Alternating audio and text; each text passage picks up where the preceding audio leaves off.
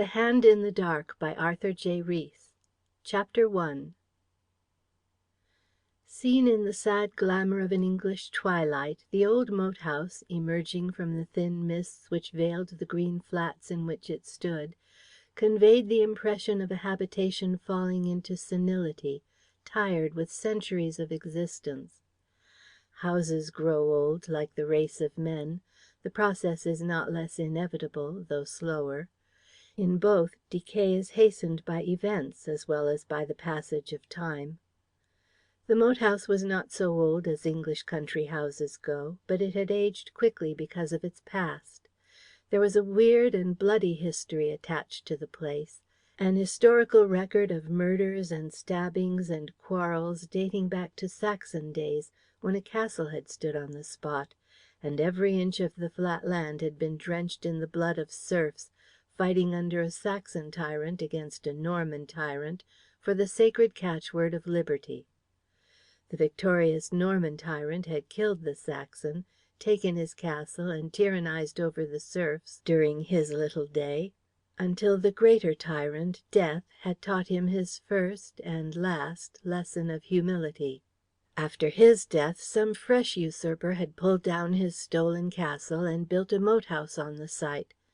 During the next few hundred years there had been more fighting for restless ambition, invariably connected with the making and unmaking of tyrants, until an English king lost his head in the cause of liberty, and the moat house was destroyed by fire for the same glorious principle. It was rebuilt by the freebooter who had burnt it down, one Philip Heredith, a descendant of Philip Heredith, whose name is inscribed in the Domesday Book as one of the knights of the army of Duke William, which had assembled at Dives for the conquest of England. Philip Heredith, who was as great a fighter as his Norman ancestor, established his claim to his new estate, and avoided litigation concerning it by confining the royalist owner and his family within the walls of the moat house before setting it on fire. He afterwards married and settled down in the new house with his young wife. But the honeymoon was disturbed by the ghost of the cavalier he had incinerated, who warned him that as he had founded his line in horror, it would end in horror, and the house he had built would fall to the ground. Philip Heredith, like many great fighters, was an exceedingly pious man, with a profound belief in the efficacy of prayer. He endeavoured to thwart the ghost's curse by building a church in the moat house grounds, where he spent his Sundays praying for the eternal welfare of the gentleman he had cut off in the flower of his manhood. Perhaps the prayers were heard, for when Philip Heredith in the course of time became the first occupant of the brand new vault he had built for himself and his successors, he left behind him much wealth and a catalogue of his virtues in his own handwriting. The wealth he left to his heirs, but he expressly stipulated that the record of his virtues was to be carved in stone and placed as an enduring tablet, for the edification of future generations, inside the church he had built. It was a wise precaution on his part. The dead are dumb as to their own merits, and the living think only of themselves. Time sped away until the first of the Herediths was forgotten as completely as though he had never existed. Even his dust had been crowded off the shelf of his own vault to make room for the numerous descendants of the prolific and prosperous line he had founded. But the tablet remained, and the old moat house he had built still stood. It was a wonderful old place and a delight to the eye, this medieval moat house of mellow brick, stone facings, high-pitched roof, with terraced gardens and encircling moat. It had defied time better than its builder, albeit a little shakily, with signs of decrepitude here and there apparent in the crow's-feet cracks of the brickwork, and decay only too plainly visible in the crazy angles of the tiled roof. But the ivy which covered portions of the brickwork hid some of the ravages of age, and helped the moat house to show a brave front to the world, a well-preserved survivor of an ornamental period in a commonplace and ugly generation. The place looked as though it belonged to the past and the ghosts of the past. To cross the moat bridge was to step backward from the 20th century into the 17th. The moss-grown moat walls enclosed an old-world garden, most jealously guarded by high yew hedges trimmed into fantastic shapes of birds and animals, a garden of parterres and lawns, where tritons blew stone horns, and naked nymphs bathed in marble fountains, with an ancient sundial on which the gay scapegrace suckling had once scribbled a sonnet to a pair of blue eyes, a garden full of sequestered walks and hidden nooks where courtly cavaliers and bewitching dames in brocades and silks, patches and powder, had played at the great game of love in their day. That day was long since dead. The tritons and nymphs remained, to remind humanity that stone and marble are more durable than flesh and blood, but the lords and ladies had gone, never to return, unless indeed their spirits walked the garden in the white stillness of moonlit nights. They may well have done so. It was easy to imagine such light-hearted beauties visiting again the old garden to revive dead memories of love and laughter. Shadowy forms stealing forth to assignations on the blanched, dew-laden lawn, their roguish faces and bright eyes, if ghosts have eyes, peeping out of ghostly hoods at gay ghostly cavaliers, coquetting and languishing behind ghostly fans, perhaps even feeding with ghostly little hands the peacocks which still kept the terrace walk above the moat. The spectacle of a group of modern ladies laughing and chatting at tea in the cloistered recesses of the terrace garden struck a note as sharply incongruous as a flock of parrots chattering in a cathedral. It was the autumn of 1918, and with one exception the ladies seated at the tea tables on the lawn represented the new and independent type of womanhood called into existence by the national exigencies of war. The elder of them looked useful rather than beautiful, as befitted patriotic Englishwomen in wartime. The younger ones were pretty and charming, but they were all workers, or pretended workers, in the task of helping England win the war, and several of them wore the khaki or blue of active service abroad. They were all very much at ease, laughing and talking as they drank their tea and threw cake to the peacocks perched on the high terrace walk above their heads. The ladies were the guests of Sir Philip Heredith. Some months before, his only son, Philip, then holding a post in the War Office, had fallen in love with the pretty face of a girl employed in one of the departments of Whitehall. He married her soon afterwards, and brought her home to the moat house. It was the young husband who had suggested that they should liven up the moat house by inviting some of their former London friends down to stay with them. Violet Heredith, who found herself bored with country life after the excitement of London war work, caught eagerly at the idea, and the majority of the ladies at tea were the former Whitehall acquaintances of the young wife, with whom she had shared matinee tickets and afternoon teas in London during the last winter of the war. The hostess of the party, Miss Alethea Heredith, sister of the present baronet, Sir Philip Heredith, and mistress of the moat house since the death of Lady Heredith, belonged to a bygone and almost extinct type of Englishwoman, the provincial great lady, local society leader, village patroness, sportswoman and churchwoman in one, a type exclusively English, taking several centuries to produce in its finished form. Miss Heredith was an excellent, if somewhat terrific, specimen of the class. She was tall and massive, with a large-boned face, tanned red with country air, shrewd grey eyes looking out beneath thick eyebrows which met across her forehead in a straight line, the Heredith eyebrows, and a strong hooked nose, the Heredith falcon nose. But in spite of her massive frame, red face, hooked nose and countrified attire, she looked more in place with the surroundings than the frailer and paler specimens of womanhood to whom she was dispensing tea. There was a stiff and stately grace in her movements, a slow ceremoniousness in her politeness to her guests, which seemed to harmonize with the 17th century setting of the moat house garden.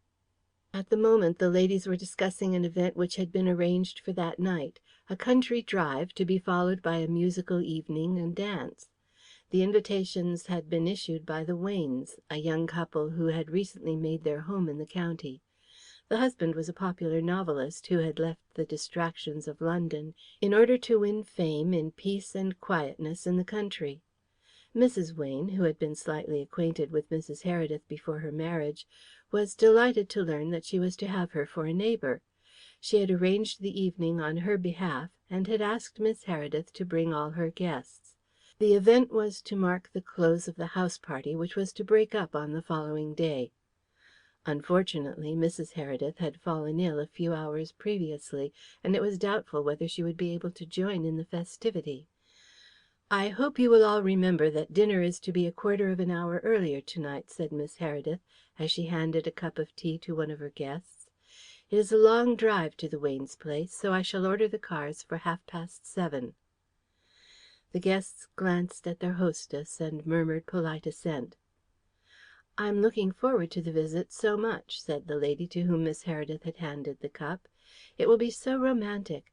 A country dance in a lonely house on a hill. What an adorable cup, dear Miss Heredith.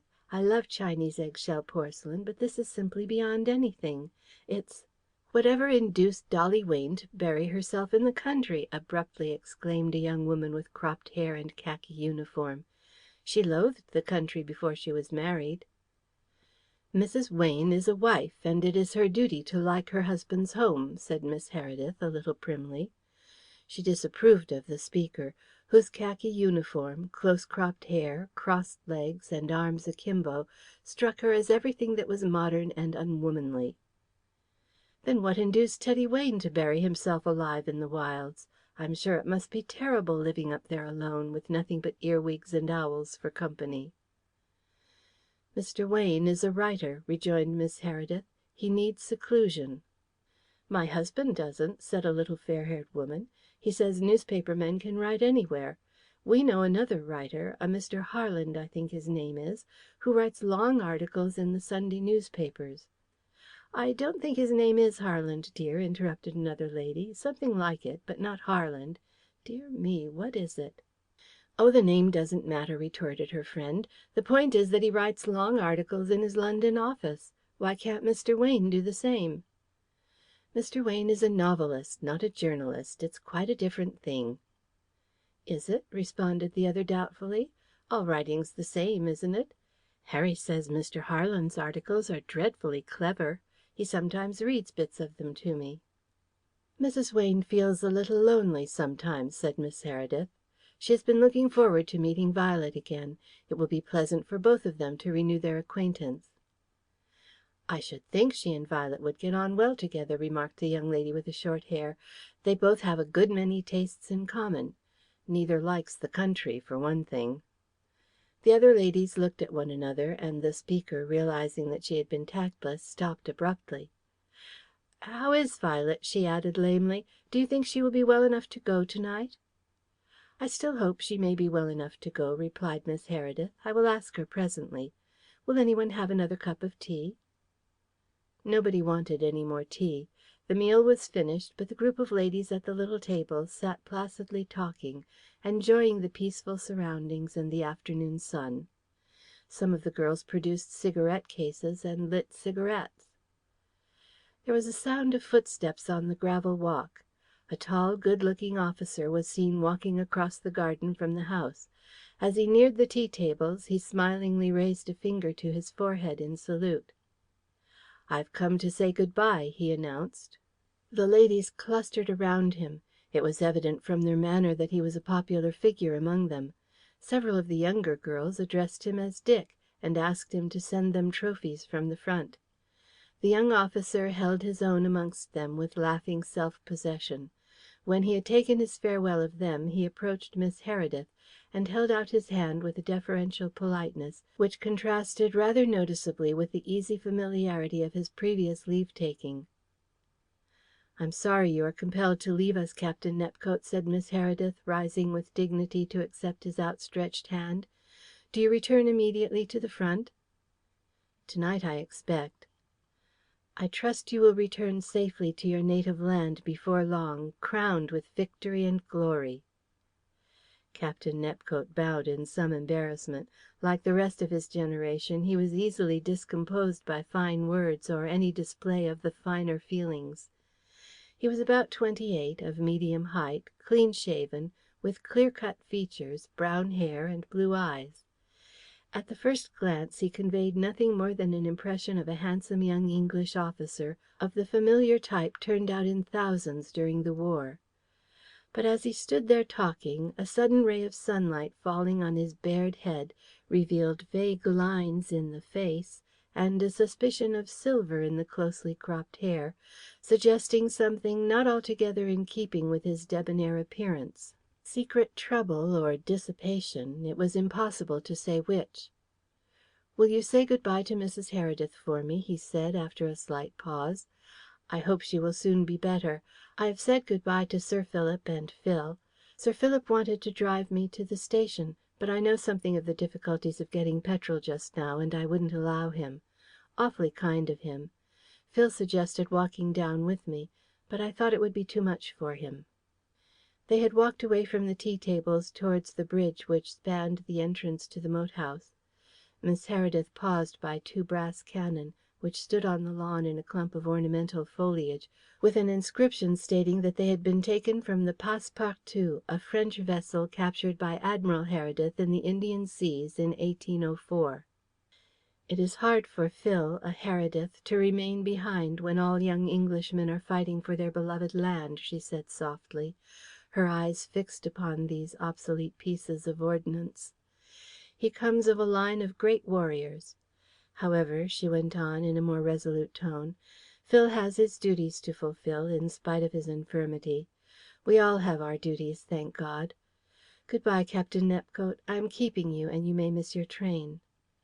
"Good-bye, Miss Heredith. Thank you so much for your kindness during a very pleasant visit. I've enjoyed myself awfully." "I am glad that you have enjoyed your stay. I hope you will come and see us again when your military duties permit." Yes. Thank you awfully. Thank you once more for your kindness." The young officer uttered these polite platitudes of a guest's farewell with some abruptness, bowed once more, and turned away across the old stone bridge which spanned the moat.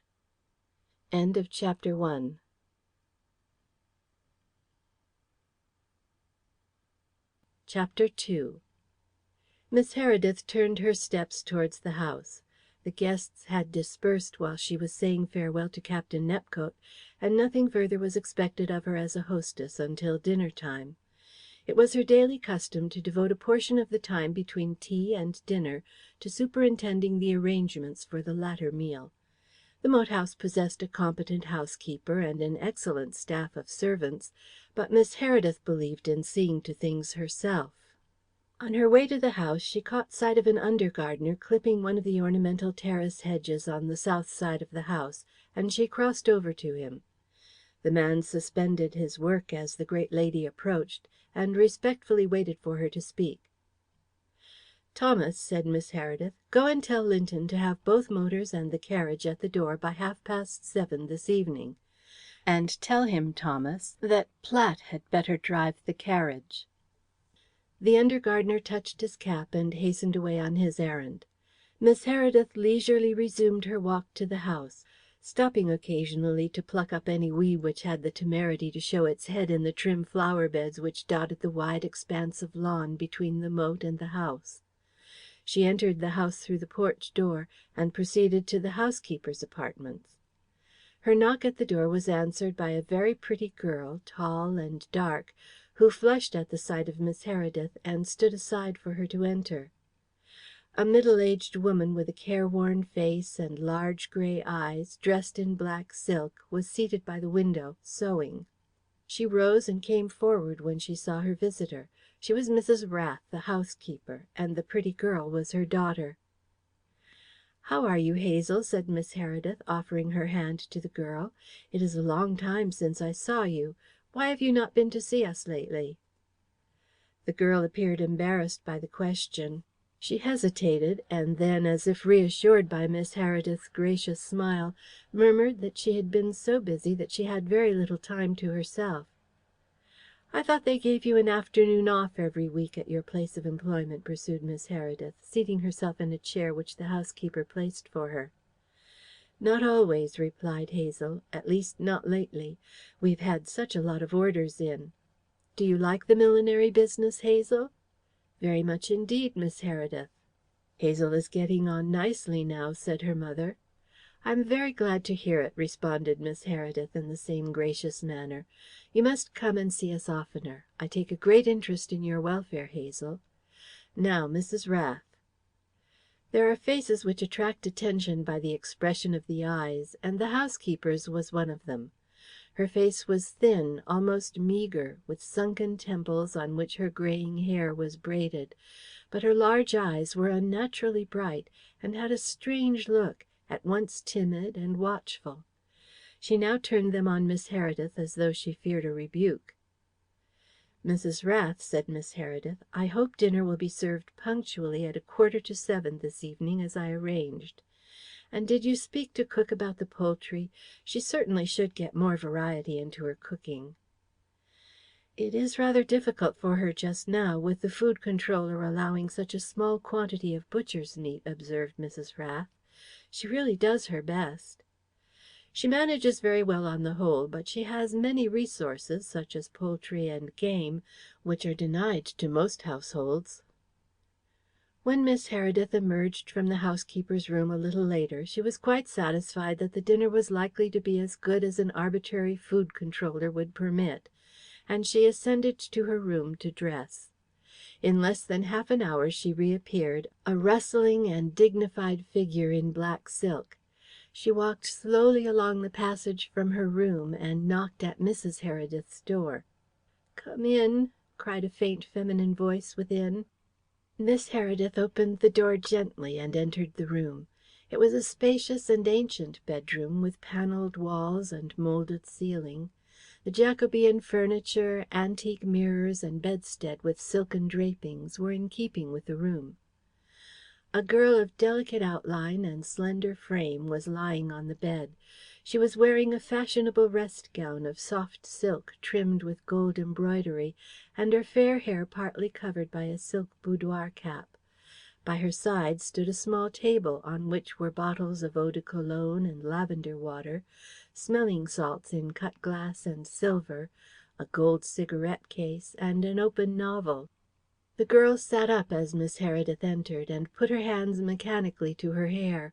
Her fingers were loaded with jewels, too numerous for good taste, and amongst the masses of rings on her left hand, the dull gold of the wedding ring gleamed in sober contrast.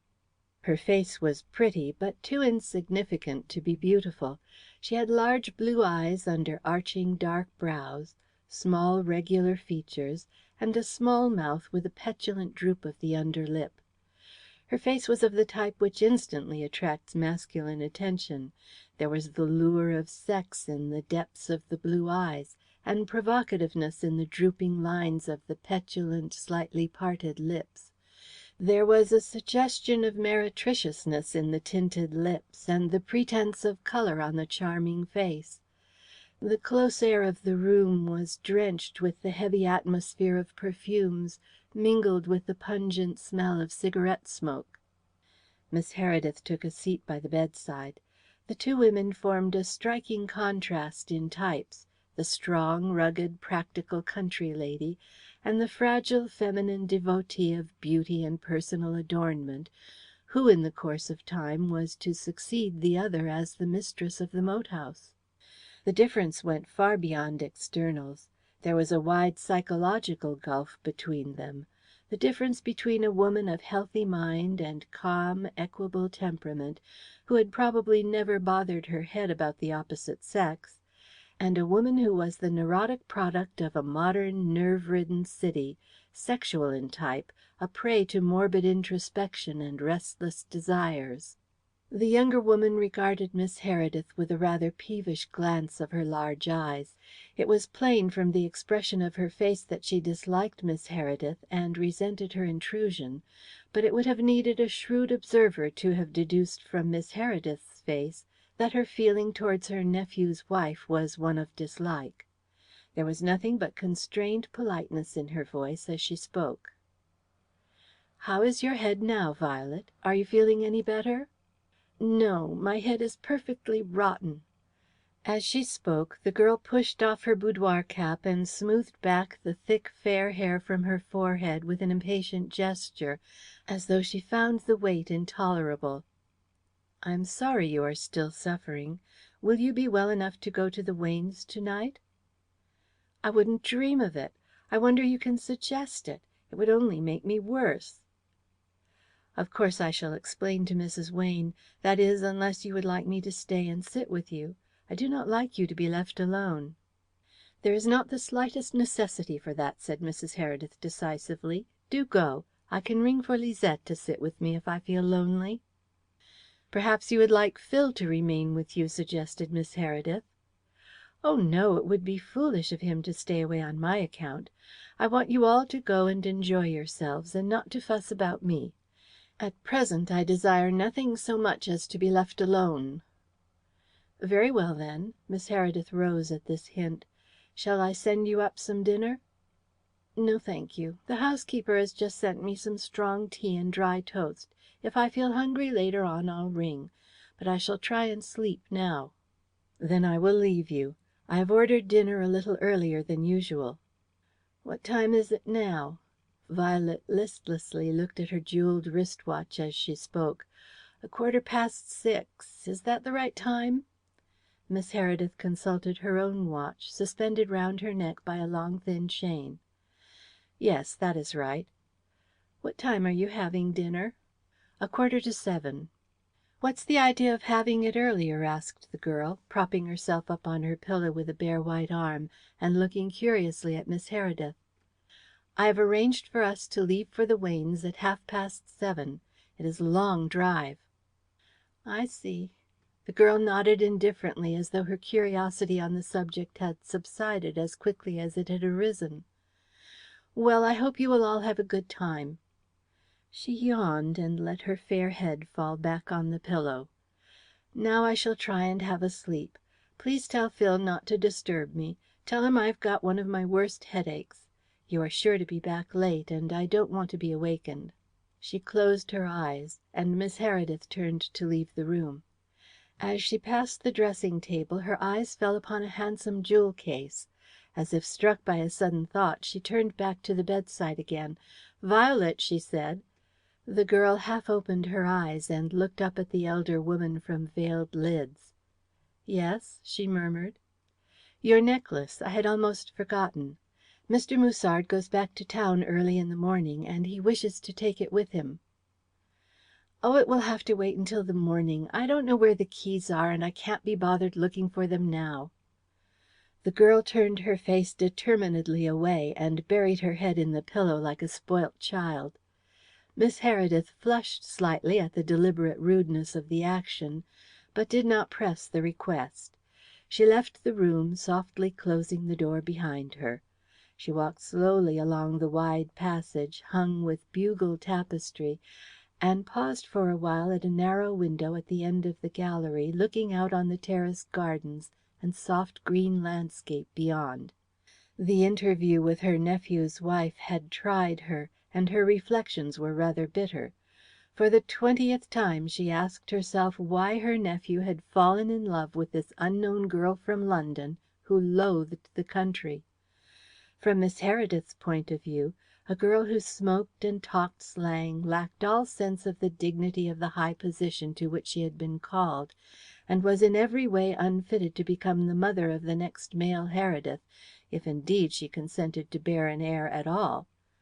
It was Miss Heredith's constant regret that Phil had not married some nice girl of the country in his own station of life instead of a London girl. Miss Heredith terminated her reflections with a sigh and turned away from the window. She was above all things practical, and fully realized the folly of brooding over the inevitable, but the marriage of her nephew was a sore point with her. She proceeded in her stately way down the broad and shallow steps of the old staircase, hung with armour and trophies and family portraits. At the bottom of the stairs she encountered a manservant bearing a tray with sherry decanters and biscuits across the hall. "Where is Mr. Philip?" she asked. "I think he is in the billiard room, ma'am," the man replied. Miss Heredith proceeded with rustling dignity to the billiard room. The click of billiard balls was audible before she reached it. The door was open, and inside the room several young men, mostly in khaki, were watching a game between a dark-haired man of middle age and a young officer. One or two of the men looked up as Miss Heredith entered, but the younger officer went on stringing his break together with the mechanical skill of a billiard marker. Miss Heredith mentally characterized his action as another instance of the modern decay of manners. In her young days, gentlemen always ceased playing when a lady entered the billiard room. The middle-aged player came forward, cue in hand, and asked her if she wanted anything. "I'm looking for Phil," she said. "I thought he was here." "He was, but he has just gone to the library. He said he had some letters to write before dinner." "Thank you." Miss Heredith turned away and walked to the library, which, like the billiard room, was on the ground floor. She opened the door and stepped into a large room with an interior which belonged to the Middle Ages. There was no intrusion of the 20th century in the great gloomy apartment with its faded arabesques and friezes, bronze candelabras, mediaeval fittings, and heavy time-worn furniture. The young man who sat writing at an ancient writing table in the room was not out of harmony with the ancient setting. His face was of antique type, long and narrow, and his long, straight dark hair, brushed back from his brow, was in curious contrast to the close crop of a military generation of young men. His eyes were dark, and set rather deeply beneath a narrow, high white forehead. He had the Heredith eyebrows and high-bridged nose, but apart from those traditional features of his line, his rather intellectual face and slight frame had little in common with the portraits of the massive, warlike Herediths which hung on the walls around him. He ceased writing and looked up as his aunt entered. "I've just been to see Violet," Miss Heredith explained. "She says she is no better and will not be able to accompany us to the Waynes tonight. I suggested remaining with her, but she would not hear of it. She says she prefers to be alone. Do you think it is right to leave her? I should like to have your opinion. You understand her best, of course."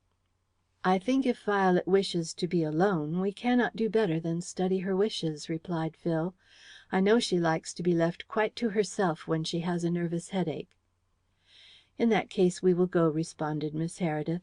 "I have decided to have dinner a quarter of an hour earlier to enable us to leave here at 7:30. "I see," said the young man. "Is Violet having any dinner?" "No, she has just had some tea and toast, and now she is trying to sleep. She does not wish to be disturbed. She asked me to tell you so." Miss Heredith glanced at her watch. "Dear me, it is nearly 6:30. I must go. Tufnell is so dilatory when quickness is requisite." "Did you remind Violet about the necklace?" asked Phil, as his aunt turned to leave the library. "Yes. She said she would send it down in the morning before Vincent leaves." Phil nodded and returned to his letters. Miss Heredith left the room and proceeded along the corridor to the big dining room. An elderly manservant, grey and clean-shaven, permitted a faint deferential smile to appear on his features as she entered. "Is everything quite right, Tufnell?" she asked. Tufnell, the staid old butler, who had inherited his place from his father, bowed gravely and answered decorously, "Everything is quite right, ma'am." Miss Heredith walked slowly round the spacious table, adjusting a knife here, a fork there, and giving an added touch to the table decorations. There was not the slightest necessity for her to do so, because the appointments were as perfect as they could be made by the hands of old servants who knew their mistress and her ways thoroughly. But it was Miss Heredith's nightly custom, and Tufnell, standing by the carved buffet, watched her with an indulgent smile, as he had done every evening during the last 10 years. While Miss Heredith was thus engaged, the door opened and Sir Philip Heredith entered the room in company with an old family friend, Vincent Musard. End of chapter 2.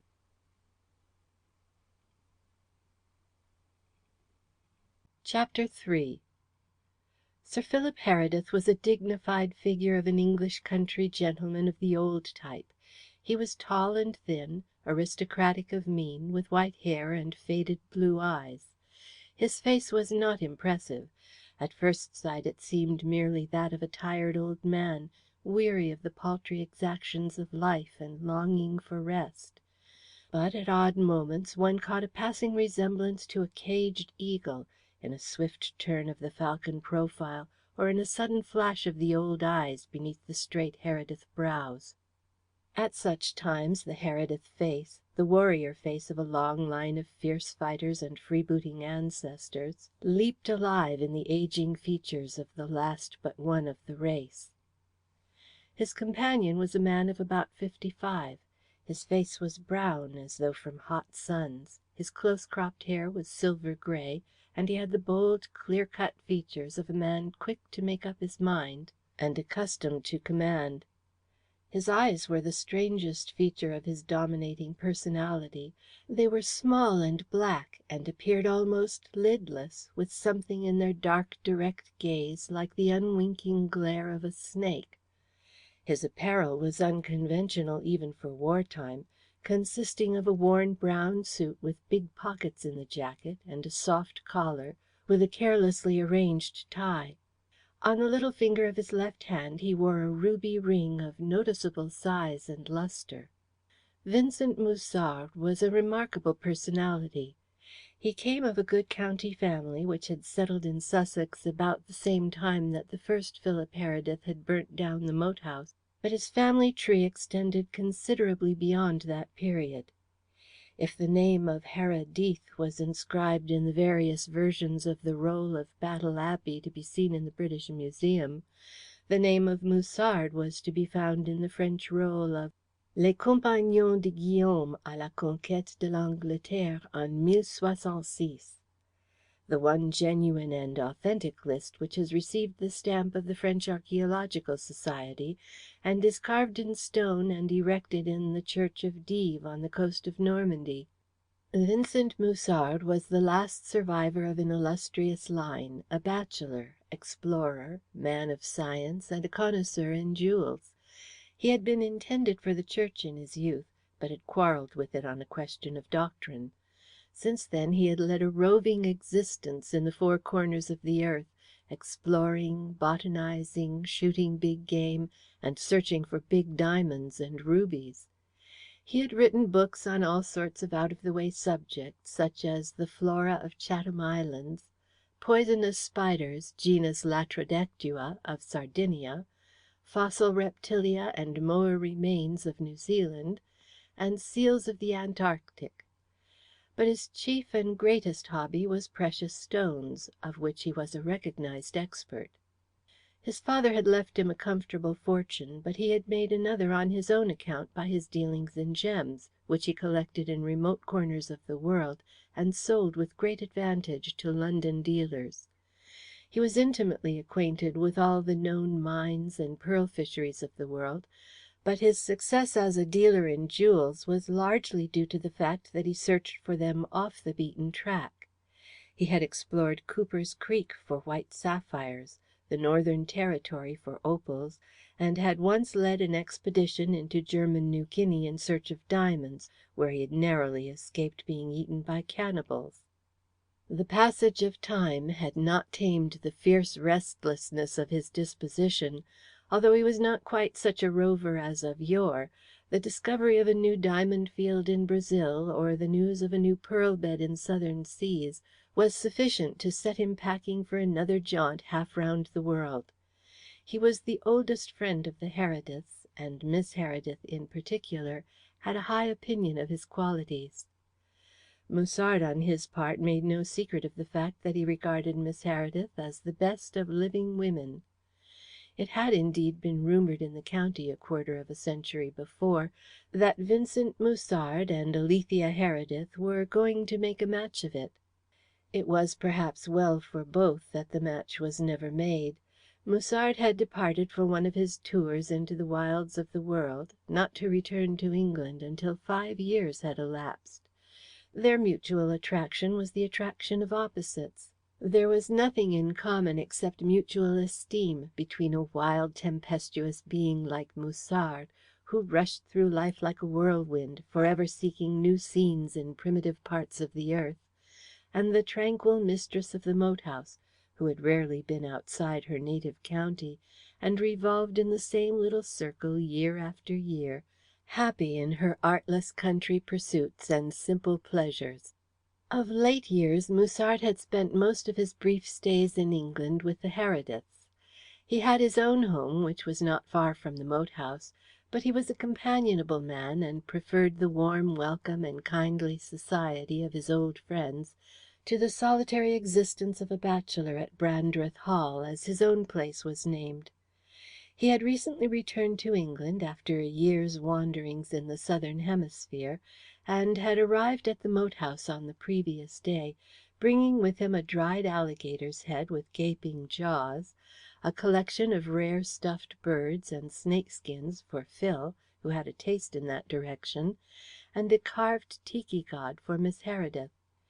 He had also brought with him his Chinese servant, 2 kea parrots, and a mat of white feathers from the Solomon Islands, which he used on his bed instead of an eiderdown quilt when the nights were cold. He had left in his London banker's strong room his latest collection of precious stones, after forwarding anonymously to Christie's a particularly fine pearl as a donation towards the British Red Cross necklace. Musard's present stay at the moat house was to be a brief one. The British Government, on learning of his return to his native land, had asked him to go over to the front to adjust some trouble which had arisen between the head men of a Kaffir labour compound. As Musard's wide knowledge of African tribes rendered him particularly fitted for such a task, he had willingly complied with the request, and was to go to France on the following day. Miss Heredith had taken advantage of his brief visit to consult him about the Heredith pearl necklace, a piece of jewellery which was perhaps more famous than valuable, as some of the pearls were nearly 300 years old. Sir Philip had given it to Violet when she married Phil, but Violet had locked it away in her jewel case and never worn it. She had said, only the night before, that the setting of the clasp was old-fashioned, and the pearls dull with age. Miss Heredith, although much hurt, had realized that there was some truth in the complaint, and she had asked Musard for his advice. Musard had expressed the opinion that perhaps the pearls were in need of the delicate operation known as skinning, and had offered to take the necklace to London and obtain the opinion of a Hatton Garden expert of his acquaintance. Vincent Musard smiled at Miss Heredith in friendly fashion as he entered the dining room, and Sir Philip greeted his sister with polite but somewhat vague courtesy. Sir Philip's manner to everybody was distinguished by perfect urbanity, which was so impersonal and unvarying as to suggest that it was not so much a compliment to those upon whom it was bestowed, as a duty which he felt he owed to himself to perform with uniform exactitude. Musard began to talk about the arrangements for his departure on the following day, and asked Tufnell about the trains. On learning that the first train to London was at 8 o'clock, he expressed his intention of catching it. "Is it necessary for you to go so early, Vincent?" inquired Miss Heredith. "Could you not take a later train?" "I dare say I could. Why do you ask?" "I was thinking about the necklace. Violet was too unwell to give it to me tonight, and she may not be awake so early in the morning. I should like you to take it with you, if it could be managed." "I can take a later train. It will suit me as well." "Is Violet unable to go with us to the Waynes tonight?" said Sir Philip, glancing at his sister. "Yes, her head is too bad." "It is a pity we have to go without her, as the party is given in her honour. Of course we must go." "Where is her necklace?" asked Musard. "Is it in the safe?" "No," replied Miss Heredith. "It is in Violet's room, in her jewel case." "Well, as Mrs. Heredith will be alone in the house tonight, I think it would be wise if you locked it in the safe," said Musard. "There are many servants in the house." "I think that is quite unnecessary, Vincent. Our servants are all trustworthy." "Quite so, but several of your guests have brought their own servants, maids and valets." "Very well. If you think so, Vincent, I will see to it after dinner." The conversation was terminated by the sound of the dinner gong. The guests came down to dinner in ones and twos, and assembled in the drawing room before proceeding to the dining room. The men who were not in khaki were dressed for dinner. The gathering formed a curious mixture of modern London and ancient England. The London guests, who were in the majority, consisted of young officers, some young men from the War Office and the Foreign Office, a journalist or two, and the ladies Miss Heredith had entertained at tea on the lawn. These people had been invited because they were friends of the young couple, and not because they were anybody in particular in the London social or political world, though one or two of the young men had claims in that direction. Mingled with this very modern group were half a dozen representatives of old county families who had been invited by Miss Heredith. The party sat down to dinner.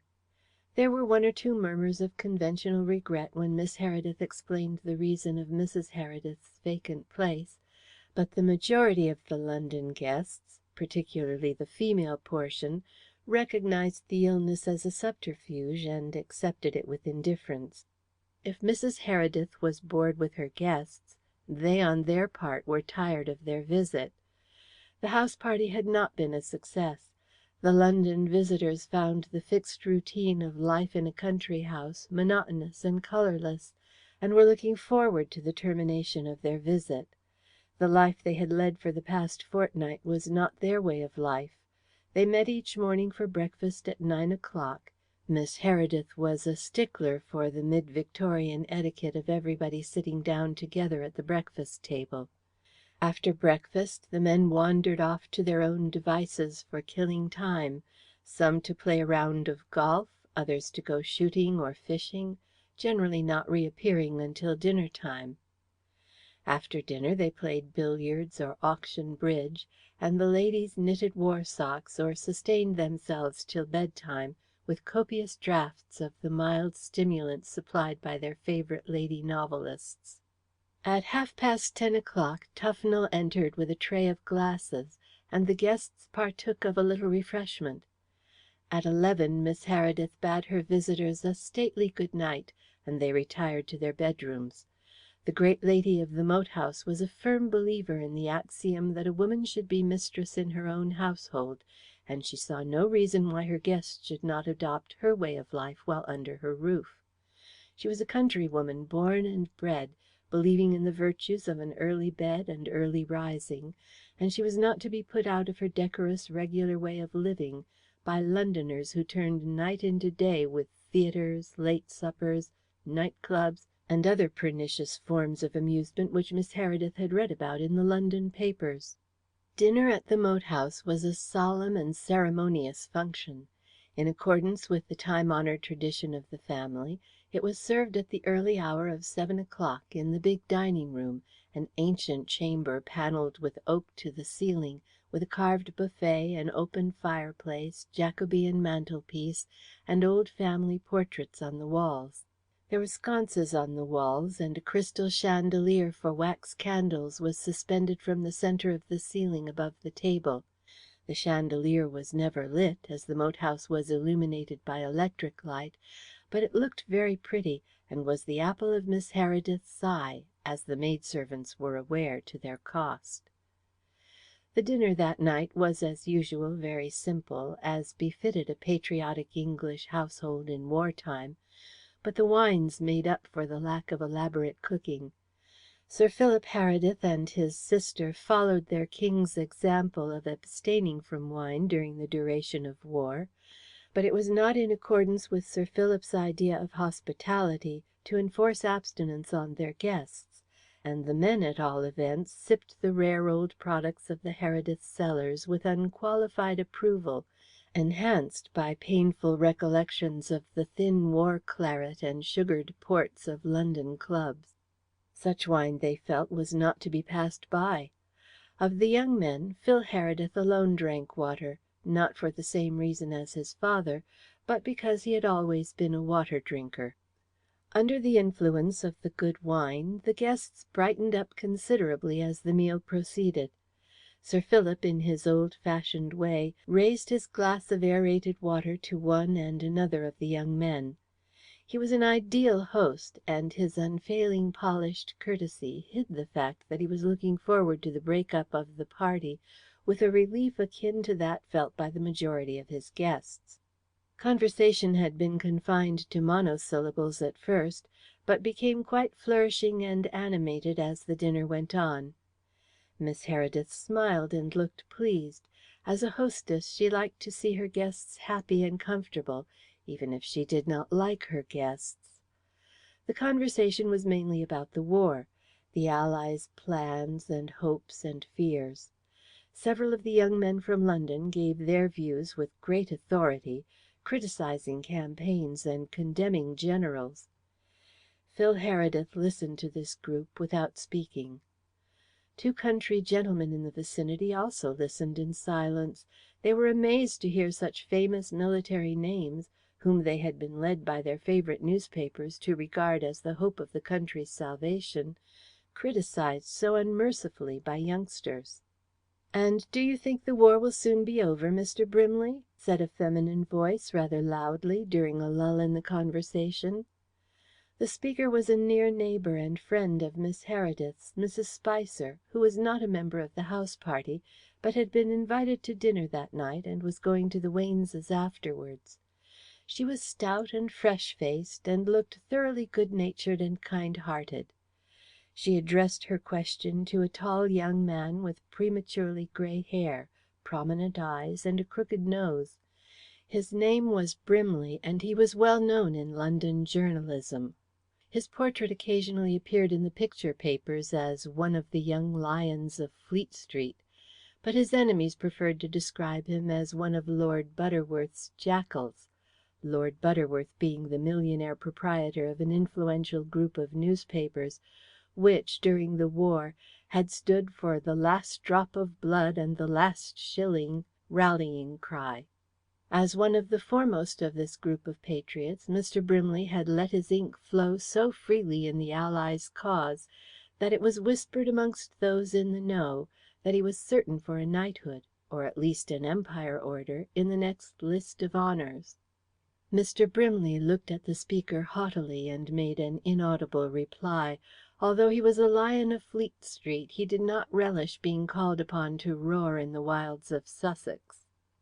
"Won't the poor German people be delighted when our troops march across the Rhine to deliver them from militarism?" continued the old lady innocently. There was a subdued titter from the younger girls at this, and a young officer sitting near the bottom of the table laughed aloud, then flushed suddenly at his breach of manners. "Have I said something foolish?" asked the old lady placidly. "Please tell me if I have. I don't mind." "Not at all," said another young officer with a beardless, sunburnt face. "Personally, I quite agree with you. The Germans ought to be jolly well pleased to be saved from their beastly selves." "What a number of land girls you have in this part of the world, Miss Heredith," remarked the young officer who had laughed, as though anxious to turn the conversation. "I saw several while I was out shooting today, and very charming they looked. I had no idea that sunburn was so becoming to a girl's complexion. I saw one girl who had been riding a horse through the woods, and she looked like what's her name Diana. She had bits of green stuff sticking all over her, and cobwebs in her hair." "That reminds me of a good story," exclaimed a chubby-faced youth in the uniform of the Flying Corps. "You'll appreciate it, Dennison. Old Graham, of the commissariat, was out golfing the other day, and he turned up at the club all covered with cobwebs. Captain Harding of our lot, who was just back in Blighty from 18 months over there, said to him, 'Hullo, Graham, I see you've been down at the War Office.' Ha, ha!" The other young men in khaki joined in the laugh, but a tall, gaunt man with an authoritative glance, the Dennison referred to, looked rather angry. Miss Heredith, with a hostess's watchful tact for the susceptibilities of her guests, started to talk about a show for allotment holders which had been held in the moat house grounds a few weeks before. It seemed that most of the villagers were allotment holders, and the show had been held to stimulate their patriotic war efforts to increase the national food supply. The village had entered into it with great spirit, and some wonderful specimens of fruit, vegetable, poultry, and rabbits had been exhibited. The best part of it was that Rusher, my own gardener, was badly beaten in every class," put in Sir Philip with a smile. "Not in every class," corrected Miss Heredith. "The peaches and nectarines from the walled garden were awarded first prize." "Rusher was beaten in the vegetable classes, in giant vegetable marrows and cabbages," retorted Sir Philip with a chuckle. "He hasn't got over it yet. He suspects the Vicar of favouritism in awarding the prizes. The fact that his daughter won first prize for rabbits with a giant Belgian did little to console him." "And we raised quite a respectable sum for the Red Cross by charging threepence admission to see a stuffed menagerie of Phil's," added Miss Heredith. "A stuffed menagerie! What a curious thing," remarked a young lady. "Not quite a menagerie," said Sir Philip. "Merely the stuffed remains of some animals Phil used to keep as a youngster. When they died, as they invariably did, he used to skin them and stuff them. He was quite an expert taxidermist." "Tell them about your museum exhibit, Philip," said Miss Heredith, with quite an animated air. "We also arranged a little exhibition of old things," continued Sir Philip diffidently. "Armour, miniatures, some old jewels, and things like that. That also brought in quite a respectable sum for the Red Cross." "From the Heredith collection, I presume?" said Mr. Brimley. "What wonderful old treasures you must have in this wonderful old house of yours," gushed the young lady who had spoken before. "I am so disappointed in not seeing the Heredith pearl necklace. What a pity dear Mrs. Heredith is ill. She was going to wear the pearls tonight, and now I shall have to go away without seeing them." Sir Philip bowed. He did not quite relish the trend of the conversation, but he was too well bred to show it. "You shall see the pearls in the morning," said Miss Heredith courteously. "I adore pearls," sighed the guest. "If you admire pearls, you should see the collection which is being made for the British Red Cross," remarked Vincent Musard. "I had a private view the other day. It is a truly magnificent collection." All eyes were turned on the speaker. The topic interested every lady present, and they were aware that Musard was one of the foremost living authorities on jewels. The men had all heard of the famous traveller by repute, and they wanted to listen to what he had to say. Musard seemed rather embarrassed to find himself the object of general attention, and went on with his dinner in silence. But some of the ladies were determined not to lose the opportunity of learning something from such a well-known expert on a subject so dear to their hearts, and they plied him with eager questions. "It must be a wonderful collection," said a slight and slender girl named Garton, with blue eyes and red hair. She was a lady journalist attached to Mr. Brimley's paper. 20 years ago she would have been called an advanced woman. She believed in equality for the sexes in all things, and wrote articles on war immorality, the social evil, and kindred topics, in a frank, unabashed way which caused elderly, old-fashioned newspaper readers much embarrassment. Miss Garton was just as eager as the more frivolous members of her sex to hear about the Red Cross pearls, and begged Mr. Musard to give her some details. She would have to do a write-up about the necklace when she returned to London, she said, and any information from Mr. Musard would be so helpful. "It is not a single necklace," said Musard. "There are about 30 necklaces. The Red Cross Committee have already received nearly 4,000 pearls, and more are coming in every day." 4,000 pearls! How perfectly lovely! How I should love to see them!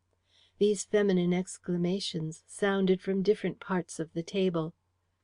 "I suppose the collection is a very fine and varied one," observed Sir Philip. "Undoubtedly. The committee have had the advice of the best experts in London, who have given much time to grading the pearls for the different necklaces. In an ordinary way it takes a long while, sometimes years, to match the pearls for a faultless necklace, but in this case the experts have had such a variety brought to their hands that their task has been comparatively easy. But in spite of the skilful manner in which the necklaces have been graded, it is even now a simple matter for the trained eye to identify a number of the individual pearls. The largest, a white pearl of pear shape, weighing 72 grains, would be recognized by any expert anywhere. There are several other pearls over 30 grains, which the trained eye would recognize with equal ease in any setting. The few pink and black pearls are all known to collectors, and it is the same with the clasps. One diamond and ruby clasp is as well known in jewel history as the State Crown. The diamonds are in the form of a Maltese cross set in a circle of rubies. "That must have been the gift of the Duchess of Welburton," remarked Sir Philip. "She inherited it from her great aunt Adelina, wife of the 3rd Duke. There was a famous pearl necklace attached to the clasp once, but it disappeared about 10 years ago at a ball given by the German ambassador, Prince Litzovny. I remember there was a lot of talk about it at the time, but the necklace was never recovered. The clasp, too, has a remarkable history." "All great jewels have," said Musard. "In fact, all noteworthy stones have dual histories. Their career as cut and polished gems is only the second part. Infinitely more interesting is the hidden history of each great jewel, from the discovery of the rough stone to the period when it reaches the hands of the lapidary to be polished and cut for a drawing-room existence. What a record of intrigue and knavery, stabbings and poisonings, connected with some of the greatest jewels in the British Crown, the Black Prince's ruby, for example." Musard gazed thoughtfully at the great ruby on his own finger as he ceased speaking. The guests had finished dinner, and Miss Heredith, with a watchful eye on the big carved clock which swung a sedate pendulum by the fireplace, beckoned Tufnell to her and directed him to serve coffee and liqueurs at table. "What is your favourite stone, Mr. Musard?" said a bright-eyed girl sitting near him after coffee had been served. "Personally, I have a great weakness for the ruby," replied Musard. "Its intrinsic value has been greatly discounted in these days of synthetic stones, but it is still my favourite, largely, I suppose, because a perfect natural ruby is so difficult to find. I remember once journeying 3,000 miles up the Amazon in search of a ruby reputed to be as large as a pigeon's egg. But it did not exist. It was a myth." "What a life yours has been," said the girl. "How different from the humdrum existence of us stay-at-homes. How I should like to hear some of your adventures. They must be thrilling."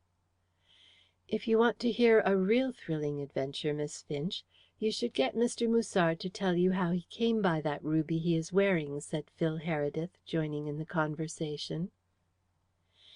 The eyes of all the guests were directed to the ring which Musard was wearing on the little finger of his left hand. The stone in the plain gold setting was an unusually large one, nearly an inch in length.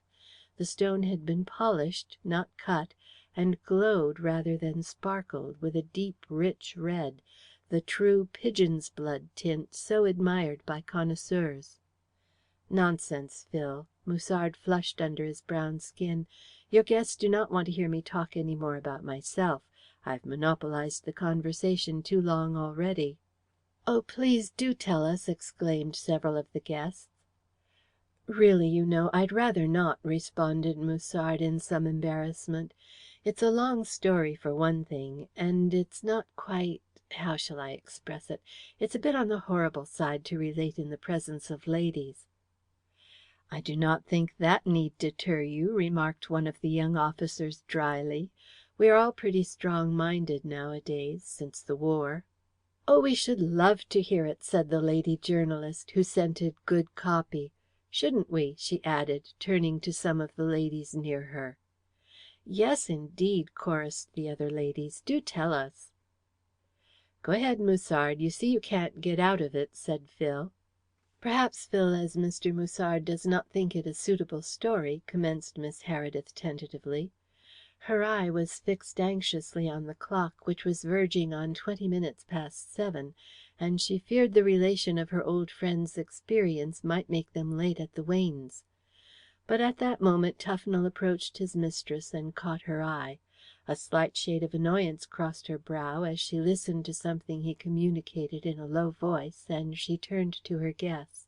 "I must ask you to excuse me for a few moments," she said. She rose from her place and left the room. As the door closed behind her, the ladies turned eagerly to Musard. "Now please tell us about the ruby," said several in unison. The explorer glanced at the eager faces looking towards him. "Very well, I will tell you the story," he said quietly, but with visible reluctance. Chapter 4. It was before the war. Many strange things have happened in the world before the Boche broke loose with his dream of Deutschland über alles. I had been to Melville Island, trying to match a pearl for the Devonshire necklace, and I went from the pearl fisheries to New Zealand, led there by rumours of the discovery of some wonderful black pearls. It was, however, a wild goose chase. These rumours generally are.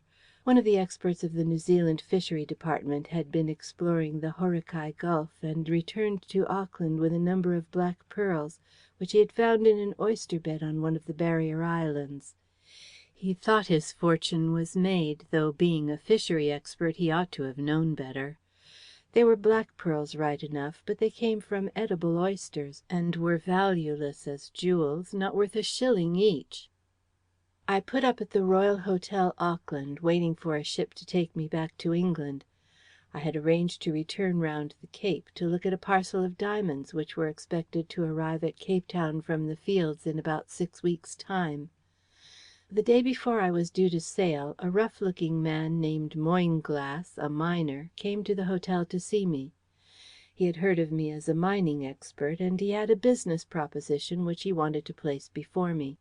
He told me he and 4 others had just returned to Auckland after putting in 6 weeks among the volcanic beaches of the North Island, searching, fossicking he called it, for fine gold. These black sand volcanic beaches are common in parts of New Zealand. The black sand is derived from the crystals of magnetic iron, and there is frequently a fair amount of fine gold mingled with them.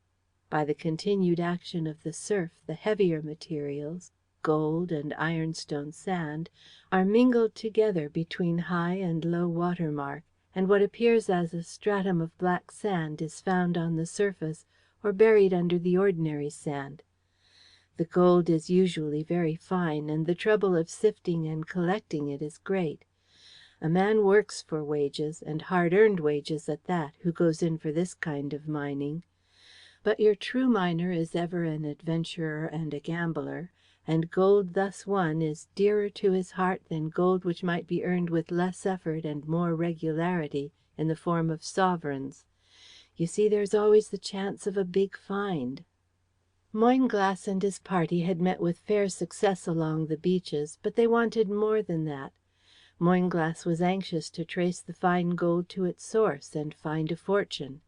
He believed, like most miners, that this fine gold is carried along the beds of the larger rivers and distributed by the action of the sea along the different beaches where it is found.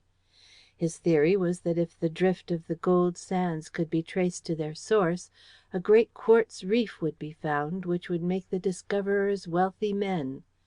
But he and his mates knew nothing about geology, and they wanted somebody to go with them who could chart the course and lead them to the launching point of the gold.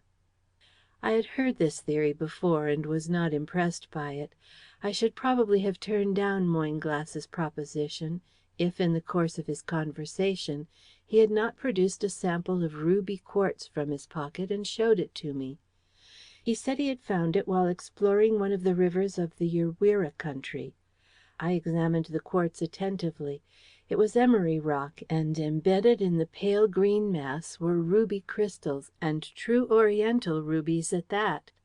I realized the valuable nature of the discovery, and questioned the man closely as to where he had obtained the ruby rock, but he became instantly suspicious and guarded in his replies. If I joined his party, well and good, he would show me the spot, and we would share and share alike, but he would tell me nothing otherwise. I decided to go, and the terms were agreed upon. We set out from Auckland, the 5 of us, a week later. We went by coastal steamer to a little port in the Bay of Plenty, and there we plunged into the Urewera Mountains. My companions thought of nothing but the search for the golden sands, but I was interested only in the ruby rock. There lay the fortune, if I could find it. I carried the specimen of corundum in my waistcoat pocket. The river we were ascending to its source was called the Araheoa. It was a rushing, noisy torrent, winding along a deep and narrow gorge, which in places almost met overhead.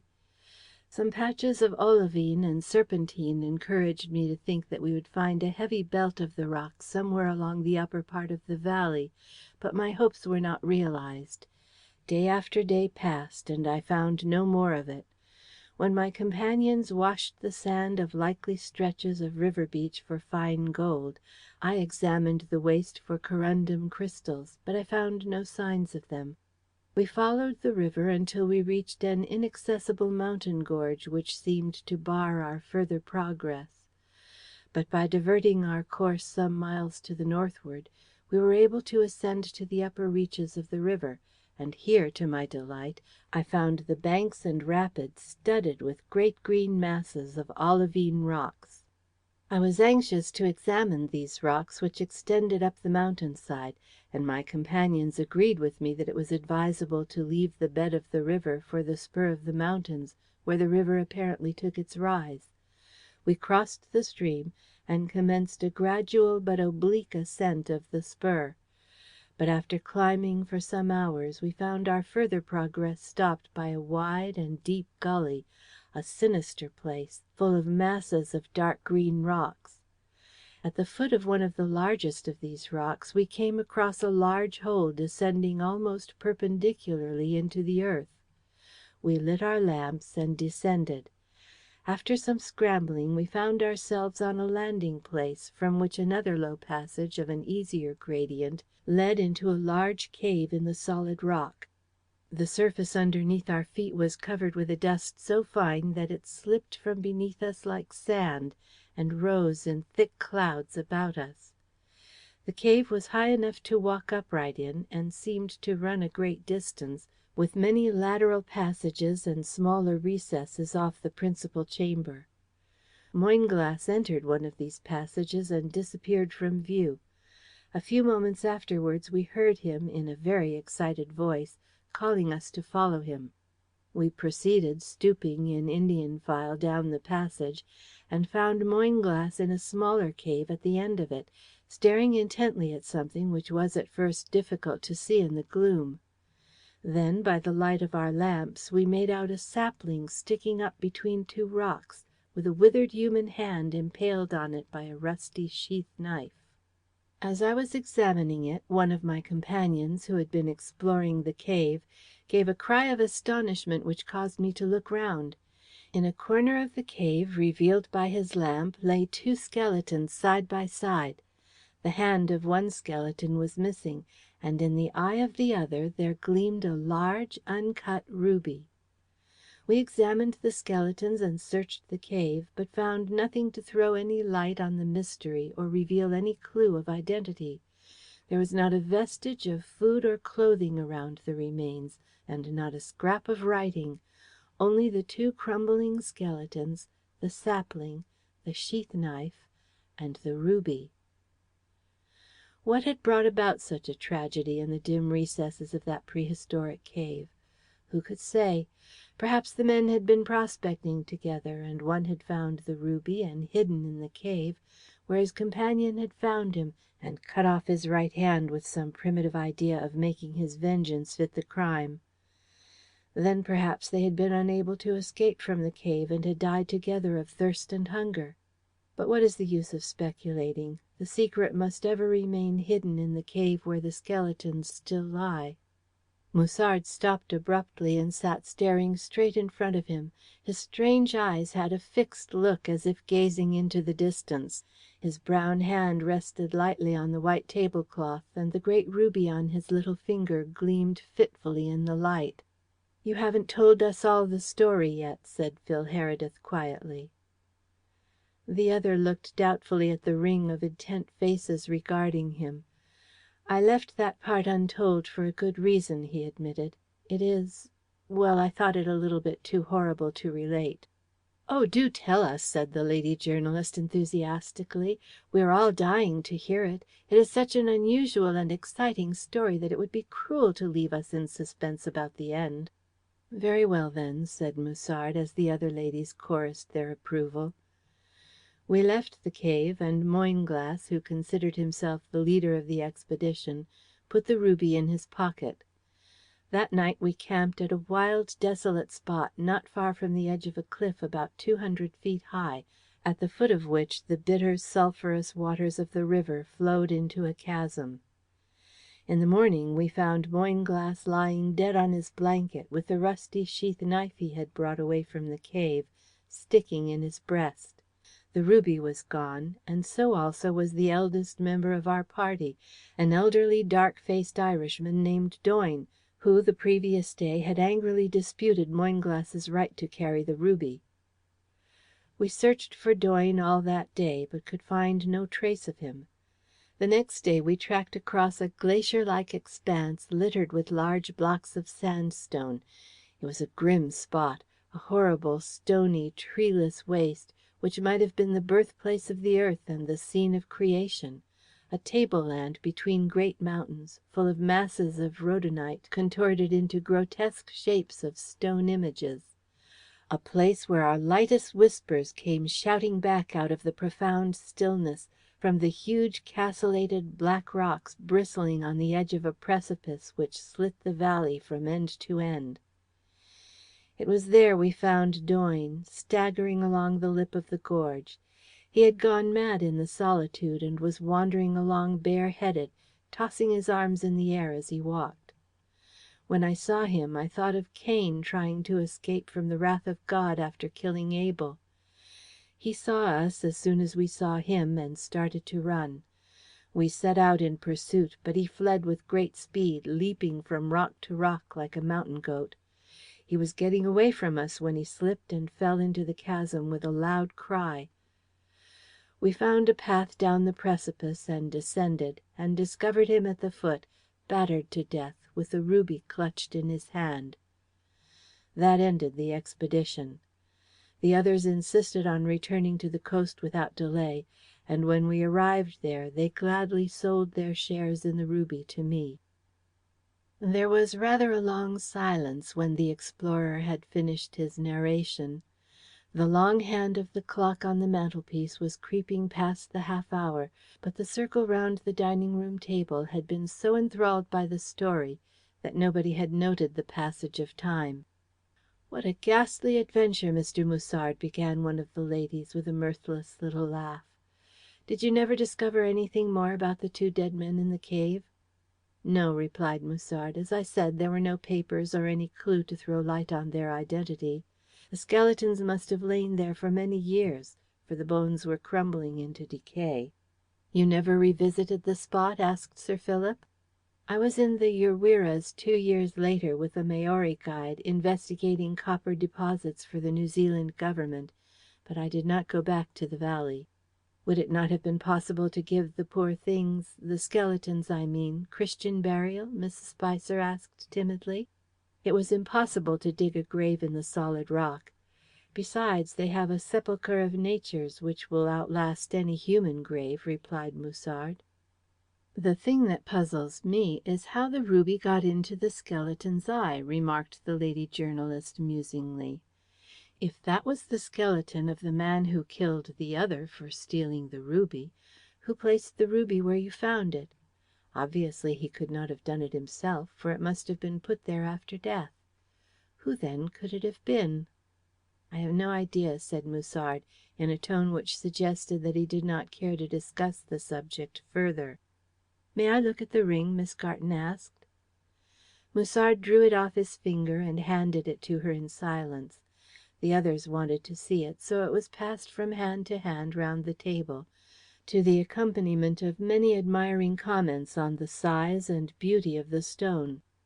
One of the young officers, with an air of much interest, asked Musard whether he thought there were other rubies like it to be found near the spot. "Hardly in that form," replied Musard. "It is a puzzle to me how the men who found the ruby managed to get it out of the ruby rock and partially polish it. They had no tools or instruments of any kind, at least none we found in the cave.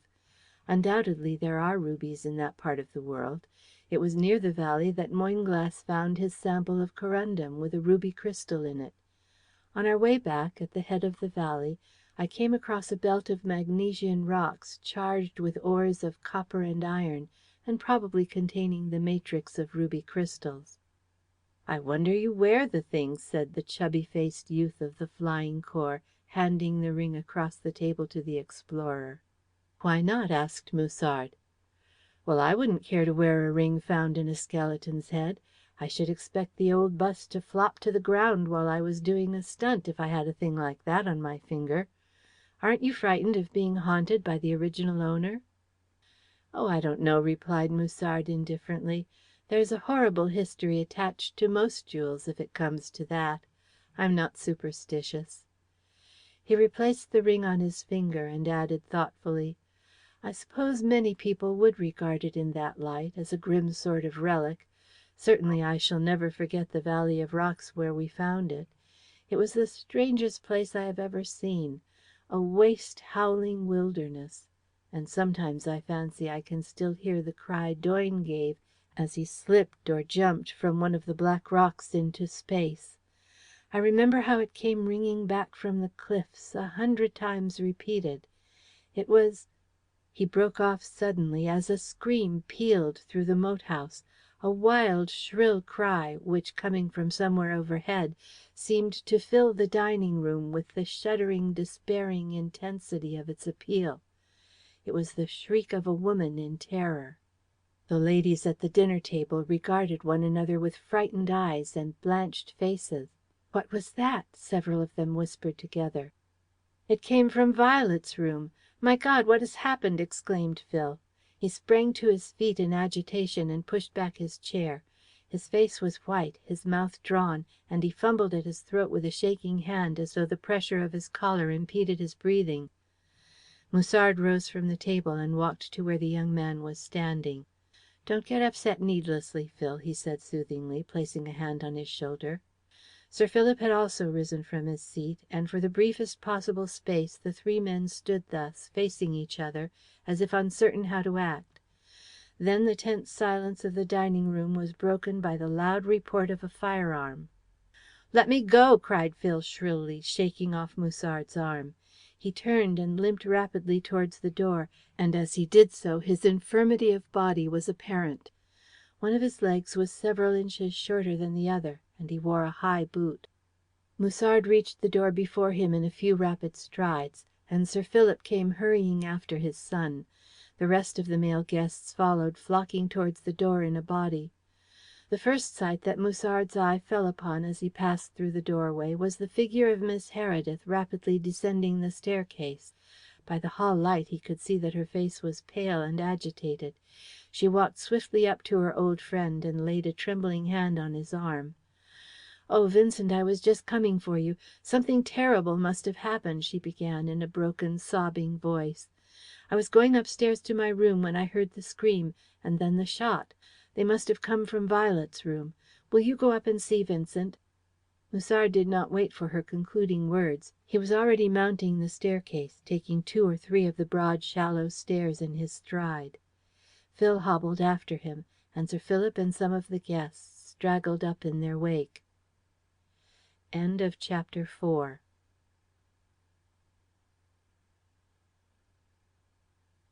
Chapter 5. A shaded light in the alcove at the head of the stairs threw a dim light down the passage which led off the first floor landing, but Musard felt for the electric switch and pressed it. The light flooded an empty corridor, with the door of the room nearest to him gaping into a dark interior. Musard stepped inside the open door, struck a match to find the switch, and walked over and turned on the light. As he did so, Phil and his father reached the door and followed him into the room, where, less than 2 hours before, Miss Heredith had been with Phil's young wife, and left her to sleep. The room seemed as it had been then. There was no sign of any intruder. The cut glass and silver bottles stood on the small table by the head of the bed. The gold cigarette case was open alongside them. A novel, flung face downward on the pillows, revealed a garish cover and the bold lettering of the title, "What Shall It Profit?" as though the book had dropped from the hand of some one overcome by sleep. But the white rays of the electric globe, hanging in a shade of rose colour directly overhead, fell with sinister directness on the slender figure of the young wife, lying in a huddled heap on the bed, her fashionable rest gown stained with blood, which oozed from her breast in a sluggish stream on the satin quilt. A sharp, pungent odour was mingled with the heavy atmosphere of the room, the smell of a burning fabric. There was no disorder, no weapon, no indication of a struggle. Only the motionless, bleeding figure on the bed revealed to the guests clustering outside the room that somebody had entered and departed as silently as a tiger.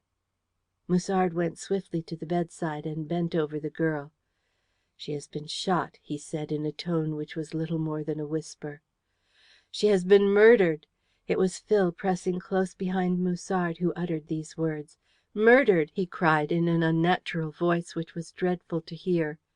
He made a few steps in the direction of the bed with his arms outstretched, then stopped, and swinging round, faced the guests who were thronging the corridor outside. "Murdered, I say," he repeated. "Where is the murderer?" He stood for a moment, fixing a wild eye on the group of frightened faces in the doorway, as though seeking the murderer among them. Then his face became distorted, and he fell to the ground. His limbs seemed to grow rigid as he lay. His legs were extended stiffly. The upper part of his arms were pressed against his breast, but the forearms inclined forward, with the palms of the hand thrown back, and the fingers wide apart. Even in his unconsciousness he looked as though he were warding off the horror of the sight which had stricken him to the ground. In the presence of domestic calamity, human nature betrays its inherent weakness. At such times the artificial outer covering of civilization falls away, and the soul stands forth, stark, primitive, forlorn, and cries aloud. The strain of the tremendous tragedy which had entered his house, swift-footed and silent, was too much for Sir Philip. He sank on his knees by the side of his unconscious son, whimpering like a child, a weak and helpless old man. There was no trace of the dignity of the Herediths or pride of race in the wrinkled face, now distorted with the pitiful grin of senility, as Sir Philip crouched over his son, stroking his face with feeble fingers. One or two of the women in the passage became hysterical. The young men looked on awkwardly, with grave faces, not knowing what to do. There was something very English in their shy aloofness, in their dislike of intruding in the room unasked. Musard, looking round from the bedside, glanced briefly at the prostrate figure of Phil, and then his gleaming eyes travelled to the group at the doorway. He, at all events, was calm and master of himself. "The ladies had better go downstairs," he said, speaking in a subdued voice, but with decision. "They can do no good here. And will you two," he singled out two of the young men with his eye, "carry Phil downstairs? He has only fainted. Please take Sir Philip away also. Telephone for Dr. Holmes immediately, and send for Sergeant Lumb. And some of you young men search the house thoroughly, at once. No, not this room. Search the house from top to bottom, and the grounds outside. Be quick. There's no time to be lost." The group in the doorway melted away. The ladies, pale-faced and weeping, went downstairs together like a flock of frightened birds, and the young men, only too glad to obey somebody who showed nerve and resolution at such a moment, dispersed at once to search the house. Musard was left in the room alone, but not for long. Miss Heredith entered from the corridor almost immediately. Tufnell accompanied her to the door, but stopped there, with staring eyes directed towards the bed. Miss Heredith's face was drawn, but she had recovered her self-control. She walked quickly towards Musard, who was still bending over the bed. "Vincent," she cried, "in pity's name tell me what dreadful thing has happened. They have carried Phil downstairs, and they tried to detain me, but I broke away from them and came straight to you. Is Violet Musard sprang to his feet at the first sound of her voice, and wheeled round swiftly, as if trying to impose his body between her and the figure on the bed. "Go back, Alethea," he sternly commanded. "Go back, I say. This is no sight for you, and you can do no good." He still sought to intercept her as she approached, but she gently put aside his detaining hand, and walking to the bedside looked down. Then, at that sight, her fingers sought for his with an impulsive feminine movement, and held them tight. "Do not be afraid for me," she whispered. "See, I am calm. I may be able to help. Is she dead?" "Dying," said Musard sadly. "Is it?" Her voice dropped to nothingness, but her frightened eyes, travelling fearfully into the shadowy corners of the big bedroom, completed the unspoken sentence. Musard understood her and bowed his head silently. Then, turning his face to the door, he beckoned Tufnell to approach. The old servant advanced tremblingly into the room, vainly endeavouring to compose his horror-stricken face into a semblance of the impassive mask of the well-trained English servant. "Go downstairs and get me some hot water," Musard said quietly. "Look sharp, and bring it yourself. I do not want any maidservants here to go into hysterics." Tufnell hastened away. Musard resumed his place at the bedside, silently watching the figure on the bed. There was blood on his hands and clothes. "Is there no hope? Can nothing be done to save her?" whispered Miss Heredith. "Nothing. The lung is penetrated. She is bleeding to death." His quick eye noticed a change in the figure on the bed. The figure quivered ever so slightly, and the blue eyes half opened. Then the stricken girl made an effort as though she wanted to sit up, but a sudden convulsion seized her, and she fell back on her pillow, with one little white hand, glittering with rings, flung above her head, as if she died in the act of invoking the retribution of a god of justice on the assassin who had blotted out her young life in agony and horror. "She is dead," said Musard gently. "This is a terrible business, and our first duty is to try and capture the monster who committed this foul crime." They stood there in silence for a moment, looking earnestly at one another. Outside, somewhere in the woodland, there sounded the haunting gush of a night bird's song, shivering through the quietness like a silver bell. The sweet note finished in a frightened squawk, and was followed by the cry of an owl. The song had betrayed the singer. Musard turned away from Miss Heredith and walked restlessly around the bedroom, scanning the heavy pieces of furniture and the faded hangings, and peering into every nook and corner as if seeking for the murderer's place of concealment. A roomy old wardrobe near the window attracted his eye, and he stopped in front of it and flung its doors open. It contained some articles of the dead girl's apparel, costumes and frocks, hanging on hooks. His eye wandered to the window, shrouded in the heavy folds of the damask curtains. He walked over to it and drew the curtains aside. The bottom half of the window was wide open. Miss Heredith, who was following his movements closely, gave vent to a faint cry of surprise. "The window!" she exclaimed. Musard looked round inquiringly. "The window? What of it?" he asked. "It was closed when I came in here before dinner to see Violet." "You are quite sure of that?" "Oh, yes. At least, I think so." "I do not understand you." "I mean that the atmosphere of the room was heavy and thick, as if the window had not been opened all day." "It has been a still, close day." "But Violet never had a window open if she could help it. She disliked fresh air. She was always afraid of catching cold." Musard looked out of the window into the velvet darkness of the night. "If the window was closed before, the murderer has opened it and escaped through it," he said. "It is hardly possible." "Why not?" He turned round and faced her. "The ground falls on that side. The window is nearly 20 feet from the ground. And there is the moat to be crossed. There's no bridge on that side of the house, and this window opens on the garden. Don't you remember?" "I remember now. I thought you would." "Still," Musard broke off abruptly, and walked away from the window. Near the window stood the dressing table. The swing oval mirror reflected its contents. ivory brushes, silver hand mirrors, all the costly bijouterie of a refined woman's toilet.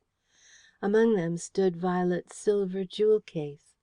Musard strode over and examined the case. It was locked. "This ought to be put away," he said. "I was coming up to get it when I heard the scream," whispered his companion. "Perhaps you will take charge of it now," he said, placing it in her hands. As he did so, there flashed across his mind the cynical appropriateness of the old proverb about locking doors after stolen steeds. There was a restraint and lack of spontaneity about their conversation of which both were acutely conscious. The note was forced, as though from too great an effort to strike the right key. A curious psychological change had swept over both since they stood together by the bedside of the dying woman. It had come with the entry of death. They conversed hurriedly and guardedly, as if they mistrusted each other. In each of them two entities were now apparent: a surface consciousness, which talked and acted mechanically, and a secondary inner consciousness, watchful and fearful of misinterpretation of the spoken word. The faculties which make up the human mind are different and complex and mysteriously blended.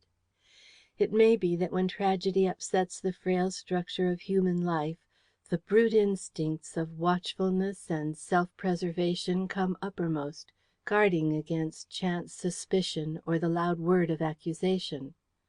Perhaps through Musard's mind was passing the thought of the strange manner in which the murder had been committed, and how he, by detaining everybody downstairs at the dinner table while he told his story, had been an instrument in its accomplishment. The situation was terminated by the arrival of Tufnell with some hot water. Almost on his heels came the young men who had been searching the house. Musard was relieved by their return, though his impassive face did not reveal his feelings. Miss Heredith left the room with Tufnell, taking the jewel case with her. Musard met the young men at the threshold. The tall young officer with the sunburnt face, Major Gardner, informed Musard that they had completed a search of the house from top to bottom, but had found nothing. They had also searched the grounds without result. "Mrs. Heredith is dead," Musard gravely informed them. "She died while you have been searching for the miscreant who fired the shot we heard at the dinner table. Gentlemen, he must be found. It seems hardly possible that he has succeeded in getting clear away in so short a time." "We have searched the place from top to bottom," remarked one of the young men. "It is a strange, rambling old place, and difficult to explore unless you know it thoroughly," said Musard. "We have done the best we could." "I do not doubt it, but there are many old nooks and corners in which a man might hide." "His first thought after such a dreadful crime would be to get away as quickly as possible," said Major Gardner. "But how did he escape? Certainly not by the staircase, because we rushed out from the dining room directly we heard the shot, and we should have caught him on his way down." "Is there not a window in the bedroom? Could he not have escaped that way?" "The window is nearly 20 feet from the ground." "An athletic man might jump that distance," remarked Major Gardner thoughtfully. "I still think it possible he may be concealed about the premises," replied Musard. "There is an old unused staircase at the end of this passage, which opens on the south side of the moat house. Did you find it? It shuts with a door at the top, and might easily have escaped your notice." "I opened the door and went down the staircase," said the young flying officer. "Nobody could have escaped that way. The door at the bottom is locked, and there is no key." The scared face of a maidservant at that moment appeared at the head of the stairs. "If you please, sir," she said, addressing Musard, "one of the gentlemen downstairs sent me up to tell you that he has been trying for the last 10 minutes to ring up the police, but he can't get an answer." "Send the butler to me at once." The maid disappeared, and in another moment the butler came hurriedly up the stairs. "Tufnell," said Musard quickly, "you must go at once to the village and get Sergeant Lumb and Dr. Holmes. Hurry off, and be as quick as you can. And now, gentlemen," he said, turning to the others, "let us go downstairs. While we're waiting for the police, I will help you make another search of the house and grounds. The murderer may escape while we stand here talking. We have wasted too much valuable time already." End of chapter 5.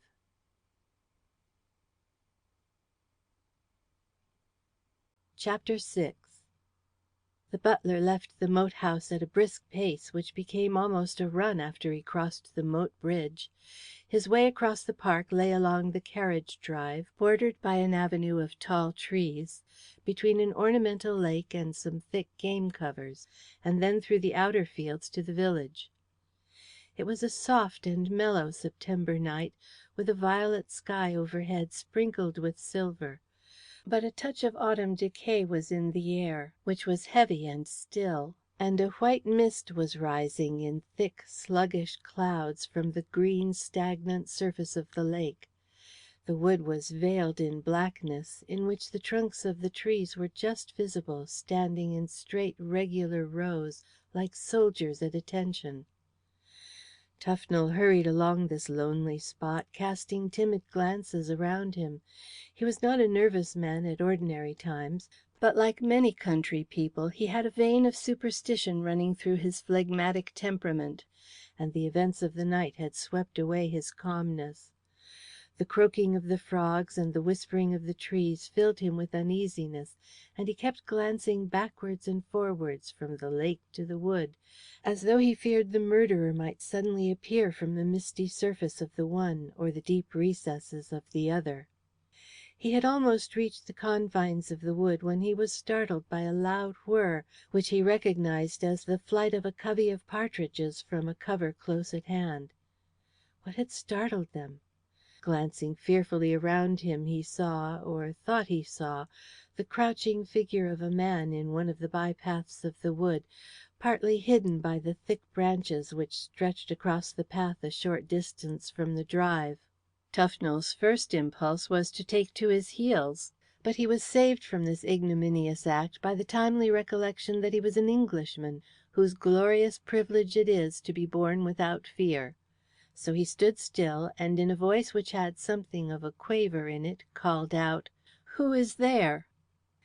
In the wood a bird gave a single call like the note of a flute, the wind murmured in the tall avenue of trees, a frog splashed in the still waters of the lake, but there was no sound of human life. Glancing cautiously into the wood, the butler could no longer see anything crouching in the path. The man, if it had been a man, had vanished. "It may have been my fancy," muttered the butler, speaking aloud as though to reassure himself by hearing his own voice. He walked quickly onward, and was relieved when he had left the wood behind him and could see the faint lights of the village twinkling beyond the fields. Crossing a footbridge which spanned a narrow stream at the bottom of the meadows, Tufnell climbed over a stile and walked along the road on the other side until he reached a cottage standing some distance back from the road at the summit of a gentle slope. Tufnell ascended the slope and knocked loudly at the cottage door. After the lapse of a few moments the door was opened by a woman with a candle in her hand, a stout countrywoman of 40, with a curved nose, prominent teeth, and hair screwed up in a tight knob at the back of her head. Her small grey eyes, scanning the visitor at the door, showed both surprise and deference. The butler of the moat house was not in the habit of mixing with the villagers, and by them he was accounted something of a personage.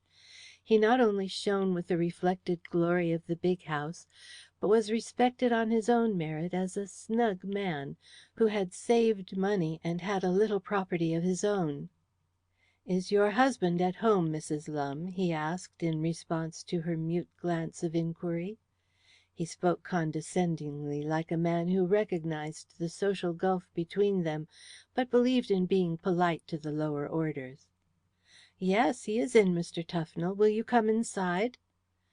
The butler rubbed his boots carefully on the door mat, and followed the woman down a narrow passage to a small sitting room at the end of it, where a man was sitting reading a newspaper and smoking a pipe. "Robert," said the woman, "here is Mr. Tufnell to see you." The man looked up from his newspaper in some surprise, and got up to greet the visitor. He was not in uniform, and his rough, ungainly figure and round red face revealed the countryman. But from the crown of his close-cropped bullet head to his thick-soled boots he looked like a rural policeman. There was an awkward pose about him as he stood up, a clumsy effort to maintain the semblance of an official dignity. The questioning look his ferret eyes cast at the butler through the haze of tobacco smoke which filled the room indicated his impression that the visit was not merely a neighbourly call. Tufnell did not leave him in doubt on the point. "You are wanted at the moat house at once, Sergeant Lumb," he said gravely. "A terrible crime has been committed. Mrs. Heredith has been murdered." "Murdered!" ejaculated the sergeant, looking vacantly across the table at his wife, who had given vent to a cry of horror.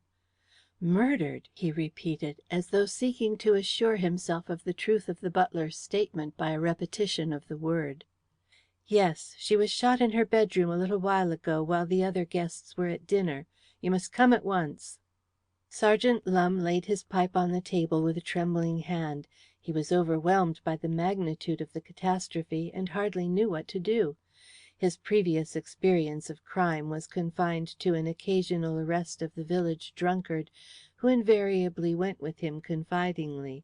His eye wandered to a bookcase in the corner of the room, as if he would have liked to consult a police code which was prominently displayed on one of the shelves.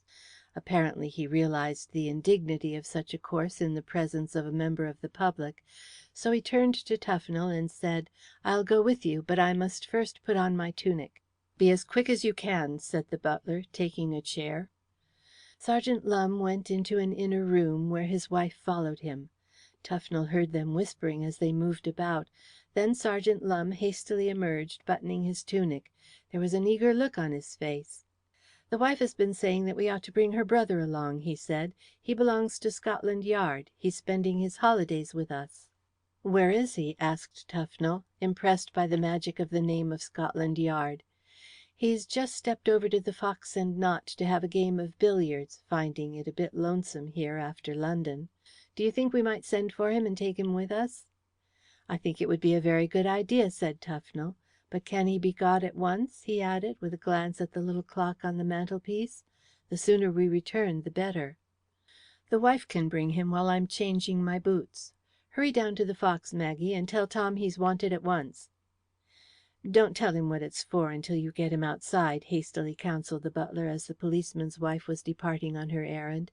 "Sir Philip won't like it if he hears that what happened tonight was discussed in the Fox tap room."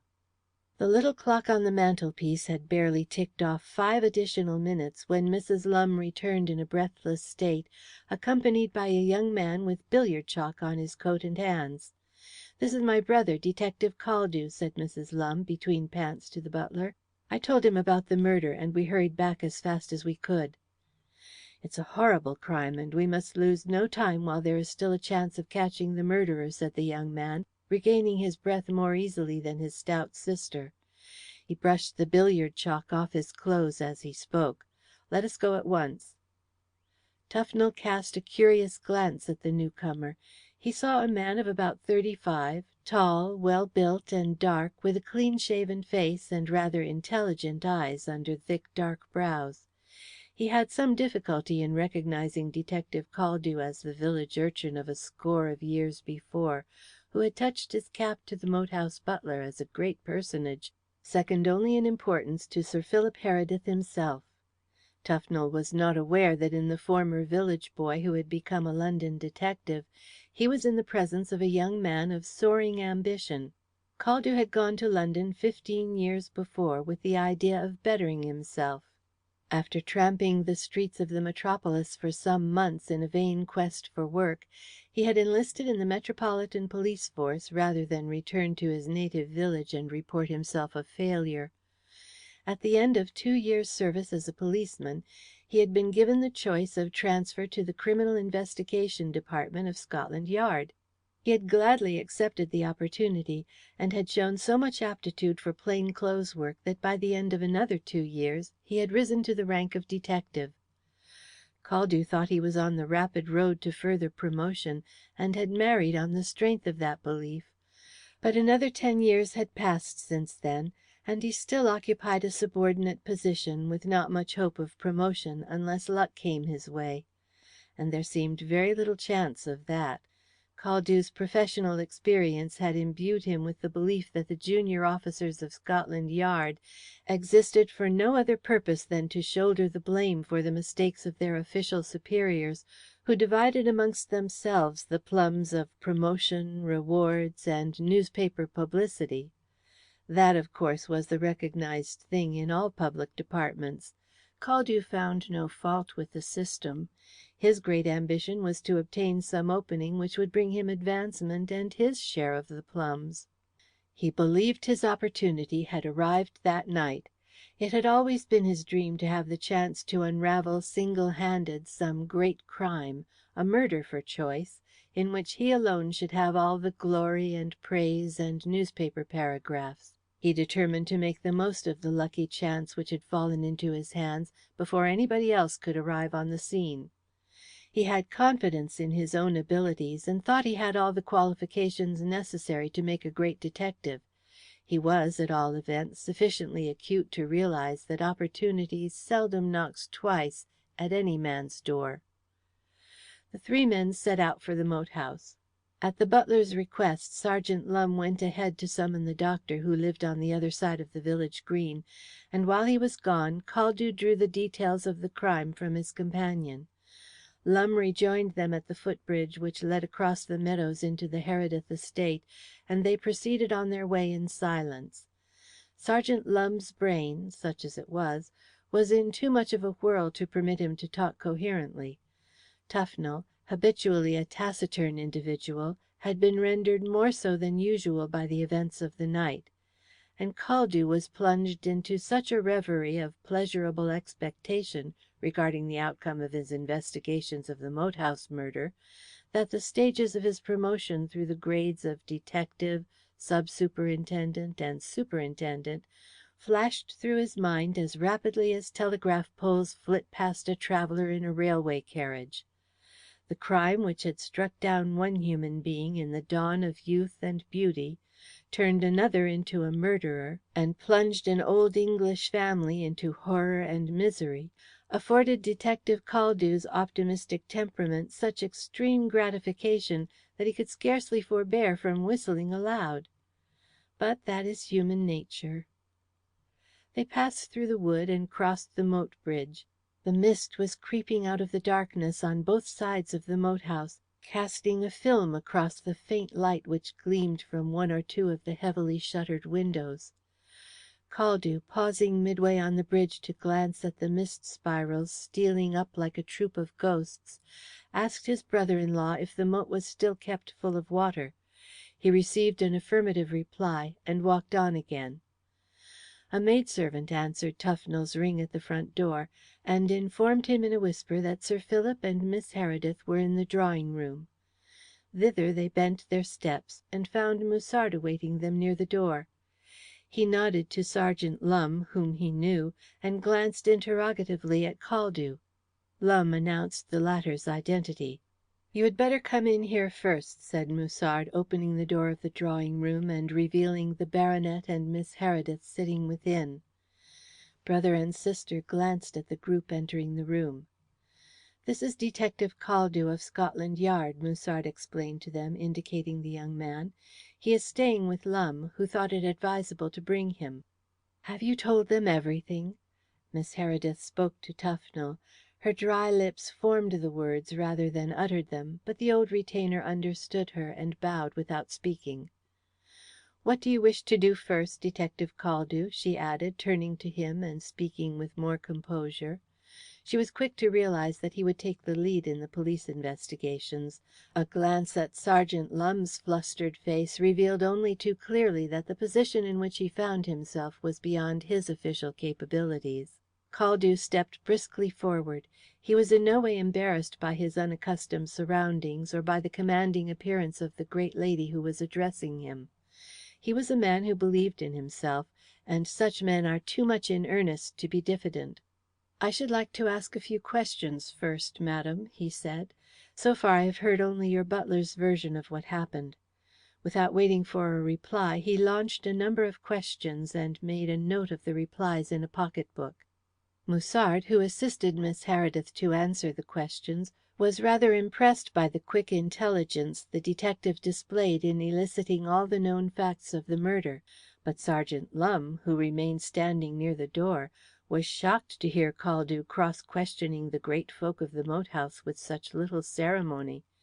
He thought his brother-in-law a very forward young fellow, and hoped that Miss Heredith would not hold him responsible for his free and easy manner. "Now I should like to commence my investigations," said Caldew, replacing his pocket-book. "There has been too much time lost already. I will start with examining the room where the body is, if you please." "Certainly." Miss Heredith rose from her seat as she uttered the word. "My dear Alethea!" Musard's tone was expostulatory. "I will take the detective upstairs. There is no need for you to come." "I prefer to do so." Miss Heredith's tone admitted of no further argument. She was about to lead the way from the room when she paused and glanced at Tufnell. "When will Dr. Holmes be here?" she asked. "Almost immediately, ma'am." "You had better stay here and receive him, Philip." Miss Heredith placed her hand affectionately on her brother's shoulder. He had not spoken during the time the police were in the room, but had sat quietly on his chair, with bent head and clasped hands, looking very old and frail. "It will be as well for him to see Phil before going upstairs," she added. Sir Philip looked up at the mention of his son's name. "Poor Phil," he muttered dully. "I think the doctor should examine Phil the moment he comes," continued Miss Heredith, aside to Musard. "His look alarms me. I fear the shock has affected his brain. Tufnell, be sure and show Dr. Holmes to Mr. Philip's room directly Sir Philip has received him." "You can rely upon me to do so, ma'am," said Tufnell earnestly. "Very well. We will now go upstairs." She left the drawing room and proceeded towards the broad oak staircase, with Musard close behind her. Detective Caldew followed more slowly, noting his surroundings. When they reached the head of the staircase, Miss Heredith switched on the electric current, and the bedroom corridor sprang into light. Detective Caldew was surprised at its length. "Where does this passage lead to?" he asked abruptly. "To the south side of the moat house," replied Musard. "Has it any outlet?" "Yes. A door at the end communicates with a narrow staircase leading to another door at the bottom. The second door was a former back entrance. It opens somewhere near the servants' quarters, I think." He glanced inquiringly at Miss Heredith. "Those stairs are never used now," she replied. "The entrance door at the bottom of the staircase is kept locked." "There are such things as skeleton keys," commented the detective. Musard opened the door of the death chamber and switched on the light. Caldew walked at once to the bedside. He drew away the covering which had been placed over the face of the young wife, and stood looking at her. Death had invested her with pathos, but not with dignity. On the pallor of the death mask, the tinted lips, the spots of rouge, the pencilled eyebrows of the dead face, were as clearly revealed as print on a white page. The lips were parted, the small white teeth were showing beneath the upper lip. The little nose rose in the sharp outline of death. Between the half-closed eyelids the darkened blue eyes looked out vacantly. The thick fair hair, spotted with blood, flowed in disordered waves over the white pillow. The numerous rings on the dead hands blazed and glittered with hard brilliance in the electric light. It was these costly jewels on the murdered girl's hands which prompted the question which sprang to the detective's lips. "Did the murderer take anything?" he asked. "Has anything been missed?" "No," said Miss Heredith. "Nothing has been taken." "Mrs. Heredith had more jewellery than this, I suppose," pursued the detective. "Brooches and necklaces and that kind of thing. Where were they kept?" "Mrs. Heredith's jewel case is downstairs in the safe in the library," replied Miss Heredith. She did not feel called upon to add the additional information that she had taken it there herself, and locked it up, not half an hour before. Detective Caldew made a mental note of the fact that the motive for the crime was not robbery, unless indeed the murderer had become flurried and fled. His eye, glancing round the room, was attracted by the window curtains which were stirring faintly. He flung them back and saw the open window. "How long has this window been open?" he asked. Miss Heredith gave her reasons for believing that the window was closed when she left Violet to go downstairs to the dining room. Caldew listened thoughtfully, and nodded his head in quick comprehension when she added the information that the bedroom window was nearly 20 feet from the ground. "You think the murderer did not jump out of the window," he said. "The more important point is, did he get in that way? It is not a difficult matter to scale a wall to reach a window if there is any sort of a foothold. It is a point I will look into afterwards." He tried the window catch, and then walked about the room, examining it closely. His quick, eager eyes, looking about in every direction, were caught by something glittering on the carpet close to the bed. He glanced at his companions. As a detective, he had long learnt the wisdom of caution in the presence of friends and relatives. "I should like to be left alone in the room in order to examine it more thoroughly," he briefly announced. When Miss Heredith and Musard had left the room, he locked the door behind them, and, kneeling down by the bedside, disentangled a small shining object almost concealed in the thick green texture of the carpet. It was a trinket like a bar brooch, with gold clasps. The bar was of transparent stone, clear as glass, with a faint sea green tinge, and speckled in the interior with small black spots. Caldew had never seen a stone like it. The frail gold of the setting suggested that it was not of much intrinsic value, but it was a pretty little trinket, such as ladies sometimes wear as a mascot. Caldew reflected that if it were a mascot, it was by no means certain that the owner was a woman. Many young officers took mascots to the front for luck. As he turned it over in his hand, he observed some lettering on the underside. He examined it curiously, and saw that an inscription had been scratched into the stone in round, irregular handwriting, obviously an unskilled, almost childish effort. Holding the brooch closer to the light, he was able to decipher the inscription. It consisted of 2 words, Semper Fidelis. It seemed to Caldew that the inscription rather weakened the correctness of his first impression that the trinket had been worn as a feminine mascot. He doubted very much whether any modern woman would cherish a mid-Victorian sentiment like "always faithful." On the other hand, many men might. His experience as a detective had led him to the belief that men were more prone to such sentiments than the other sex, though their conduct rarely accorded with their protestations and temporary intentions. Struck by a sudden thought, he dropped the trinket back on the carpet. It was just visible in the thick pile. "A good idea," he murmured, as he rose to his feet. "I'll watch this room to-night." As he stood there, speculating on the possibility of the owner of the trinket returning to the room to search for it, he was interrupted by a low tap at the door. He walked across and opened it. Tufnell stood outside, grave and composed. "Mr. Musard would like to see you in the library," he said. His tone was even and almost deferential, but the detective's watchful eyes intercepted a fleeting glance cast by the butler over his shoulder in the direction of the still figure on the bed. "Very well, I will see him," said the detective. "I will take you to him, if you will come with me." The butler preceded him along the passage with noiseless step, and Caldew followed him, deep in thought. The butler escorted him to the library, and entered after him. Musard was in the room alone, standing by the fireplace smoking a cigar.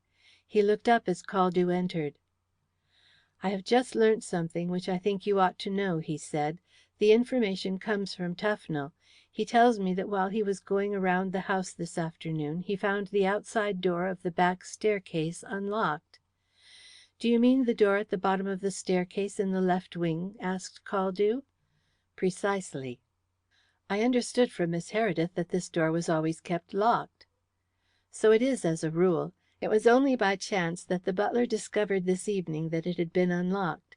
You had better explain to the detective, Tufnell, how you came to find it unfastened." "I was going round by the back of the house this evening," said the butler, coming forward. "As I passed the door I tried the handle. To my surprise it yielded. I opened the door, and found that the key was in the keyhole on the other side. I locked the door and took the key away." "What time was this?" inquired Caldew. "A little before 6, perhaps a quarter of an hour." "Is it your custom to try this door every night?" "Oh, no, it is not necessary. The door is always kept locked, and the key hangs with a bunch of other unused keys in a small room near the housekeeper's apartments, where a number of odds and ends are kept." "When was the last time you tried the door?" The butler considered for a moment. "I cannot rightly say," he said at length. "The door is never used, and I rarely think of it." "Then, for all you know to the contrary, the key may have been in the door for days or weeks past." "Why, yes, it is possible, now that you come to mention it," said the butler, with an air of surprise, as though he had not previously considered such a contingency. "The key had been taken off the bunch?" "Yes." "Do the servants know where the key is kept?" "Some of the maidservants do. The back staircase is occasionally opened for ventilation and dusting, and the maid who does this work gets the key from the housekeeper." "Who has charge of the room where the keys are kept?" "Nobody in particular. It is really a sort of a lumber room. The housekeeper has charge of the keys." "Thank you. That is all I wished to know." The butler left the room, and Caldew looked up, to encounter Musard's eyes regarding him. "Do you think this has anything to do with the murder?" Musard asked. Caldew hesitated for a moment. It was on the tip of his tongue to reply that he attached no importance to the butler's statement, but professional habits of caution checked his natural impulsiveness. "I want to know more about the circumstances before advancing an opinion," he replied. "Tufnell's story was rather vague." "In what respect?" "In regard to time. The door may have been left unlocked for days." "Who would unlock it?" replied Musard. "The inference, in view of what has happened, seems rather that the door was unlocked to day, and Tufnell stumbled upon the fact by a lucky chance by fate, if you like. At least, it looks like that to me." "And the murderer entered by the door?" "Yes." "I think that is assuming too much," said Caldew. He had no intention of pointing out to his companion that such an assumption overlooked the fact that Tufnell's discovery and the locking of the door had not prevented the crime and the subsequent escape of the murderer. He turned to leave the room, but Musard was in a talkative mood. He offered the detective a cigar, and kept him for a while, chatting discursively. Caldew was in no humour to listen. His mind was full of the problems of this strange case, and he was anxious to return upstairs. He took the first opportunity of terminating the conversation and leaving the room. It was his intention to conceal himself in one of the wardrobes of the bedroom, in the hope that the owner of the trinket he had found would return in search of it. As he reached the landing, he was surprised to see that the door of the murdered woman's bedroom was wide open, although he remembered distinctly that he had closed it when he left the room to accompany the butler downstairs.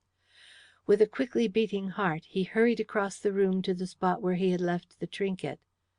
But it was gone. End of chapter 6.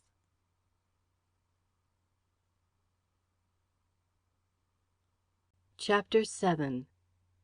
It was the morning after the murder, and 5 men were seated in the moat house library. One of them attracted instant attention by reason of his overpowering personality. He was a giant in stature and build, with a massive head, a large red face, from which a pair of little bloodshot eyes stared out truculently, and a bull neck which was several shades deeper in colour than his face. He was Superintendent Merrington, a noted executive officer of New Scotland Yard, whose handling of the most important spy case tried in London during the war had brought forth from a gracious sovereign the inevitable order of the British Empire. Merrington was known as a detective in every capital in Europe, and, because of his wide knowledge of European criminals, had more than once acted as the bodyguard of royalty on continental tours, and had received from royal hands the diamond pin which now adorned the spotted silk tie encircling his fat purple neck. The famous detective's outlook on life was cynical and coarse. The cynicism was the natural outcome of his profession. The coarseness was his heritage by birth, as his sensual mouth, blubber lips, thick nose, and bull neck attested. It was a strange freak of fate which had made him the guardian of the morals of society and the upholder of law and order in a modern civilized community. By temperament and disposition he belonged to the full-blooded type of humanity which found its best exemplars in the early Muscovite Tsars, and, if fate had so willed it, would have revelled in similar pursuits of vice, oppression, and torture. As fate had ironically made a police official of him, he had to content himself with letting off the superfluous steam of his tremendous temperament by oppressing the criminal classes, and he had performed that duty so thoroughly that before he became the travelling companion of kings, his name had been a terror to the underworld of London, who feared and detested his ferocity, his unscrupulous methods of dealing with them, and his wide knowledge of their class. He was a recognized hero of the British public, which on one occasion had presented him with a testimonial for his capture of a desperado who had been terrorizing the East End of London. But Merrington disdained such tokens of popular approval. He regarded the public, which he was paid to protect, as a pack of fools. For him there were only two classes of humanity, fools and rogues. The respectable portion of the population constituted the former, and criminals the latter. He had the lowest possible opinion of humanity as a whole, and his favourite expression in professional conversation was, "Human nature being what it is." He was still a mighty force in Scotland Yard, although he had passed his usefulness and reached the ornamental stage of his career, rarely condescending to investigate a case personally. His present visit to the moat house was one of those rare occasions, and was due to the action of Captain Stanhill, the Chief Constable of Sussex, who was seated near him. Captain Stanhill was a short, stout man, with a round, fresh-coloured face, and short, sturdy legs and arms. He wore a tweed coat of the kind known to tailors as a sporting lounge, and his little legs were encased in knickerbockers and leather gaiters, which were spattered with mud, as though he had ridden some distance that morning. He was a very different type from Superintendent Merrington, a gentleman by birth and education, a churchman, and a county magnate. He never did anything so dangerous as to think, but accepted the traditions and rules of his race and class as his safe guide through life. Like most Englishmen of his station of life, he was endowed with just sufficient intelligence to permit him to slide along his little groove of life with some measure of satisfaction to himself and pleasure to his neighbours. He was a sound judge of cattle and horses, but of human nature he knew nothing whatever, and his first act on being informed of the murder at the moat house was to ring up Scotland Yard and request it to send down one of its most trusted officials to investigate the circumstances. In reply to this call for assistance, Superintendent Merrington, not unmindful of the county standing and influence of the Herediths, had decided to investigate the case himself, and had brought with him two satellites, a finger-print expert who was at that moment paring his own finger-nails with a pocket-knife as he stared vacantly out of the library window, and an official photographer who was upstairs taking photographs in the death chamber. Seated near the finger-print expert was a police official of middle age, Inspector Wayling, of the Sussex County Police. He was a saturnine sort of man, with a hooked nose, a skin like parchment, and a perfectly bald sugar-loaf head surmounted at the top by a wen as large as a duck-egg. His deferential attitude and obsequious tone whenever Superintendent Merrington chose to address a remark to him indicated that he had a proper official respect for the rank and standing of that gentleman. Inspector Wayling was merely a police official.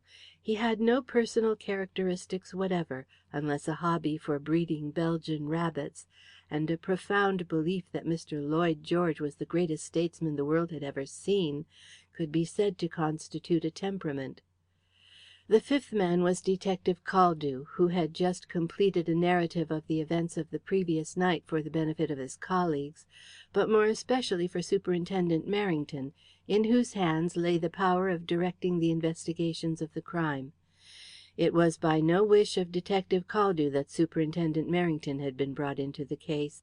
Caldew thought when the county inspector arrived and found a Scotland Yard man at work he would be only too glad to allow him to go on with the case, and he anticipated no difficulty in obtaining the consent of his official superiors at Scotland Yard to continuing the investigations he had commenced.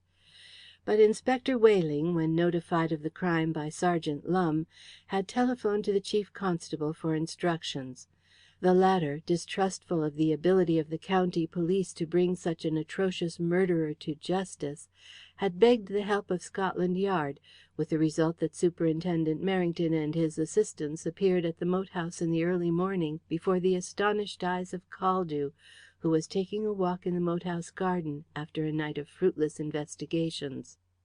In the arrival of Merrington, Caldew saw all his fine hopes of promotion dashed to the ground. He was by no means confident that Merrington would permit him to take any further share in the investigations, but he was quite certain that if he did, and the murderer was captured through their joint efforts, very little of the credit would fall to his share when such a famous detective as Merrington was connected with the case. Merrington would see to that. Caldew, in his narration of the facts of the murder, laid emphasis on the mysterious nature of the crime, in the hope that Merrington might deem it wiser to return to London and leave him in charge of the case, rather than risk a failure which would greatly damage his own reputation. Merrington listened to him gloomily. He fully realized the difficult task ahead of the police, and his temper was not improved in consequence. "Apparently the murderer got clean away without leaving a trace behind him?" he said. "Yes." "No sign of any weapon?" "No." "Anything taken?" "No. Miss Heredith says nothing was taken from the room, and nothing is missing from the house." "The motive was not robbery, then," remarked Captain Stanhill. "It may have been," responded Merrington. "Caldew says the first intimation of the crime was the murdered woman screaming. The scream was followed in a few seconds by the revolver shot. If she screamed when she saw the murderer enter her room, he may well have feared interruption and capture, and bolted without stealing anything." "Why did he murder her, then, in that case?" asked Captain Stanhill. "To prevent subsequent identification. Many burglars proceed to murder for that reason. I know plenty of old hands who would commit half a dozen murders rather than face the prospect of 5 years' imprisonment. I do not say that burglary was the motive in this case, but we must not lose sight of the possibility." "It seems a strange case," murmured Inspector Wayling absently. He was thinking as he spoke of his rabbits, and wondering whether his wife would remember to give the lop-eared doe with the litter a little milk in the course of the morning. "It's a very sad case," said Captain Stanhill. "Poor young thing." The Chief Constable was a human being before he was a police official, and his face showed plainly that he was stricken with horror by the story of the crime. "It's a damned remarkable case," exclaimed Merrington in his booming voice. "I do not remember its parallel. An English lady is murdered in her home, with a crowd of people sitting at dinner in the room underneath, and the murderer gets clean away without leaving a trace. No weapon, no fingerprints or footprints, and no clue of any kind." Caldew had been hoping to get an opportunity of telling Merrington privately about the missing trinket, but he realized that he was not doing his duty by delaying the explanation. "There was something which might have helped us as a clue," he said. "Last night, while I was examining Mrs. Heredith's bedroom, I saw a small trinket lying on the floor near the bedside." "What sort of a trinket?" asked Merrington. "A small bar brooch." "Where is it?" "I do not know," replied Caldew awkwardly. "I left it where I saw it, hidden in the carpet, thinking it possible that the person who had lost it might return in search of it. But while I was downstairs it disappeared." "It is rather strange," said Merrington thoughtfully. "I am not inclined to think there is anything in it to help us," he added, after a moment's consideration. "Still, I will look into it later.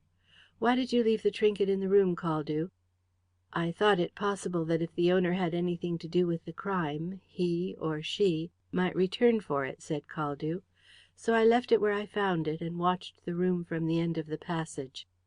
"A murderer doesn't go about wearing a cheap trinket, and if he did he wouldn't risk his neck coming back to look for it. The brooch was more likely dropped by one of the maidservants, who picked it up again." Would a girl go into a room where there was a dead body? A country wench would. English countrywomen have pretty strong nerves. You ought to know that. But why did you leave the room if you expected the owner of the trinket to return in search of it?" "I was called downstairs to see Mr. Musard. An unused outside door, which is generally kept locked, was discovered unlocked by the butler before the murder was committed. As the door opens on a staircase leading to the left wing, Mr. Musard thought the butler's discovery had some bearing on the crime." "He thought the murderer may have entered the house that way? Such a theory would suggest that one of the servants is implicated." "Yes, but I do not agree with Mr. Musard." "What is your own opinion?" "I think the key must have been left in the door by one of the servants, perhaps some days ago. The fact that the butler locked the door when he found it unfastened did not prevent the murder being committed or the murderer escaping afterwards." "The murderer may have entered the door by the house before the butler discovered that it had been unlocked, and then concealed himself inside the house awaiting an opportunity to commit the crime." "In that case he would have tried to escape the same way, but it is quite certain that he did not do so. Mr. Musard says that the staircase was the first place to be searched when the guests rushed upstairs. If the murderer had gone that way, he would have found the door at the bottom locked and the key removed, and he must have been caught before he could get back upstairs." "There's something in that," said Merrington. "But how do you account for the door being unlocked in the first instance?" "The servants know where the key is kept. One of the maids may have taken it to steal out of the house that way to keep an appointment with a sweetheart, and forgotten all about it when she returned. The back staircase and entrance are never used by the members of the household, and the key, which was inside the door, may have been there for days without being noticed. Tufnell admits that it was only by chance he tried the door yesterday. He had not tried it for weeks before." "I'll have a look at this door later. And now we had better get to work. We've got to catch this murderer pretty quickly, or the press and the public will be up in arms. He's had too long a start already. You must make up your mind for considerable public indignation about that, Caldew." "I do not see how I can be held responsible for the murderer getting away," said Caldew, in an aggrieved tone. "He had his start before I arrived. I did everything that I could. I searched the house inside and out, and Sergeant Lumb has been scouring the countryside since daybreak looking for suspicious characters." "I am not blaming you, Caldew," responded Merrington, but his voice suggested the reverse of his words. "I am merely pointing out to you the way the British public will look at it. They will say, 'Here's a young wife murdered in the bosom of her home and family, and the murderer gets right away. What do we pay the detective force for? To let murderers escape? Mark my words, if we don't lay our hands on this chap quickly, we'll have the whole of the London press howling at our heels like a pack of wolves. Half a dozen special reporters travelled down in the train with me, and pestered me with questions all the way. They are coming along here later for a statement for the evening editions.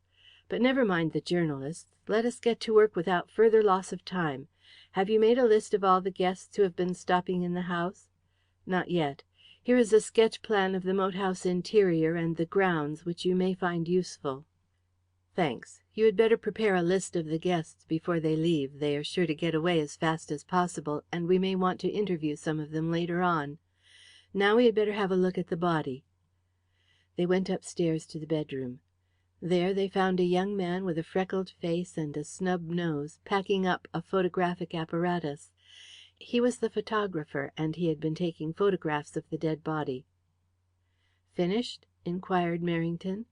"That's right. Then you and Freeling had better return to London by the next train. You'll be wanted in that Putney case." The photographer and the finger print expert left the room together, and Merrington walked across to the bed. He drew away the sheet which covered the dead girl and bent over the body, examining it closely but without touching it. "The corpse has not been moved, I suppose?" he remarked to Caldew, who was standing beside him. "Not since I arrived. But she may not have been shot in that position. She lived some minutes afterwards, and may have moved slightly. Not much, I should say, for there are no marks of bloodstains on any other part of the bed." Merrington nodded. He was looking at the bullet wound, which was plainly visible through a burnt orifice in the rest gown which the dead girl was wearing. The wound was a circular punctured hole in the left breast, less than the size of a sixpenny piece. "The wound has been washed," he observed. "Was that done by the police surgeon?" "The police surgeon has not been here. The corpse was examined by the village medical man, Dr. Holmes." "I should like to see him. Where is he to be found?" "He will be here in the course of the morning. He is attending young Heredith, who is suffering from the shock. The doctor fears brain fever." "When he comes I want to see him. It is idle speculating about the cause of death in the absence of a doctor. Death in this case appears to have been due to hæmorrhage. Apparently the murderer aimed at the heart and missed it, and the shot went through the lungs. The shot was fired at very close range, too. Look how the wrapper is burnt." "Any sign of the bullet, Caldew?" "I found none." "Well, we shall have to wait for the doctor to clear up these points." His trained eyes swept round the bedroom, taking stock of every article in it. He next carefully examined the door and the lock on it. "The door was open when the others came upstairs, you said, Caldew?" "Yes, about half open." "That accounts for the scream and the shot being heard so plainly downstairs. It also suggests that the murderer fled very hurriedly, leaving the door open behind him." "It seems to me more likely that he escaped by the window, even if he did not enter that way. Miss Heredith, who was the last inmate of the household to see Mrs. Heredith alive, thinks that the window was closed when she was in the room before dinner." Merrington walked over to the window and examined it, testing the lock and looking at the sill. "Does Miss Heredith say that the window was locked or merely closed when she was in the room?" he asked. "She cannot say definitely. She thinks it was closed because the air was heavy, and she knew that Mrs. Heredith disliked having her bedroom window open." Merrington shrugged his shoulders contemptuously. "A woman's fancies are not much to build a theory upon," he said. "Have you any other reason for thinking that the murderer may have escaped by this window?" "Yes. After the shot was fired the guests rushed upstairs immediately, and the murderer would have run into them if he had attempted to escape downstairs." "Is there no other means of escape from the wing except by the staircase?" "There is the back staircase I told you of at the end of the corridor. That staircase is never used. The door is kept locked, and the key hangs in a room downstairs. It was the door at the bottom of this staircase which was found unlocked by the butler yesterday evening." "I'll have a look at it, and then we'll go downstairs. I want to see this bedroom window from outside." They left the bedroom and proceeded to the end of the corridor, where Caldew pointed out the door at the top of the staircase. Merrington opened it and went down the stairs. He reappeared after the lapse of a few minutes with dusty hands and cobwebs on his clothes. "The murderer didn't get in that way," he said. "On the face of it, it seems a plausible theory to suggest that he entered by the locked door and hid himself somewhere in this wing, and escaped after committing the murder by jumping through the bedroom window.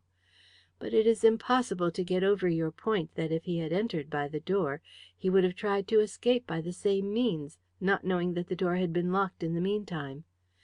To do that he must have traversed the corridor twice and gone down and up these back stairs while the guests were coming up the other stairs.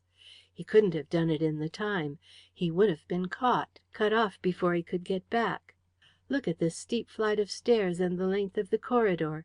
That disposes of the incident of the door. Whoever unlocked it was not the murderer."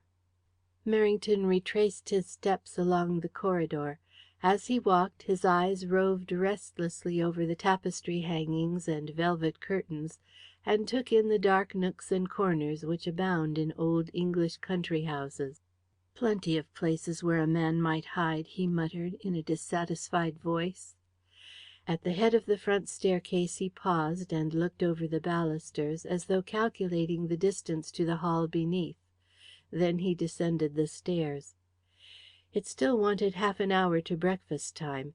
There was no sign of anybody stirring downstairs except a fresh-faced maidservant who was dusting the furniture in the great hall. She glanced nervously at the groups of police officials, and then resumed her dusting. Merrington strode across to her. "What is your name, my dear?" he asked in his great voice. "Milly Saker, sir." "Very well, Milly. I'll come and have a talk with you presently. Just our two selves." The girl, far from looking delighted at this prospect, backed away with a frightened face. Merrington strode on through the open front door and turned towards the left wing. It was a crisp autumn morning. The early sunshine fell on the hectic flush of decay in the foliage of the woods, but a thin wisp of vapour still lingered across the moat house garden and the quiet fields beyond. Merrington kept on until he reached the large windows of the dining room, which opened on to the terraced garden. "That's Mrs. Heredith's window," he said, pointing up to it. "Her bedroom is directly over the dining room. If the murderer escaped by the window, he must have dropped on to this gravel path." "It is a pretty stiff drop," said Captain Stanhill, measuring the distance with his eye.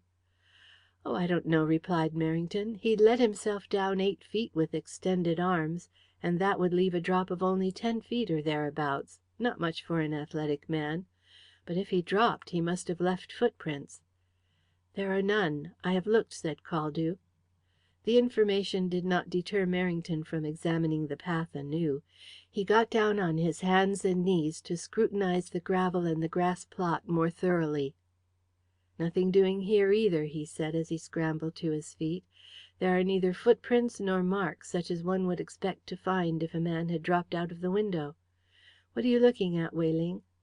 In reply, Inspector Wayling made his first and only contribution towards the elucidation of the crime.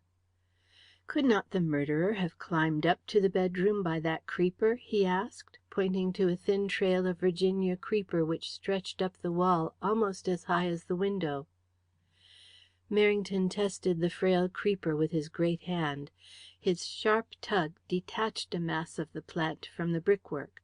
"Not likely," he replied. "It might bear the weight of a boy or a slender girl, but not of a man. What do you think, Caldew?" Caldew nodded without speaking.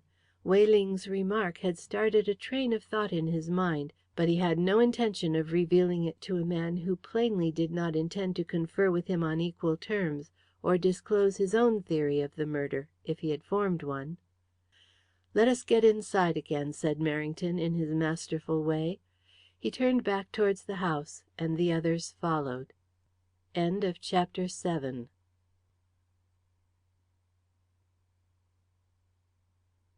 Chapter 8. As they reached the library again, a small silver clock on the mantelpiece gave a single chime. Merrington looked at it, and then glanced at his watch. "8:30," he said. "That clock is 5 minutes slow, by me. The people who have been staying here will go off after breakfast. Visitors always leave a house of trouble as soon as possible, like rats deserting a sinking ship. The thing is to question as many as we can get hold of before they go. As some of them knew Mrs. Heredith before her marriage, we may elicit something about her or her antecedents which will throw some light on the motive for the crime." "I do not think Sir Philip will care to have his guests questioned," remarked Captain Stanhill doubtfully. "They must all be well connected and very respectable people, or they would not have been invited here." "There have been very respectable and highly connected murderers before to day, Captain Stanhill, as no doubt you are aware," rejoined Merrington caustically. "The guests were all downstairs in the dining room at the time the murder was committed," said Caldew. "Miss Heredith told me so herself." "I am aware of that fact also," retorted Merrington sharply. "Nevertheless, they must be seen. We cannot afford to throw away a chance." "It is a delicate and awkward business," murmured the Chief Constable. "It will be a delicate and awkward business for us if we don't lay our hands on this criminal," responded Merrington. "Sir Philip Heredith, with his influence and connections, will be able to make it pretty hot for Scotland Yard and the county police if the murderer of his son's wife is allowed to escape. You'd better take the job in hand at once, Caldew. Wayling can go with you and help. See as many of the guests as you can, especially the ladies, and get what you can out of them. But I'd be glad if you'd first ask Miss Heredith to grant me an interview before breakfast. Don't send a servant, but see her yourself." Caldew left the room to undertake the investigations allotted to him, and Wayling followed him with a startled expression of face.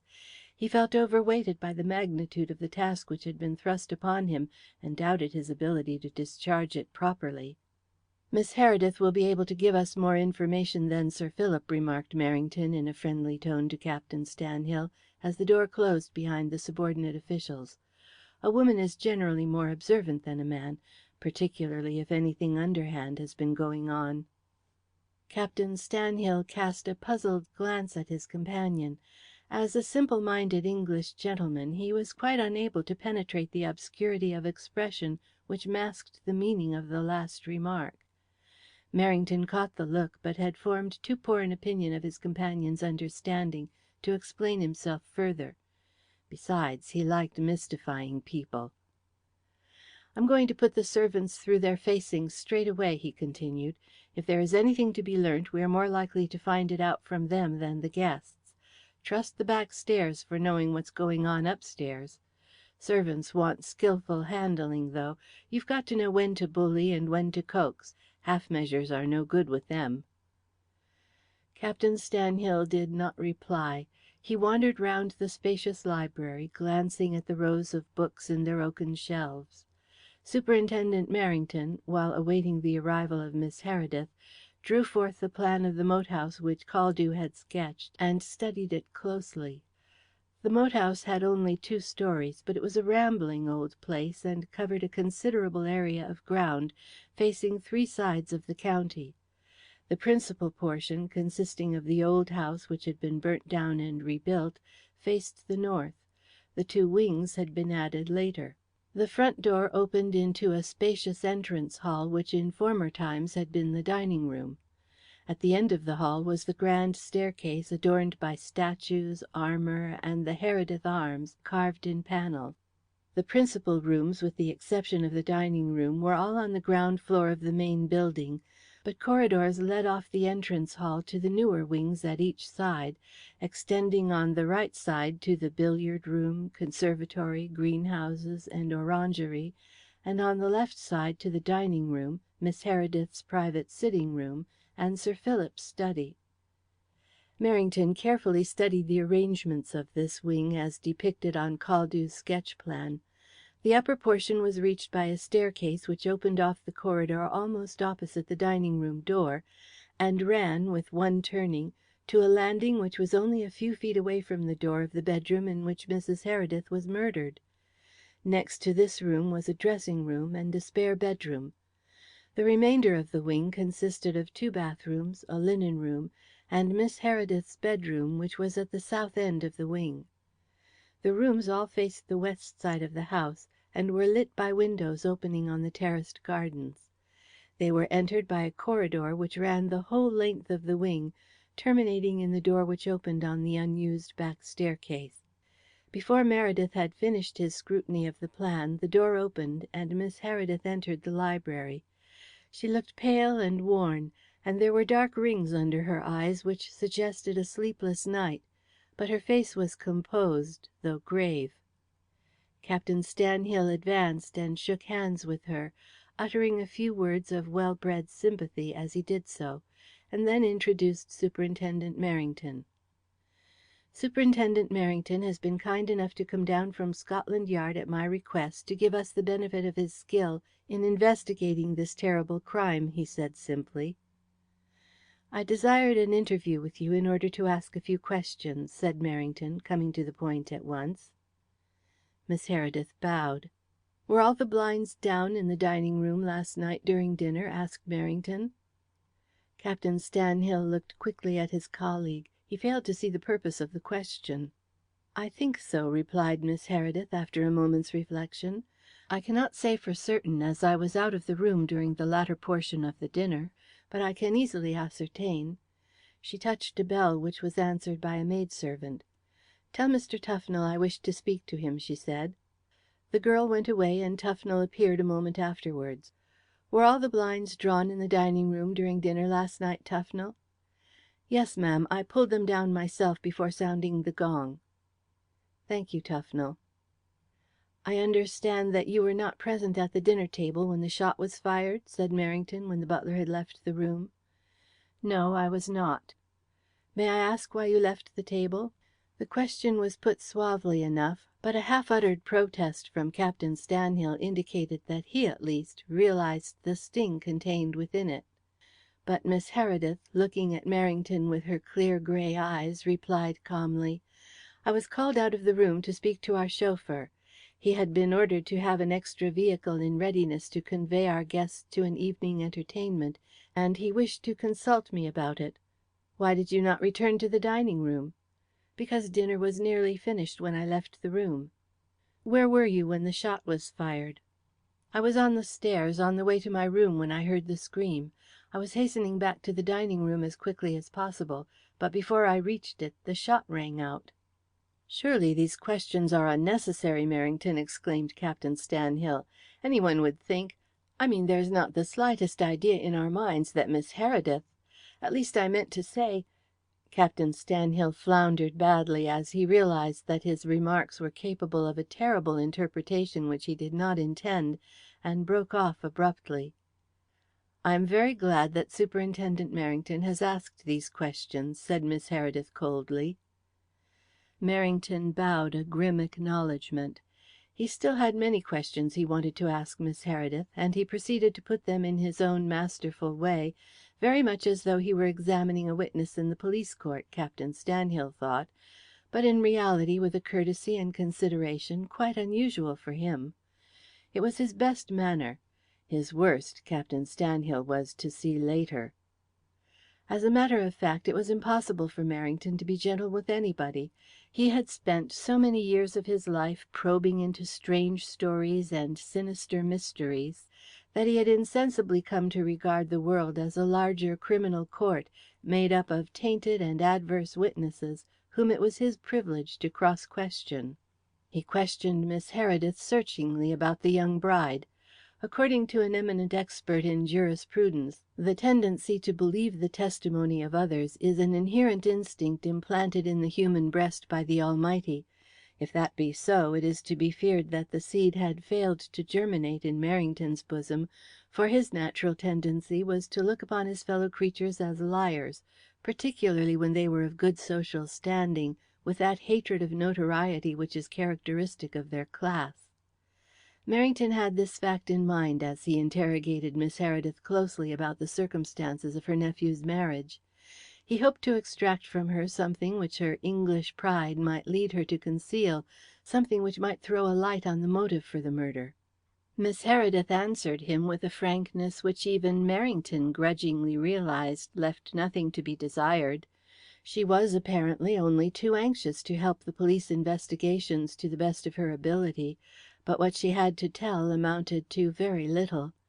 Her first knowledge of her nephew's intention to marry was contained in a letter written home some 4 months before, in which he announced his engagement to a young lady engaged in war work in a London Government office. A month later came the news that he was married and was bringing his young bride to the moat house. The young couple arrived a week after the receipt of the second letter. They were welcomed home and settled down to country life in the old place. Phil left his post in the War Office and busied himself in looking after the estate. He was very fond of his young wife, but it was obvious from the first that Violet found the quiet country existence rather dull after her London life. She knew nobody in Sussex except Mrs. Wayne, the author's wife, who had been an acquaintance of hers in London years before, and she did not seem to care much for the county people who visited the moat house. She received letters from girl friends in London, and sometimes read extracts from them at the breakfast table, but her life on the whole was a secluded one. It was in order to brighten it that Phil suggested a house party. The guests consisted principally of Violet's and Phil's London friends and acquaintances. "Do you know the names of these girl friends who used to write to her?" asked Merrington. Miss Heredith replied that she did not. "I suppose her husband would know them?" "It is quite impossible to question my nephew," said Miss Heredith decisively. "He is dreadfully ill." Merrington nodded in a dissatisfied sort of way. He was aware of Phil's illness, and his suspicious mind wondered whether it had been assumed for the occasion in order to keep back something which the police ought to know. His thick lip curled savagely at the idea. If these people tried to hide anything from him in order to save a scandal, so much the worse for them. But that was something he would go into later. The next questions he put to Miss Heredith were designed to ascertain what she thought of the murder, whether she had any suspicions of her own, and whether there was any reason for suspecting Miss Heredith herself. At that stage of the inquiry it was Merrington's business to suspect everybody. He could not afford to allow the slightest chance to slip. His object was to get at the truth, to weigh each particle of supposition or evidence without regard to the feelings or social position of the witness. The case so far puzzled him, and Miss Heredith's answers to his questions revealed little about the murder that he had not previously known. The only additional facts he gleaned related to the murdered girl's brief existence at the moat house. Of her earlier history and her London life, Miss Heredith knew nothing whatever. Merrington made some notes of the replies in an imposing pocket book, but he was plainly dissatisfied as he turned to another phase of the investigation. "Were all your guests in the dining room at the time the scream and the shot were heard?" he asked. "They were all there when I left the room. The butler can tell you if any left afterwards." "I will question Tufnell on that point later. No, on second thoughts it will be better to settle it now. I attach importance to it." Tufnell was recalled to the room, and in reply to Superintendent Merrington's question, stated that none of the guests left the dining room before the shot was fired. Tufnell added they were all interested in listening to a story that Mr. Musard was telling. Having imparted this information, the butler returned to the breakfast room, overweighted with the responsibility of superintending the morning meal in his mistress's absence. "Is this Musard the jewel expert of that name?" asked Merrington. "Our guest is Mr. Vincent Musard, the explorer," replied Miss Heredith coldly. The same man. Merrington made another minute note in his pocket book, and continued, "May I take it, then, that all your guests who were staying here were assembled in the dining room at the time the murder was committed?" "Yes, except one who left during the afternoon." "Who was that?" "Captain Nepcote, a friend of my nephew's. He received a telegram recalling him to the front, and returned to London by the afternoon train." Merrington made a note of this in his pocket book with an air of finality, and asked Miss Heredith to see that the servants were sent to the library one by one to be questioned. Miss Heredith said she would arrange it with the housekeeper, and was then politely escorted to the door by Captain Stanhill. The next few hours were educative for Captain Stanhill. Although he was Chief Constable of Sussex, he took no part in the proceedings, but sat at the table like a man in a dream, living in a world of Superintendent Merrington's creation, a world of sinister imaginings and vile motives, through which stealthy suspicion prowled craftily with padded feet, seeking a victim among the procession of weeping maids, stolid under gardeners, stable hands, and anxious upper servants who presented themselves in the library to be questioned. But it seemed to Captain Stanhill that though the women were flustered and the men nervous, they knew nothing whatever about the atrocious murder which had been committed a few hours before in the room above their heads.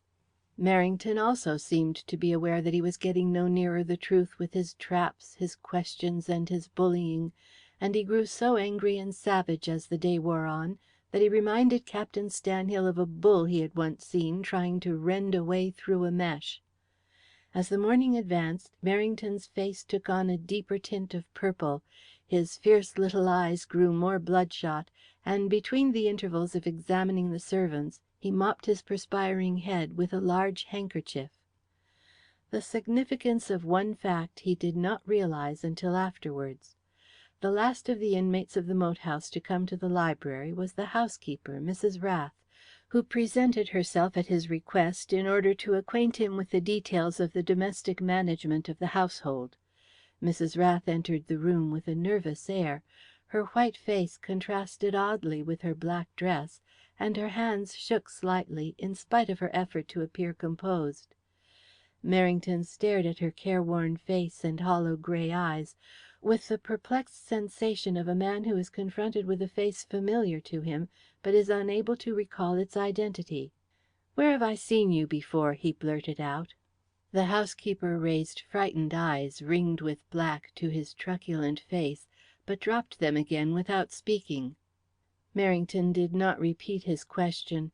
He did not imagine the housekeeper knew anything about the murder, but it was a mistake to put a witness on her guard. It was in quite a different tone that he thanked Mrs. Rath for sending the servants to the library, and asked her to describe the household arrangements of the previous night.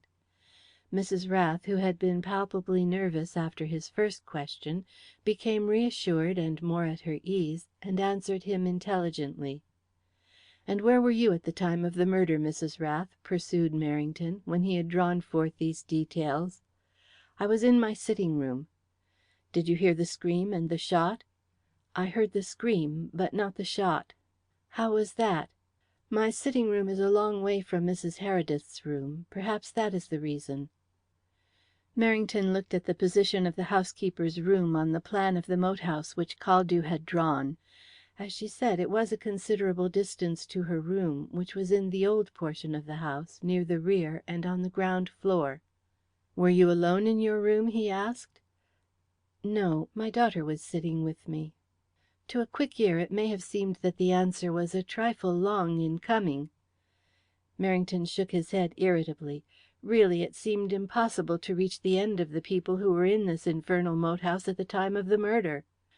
"Does your daughter live with you here?" he asked. "Oh, no. She came to see me yesterday afternoon, and stayed all night because she missed her train back after the tragedy." "Is she here now?" "No, she went away by an early train. She is employed as a milliner at Stading, the market town, which is 10 miles away." "She lives there, I suppose?" "Yes, she lives in." "Who is her employer?" "Mr. Closeby, the draper. Daniel Closeby and Son is the name of the firm." Merrington made another note in his pocketbook. It sounded plausible enough, but the girl must be added to the lengthening list of people in the case who would have to be seen. "I think that is all I need detain you for, Mrs. Rath," he said. The housekeeper lingered to inquire when the gentlemen would like their lunch. Merrington, who had breakfasted early and passed an arduous morning, replied bluntly that it could not be too soon to please him. "I'll have it served in the small breakfast room in a quarter of an hour," said Mrs. Rath, hurrying away.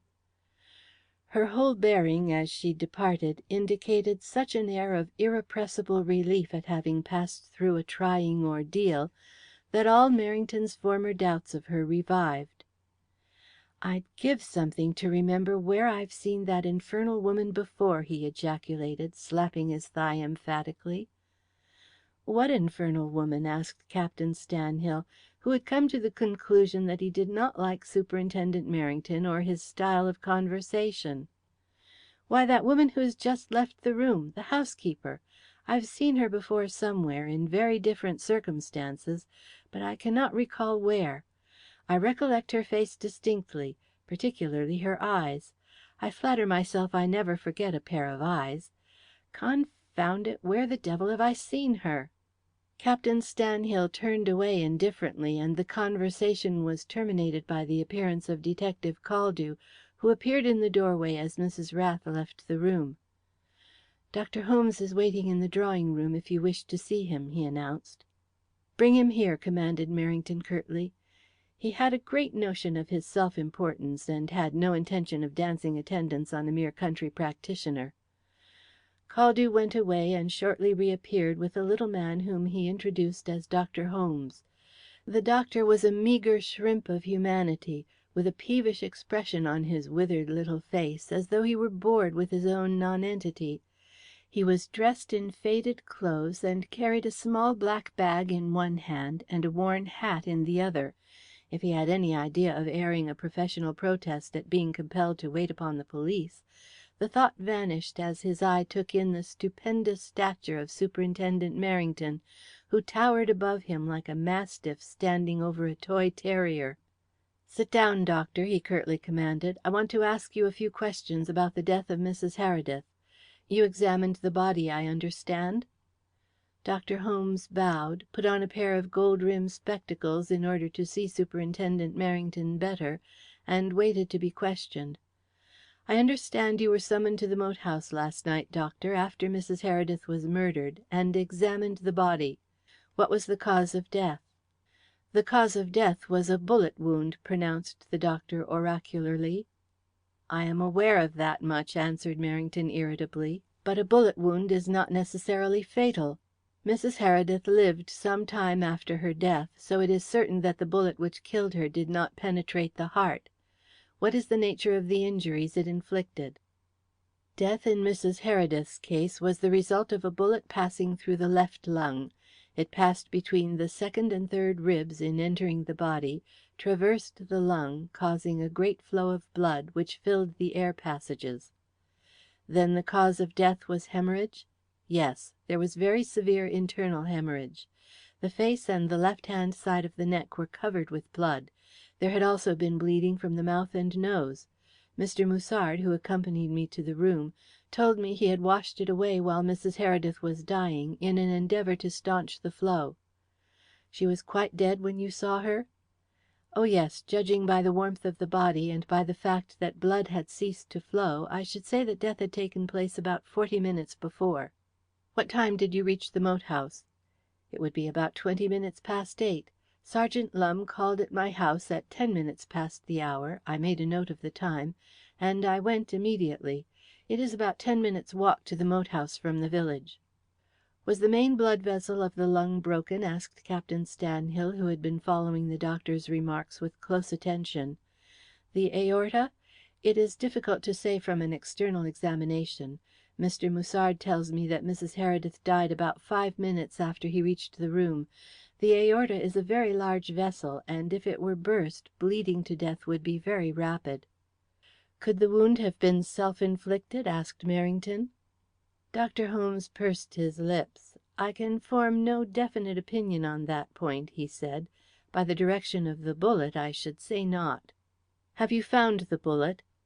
"No, it is in the body. As apparently it took a course towards the right after entering the body, and there is no corresponding wound in the back, I should say that it is lodged somewhere in the vertical column. Of course, I cannot be sure." "The Government pathologist will clear up these points when he makes the post mortem examination," said Merrington. "I do not think we have any more questions to ask you, doctor." "How is your patient, the young husband?" asked Captain Stanhill, as Dr. Holmes rose. "The symptoms point to brain fever. The family, on my advice, have sent to London for Sir Ralph Horton, the eminent brain doctor." "I do not wonder his mind has given way under the shock," remarked Captain Stanhill. "To lose his wife in such terrible circumstances after 3 months' marriage must have been a cruel blow." "It was the worse in his case because he has always been nervous and highly strung from childhood, partly, I think, as the result of his infirmity. He has a deformed foot. His present illness seems to be a complete overthrow of the nervous system. I have been with him the greater part of the night. He has been highly delirious, but he is a little quieter now." Merrington pricked up his ears at this last remark. After his fruitless investigations of the morning, he was inclined to think that the clue to the murder lay in the past. It might be in some former folly or secret intrigue of the young wife's single days. The question was, in that case, whether the husband was likely to have any knowledge of the wife's secret. If he had, he might, in his delirium, babble something which would provide a clue to trace the murderer. It was a poor chance, but the poorest chance was worth trying in such a baffling case. "I should like to have a look at your patient," he said to Dr. Holmes. "It would be impossible to question him in his present state," replied the doctor stiffly. "I do not wish to question him. I merely wish to look at him." "In that case you may see him. He is quite unconscious and recognizes nobody. I will take you to his room if you wish." The little doctor bustled along the corridor and turned into a passage traversing the right wing of the moat house. About halfway down it he paused before a door, which he opened softly, and motioned the other two to enter. It was a single bedroom, panelled in oak, which was dark with age, with one small window. But it had the advantage of being as far away as possible from the upstairs bedroom in the left wing where Phil's wife lay murdered. A small fire burnt in the grate, a china bowl of autumn flowers bloomed on a table near the bedside, and a capable-looking nurse was preparing a draught by the window. She glanced at the three men as they entered, but went on with her occupation. The sick man lay on his back, breathing heavily. His black hair framed a face which was ghastly in its whiteness, and his upturned eyes, barely visible beneath the half-closed lids, seemed fixed and motionless. "Any change, nurse?" the doctor asked. "No change, sir." But even as she spoke, Phil's face changed in a manner which was wonderful in its suddenness. His features became contorted as though a sword had been thrust through his vitals, and he struggled upright in his bed with one shaking hand outstretched. His eyes, glaring with delirium, roved restlessly over the faces of the men at the foot of the bed. "She's dead, I tell you. Violet's dead. Have they found him? Ah, who's that?"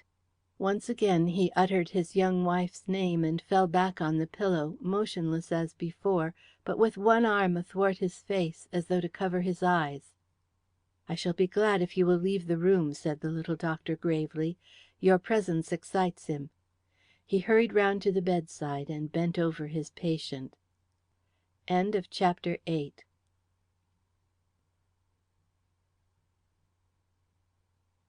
Chapter 9. "Have you formed any theory of the murder yet?" It was the evening of the same day, and Superintendent Merrington and Captain Stanhill were once more in the moat house library. It was Captain Stanhill who asked the question, as he stood warming his little legs in front of a crackling fire of oak logs which had just been lighted in the gloomy depths of the big fireplace. Although it was early in autumn, the evening air was chill. Superintendent Merrington was walking up and down the room with rapid strides, occasionally glancing with some impatience at the clock, which ticked with cheerful indifference on the mantelpiece. He was about to return to London, but was waiting for the return of Detective Caldew and Sergeant Lumb. Caldew had cycled to Chidelham to see the Waynes, and Lumb had been sent to investigate a telephoned report of a suspicious stranger seen at a hamlet called Tibblestone, some miles away. Merrington's face wore a gloomy and dissatisfied expression. He had spent the afternoon in a whirlwind of energy in which he had done many things. He had explored the moat house from top to bottom, squeezing his vast bulk into every obscure corner of the rambling old place. He had rowed round the moat in a small boat, scrutinizing the outside wall for footmarks. He had mustered the male servants and superintended an organized beat of the grounds, the woods, and the neighbouring heights. He had interviewed the village station master to ascertain if any stranger had arrived at Heredith the previous day, and had made similar inquiries by telephone at the adjoining stations. He had inspected the horses and vehicles at the village inn to see if they showed marks of recent usage, and he had peremptorily interrogated everybody he came across to find out whether any one unknown in the district had been seen skulking about the neighbourhood. Merrington lacked the subtle and penetrative brain of a really great detective, but he possessed energy, initiative, and observation.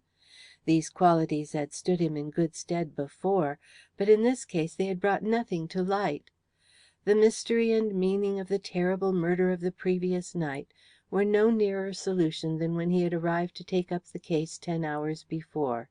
The most baffling aspect of the crime to him was the apparent lack of motive and the absence of any clue. In most murders there are generally some presumptive clues to guide those called upon to investigate the crime, such things as finger prints or footprints, a previous threat or admission, an overheard conversation, a chance word, or a compromising letter. Such clues may not prove much in themselves, but they serve as finger posts. Even the time, which in some cases of murder offers a valuable help to solution, in this case tended to shield the murderer. It seemed as though the murderer had chosen an unusual time and unusual conditions to shield his identity more thoroughly and make discovery impossible. The case was full of sinister possibilities and perplexities. It bore the stamp of deep premeditation and calculated skill. As the crime was apparently motiveless, it was certain that the motive was deep and carefully hidden.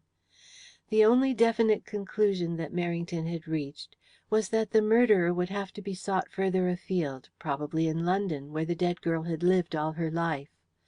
There seemed not the slightest reason to suspect anybody in the neighbourhood, as she was a stranger to the district and knew nobody in it except Mrs. Wayne, who lived some miles away.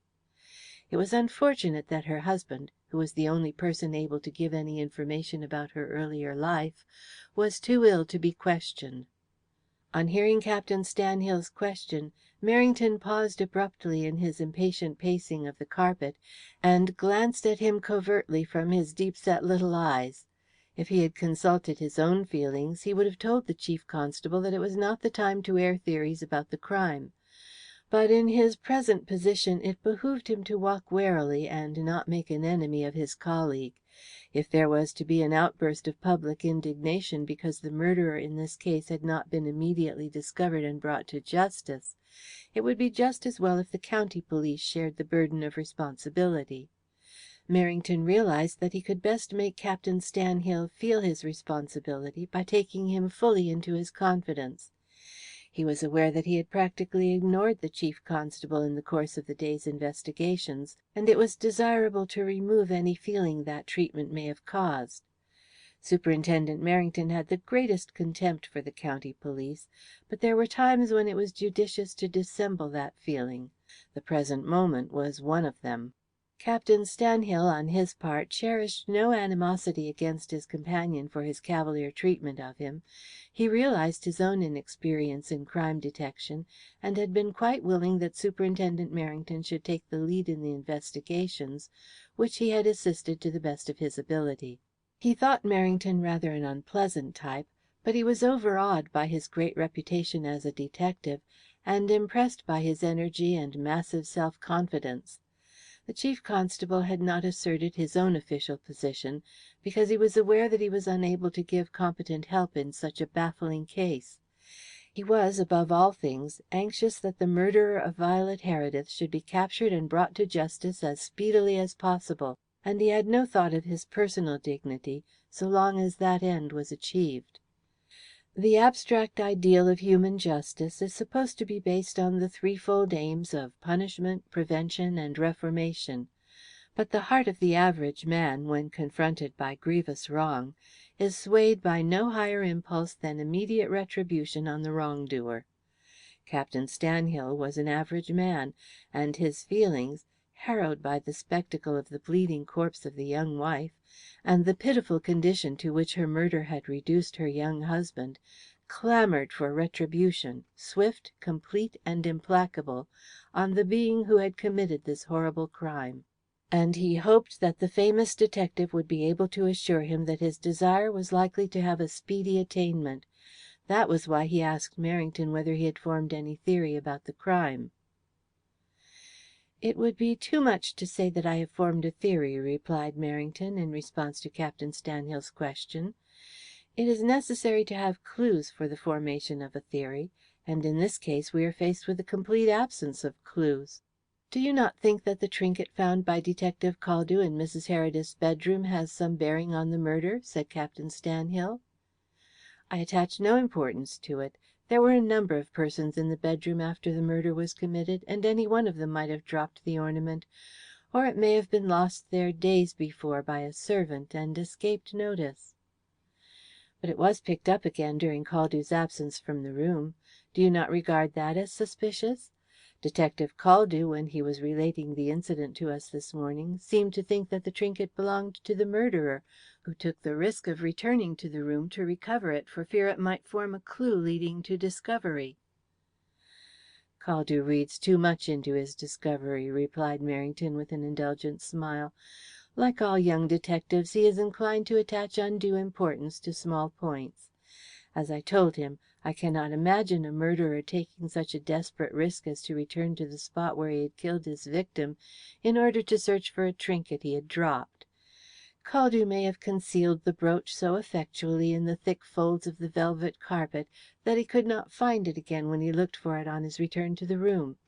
That explanation strikes me as probable as his own theory of a mysterious midnight intruder returning to search for it while he was out of the room.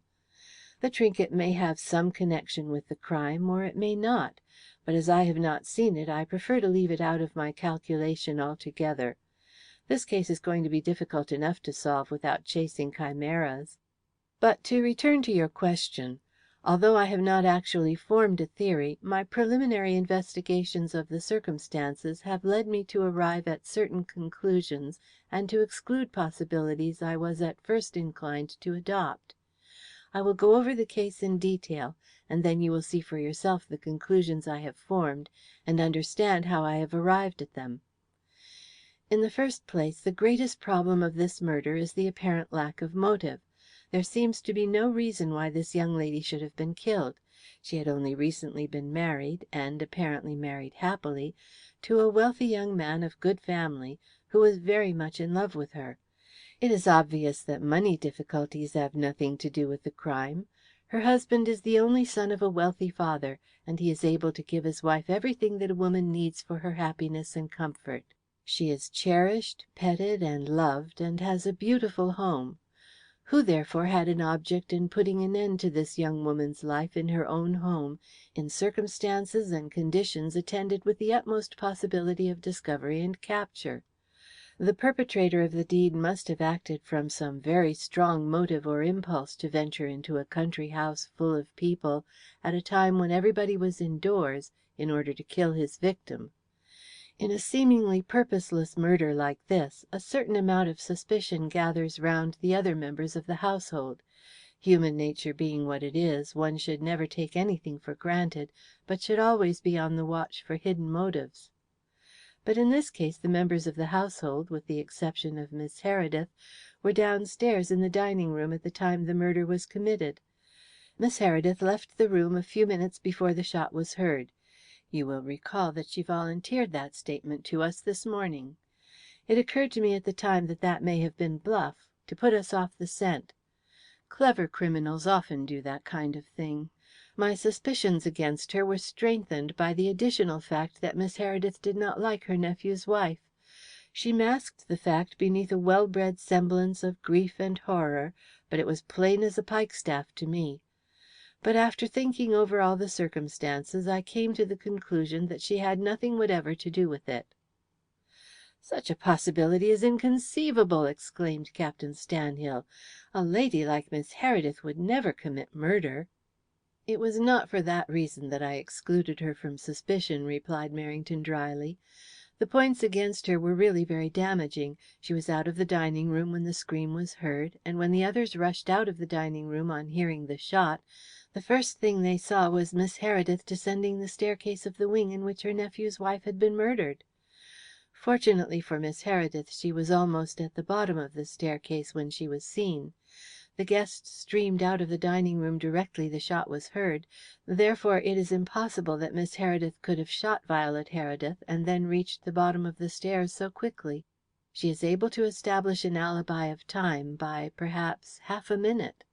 As all the members of the house party were in the dining room at the time, it is clear that they had nothing to do with the actual commission of the crime. The next thing is the servants, and they also can be excluded from suspicion. When we examined them this morning, they were all able to prove, more or less conclusively, that they were engaged in their various duties at the time the murder was committed. The point is that not one of them was upstairs in the left wing of the house when Mrs. Heredith was shot. My original impression that the murder was not committed by a native of the district has been deepened by our afternoon's investigations. Where, then, are we to look for the murderer? To answer that question in part, let us first consider how the murder was committed, and try and reconstruct the circumstances in which the murderer must have entered and left the house. Caldew thinks that the murderer entered the house by scaling the bedroom window, and made his exit by the same means. He bases that view on Miss Heredith's belief that the window was closed when she was in the bedroom before dinner. After the murder was committed the window was found open. But Miss Heredith's statement about the closed window does not amount to very much. She does not actually know whether the window was open or shut, because the window curtains were completely drawn at the time she was in the room. Those curtains are so thick and heavy that they would keep out the air whether the window was open or shut, and account for the stuffy atmosphere in a room which had been occupied all day. I do not regard the open window as a clue one way or the other. The one thing we must not lose sight of is that nobody can say definitely when it was opened. It may have been opened by Mrs. Heredith herself before Miss Heredith came into the room, or the murderer may have flung it open and escaped from the room that way after committing the murder. Personally, I do not think that he did, but I am not prepared altogether to exclude the possibility of his having done so. But I am convinced that he did not enter the bedroom by scaling the outside wall and getting in through the window. In the first place, there are no marks of any kind on the window sill or the window catch. There is not very much one way or another in the absence of marks on the sill or even on the catch, supposing the window was locked. The murderer might have opened the catch from outside without leaving a mark. I have known the trick to be done. And he might have got into the room without leaving any marks on the sill, particularly if he wore rubber boots. But what is far more important, there are no marks on the wall outside, or any disturbance or displacement of the Virginia creeper which covers a portion of the wall, to suggest that the murderer climbed up to the room that way.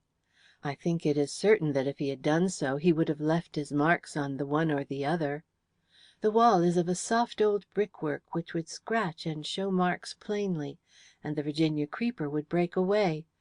In any case, as I said this morning, it would barely sustain the weight of a boy or a very slight girl. Finally, there are no marks of footsteps approaching the wall in the garden outside. The question of entry is naturally of great importance, and that was why I questioned the butler this morning whether the blinds were drawn in the dining room last night. At that time, before I had had an opportunity of making my subsequent investigations, I deemed it possible that the murderer might have entered from outside by the window. In that case he would have had to pass the dining room windows to reach the bedroom window, and might have been seen by one of the guests in the dining room. It would be dark at the time, but last night was a very clear one, and his form might have been discerned flitting past the dining room windows. But the absence of footprints in the gravel, and more particularly in the soft yielding earth beneath the bedroom window, is conclusive proof to me that he did not get in the room that way. Did he escape by the window? That question is more difficult to answer. It is quite possible that it might have been done without injury, but it is a desperate feat to leap from an upstairs window in the dark. The murderer was in desperate straits, and for that reason we must not rule out the possibility that he did so. But if the leap was made through the window, my argument about the absence of footprints in the soft garden soil underneath the window comes in with additional force. A person leaping from such a height, even in stocking feet or rubber boots, would be certain to leave the impress of the drop in footmarks or heel marks in the soil where he landed. Caldew's principal reason for believing that the murderer escaped by the window was based on the point that there was no other avenue of escape possible. We can only speculate as to what happened in the bedroom immediately before the murder was committed, but Caldew's theory is that Mrs. Heredith saw the murderer approaching her and screamed for help. That scream hurried the murderer's movements. The scream was sure to arouse the household, and it left the murderer with the smallest possible margin of time in which to shoot Mrs. Heredith and make escape by the window. An attempt to escape down the front staircase meant running into the arms of the inmates of the dining room, rushing upstairs. The only other exit from that wing of the house was the disused back staircase, and that was found locked when it was searched after the murder. Therefore, according to Caldew, the murderer escaped by the window because there was no other way out. That theory is plausible enough on the surface, but only on the surface. For the same reason that establishes Miss Heredith's innocence, the murderer could not have escaped by running down the staircase, because there was not sufficient time to get past the people who had been alarmed by the scream. But if the murderer was a man, it is just possible that he might have darted out of the bedroom and dropped over the balusters before the dining room door was opened, getting clear away without being seen by anybody, not even by Miss Heredith.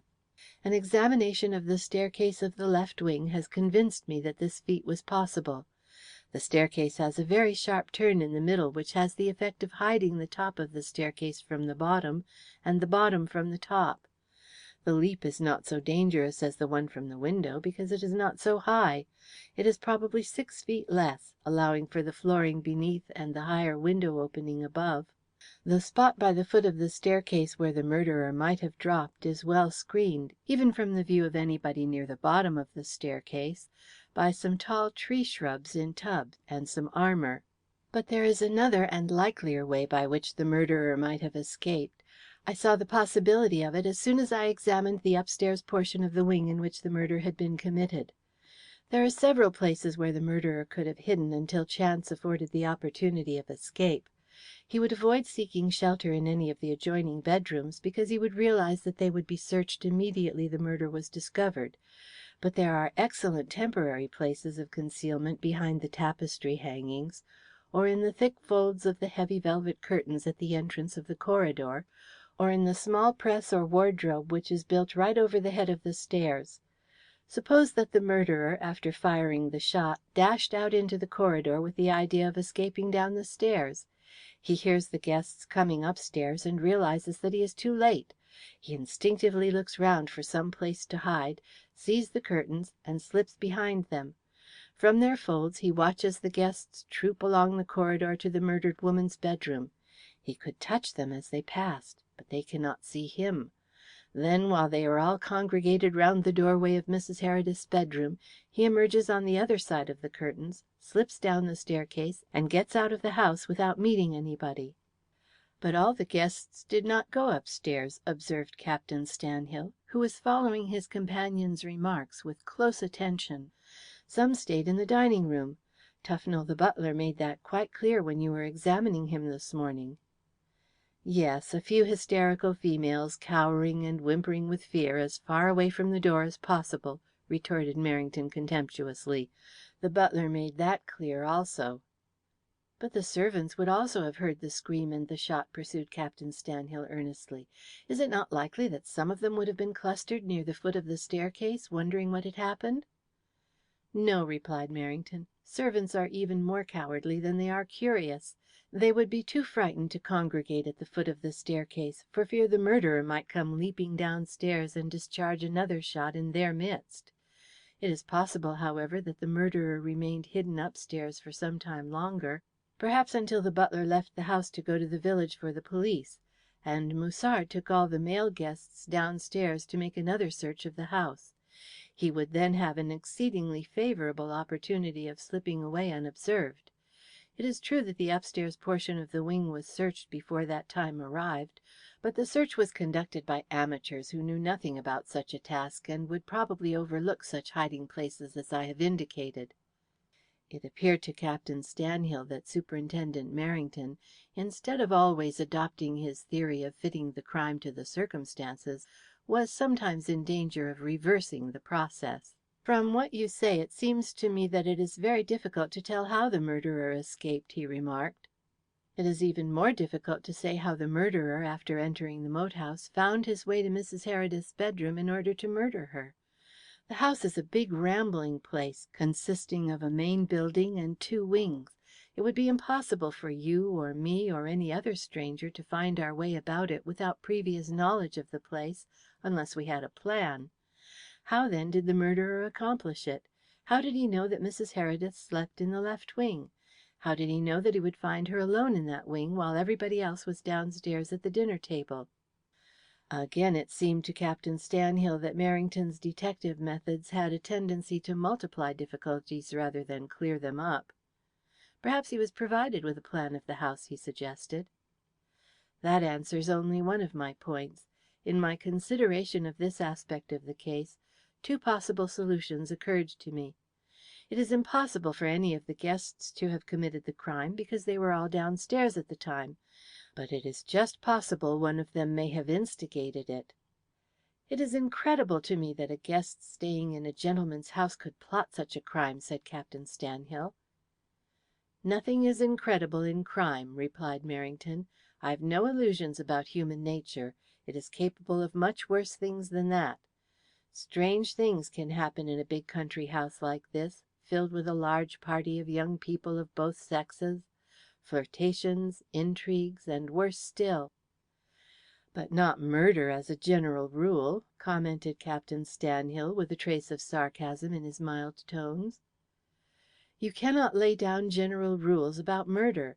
An unbalanced human being, under the influence of hatred, jealousy, or revenge, is no more amenable to the rules of society than a tiger. But I do not think that this crime was instigated by one of the guests, because in that case it would probably have been arranged to be committed later in the evening, when the members of the house party were at the house of the Waynes, and the moat house was occupied only by the servants. Still, I do not intend to lose sight of the hypothesis." Another possibility is that one of the servants was in league with the murderer. A third possibility is that Mrs. Heredith may have brought in the murderer herself."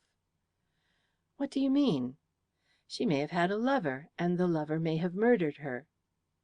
"Oh, impossible!" Captain Stanhill repelled the idea with an instinctive gesture of disgust. "It is too monstrous to suppose that a happily married young wife would be carrying on an intrigue 3 months after her marriage."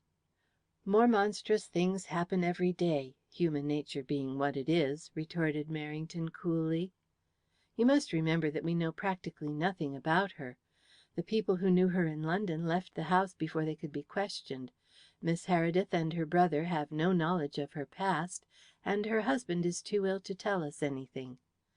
Her marriage was apparently a hasty love match, a love match so far as young Heredith was concerned.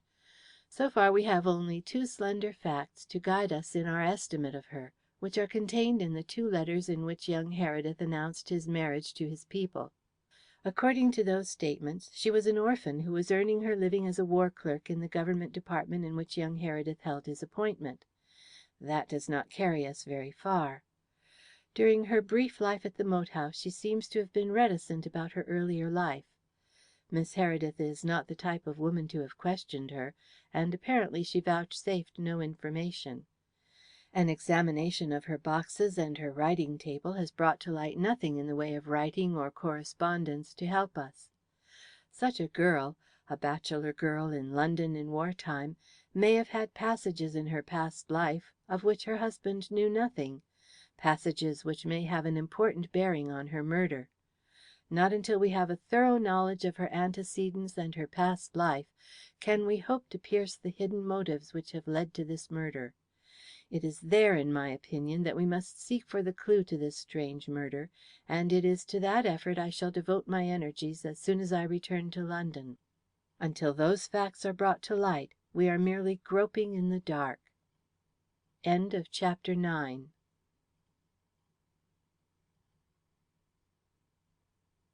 Chapter 10. In accordance with Merrington's instructions, Caldew devoted a considerable portion of the morning seeking information among the moat house guests. But few of them showed any inclination to talk about the murder. Many of the women were too upset to be seen, and the men had plainly no desire to be mixed up in such a terrible affair by giving interviews to detectives. Everybody was anxious to get away as speedily as possible, and Caldew was compelled to pursue his inquiries amongst groups of hurrying people, flustered servants, and village conveyances laden with luggage. Most of the departing guests replied to his questions as briefly as possible, and gave their London addresses with obvious reluctance. The few who were willing to aid the cause of justice could throw very little light on the London life of the murdered girl. Even those who had been acquainted with her before her marriage seemed to know very little about her. Caldew finished his inquiries by midday. By that time most of the guests had departed from the moat house and were on their way to London. Superintendent Merrington and Captain Stanhill were in the library examining the servants. Sergeant Lumb had gone by train to Tibbleston to sift the story of the suspicious stranger who had descended on that remote village during the previous night. It wanted an hour to lunch time, and Caldew decided to spend the time by making a few investigations on his own account before cycling over to Chidelham in the afternoon to see the Waynes. Caldew had not been impressed with Merrington's handling of the case. Subordinates rarely are impressed with the qualities of those placed over them in authority. They generally imagine they could do better if they had the same opportunities. Caldew was no exception to that rule. It seemed to him that Merrington lacked finesse, and was out of touch with modern methods of criminal investigation. He had been spoilt by too much success, too much newspaper flattery, by too many jaunts with royalty. No man could act as sheepdog for royalty and retain skill as a detective. That kind of professional work was fatal for the intelligence.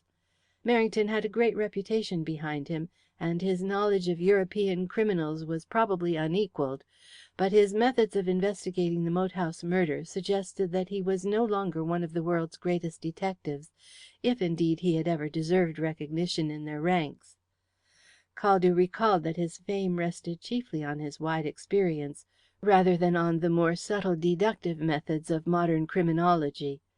It was said in Scotland Yard that when Merrington was at the height of his reputation, 20 years before, his knowledge of London criminals and their methods was so extensive that he could in most cases identify the criminal by merely looking at his handiwork. As a modern criminologist, Caldew believed that the less a detective intruded his own personality into his investigations, the better for his chances of success. He did not think that the loud officialism of Merrington was likely to solve such a deep, subtle crime as the murder of Violet Heredith, and consequently he had the chance for which he had waited so long. It now remained for him to prove that he could do better than Merrington. He had sufficient confidence in his own abilities to welcome the opportunity, but at the same time he believed that he was confronted with a crime which would tax all his resources as a detective to unravel. Like Merrington, he had been struck by the strangeness of the murder. All the circumstances were unusual, and quite outside his previous experience of big crimes. He had also come to the conclusion that the ease with which the murderer had found his way into the moat house and afterwards escaped pointed to an intimate knowledge of the place. It would be too much to say that Caldew and Merrington reached different conclusions by the same road. Up to a certain point their independent deductions from the more obvious facts of the case were alike, as was inevitable. In every crime there are circumstances and events which are as finger posts, pointing the one way to the experienced observer. But their subsequent deductions from the outstanding facts branched widely, perhaps because the younger detective did not read so much into circumstances as Merrington.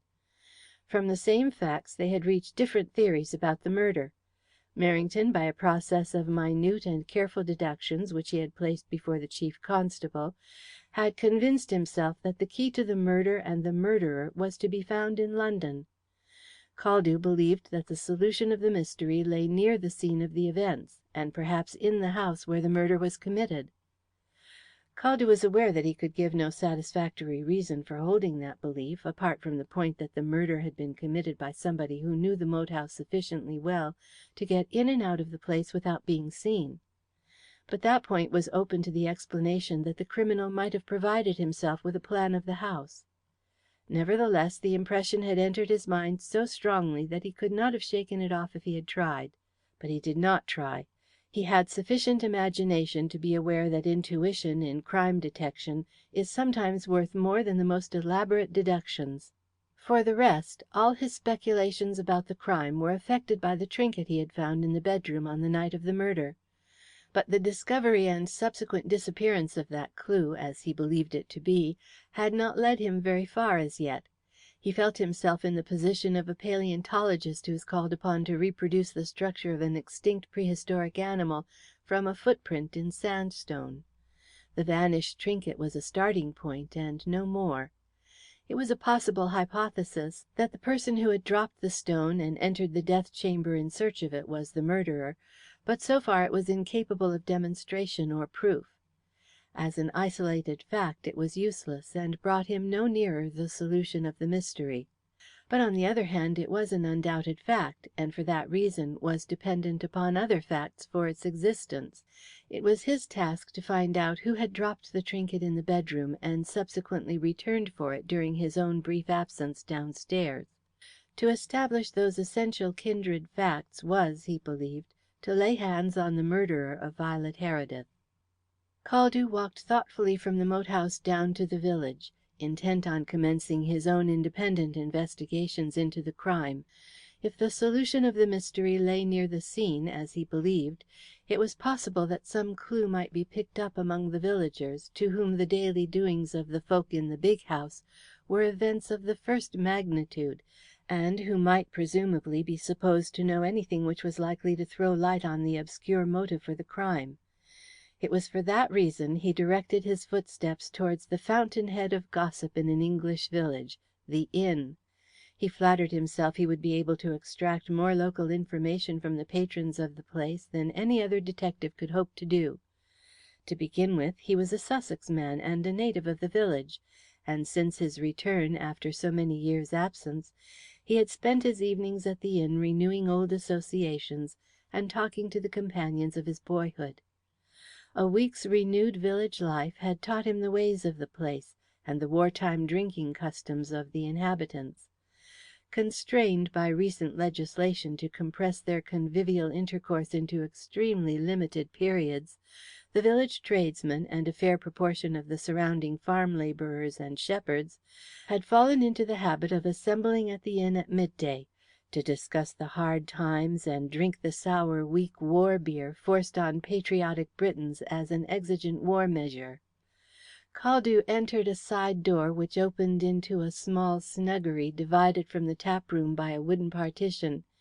It was here that the regular cronies and select patrons of the establishment sat in comfortable seclusion to discuss the crops, the weather, and market prices in the broad Sussex dialect which Caldew, from the force of old association, unconsciously fell into again when he was with them. The room was nearly full, but his appearance threw a marked restraint on the group of assembled countrymen. The conversation, which had obviously been about the murder, ceased instantly as he entered and seated himself on one of the forms placed against the partition. The innkeeper, who was standing behind the bar in his shirt sleeves, nodded uneasily in response to his friendly salutation, but the customers awkwardly avoided his glance by staring stolidly in front of them. Caldew attempted to dispel their reserve with a friendly remark, but no reply was forthcoming. It was obvious that the patrons of the inn wanted neither his conversation nor company. One after another they finished their beer and walked out of the inn with the slow deliberate movements of the Sussex peasant. Caldew had not allowed for the change the murder had effected on the village mind. His familiar relations with the inn customers had changed overnight. He was no longer the former village lad returned to his native village and welcomed from his old association with the place, but a being invested with the dread powers and majesty of the law, from which no man might deem himself safe. Caldew walked out of the snuggery and opened a door at the side of the house. It opened into a billiard room, a surprising novelty in an English country inn, and the outcome of a piece of enterprise on the part of the landlord, who had picked up a small table cheap at a sale and installed it in the club room, hoping to profit thereby. Again Caldew was conscious of the same distinct air of constraint immediately he entered. Two or three men who were talking and laughing loudly became as mute as though their vocal organs had been suddenly smitten with paralysis. The village butcher, who was at the billiard table in the act of attempting some complicated stroke, stopped abruptly with his cue in mid-air, and gazed at the detective with an open mouth and a look of apprehension on his florid face, as though he expected instant accusation and arrest for the moat house murder. With an irritated appreciation of his changed status in village eyes, Caldew left the inn and walked home for a meal before setting forth to Chidelham to interview Mrs. Wayne. There was a strong smell of soapsuds in his brother-in-law's house, and a vision of his sister's broad back in vigorous motion over a steaming wash-tub in the kitchen indicated that she was in the throes of her weekly wash. She ceased her labours at the sound of footsteps and turned round. "Oh, it's you, Tom. Come for a bite to eat? Just you sit down, and I'll have dinner on the table in no time. I got something good for you. Old Upton, the shepherd, brought me a nice rabbit this mornin', and I've stewed it. It's the last one we'll get, I expect. Upton was telling me he ain't going to snare no more, because the boys steal his snares, which ain't no joke, with copper wire at 5 shillings a pound." Caldew took a seat at the table and watched his sister dish up the dinner. As Sergeant Lum's income was not sufficient to permit of all the refinements of civilized life, such as a separate room for dining, the family midday meal was taken in the kitchen, which was the common living room. Mrs. Lum's preparations for the meal were prompt and effective. She carried the tub of clothes outside, opened the window to let out the steam, laid knives and forks and plates on the deal table, then put a liberal portion of stewed rabbit into each plate out of the pot which was steaming on the side of the stove.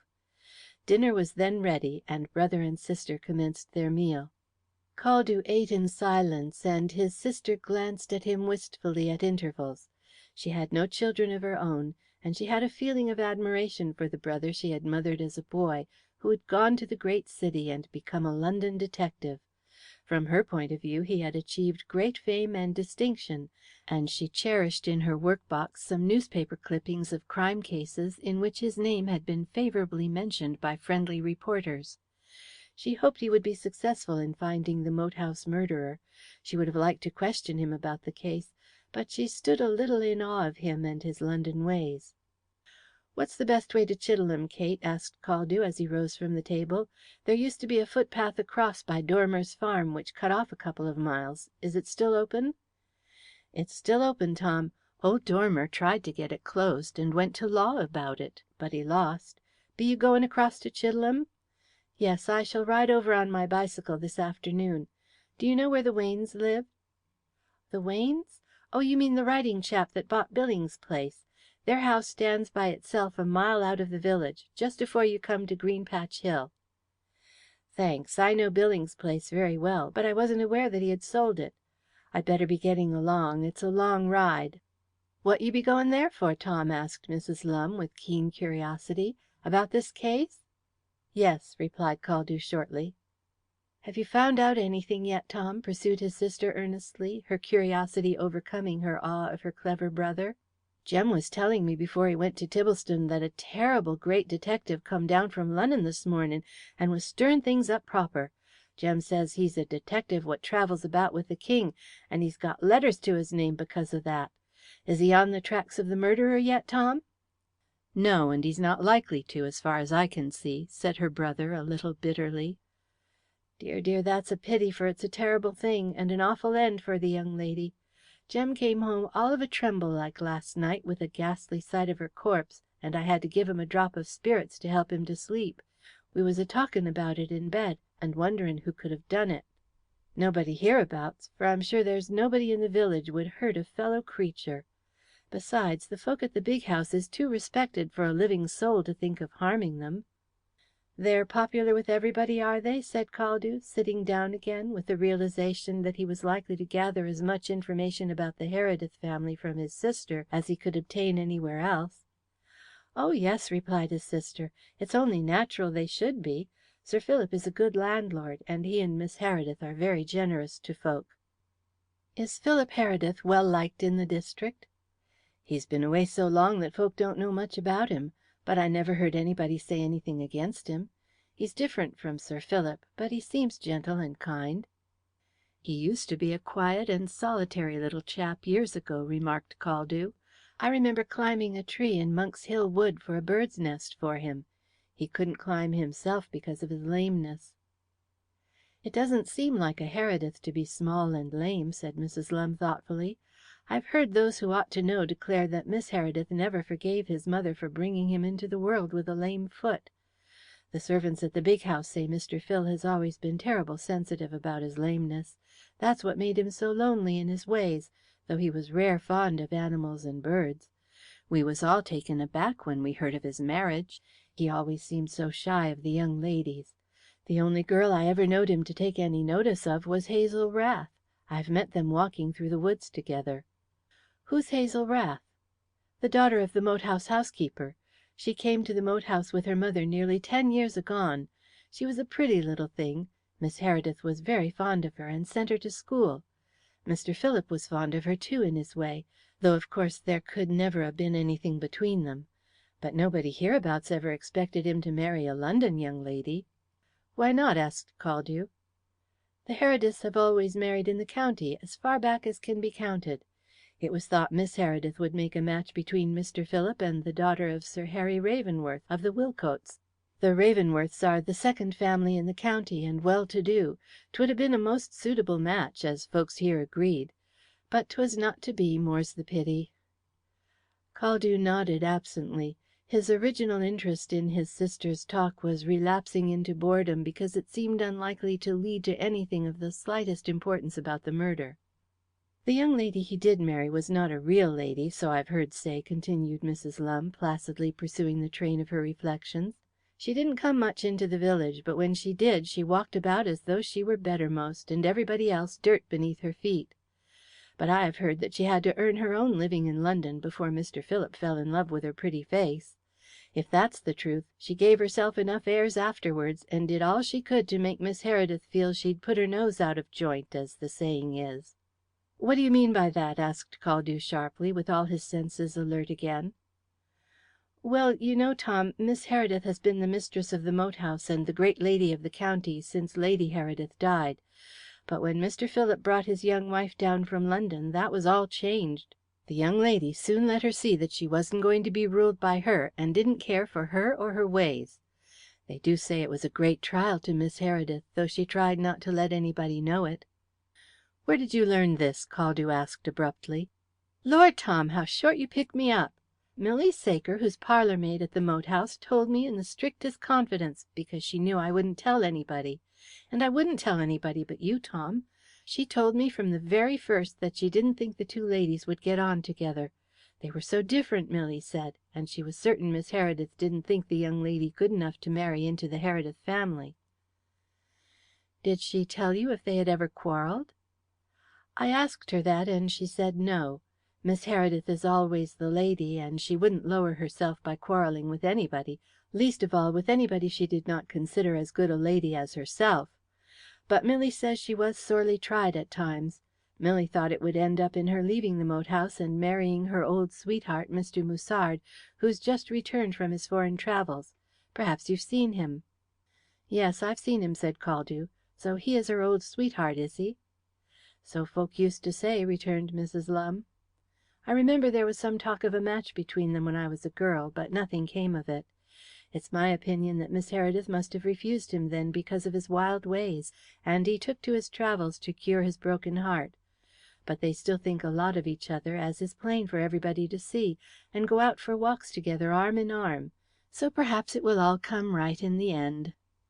With this comfortable doctrine of life, based on her perusal of female romances, Mrs. Lumbe got up from her seat to clear the table. "I trust it will," said her brother. But his remark had nothing to do with the triumph of true love in the last chapter. He left the room to get his bicycle to ride to Chidelham. End of chapter 10.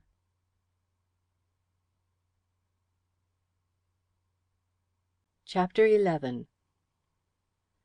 On his way to Chidelham, Caldew again pondered over the murder, and for the first time seriously asked himself whether Miss Heredith could have committed the crime. He had glanced at that possibility before, and had practically dismissed it on the score of lack of motive. But his sister's story of the differences between Miss Heredith and her nephew's wife supplied that deficiency in a startling degree. In reviewing the whole of the circumstances by the light of the information his sister had given him, it now seemed to him that Miss Heredith fitted into the crime in a remarkable way. The most important fact leading to that inference was that she alone, of all the inmates of the moat house the previous night, was out of the dining room when the murder was committed. That supposition took no cognizance of the servants, but Caldew had all along eliminated the servants in his consideration of the crime. In the next place, it supplied an explanation for the disappearance of the bar brooch from the bedroom. In all likelihood the butler had first acquainted his mistress with his discovery of the unlocked staircase door, and she, realizing where she had dropped her brooch, had seized upon the opportunity to request Musard to call the detective downstairs and tell him about the door. In his absence she returned to the bedroom for the brooch. This theory seemed plausible enough at first blush, but as Caldew examined it closely, several objections arose in his mind. The hidden motive of the crime, as innocently laid bare by his sister, was strong, but was it strong enough to impel a woman like Miss Heredith, with the rigid principles of her birth, breeding, and caste, and a woman, moreover, who had spent her life in good works, to commit such an atrocious murder? Caldew considered this point long and thoughtfully. With his keener imagination, he differed from Merrington by relying to some extent on external impressions, and he could not shake off his first impression of Miss Heredith as a woman of exceptionally good type. He had to admit to himself that her graciousness and dignity were not the qualities usually associated with a murderer. Religion, hypocrisy, smugness, plausibility, these were the commonest counterfeit qualities of criminals, not dignity, worth, and pride. There was, of course, the possibility that Miss Heredith, grown imperious with her long unquestioned sway at the moat house, had quarrelled with the young wife, and committed the murder in a sudden gust of passion. The most unlikely murders had been committed under the sway of impulse. Caldew recalled that Miss Heredith had been the last person to see the murdered woman alive, and nobody except herself knew what had occurred at that interview. It might be that the young wife had said something to her which rankled so deeply that she conceived the idea of murdering her. Caldew, on reaching this stage of his reasoning, shook his head doubtfully. He had to admit to himself that such a theory did not ring true. If Miss Heredith had been maddened by some insult at the afternoon's interview, she was far more likely to have killed Mrs. Heredith immediately than have waited until dinner time.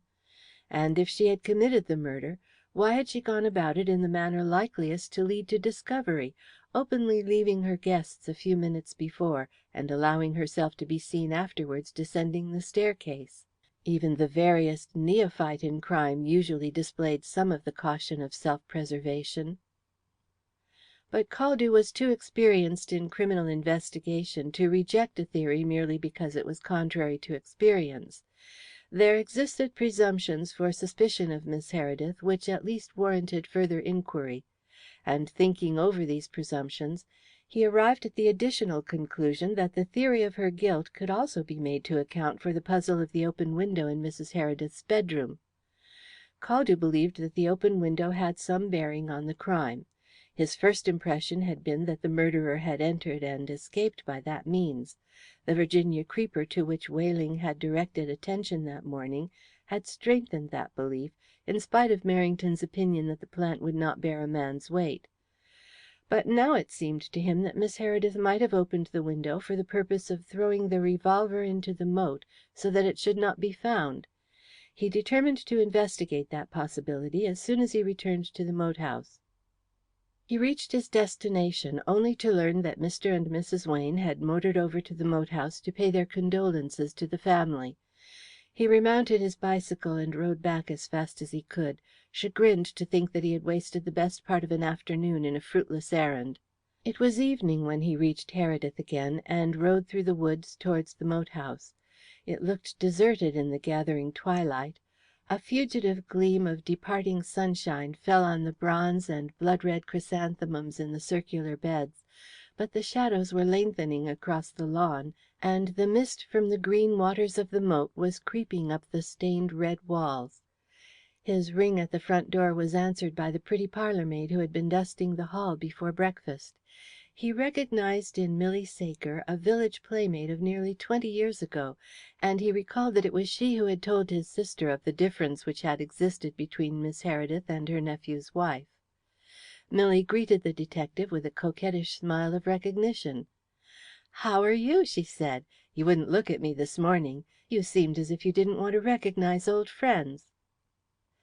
Caldew's mind was too preoccupied to meet these rural pleasantries in the same spirit. "Is Miss Heredith in?" he asked, stepping into the hall. "I shouldn't be here talking to you if she was," replied the girl pertly.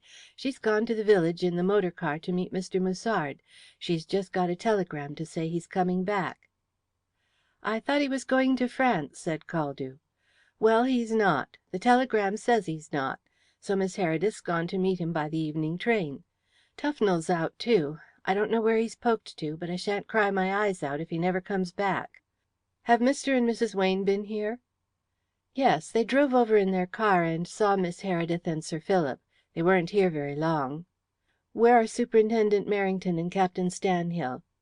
"In the library. They came in about an hour ago. The big gentleman has to go back to London tonight. I heard him say so. A good riddance, too. He had all the servants in the library this morning, bullying them dreadfully." "What did he say to you?" asked Caldew, with a smile. "Nothing," responded the girl promptly, "except what he said early this morning, when he stopped me in the hall here, and put his great ugly hand under my chin, and told me he'd have a talk with me by and by. But he didn't get the chance, because I was over in the village all the morning with my mother, who's been ill. But he gave all the other girls such a time that they haven't done talking of it yet.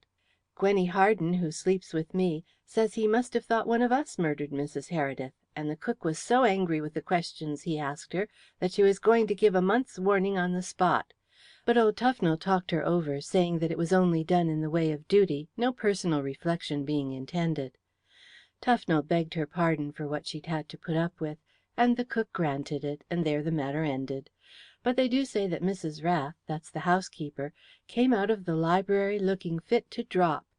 But Hazel Rath didn't go into the library, although she stayed here last night, and has been with her mother all day. Favouritism, I call it. Why should they put all us servants through our facings and leave her alone?" The mention of Hazel Rath's name recalled to Caldew's mind the information his sister had given him about the early association between her and Philip Heredith.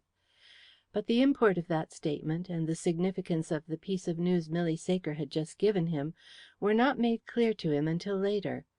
At the moment his thoughts were fixed on the idea of testing his new theory about the open window while Miss Heredith was absent. As he turned away, he asked the girl where Sir Philip was. "He's sitting with Mr. Phil," was the reply. "I suppose there's nobody upstairs in the left wing?" he added. "Nobody but the corpse," responded Milly, with a slight shiver. "Miss Heredith's had her bedroom shifted. Last night she slept downstairs, but this morning she gave orders for the white bedroom in the right wing to be prepared for her. I reckon she wants to get as far away from it as possible, and I don't blame her." Caldew proceeded upstairs and entered the death chamber in the silent wing. On his way back from Chidelham he had picked up a round stone, which he now took from his pocket, intending to throw it from the window and mark the spot where it fell into the moat. He opened the window and looked out across the garden. The distance to the moat was much farther than he had imagined, so great indeed that his own shot at the water fell short by several feet. It was impossible that Miss Heredith could have accomplished such a remarkable feat as to hurl a revolver across the intervening space between the window and the moat. No woman could throw so far and so straight.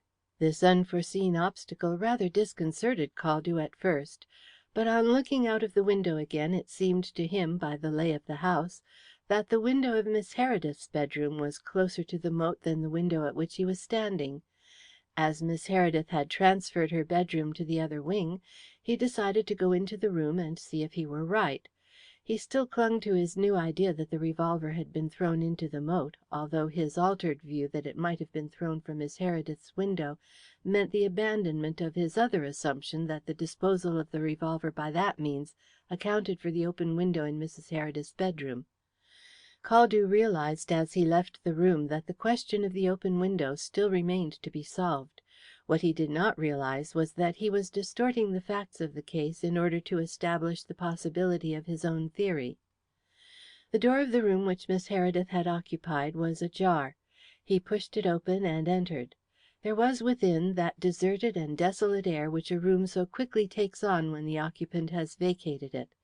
The heavier furniture and the bed remained, to demonstrate the ugliness of utility after the accessories and adjuncts of luxury had been carried away.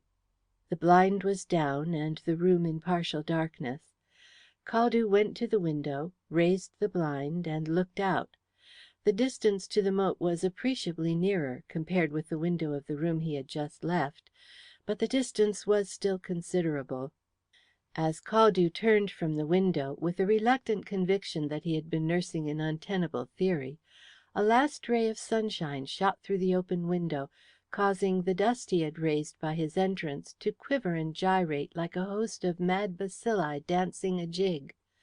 The shaft of light, falling athwart the dismantled toilet table, brought something else into view, a tiny fragment of gold chain dangling from the polished satinwood drawer. Caldew pulled the drawer open. Inside was a lady's thin gold neck chain, with a bunch of charms and trinkets attached to the end, which had evidently been left behind and forgotten.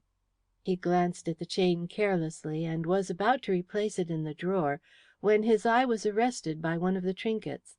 It was a small image, not much over an inch in length, a squatting heathen god, with crossed arms and a satyr's face, a wonderful example of savage carving in miniature.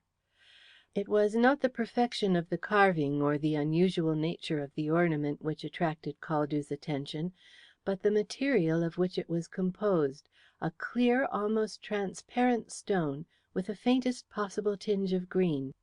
Holding it in the sunlight, Caldew was able to detect one or two minute black flecks in the stone.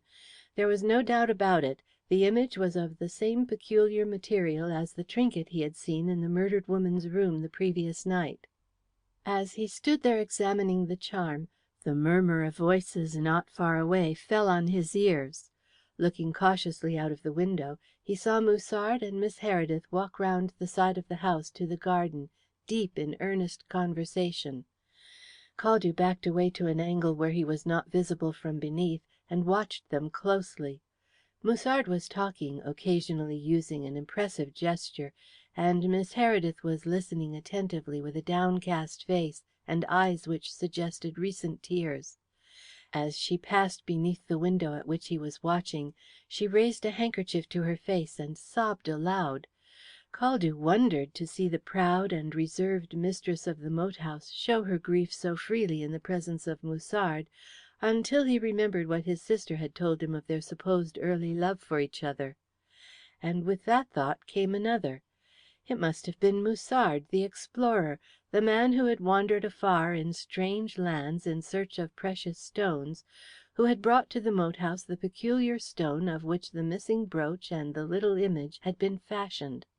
Acting on the swift impulse to take the image to Miss Heredith to see how she received it, Caldew slipped the chain into his pocket and hurried downstairs.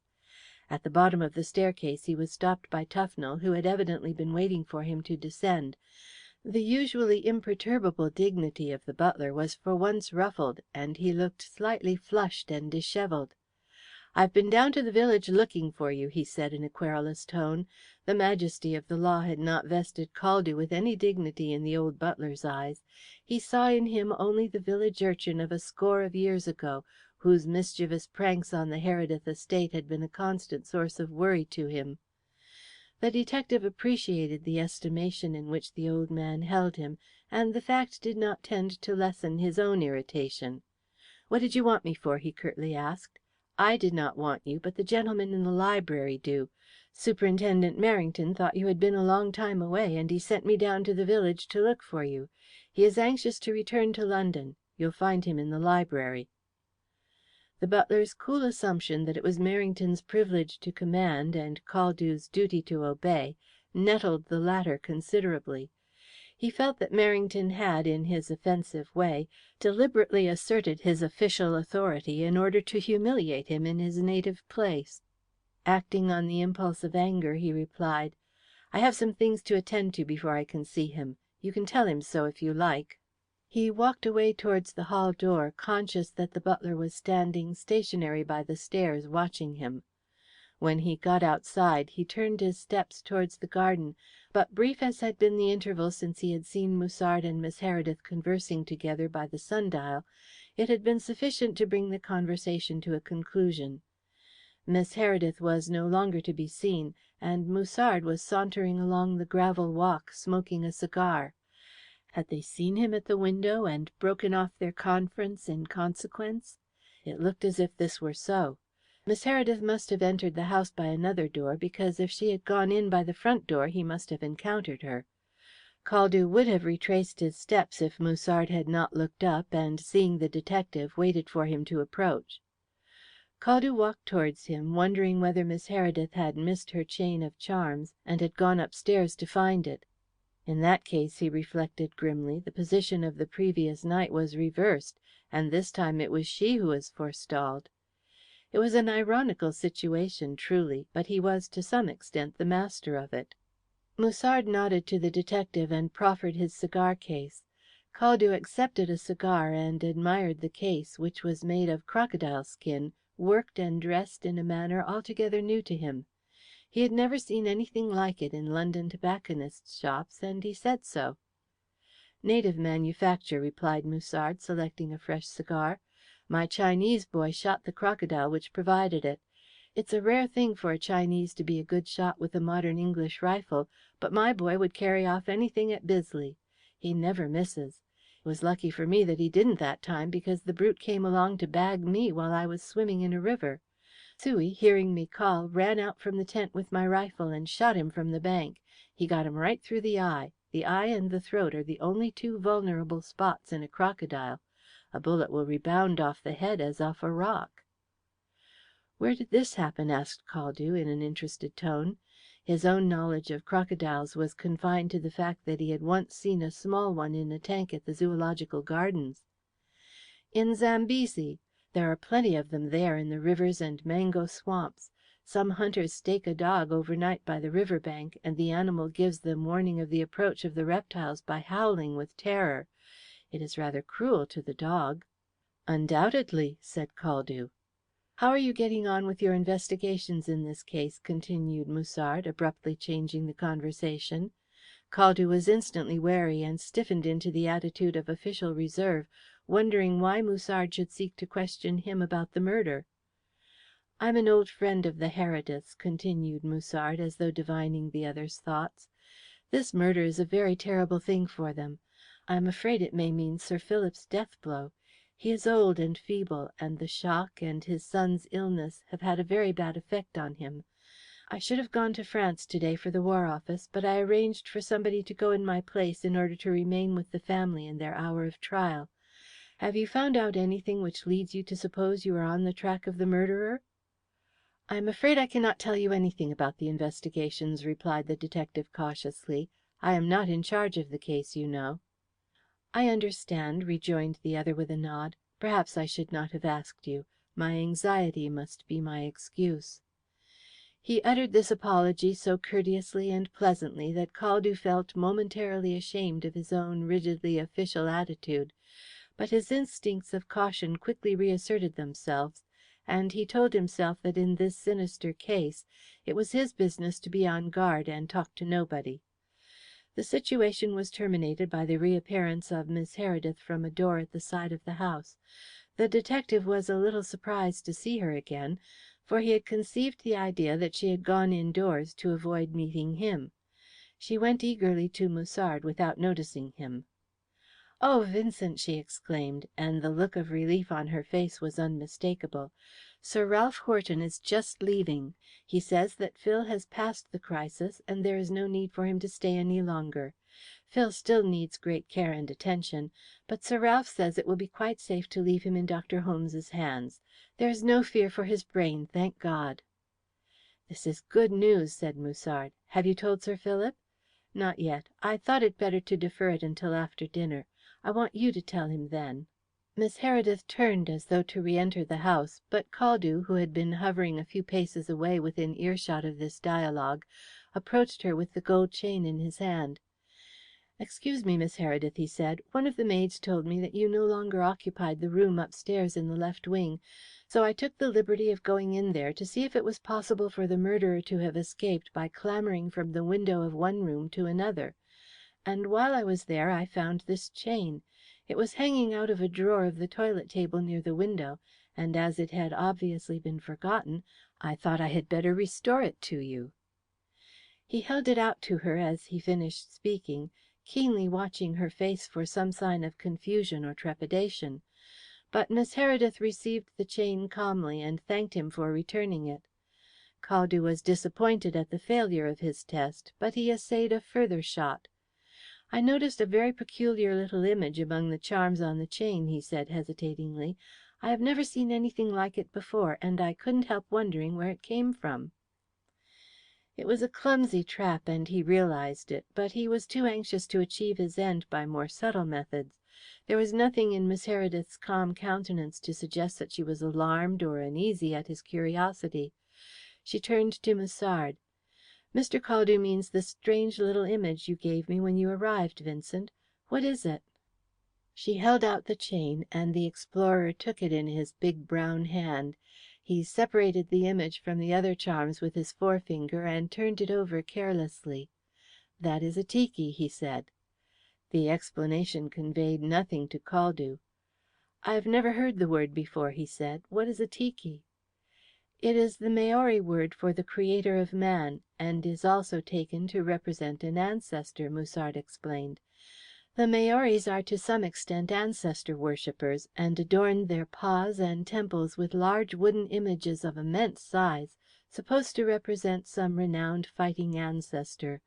These images are worshipped as gods, and are believed to be visited by the spirits, who ascend to converse with them by the hollow roots of a pohutukawa tree, which descends into the Maori nether regions. The smaller tikis, or more strictly speaking, hei tiki, such as this, are carved as representations in miniature of the larger images, and are worn as neck ornaments. They are supposed to render the wearer immune from the wicked designs of evil spirits. "From what material are they carved?" said Caldew, who had followed this explanation attentively. "I have never seen anything resembling it. It seems as clear and colourless as glass, but it emits a faint greenish lustre, and there are black flecks in it." "It is nephrite, or Maori greenstone," replied Musard. "London jewellers term it New Zealand jade." "Surely this stone is not jade," said Caldew in some surprise. "I have seen New Zealand jade ornaments in London shops, but they were made from a dull, deep greenstone, not a bit like this stone, which is clear as crystal and has a lustre." "There are different sorts of jades," replied Musard. "The present craze of society women is for Chinese pink jade and tourmaline. A good pink jade necklace will readily bring £1,000 in Bond Street, and it is going to be the fashionable jewel of the season. New Zealand nephrite has not yet come into popular favour with English ladies, and only the commoner dark green variety, which is frequently spurious, is seen here. This image was made of the rarer kind of punamu, as the Maoris call it." "It is very pretty," said Caldew. "Have you any more of it?" He flattered himself that the assumption of carelessness in his tone was not overdone. "No," replied Musard. "It was the only piece of the rare kind I was ever lucky enough to obtain." "There was another small piece, Vincent," remarked Miss Heredith. "You brought it about 10 years ago. It was the same kind of transparent stone, with black flecks in it." "I had forgotten. I gave it to Phil, didn't I? What did he do with it?" "He had it made into a brooch for Hazel Rath, and gave it to her as a birthday gift." End of Chapter 11.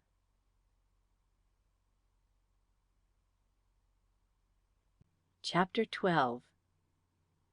As Caldew returned to the house for his interview with Merrington, the one clear impression on his mind was that the discovery of the owner of the missing brooch was the starting point in the elucidation of the murder. In the library he found Superintendent Merrington, Captain Stanhill, Inspector Wayling, and Sergeant Lumb. The sergeant, who looked tired and dirty, was apologetically explaining that his visit to Tibblestone had been fruitless. "I had my journey for nothing," he was saying in his thick country voice as Caldew entered.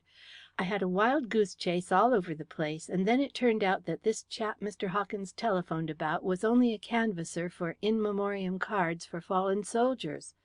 I came across him at last sitting by the roadside eating his dinner and reading a London picture paper. He looked a doubtful sort of customer, sure enough, but he was able to prove that he was playing bagatelle in the inn last night at the time the murder was committed."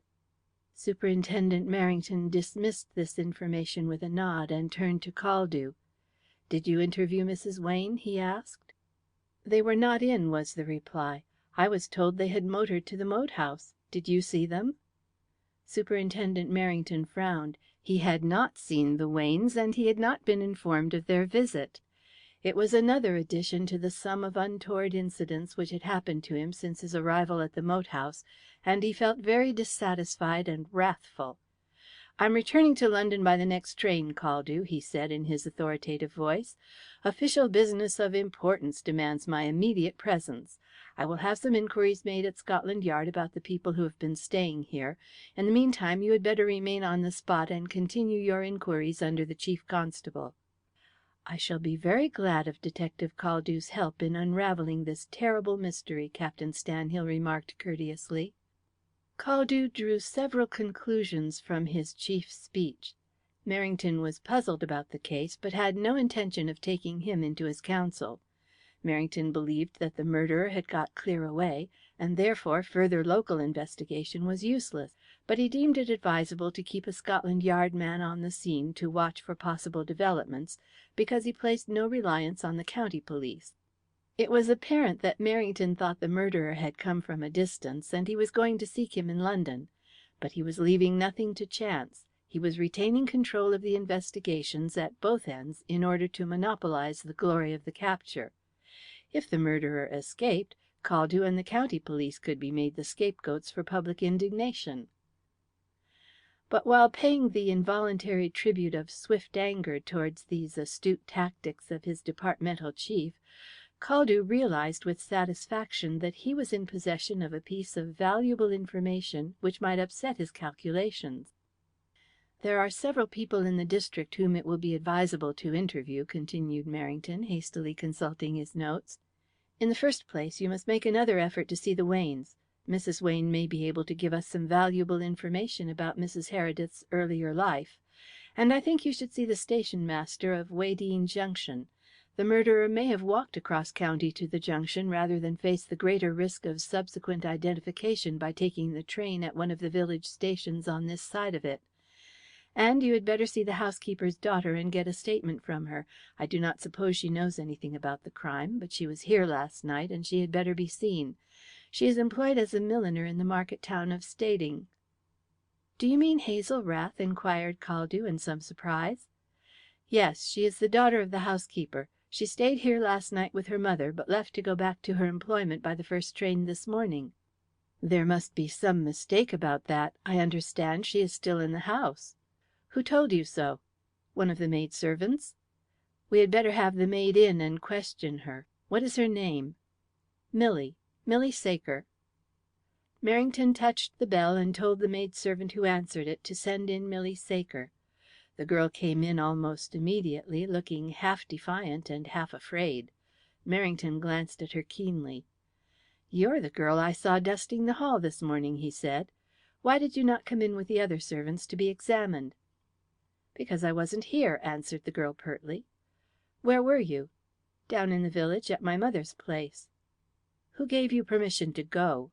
"Mrs. Rath, the housekeeper." "Did you ask her for leave of absence?" "No. She knew my mother was ill, and she said to me after breakfast, 'Milly, would you like to go and see your mother this morning?' I said yes, I should, if she could spare me. She told me she could, so I thanked her and went." Superintendent Merrington and Captain Stanhill exchanged glances. The same thought occurred to both of them. Mrs. Rath, the housekeeper, had assured them that she had sent all the servants to the library to be examined. Merrington turned to the girl again. "Mrs. Rath's daughter was staying with her last night, wasn't she?" "Yes." "Is she still here?" "Yes." "Are you quite sure of that?" "Yes. When I was outside about half an hour ago I saw her through the window, sitting in her mother's room." This piece of information conveyed some significance to Merrington's mind which was not apparent to Caldew. He paused for a moment, and then continued abruptly, "Where were you last night at the time of the murder?" "Please, sir, I don't know nothing about it," responded the girl with a whimper. "Control yourself, my good girl," said Captain Stanhill soothingly. "Nobody suggests you had anything to do with it." For reply the girl only sobbed loudly. Superintendent Merrington, who had his own methods of soothing frightened females, shook her roughly by the arm. "Listen to me," he sternly commanded. "Do you want to go to prison?" "No, sir," responded Milly with a fresh burst of sobs. "Then you'd better stop that noise and answer my questions, or I'll put you under lock and key till you do. Where were you last night when the murder was committed?" "I was waiting at table till dessert was served," replied the girl, thoroughly subdued by the overbearing manner of the big man confronting her. "What did you do when you left the dining room?" "I went to the kitchen and was talking to cook for a while." "And what did you do then?" "I went up the passage and into the hall to see if dinner was finished. I knew Miss Heredith was anxious to have dinner over early, as they were all going out, and I wanted to get dinner cleared away as quickly as I could, because I wanted to go out myself. I saw her leave the room and go towards the front door, but nobody else came out of the dining room, and I could hear somebody talking. So after waiting a little while, and seeing nobody else come out, I went back towards the kitchen." "Where were you standing while you were waiting?" "Just at the corner of the passage leading up from the kitchen." "You didn't go upstairs at all?" "No, of course I didn't. 'Tisn't my place to go upstairs." "Don't be saucy, but answer my questions. Did you hear the scream and the shot?" "No, I didn't. I was back in the kitchen before then. and the kitchen is right at the back of the house. Cook and me didn't know anything about it till one of the girls came running down and told us what had happened." "Did you see anybody except Miss Heredith in the hall or on the staircase of the left wing while you were standing at the end of the passage?" "Nobody except Miss Rath." "Do you mean the housekeeper's daughter?" "Yes." "When did you see her?" "As I was standing there waiting for a chance to clear away the dinner things, she come up from the centre passage leading from the housekeeper's rooms, and turned into the hall." "Where was she going?" "I don't know. I didn't ask her," replied the girl, who had regained something of her pert assurance. "Did she see you?" "No, I was standing at the end of the kitchen passage, which is close to the right wing. The passage she come out of was quite a long way from where I was standing, almost in the centre of the house. She turned the other way." "She turned to the right, then, as she emerged from the passage, and walked in the direction of the left wing?" "I don't know where she was going to. All I know is that I saw her turn out of the passage and walk, as it might be, up the hall in that direction." "Did you notice her actions?" "I can't say as I did particular, except she was walking in the shadow on the side nearest to the passage she come out of, and seemed to be looking at the dining room door." "You are sure it was Hazel Rath?" "Oh, it was her all right," replied Milly confidently. "I recognized her, as well as the dress she was wearing." "Was this before or after you saw Miss Heredith leave the dining room?" "About 10 minutes afterwards." "Did you mention to anybody that you saw her?" "I did not," replied the girl, as if the matter were one of supreme indifference to her. "Why not?" "I suppose Miss Rath is free to go where she pleases," said the girl airily. "She's privileged. When she used to live here she had the run of the house, just like one of the family. 'Tain't my business to question her comings and goings." "Oh, Miss Rath used to live here, did she? How long ago?" "Till about 2 years ago, before she went to business." "And how long did she live here?" "It must have been a good 7 years or more," said Milly, considering. "She come here as a little girl when her mother come as housekeeper. Miss Heredith took a great fancy to her, and she was made quite a pet of the house, and did just what she liked. When she grew up she used to help her mother and do little things about the house. But she never gave herself airs, I will say that." "Very well, you may go now."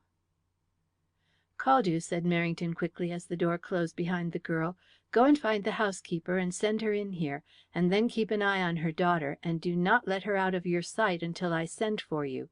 Then bring her in." When Caldew left the room on his errand, Captain Stanhill turned to Superintendent Merrington with a pained expression on his face. "Do you suspect?" he commenced. "I suspect nobody, and everybody," was the prompt reply. "My duty is to find out the facts, and my business is now to ascertain why the housekeeper lied to me about her daughter this morning. She was a fool to try and trick me. There's something underneath all this which I'll sift to the bottom before I leave." There was a timid tap, and the door opened slowly, revealing the frail black figure of the housekeeper standing hesitatingly on the threshold. Her frightened eyes were directed to Merrington's truculent ones, as though impelled by a magnet. You wished to see me?" she stammered. "Yes, come in," Merrington curtly commanded. "Close that door, Lum. Sit down, Mrs. Rath. I have a few questions to ask you." The housekeeper took a seat, with her eyes still fixed on Merrington's face. She looked ill and haggard, but the contour of her worn face and the outline of her slender figure suggested that she had once possessed beauty and attraction. Merrington, staring at her hard, again had the idea that he had seen her long ago in different conditions and circumstances, but he could not recall where. "Look here, Mrs. Rath," he commenced abruptly, "I want to know why you lied to me this morning." I don't know what you mean. I didn't come here to be insulted." The housekeeper uttered these words with a weak attempt at dignity, but her lips went suddenly white. "Don't put on any fine lady airs with me, for they won't go down," said Merrington, in a fierce, bullying tone. "You know what I meant very well. You told me this morning when I asked you that you had sent in all the servants to be examined. I have just discovered that you did not. There was a girl, Milly Saker, whom I did not see. Why was that?" It seemed to Captain Stanhill that the tension of the housekeeper's face relaxed, and that a look of relief came into her eyes, as though the question were different from the one she had expected. "I did not tell you a lie," she replied in a firmer tone. "I sent in all the servants who were in the house at the time. Milly was not at home." "Where was she?" "She went across to the village to see her mother, who is ill." "With your permission, I presume?" "Yes." "Why did you permit her to go?" "The girl's mother was very ill, and needed her daughter." "You let her go, although I told you I wanted to question all the servants?" "No, it was before you told me that I gave Milly permission to have the morning off," responded Mrs. Rath quietly. "Is that the true explanation?" "Yes." "Is it as true as your other statement?" "What other statement?" "The statement you made to me this morning when you assured me your daughter had left this house to return to her employment at Stading," said Merrington with a cruel smile. "That wasn't true, you know. How do you describe that untruth? As a temporary aberration of memory, or what?" The housekeeper looked up with swift, startled eyes, and her thin hand involuntarily clutched the edge of the table in front of her, but she did not speak. "You lied about that, you know," continued Merrington. "I found out your daughter has been in the house all day. Why did you tell me a lie? Come, out with it!" "You are too abrupt, Merrington," said Captain Stanhill, interposing with unexpected firmness. "You have frightened her." "Come, Mrs. Rath," he said gently. "Can you not give us some explanation as to why you misled us this morning?" "Because I didn't want my daughter to be drawn into this dreadful thing," she exclaimed wildly. "I suppose it was very foolish of me," she added in a more composed voice, as though reassured by the kindly look in Captain Stanhill's eyes. "But I really didn't think it mattered. My daughter knew nothing about the murder, and as she is highly strung, I did not want her to be upset." "Where was your daughter last night when the murder was committed?" asked Merrington. "In my room." "Did either of you hear the scream or the shot?" "No. My rooms are a long way from the left wing, and we were sitting with the door shut." "Then when did you learn about the murder?" "Very soon after it happened. One of the maidservants came and told me." "And you say that your daughter was with you at the time, and had been with you a considerable time before?" "Yes." "I think that will do, Mrs. Rath. I have given you every opportunity, but you still persist in telling falsehoods. Your daughter was seen walking up the hall last night in the direction of the left wing shortly before the murder was committed. The person who saw her was the maid, Milly Saker. Was that the real reason why you gave Milly leave of absence to visit her mother this morning, so that she should not tell us what she knew?" "It is not true," gasped the housekeeper. "My daughter was not out of my rooms last night. I assure you that is the truth." "I wouldn't believe you on your oath," retorted Merrington. "Lumbe, go and tell Caldew to bring in the girl." Chapter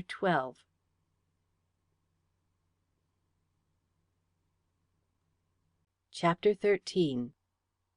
The girl who entered the room a moment later was tall and graceful, with a yearning expression in her soft dark eyes, as though in search of a happiness which had been denied her by fate.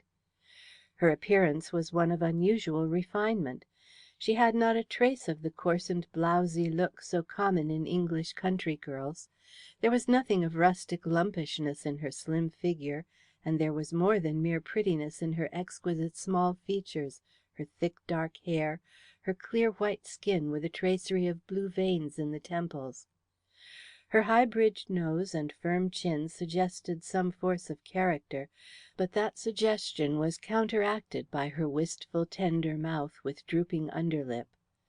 The face on the whole was a paradoxical one, containing elements of strength and weakness, and the eyes were the index to a strange, passionate nature. She advanced into the room quietly, with a swift glance, immediately veiled by drooped lids, at the faces of the police officials who were awaiting her. When she reached the far end of the table at which they were seated, she stopped and stood with her hands clasped loosely in front of her, as though waiting to be questioned. "Please sit down, Miss Rath," said Captain Stanhill politely. "We wish to ask you a few questions." The girl seated herself in a chair some distance away from her mother, and this time she surveyed the men before her with an air of indifference which was obviously simulated. But again she quickly dropped her eyes, for Merrington was staring at her with a look of amazement, as though confronted with a familiar presence whose identity he could not recall. He glanced from Hazel to her mother, and his eyes fastened themselves fiercely on the housekeeper with the satisfaction of a man who had solved an elusive puzzle. "So we have met before, Mrs. Rath," he said. "You are " "No, no, please keep silent in front of my daughter," broke in the housekeeper hurriedly. "I was not mistaken. I remembered this woman's face this morning, but I could not then recall where I had seen her before," pursued Merrington, turning to Captain Stanhill, and speaking with a sort of reflective cruelty. "Her daughter's face supplies the clue. She is the image of her mother as I remember her when she stood her trial at Old Bailey 15 years ago. She was tried for " "I beg of you not to say it." Mrs. Rath started from her seat and looked wildly around as though seeking some avenue of escape from a threatened disaster. "Is it necessary to go into this, Merrington?" asked Captain Stanhill in his mild tones, glancing from the excited woman to his colleague, with the troubled consciousness that he was assisting in a scene which was distasteful to him. "Of course it is necessary if we want to get at the truth of this case," retorted Merrington. "You needn't be concerned on Mrs. Rath's account," he went on, with a kind of savage, disdainful irony. "A woman who has been tried as an accessory to murder is not likely to be squeamish. Her name is not Rath. It is Theberton, Mary Theberton. She and her husband were tried at Old Bailey 15 years ago for the murder of a man named Bridges. The trial made a great stir at the time. It was known as the death signal case." Caldew looked at the housekeeper with a new interest. He readily recalled the notorious case mentioned by Merrington. Theberton was an Essex miller who, having discovered that his young wife was in the habit of signalling his absence to Bridges by means of a candle placed in her window, had compelled her to entice him to the cottage by the signal, and was then supposed to have murdered him by throwing him into the mill dam. But though Bridges was seen entering the cottage, and was not seen afterwards, the charge of murder failed because the detectives were unable to find his body. Theberton protested his innocence. Mary Theberton said her husband locked her in her room before admitting Bridges, and she knew nothing of what took place between the two men. There was much popular sympathy with her during the trial as the belief gained ground that the relations between her and Bridges were innocent, though indiscreet, the outcome of a craving for sympathy which had led an unhappy young wife to confide her troubles to a former schoolfellow. She was the daughter of an architect, and had been reared in refinement and educated well, but she had been disowned by her father for marrying beneath her.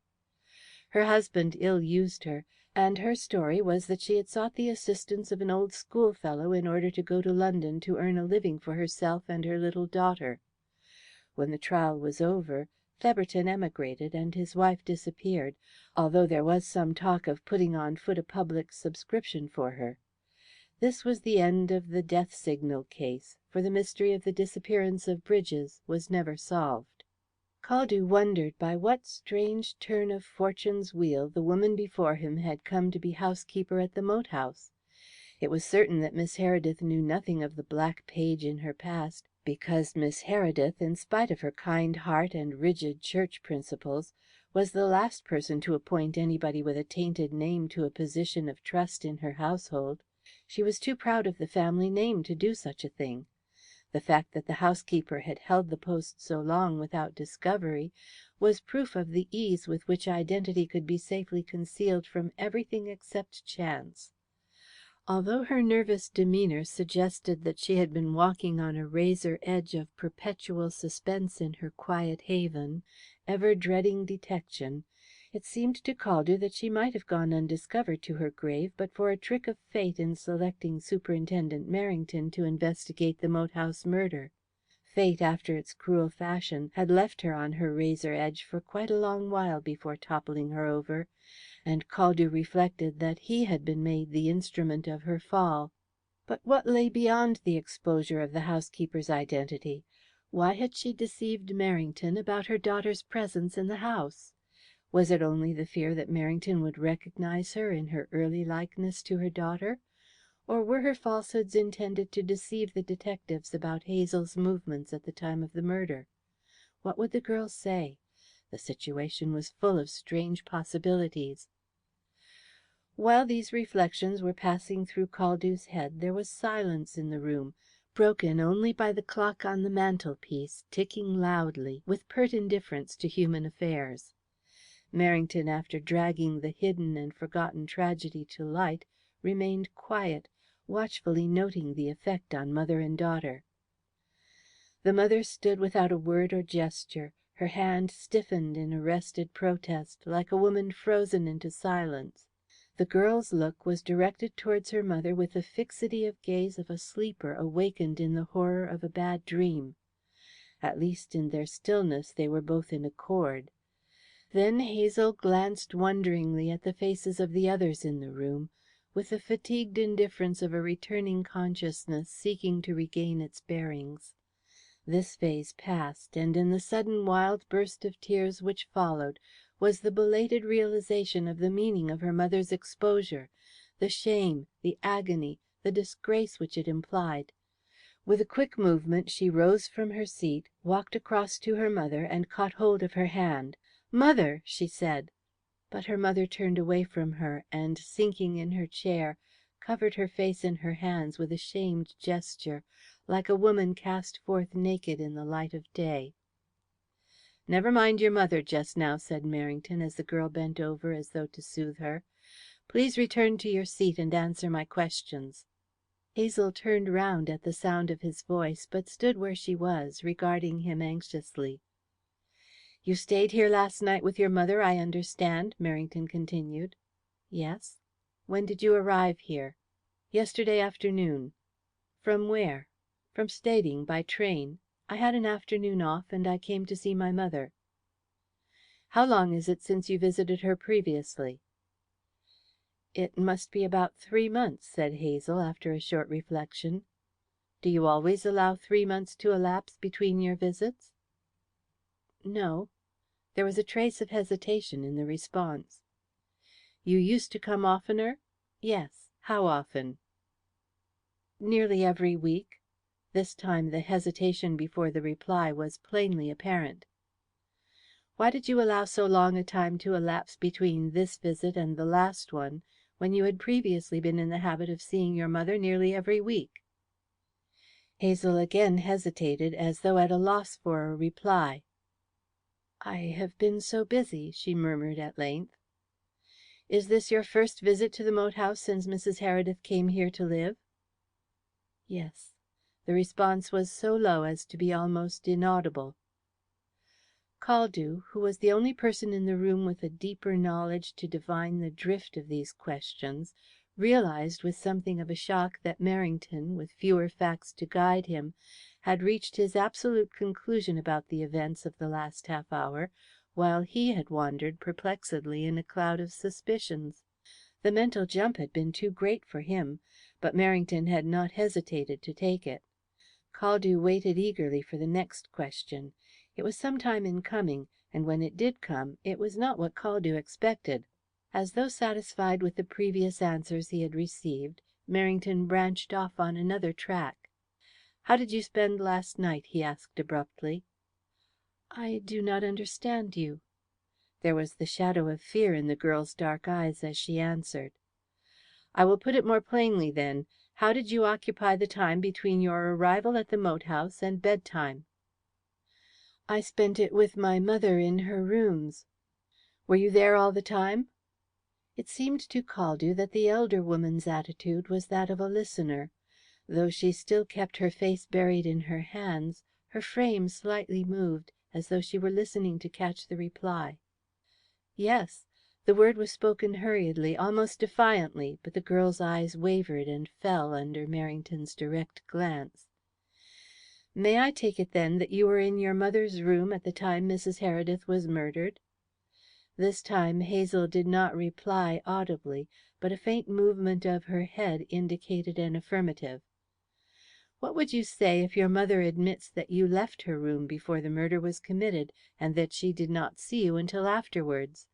It was a clever trap, Caldew reluctantly conceded, this idea of playing off the mother and daughter against each other, but one that he would have hesitated to use. The effect was instantaneous. Before the girl could frame her frightened lips in reply, her mother lifted her head sharply. "I didn't say so. Don't answer him, Hazel. Don't tell him." "Oh!" Too late the wretched woman realized that she had betrayed her daughter, and she sank into stupefied silence. "Your mother has let the cat out of the bag," said Merrington to the girl in a bantering tone. "Come now," he added, changing swiftly into his most truculent mood. "We may as well have the truth, first as last. You were seen last night going up the hall in the direction of the left wing just before the murder was committed. Do you admit it?" "I do." The admission was made in a low but calm tone. "Then your last answer was untrue. What were you doing in the hall at that time?" Hazel, staring straight in front of her, did not reply, but her quickly moving breast betrayed her agitation. "Did you hear me? I asked what you were doing in the hall last night." "I shall not tell you." "Did you go upstairs?" "I shall not tell you." These replies were given with a firm readiness which was in striking contrast to her previous hesitation. She was like a person who had been forced on to a dangerous path she feared to tread, and had summoned fortitude to walk it bravely to the end. "Of course you realize the position in which you place yourself by your silence." The quiet gravity with which Merrington put his question was, similarly, in the strangest contrast to his former hectoring style. "It is my duty to warn you that you are placing yourself in a grave situation. Once more, will you answer my questions?" "I will not." The answer was accompanied by a gesture which contained something of the carelessness of despair. "Then you must abide the consequences." He turned to Captain Stanhill and Caldew. "It will be necessary to search the housekeeper's rooms. Lumbe, you remain here and take charge of these two women. Do not allow either of them to leave the room on any pretext. You had better keep the door locked until we return." He strode out of the room, followed by Captain Stanhill and Caldew, to the manifest trepidation of two maidservants outside, who plainly had no business there. It was apparent that Milly Saker had been talking, and that strange rumours were agitating the moat house underworld. "Where are the housekeeper's rooms?" said Merrington, abruptly accosting one of the fluttered girls. "Come now, don't stand gaping at me like a fool, but take us there directly." The terrified girl went quickly ahead along a corridor leading from the main hall. Turning down a narrower passage near the end, she paused outside a closed door and said, "This is the housekeeper's room, sir." "Stop a minute," said Merrington. "Does the housekeeper occupy only one room?" "No, sir, there are two. A sitting room with a bedroom opening off it." "She has no other room in any part of the house?" "Oh, no, sir." "That will do. You may go." The maid needed no second bidding, but scuttled back towards the corridor like a scared hen making for cover. Merrington flung open the door in front of him and entered. The room was well and simply furnished in the style of the house, but the personal belongings and the bindings of some books suggested a mind not out of harmony with the refinement of its surroundings. Merrington, with a swift and comprehensive glance around him, began to upset the neat arrangement and feminine order of the apartment with a thorough and systematic search. Caldew watched him for a moment, and then walked across to the door of the inner room and entered it. The bedroom was large and airy, and the appointment struck the note of dainty simplicity. Caldew was quick to notice a girl's hat with a veil attached, cast carelessly on the toilet table. He made a circuit round the bed and approached the table to look at the hat. A tight knot and a slight tear in the gossamer indicated that it had been discarded very hastily, and Caldew wondered whether Hazel had it on, waiting for an opportunity to slip away from the moat house when he had knocked at the door to summon her to the library. As he put the hat down, his eye fell on a pincushion by the mirror, and he gave a start of surprise. In the midst of hat pins at various angles, he saw the little brooch which had disappeared from the death chamber. The stone with the greenish reflection shone clearly against the blue and gold shot silk of the pincushion. The portion of the clasp which was visible revealed the beginning of the scratched inscription of Semper Fidelis. The absence of any attempt to conceal the brooch was proof that its owner was under the delusion that nobody had seen it lying in the death chamber. Caldew felt a thrill of professional vanity at the success of his ruse. His own name, uttered in a peremptory shout from the next room, caused him to pick up the brooch and hasten thither. The first sight that met his eyes was the flushed, triumphant face of Merrington bending over some articles on the table.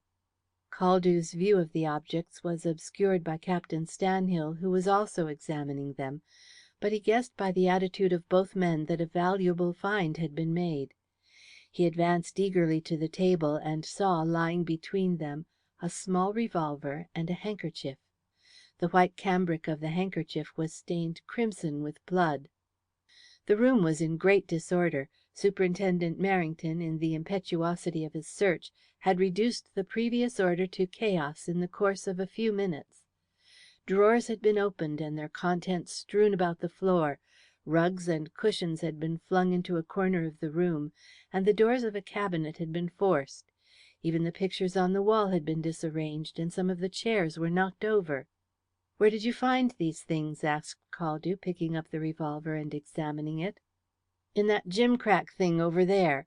Merrington pointed to a slight, elegant writing table standing in a corner of the room. "Isn't it a typical female hiding place? About as safe as burying your head in the sand. The drawer had been locked and the key taken away, but it was quite easy to open. The lock is a trumpery kind of thing, with the bolt shooting into the soft wood." "I see that the revolver is still loaded in 5 chambers," said Caldew, as he put down the weapon. "Yes, and the 6th has been recently discharged. We don't require much clearer evidence than that. And look at this handkerchief. The blood on it is hardly dry yet." Caldew took the handkerchief in his hand. As Merrington remarked, the blood on it was hardly dry. It was a small linen square, destitute of feminine adornment, except for a dainty H.R. worked in silk in one corner. The letters were barely visible in the blood with which the whole handkerchief was saturated.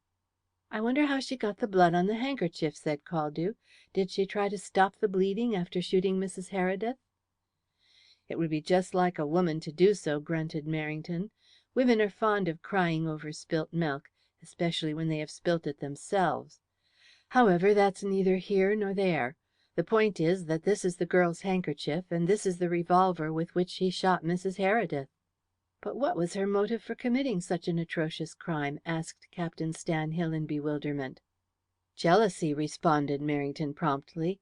"I saw the possibility of that motive as soon as I heard Milly Saker's story, and learnt that Hazel Rath had lived for some years in the moat house. Young Heredith and she must have been thrown together a lot before the war, and there was doubtless a flirtation between them which probably developed into an intrigue. There are all the materials at hand for it: a well-born, idle young man, a girl educated above her station, a lonely country house, and plenty of opportunity. I know the type of girl well. These half-educated protégées of great ladies grow up with all the whims and caprices of fine females, and their silly little heads are easily turned. Probably this girl imagined that young Heredith was so captivated by her pretty face that he would marry her. When she learnt that she had been dropped for somebody else, she brooded in secret until her unbalanced nature led her to commit this terrible crime. Moreover, she is the daughter of a woman with a queer past who has been living under an assumed name for the past 15 years." "Do you think mother and daughter have acted in collusion in this murder?" Caldew asked. "That is a question I would not care to answer offhand," responded Merrington thoughtfully. "Undoubtedly the mother shielded the daughter and lied to save her, and she obviously knew that the girl was absent from her room at the time the murder was committed. How far this implies guilty knowledge or the acts of an accomplice we are not yet in a position to say. We will arrest the daughter and detain the mother, for the present at all events. Whether we charge the mother as well as the daughter will depend on our subsequent investigations. It will be no novelty for the mother to be charged as accessory in a murder case," concluded Merrington, with a grim smile.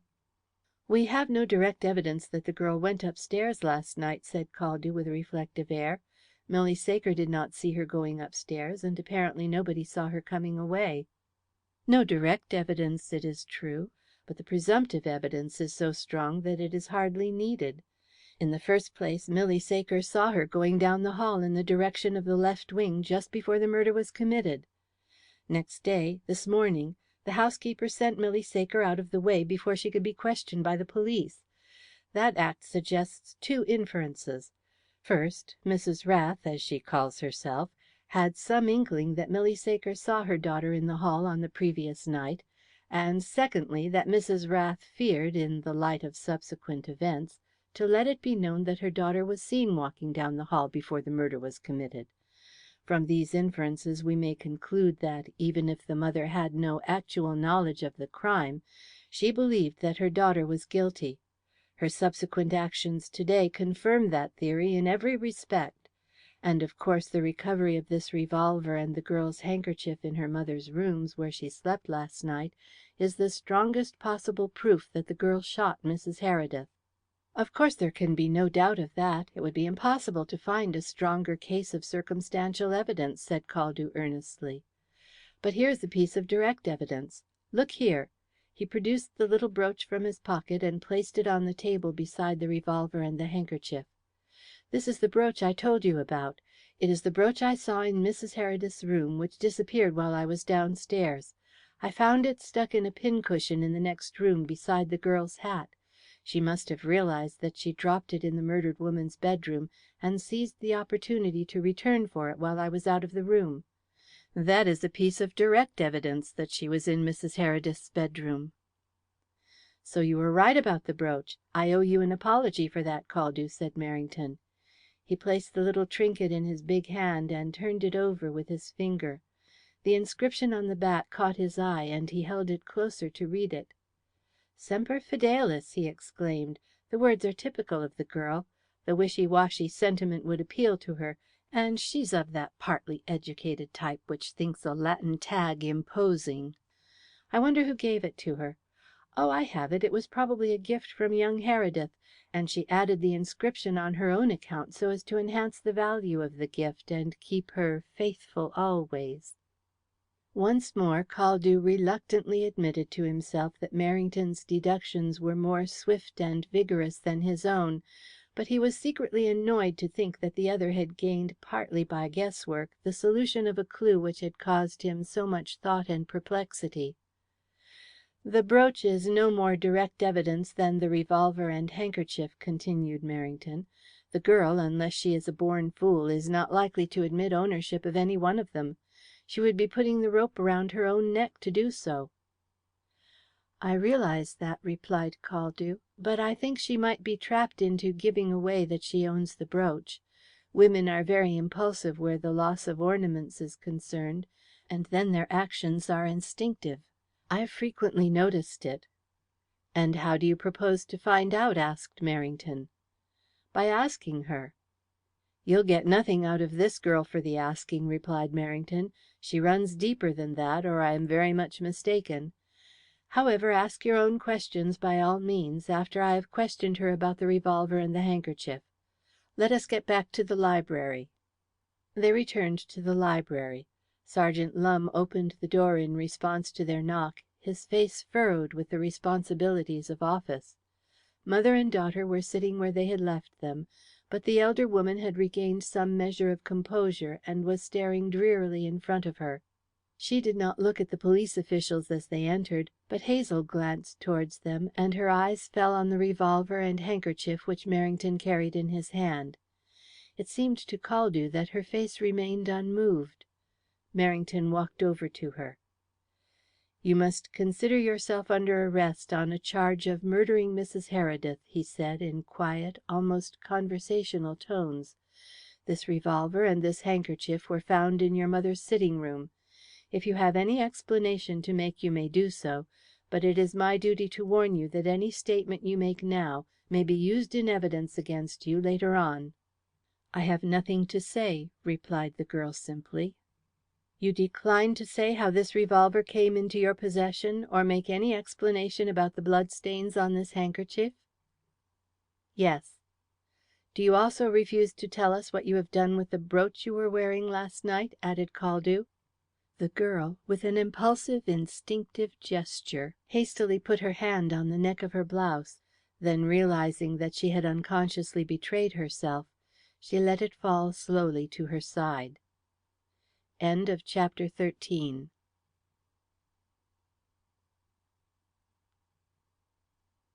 CHAPTER XIV The popular fallacy which likens circumstantial evidence to a chain naturally found no acceptance in the mind of Superintendent Merrington. If a link in a chain snaps, the captive springs free. But if he is bound by a rope, it is necessary for all the strands to be severed before liberty can be regained. Merrington remained at Heredith to weave additional strands for the rope of circumstantial evidence by which Hazel Rath was held for the murder of Violet Heredith. It was a good strong case as it stood, but Merrington had seen too many strong ropes nibbled through by sharp legal teeth to leave anything to chance. If the circumstances against Hazel Rath remained open to an alternative explanation, if, for example, the defence suggested that the mother was implicated in the crime, and the daughter was silent in order to shield her, it might be difficult to obtain a conviction. Merrington knew by wide experience how alternative theories weakened the case of circumstantial evidence, no matter how strong the presumption from the known facts appeared to be. A useful strand in circumstantial evidence is motive, and it was motive that Merrington sought to prove against Hazel Rath. His own inference about the crime, swiftly and boldly reached shortly before he arrested her, was that the girl was in love with Phil Heredith, and had murdered his young wife through jealousy. Hazel's silence in the face of accusation supported that theory, in his opinion. She was ashamed to confess, not the crime, but the hopeless love which had inspired it. Women were like that, Merrington reflected. A woman who dared to commit murder would blush to admit even to herself that she had given her love to a man who was out of her reach. But it is one thing to hold a theory, and another thing to prove it in the eyes of the law. As Hazel Rath was not likely to help the Crown establish motive by confessing her love for Philip Heredith, it was left to Superintendent Merrington to establish his theory by all the independent facts and inferences he was able to bring to light. This proved more difficult than he anticipated. He had visualized the situation with excellent insight up to a certain point, and he had imagined that it would not be a difficult matter to obtain proofs of the existence of an early flirtation or intrigue between Philip Heredith and the pretty girl who had occupied an anomalous position in the moat house. But a further examination of the inmates of the household failed to furnish any proofs in support of that supposition. Merrington could readily understand Miss Heredith and her brother denying such a suggestion, but the fact that none of the servants had seen anything of the kind was fairly convincing proof that no such relation existed. No class have a keener instinct for scandal than the servants of a country house. They have opportunities of seeing hidden things which nobody else is likely to suspect. And the moat house servants asserted, with complete unanimity, that there had been nothing between Phil Heredith and Hazel Rath during the time the girl had lived at the moat house. Their relations had been friendly, but nothing more.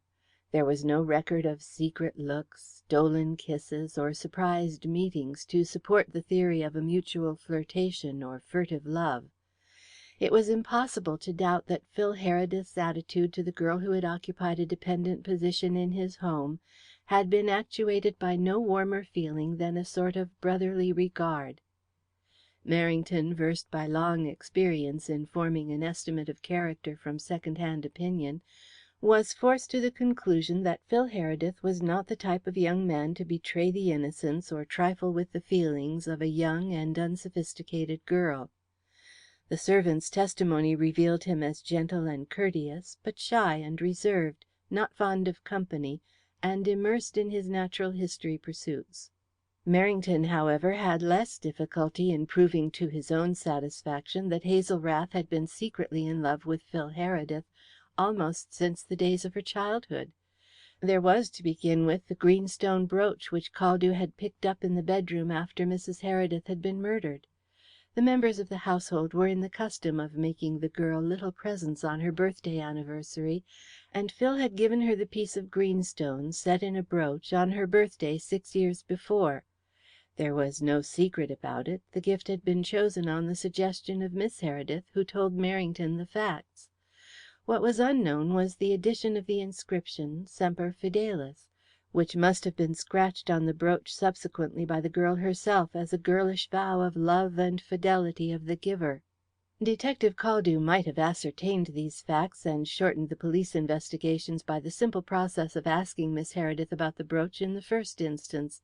But it is easy to be wise after the event, and Superintendent Merrington was the last man to quarrel with his subordinate for excess of caution in the initial stage of the investigations, when it was his duty to doubt everybody and confide in nobody.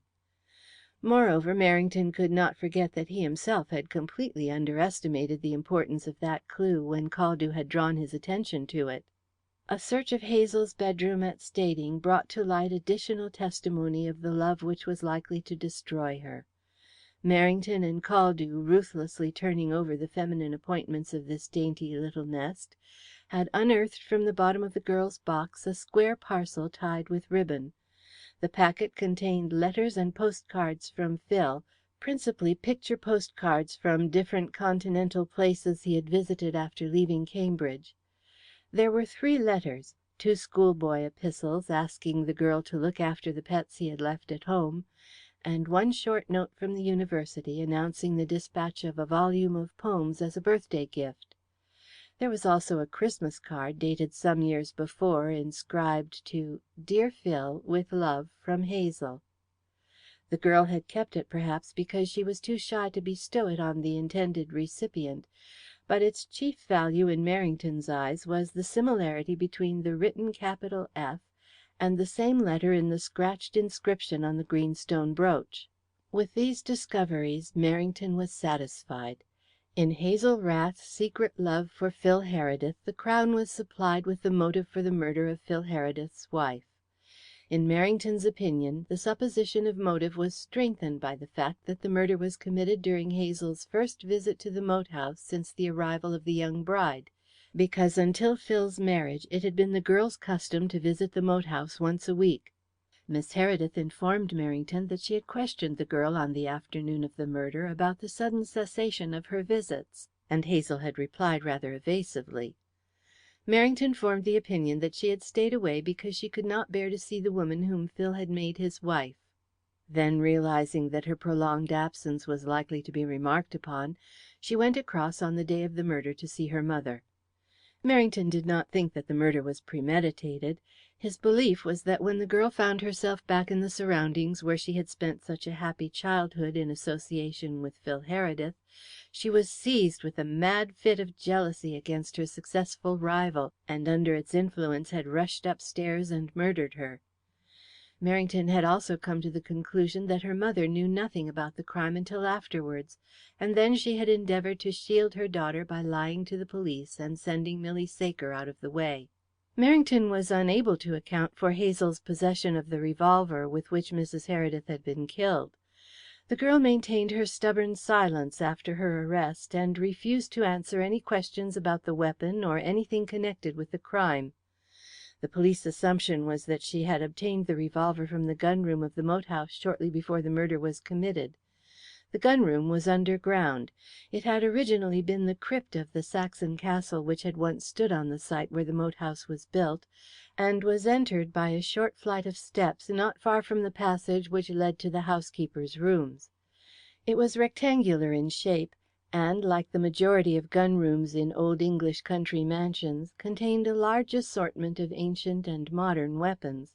Neither Sir Philip Heredith nor Miss Heredith was able to state whether the revolver found in the housekeeper's room belonged to the moat house or was the property of one of the guests, and Phil Heredith was too ill to be asked.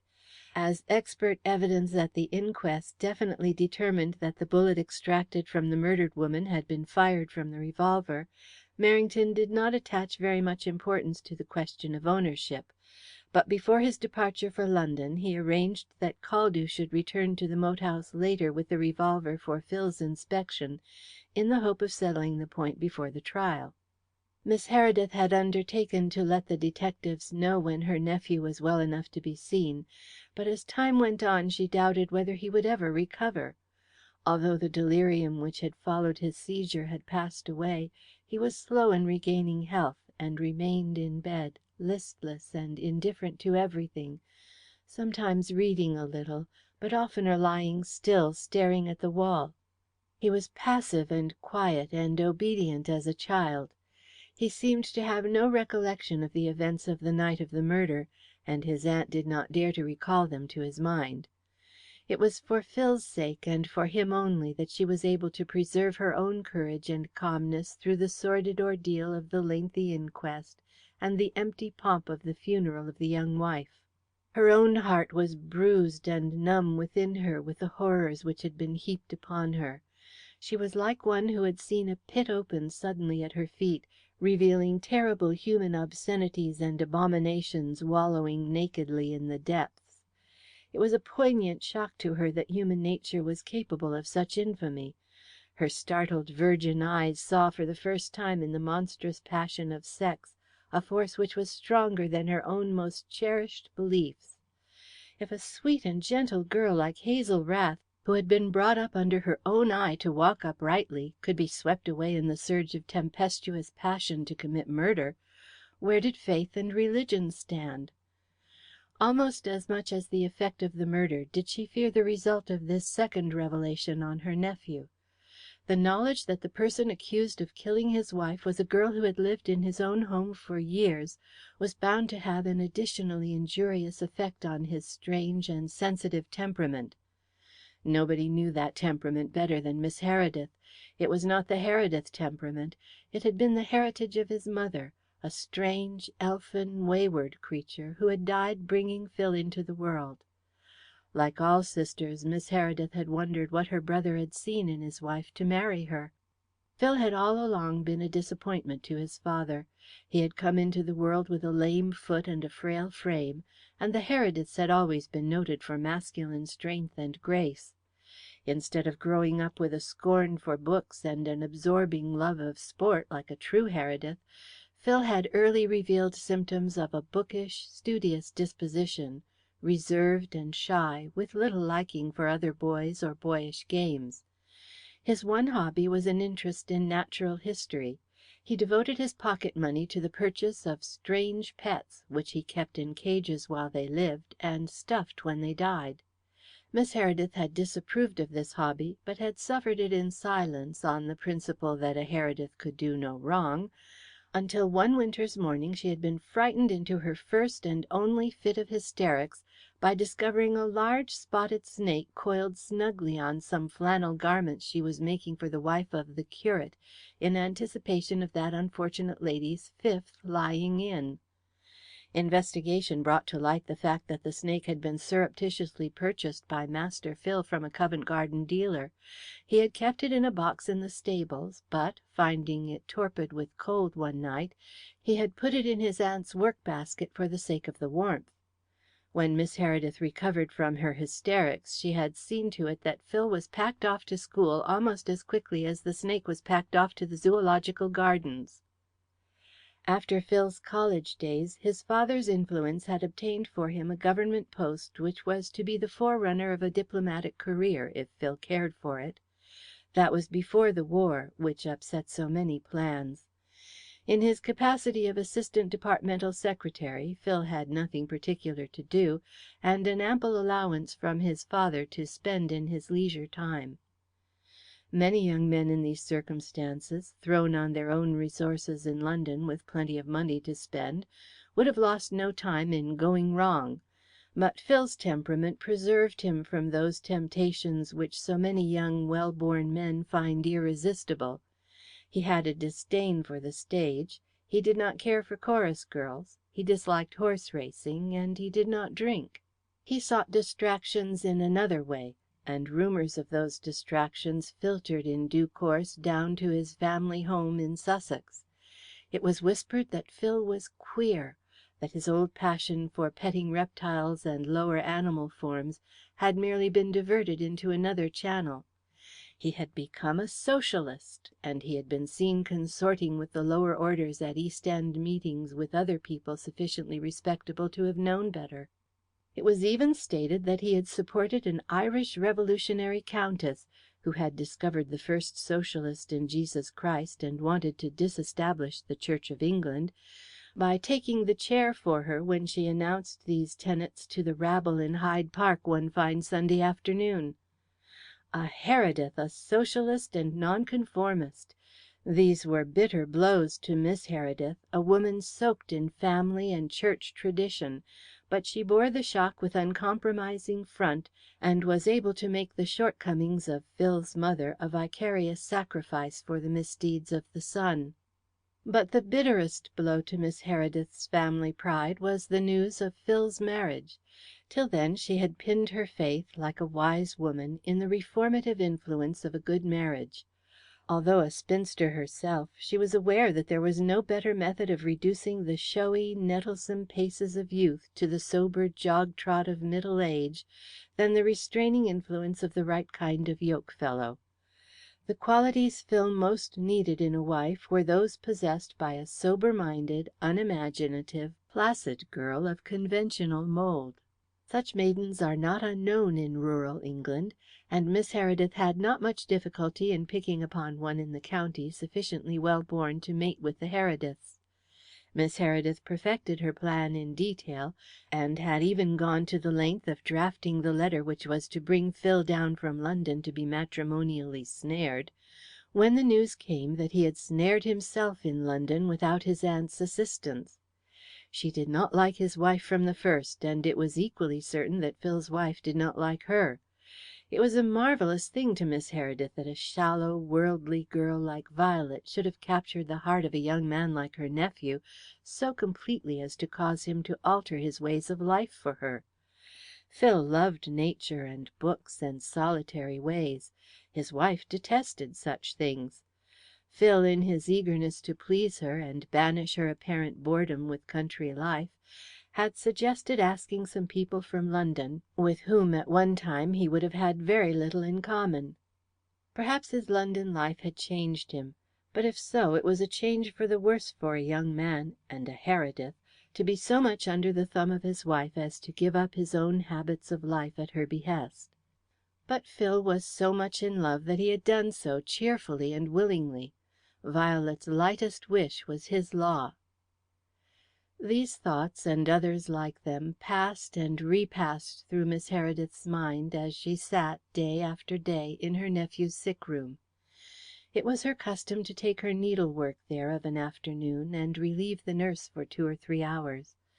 But her sewing frequently lay idle in her lap, and she leaned back in her chair, absorbed in thought, glancing from time to time at Phil's worn face on the pillow, where he lay like one exhausted and weary, reluctant to return to the turmoil of life. He took his food and medicine with the docility of a child, and occasionally smiled at his aunt when she ministered to him. Gradually he mended and increased in bodily strength until he was able to sit up and smoke an occasional cigarette. Sometimes he talked a little with his aunt, but always on indifferent subjects. He never asked about his wife, or spoke of the murder, as he had done in his delirium. It was apparent to those about him that his recollection of the events which had brought about his illness had not yet returned. Nature had, for the time being, soothed his stricken brain with temporary oblivion. Then one day the change that Miss Heredith anticipated and feared came on him as swiftly as a dream. She entered the room to find him up and dressed, walking up and down with a quick and hurried stride. One glance from his quick dark eyes conveyed to her that his wandering senses had recrossed the border line of consciousness and entered into the horror and agony of remembrance. "Phil, dear," she said, hastening to his side, "is this wise?" "How long have I been lying here?" he demanded impatiently, as though he had not heard her speak. "It is 10 days since you were taken ill," she replied, in a low voice. 10 days!" he repeated in a stupefied tone, as though unable to realize the import of the lapse of time. "It is incredible. It seems to me as though it was only a few hours. What has happened? What has been done by the police? Has the murderer been arrested?" It came to Miss Heredith with a shock that his dormant brain had awakened to leap back to the thing which had paralyzed it, and with that knowledge came the realization that the dreaded moment for the revelation she had to make had arrived. And, like a woman, she sought to postpone it. "Phil," she said weakly, "do not talk about it until you are stronger." "I am strong enough not to be treated as a child," he rejoined fretfully, turning on her a sallow face with a bright spot in each cheek. Is the funeral over?" "Some days ago," she murmured, and there was a thankful feeling in her heart that it was so. Before he had time to speak again there was a tap at the door, and a maidservant entered. "Mr. Musard would like to speak to you for a moment, ma'am," she said to Miss Heredith. Miss Heredith caught eagerly at the respite. "Tell him I will come at once. Phil," she added, turning to her nephew, "I will send Vincent to you. He can tell you better than I. He has been here all through your illness, and has looked after everything." She hurried from the room without waiting for his reply. She saw the tall form of Musard standing in the hall, and went rapidly to him. "Phil has come to his senses, Vincent," she exclaimed in an agitated voice. "He wants to know everything that has happened since he was taken ill. What shall we do?" "He must be told, of course," replied Musard with masculine decision. "It is better that he should know than be kept in suspense. How is he?" "He seems quite normal and rational. Will you see him and tell him?" "Yes. As a matter of fact, it is advisable that he should know everything without delay. I sent for you to tell you that Detective Caldew has just arrived to ascertain if Phil can identify the revolver. I told him Phil was still ill, but he is persistent, and thinks that he ought to be allowed to see him. It would be better if Phil could see him and settle the point." "Oh, Vincent, do you think it is wise?" "Yes. Phil has had a shock, but it is not going to kill him, and the sooner he takes up his ordinary life again the better it will be for him. Come now, everything will be all right." He smiled at her anxious face reassuringly. "Leave it to me. I will see that nothing is done to agitate Phil if I do not think him strong enough to bear it. Now let us go to him."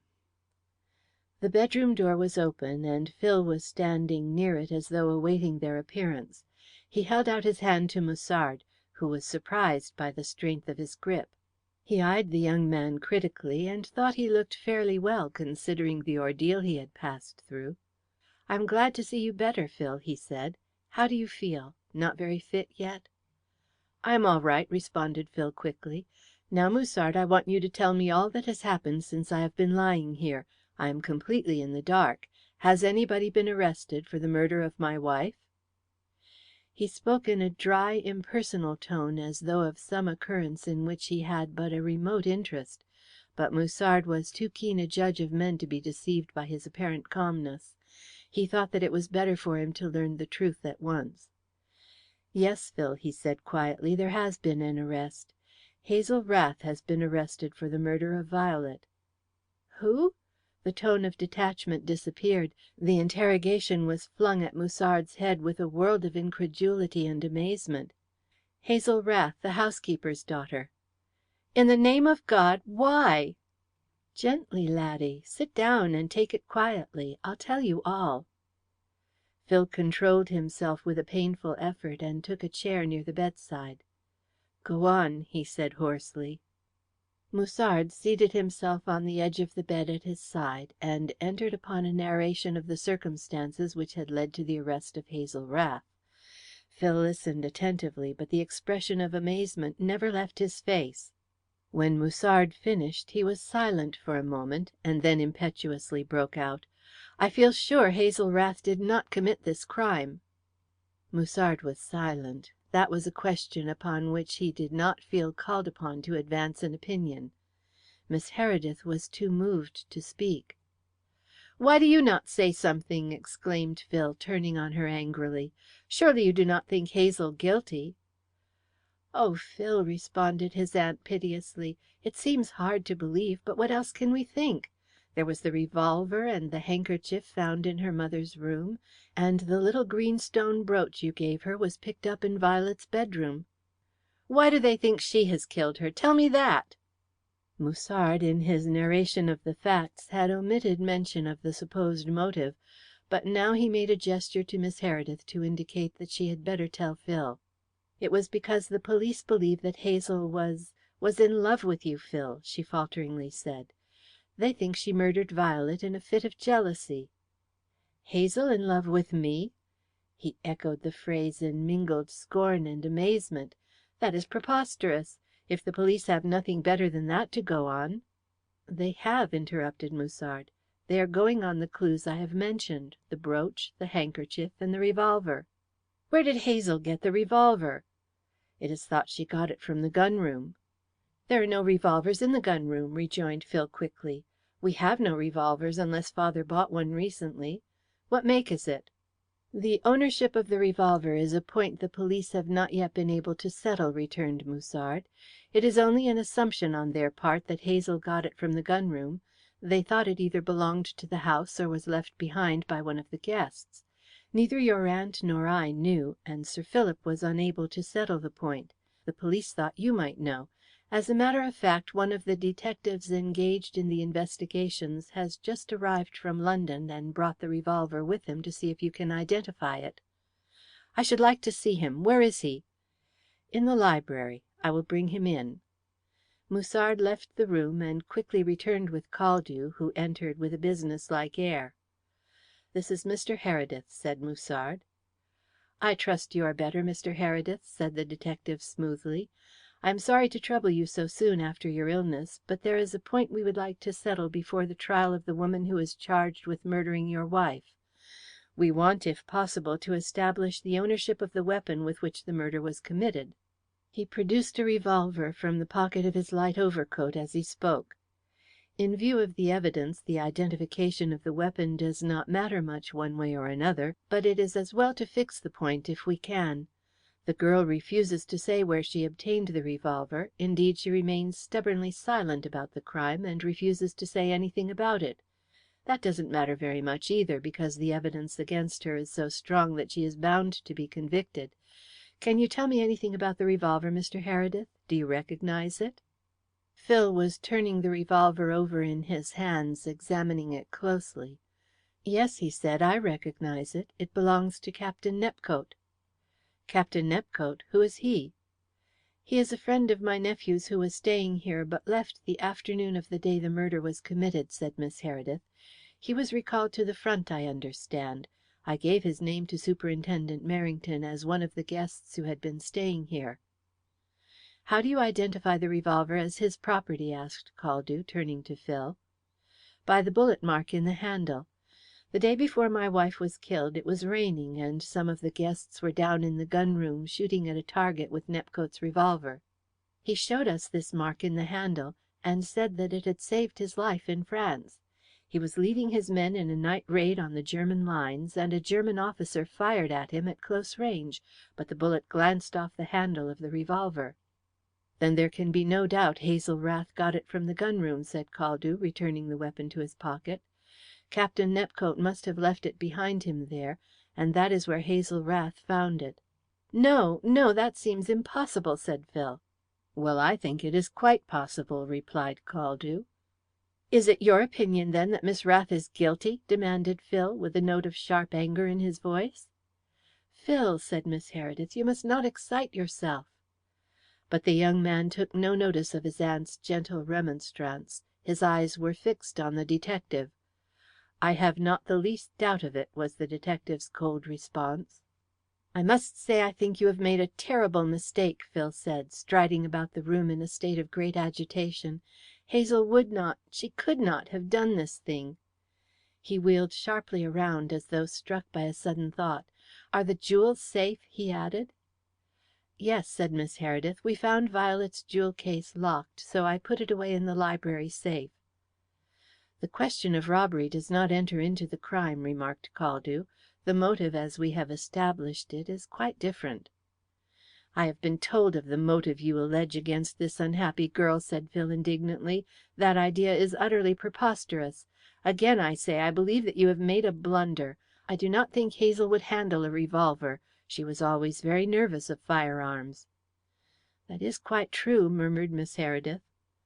"A jealous woman forgets her fears," said the detective, rather maliciously.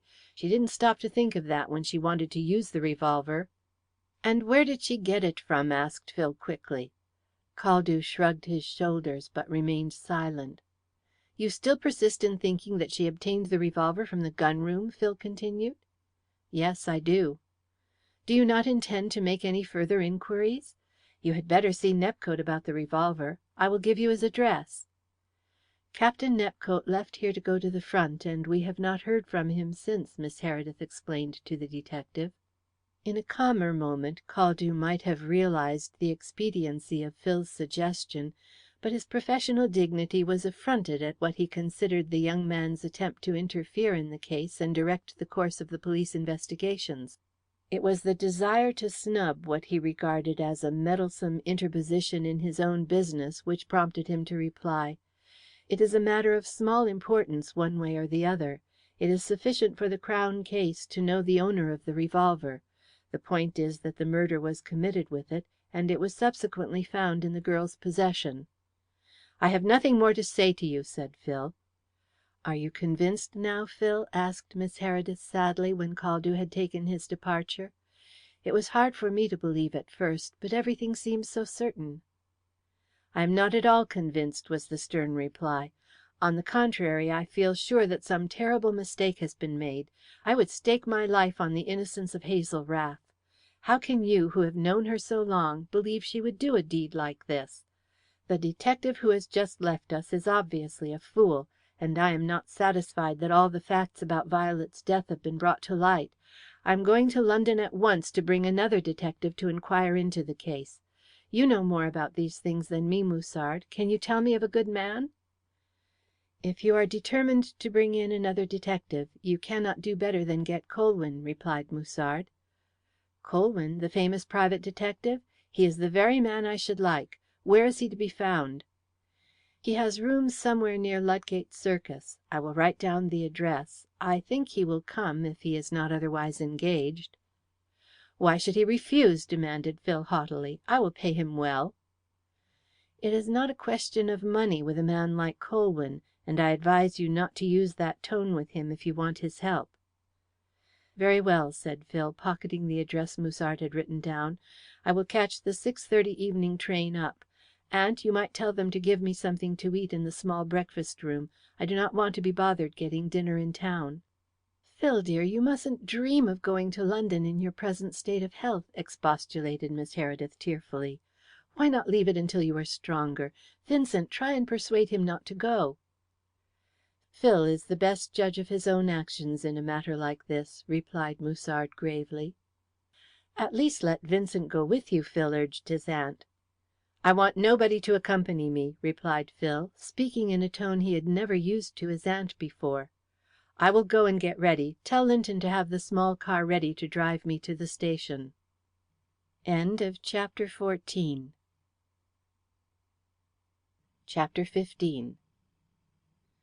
Colwyn had rooms in the upper part of a block of buildings on Ludgate Hill, looking down on the Circus, above the rookery of passages which burrow tortuously under the railway arches to Water Lane, Printing House Square, and Blackfriars.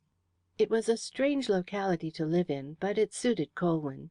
It was in the thick of things. From his windows, high up above the roar of the traffic, he could watch the ceaseless flow of life eastward and westward all day long and far into the night. No other part of London offered such variety and scope in the study of humanity. The City was stodgy, the Strand too uniform, Piccadilly too fashionable, and the select areas for bachelor chambers, such as the Temple and Half Moon Street, were backwaters as remote from the roaring turbulent stream of London life as the Sussex Downs or the Yorkshire moors. In addition to these things, the spot offered a fine contrast in walks to suit different moods. There was that avenue of wizardry, Fleet Street, whose high priests and slaves juggled with the news of the world. There was the glitter of plate glass fronts between the Circus and St. Paul's, the twilight stillness of the archway passages and their little squeezed shops, the isolation of Playhouse Yard and Printing House Square, the bustle of Bridge Street and the Embankment. From his window Colwyn could see the City shop girls feeding the pigeons of St. Paul's around the statue of Queen Anne. To Colwyn, London was the place of adventures. He had lived in New York and Paris, but neither of these cities had for him the same fascination as the sprawling giant of the Thames. Paris was as stimulating and provocative as a paid mistress, but palled as quickly. In New York, mysteries beckoned at every street corner, but too importunately.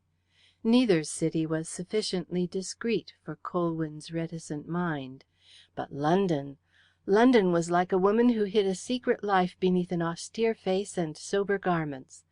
Underneath her air of prim propriety and calm indifference were to be found more enthralling secrets than any other city of the world could reveal. It was emblematic of London that her mysteries, in their strangest aspects and phases, preserved the air of ordinary events. Colwyn saw nothing extraordinary in this. To him life seemed so perpetually inconsistent that there could be nothing inconsistent in any of its events. It was to his faith in this axiom, expressed after his own paradoxical fashion, that he partly owed some of those brilliant successes which had stamped him as one of the foremost criminal investigators of his day. He never rejected a story on the score of its improbability. He had seen so many unusual things in his career that he once declared that it was the unforeseen, and not the expected, which occurs most frequently in this strange world of ours. That was perhaps partly due to the wide gulf between human ideals and actions, but whatever the reason, Colwyn never lost sight of the fact that the incredible, once it happened, became as commonplace as the meals we eat or the clothes we wear. It seemed to Colwyn that the unexpected happened too frequently to call forth the astonishment with which it was invariably greeted by most people. In his experience, life was almost too prodigal of its surprises, so much so indeed as to be in danger of reaching the limit of its own resources. But he consoled himself, whimsically enough, with the belief that such an event was too probable ever to happen. It was nearly 11 o'clock at night, and Colwyn, getting up from a table where he had been busily writing, walked to the window and looked down on the deserted street beneath. It was a nightly custom of his. He lived, as he worked, alone, attended only by a taciturn manservant who had been with him for many years. He accepted with characteristic philosophy the view that a man who spent his time unveiling shameful human secrets had no right to share his life with anybody.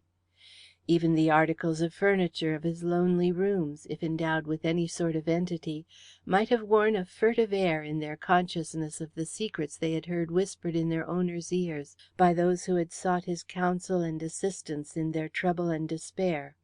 There had been many such secrets poured forth in those lonely rooms perched up high above the roar of the London traffic.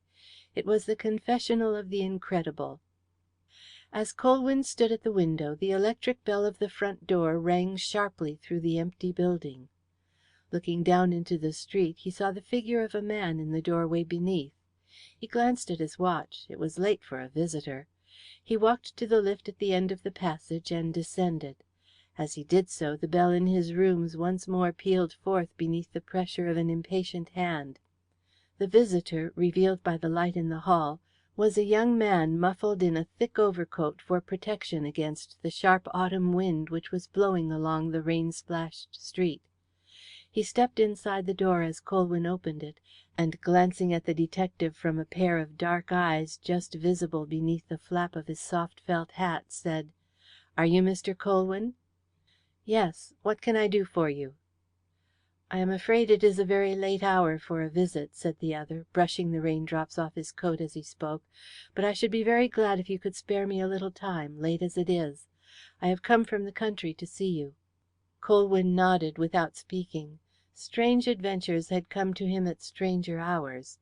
He showed the way to the lift, switched off the electric light he had turned on in the passage, and ascended with his visitor to his rooms. There his companion, with an impulsiveness which contrasted with the detective's quiet composure, again spoke. "I want your assistance, Mr. Colwyn." "Will you not be seated?" said the detective, as with a swift glance he took in the external attributes of his young and well-dressed visitor. "Thank you. I regret to disturb you at such a late hour, but the train I travelled by was greatly delayed by an accident. I thought at first of postponing my visit till the morning, but it is so urgent, to me at all events, that I determined to try and see you to night." "It was just as well that you did. I may be called out of London in the morning." "Then I am glad that I came. My name is Heredith, Philip Heredith." Colwyn looked at his visitor with a keener interest.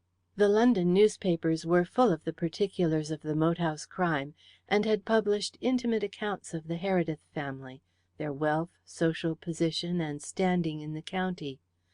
Colwyn, as he glanced at Philip Heredith, came to the conclusion that the London picture papers had been once more guilty of deceiving their credulous readers. The portraits they had published of him in no wise resembled the young man who was now seated opposite him, regarding him with a sad and troubled look.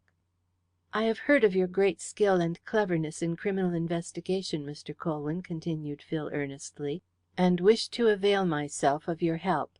That is the object of my visit." Colwyn waited for his visitor to disclose the reasons which had brought him seeking advice. He had followed the newspaper accounts of the murder and police investigations with keen interest. The special correspondents had done full justice to the arrest of Hazel Rath. There is no room for reticence or delicacy in modern journalism, and no reserves except those dictated by fear of the law for libel. Colwyn was therefore aware that Hazel Rath figured as the woman in the case, and was supposed to have shot the young wife in a fit of jealousy. The newspapers, in publishing these disclosures, had hinted at the existence of previous tender relations between the young husband and the arrested girl, in order to whet the public appetite for the remarkable revelations which it was hoped would be brought forward at the trial.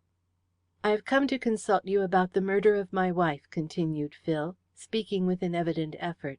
"I should like you to make some investigations." Colwyn was sufficiently false to his own philosophy of life to experience a feeling which he would have been the first to admit was surprise. "The police have already made an arrest in the case," he said. "I believe they have arrested an innocent girl." As the young man sat there, he looked so worn and ill that Colwyn felt his sympathy go out to him. He seemed too boyish and frail to bear such a weight of tragedy on his shoulders at the outset of his life. His face wore an aspect of despair. "If you think that a mistake has been made, you had better go to Scotland Yard," said Colwyn. "I have already spoken to Detective Caldew, but his attitude convinced me that it was hopeless to expect any assistance from Scotland Yard, so I decided to come to you." "In that case you had better tell me all that you know if you wish me to help you," said the detective. "In the first place, I wish to hear all the facts of the murder itself. I have read the newspaper accounts, but they necessarily lack those more intimate details which may mean so much. I should like to hear everything from beginning to end." In a voice which was still weak from illness, Phil did as he was requested, and related the strange sequence of events which had happened at the moat house on the night of his wife's murder. Those events, as he described them, took on a new complexion to his listener, suggesting a deeper and more complex mystery than the newspaper accounts of the crime. From the first, the moat house murder had appealed to Colwyn's imagination and stimulated his intellectual curiosity. There was the pathos of the youth and sex of the victim, murdered in a peaceful country home. The terrible primality of murder accords more easily with the elemental gregariousness of slum existence. Its horror is accentuated, by force of contrast, in the tender simplicity of an English sylvan setting. Colwyn's chief interest lay in the fact that, although the case against Hazel Rath was as strong as circumstantial evidence could make it, the supposed motive for the crime was weak. But he reflected that there did not exist in human life any motive sufficiently strong to warrant the commission of a crime like murder. Probably no great murder had ever been justified by motive in the sense that incitement is vindication, though human nature, ever on the alert in defence of itself, was prone to accept such excuses as passion and revenge as adequate motives for destruction. The point which perplexed Colwyn in this particular case was whether the incitement of jealousy was sufficient to impel a young girl, brought up in good social environment, which is ever a conventional deterrent to violent crime, to murder her rival in a sudden gust of passion. "Now let me hear your reasons for thinking that the police have made a mistake in arresting Hazel Rath," the detective said, when Phil had concluded his narration of the events of the night of the murder. "The case against her seems very strong." "Nevertheless, I feel sure she did not do it," said Phil emphatically. "I understand her nature and disposition too well to believe her guilty. I have known her since childhood. She has a sweet and gentle nature." "I am afraid your personal opinion will count for very little against the weight of evidence," replied Colwyn. "It is impossible to generalize in a crime like murder. My experience is that the most unlikely people commit violent crimes under sudden stress. Unless you have something more to go upon than that, your protestations will count for very little at the trial. Criminal judges know too well that human nature is capable of almost anything except sustained goodness." It was the same point of view, only differently expressed, that Superintendent Merrington had advanced to Captain Stanhill at the moat house the evening after the murder. "I have other reasons for thinking Hazel Rath innocent," replied Phil. "If she had murdered my wife we would have seen her as we rushed upstairs after hearing the scream and shot. She hadn't time to escape." "What about the window of your wife's room?" "It is nearly 20 feet from the ground, so that would be impossible." "How do you account for the brooch being found in your wife's bedroom? Is there any doubt that it belongs to Hazel Rath?" "It is quite true that the brooch is hers. I gave it to her on her birthday some years ago. The police think that Hazel is in love with me, and murdered my wife through jealousy. But that is not true. I have known her since she was a little girl, and regarded her as a sister." Phil uttered these words with a ringing sincerity which it was impossible to doubt. But that statement, Colwyn reflected, did not carry them very far. The speaker might honestly believe that the feeling existing between himself and Hazel Rath was like the affection of a brother and sister, but he was speaking for himself and not for the girl. Who could read the secret of a woman's heart? The real question was, did Hazel Rath love Philip Heredith? There lay a motive for the murder, if she did. "Does Hazel Rath still refuse to explain how her brooch came to be found in Mrs. Heredith's bedroom and subsequently disappeared?" inquired Colwyn after a short pause.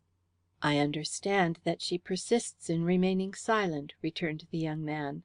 "Oh, I admit the case seems suspicious against her," he continued passionately, as though in answer to a slight shrug of the detective's shoulders. "It is for that reason I have come to you. I believe her innocent, and I want you to try and establish her innocence."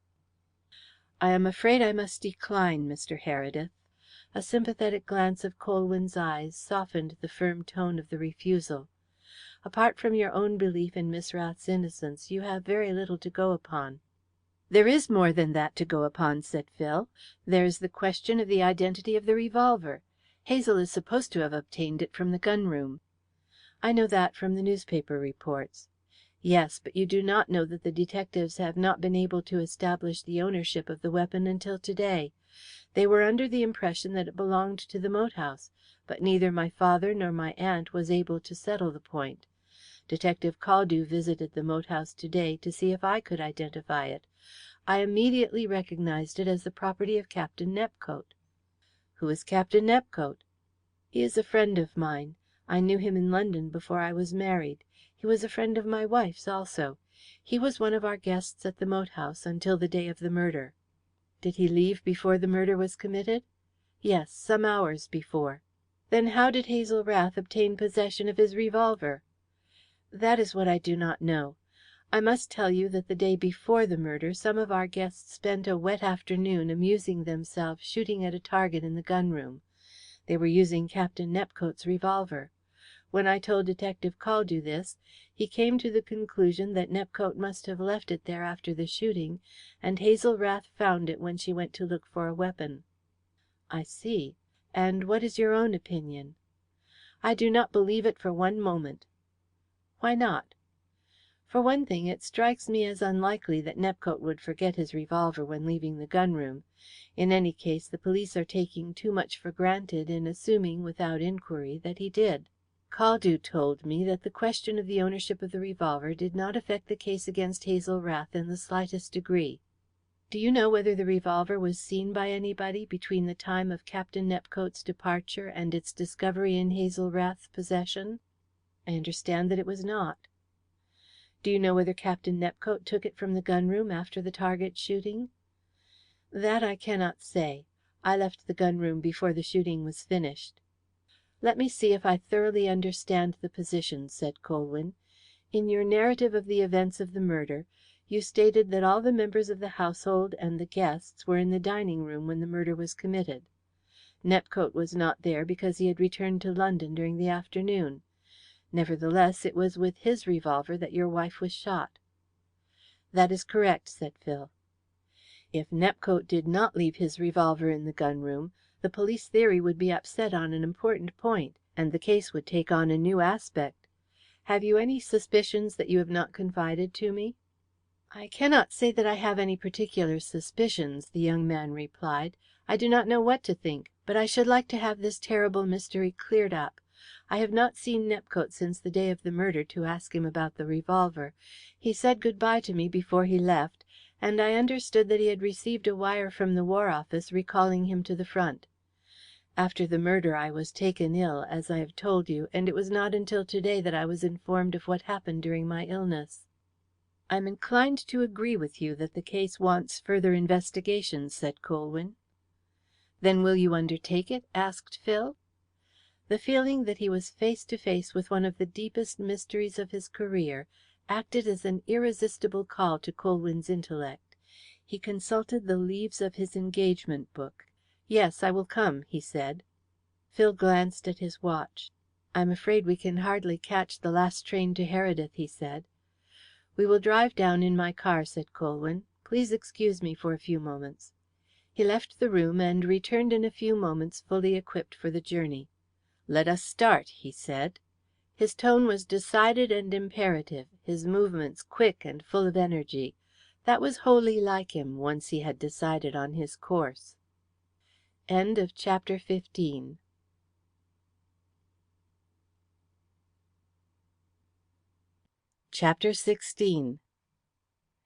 It was so late that Ludgate Circus was deserted except for a ramshackle cab with a drunken driver pouring forth a hoarse story of a mean fare to a sleepy policeman leaning against a lamp post. The sight of two gentlemen on foot when all buses had stopped running for the night raised fleeting hopes in the cabman's pessimistic breast, and changed the flow of his narrative into a strident appeal for hire, based on the plea, which he called on the policeman to support, that he hadn't turned a wheel that night, and amplified with a profanity which only the friendliest understanding with the policeman could have permitted him to pour forth without fear of consequences. He intimated his readiness to drive them anywhere between the Angel on one side of London and the Elephant on the other for 3 bob, or, being a bit of a sport, would toss them to make it 5 bob or nothing. The boundaries, he explained in a husky parenthesis, were fixed not so much by his own refusal to travel farther afield as by his horse's unwillingness to go into the blasted suburbs. As his importunities passed unregarded, he damned them both with the terrible earnestness of his class, and rumbled back into his dislocated story with the languid policeman. Colwyn kept his car in a garage off the Bridge Street archway. Thither they proceeded, and waited while the car was got ready for the roads by a shock-headed man who broke the stillness of the night with prodigious yawns, and then stood blinking like an owl as he leaned against the yard gates, watching the detective backing the car down the declivity of the passage into Bridge Street. Before they had reached it, he banged the gates behind him with another tremendous yawn, and went back to his interrupted slumber in the interior of a limousine. It was a fine night for motoring. There was a late moon, and the earlier rain had laid the dust and left the roads in good condition.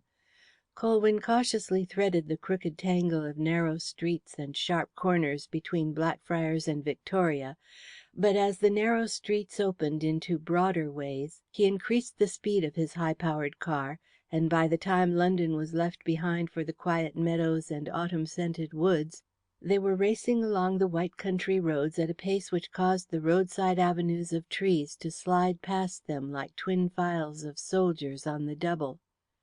Mile after mile slipped away in silence. Beyond an occasional direction of route by Phil, there was no conversation between the two men in the car. Phil sat back, looking straight in front of him, apparently absorbed in thought, and the car occupied Colwyn's attention.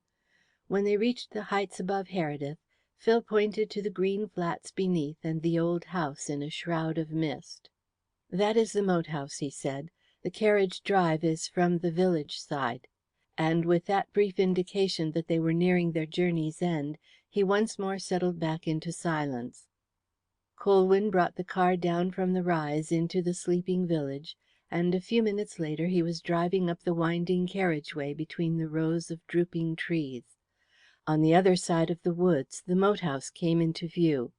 The moonlight gleamed on the high pitched red roof, and drenched the garden in whiteness, but the mist which rose from the waters of the moat swathed the walls of the house like a cerement. The moon, crouching behind the umbrageous trees of the park, cast a heavy shadow on the lawn like a giant's hand menacing the home of murder. Late as the hour was, Tufnell was up awaiting their arrival, with a light supper and wine set ready in a small room off the library. Phil had telephoned from Colwyn's room to say that he was returning with the detective, and the butler, as he helped them off with their coats, said that rumours of a railway accident had reached the moat house, causing Miss Heredith much anxiety until she received the telephone message.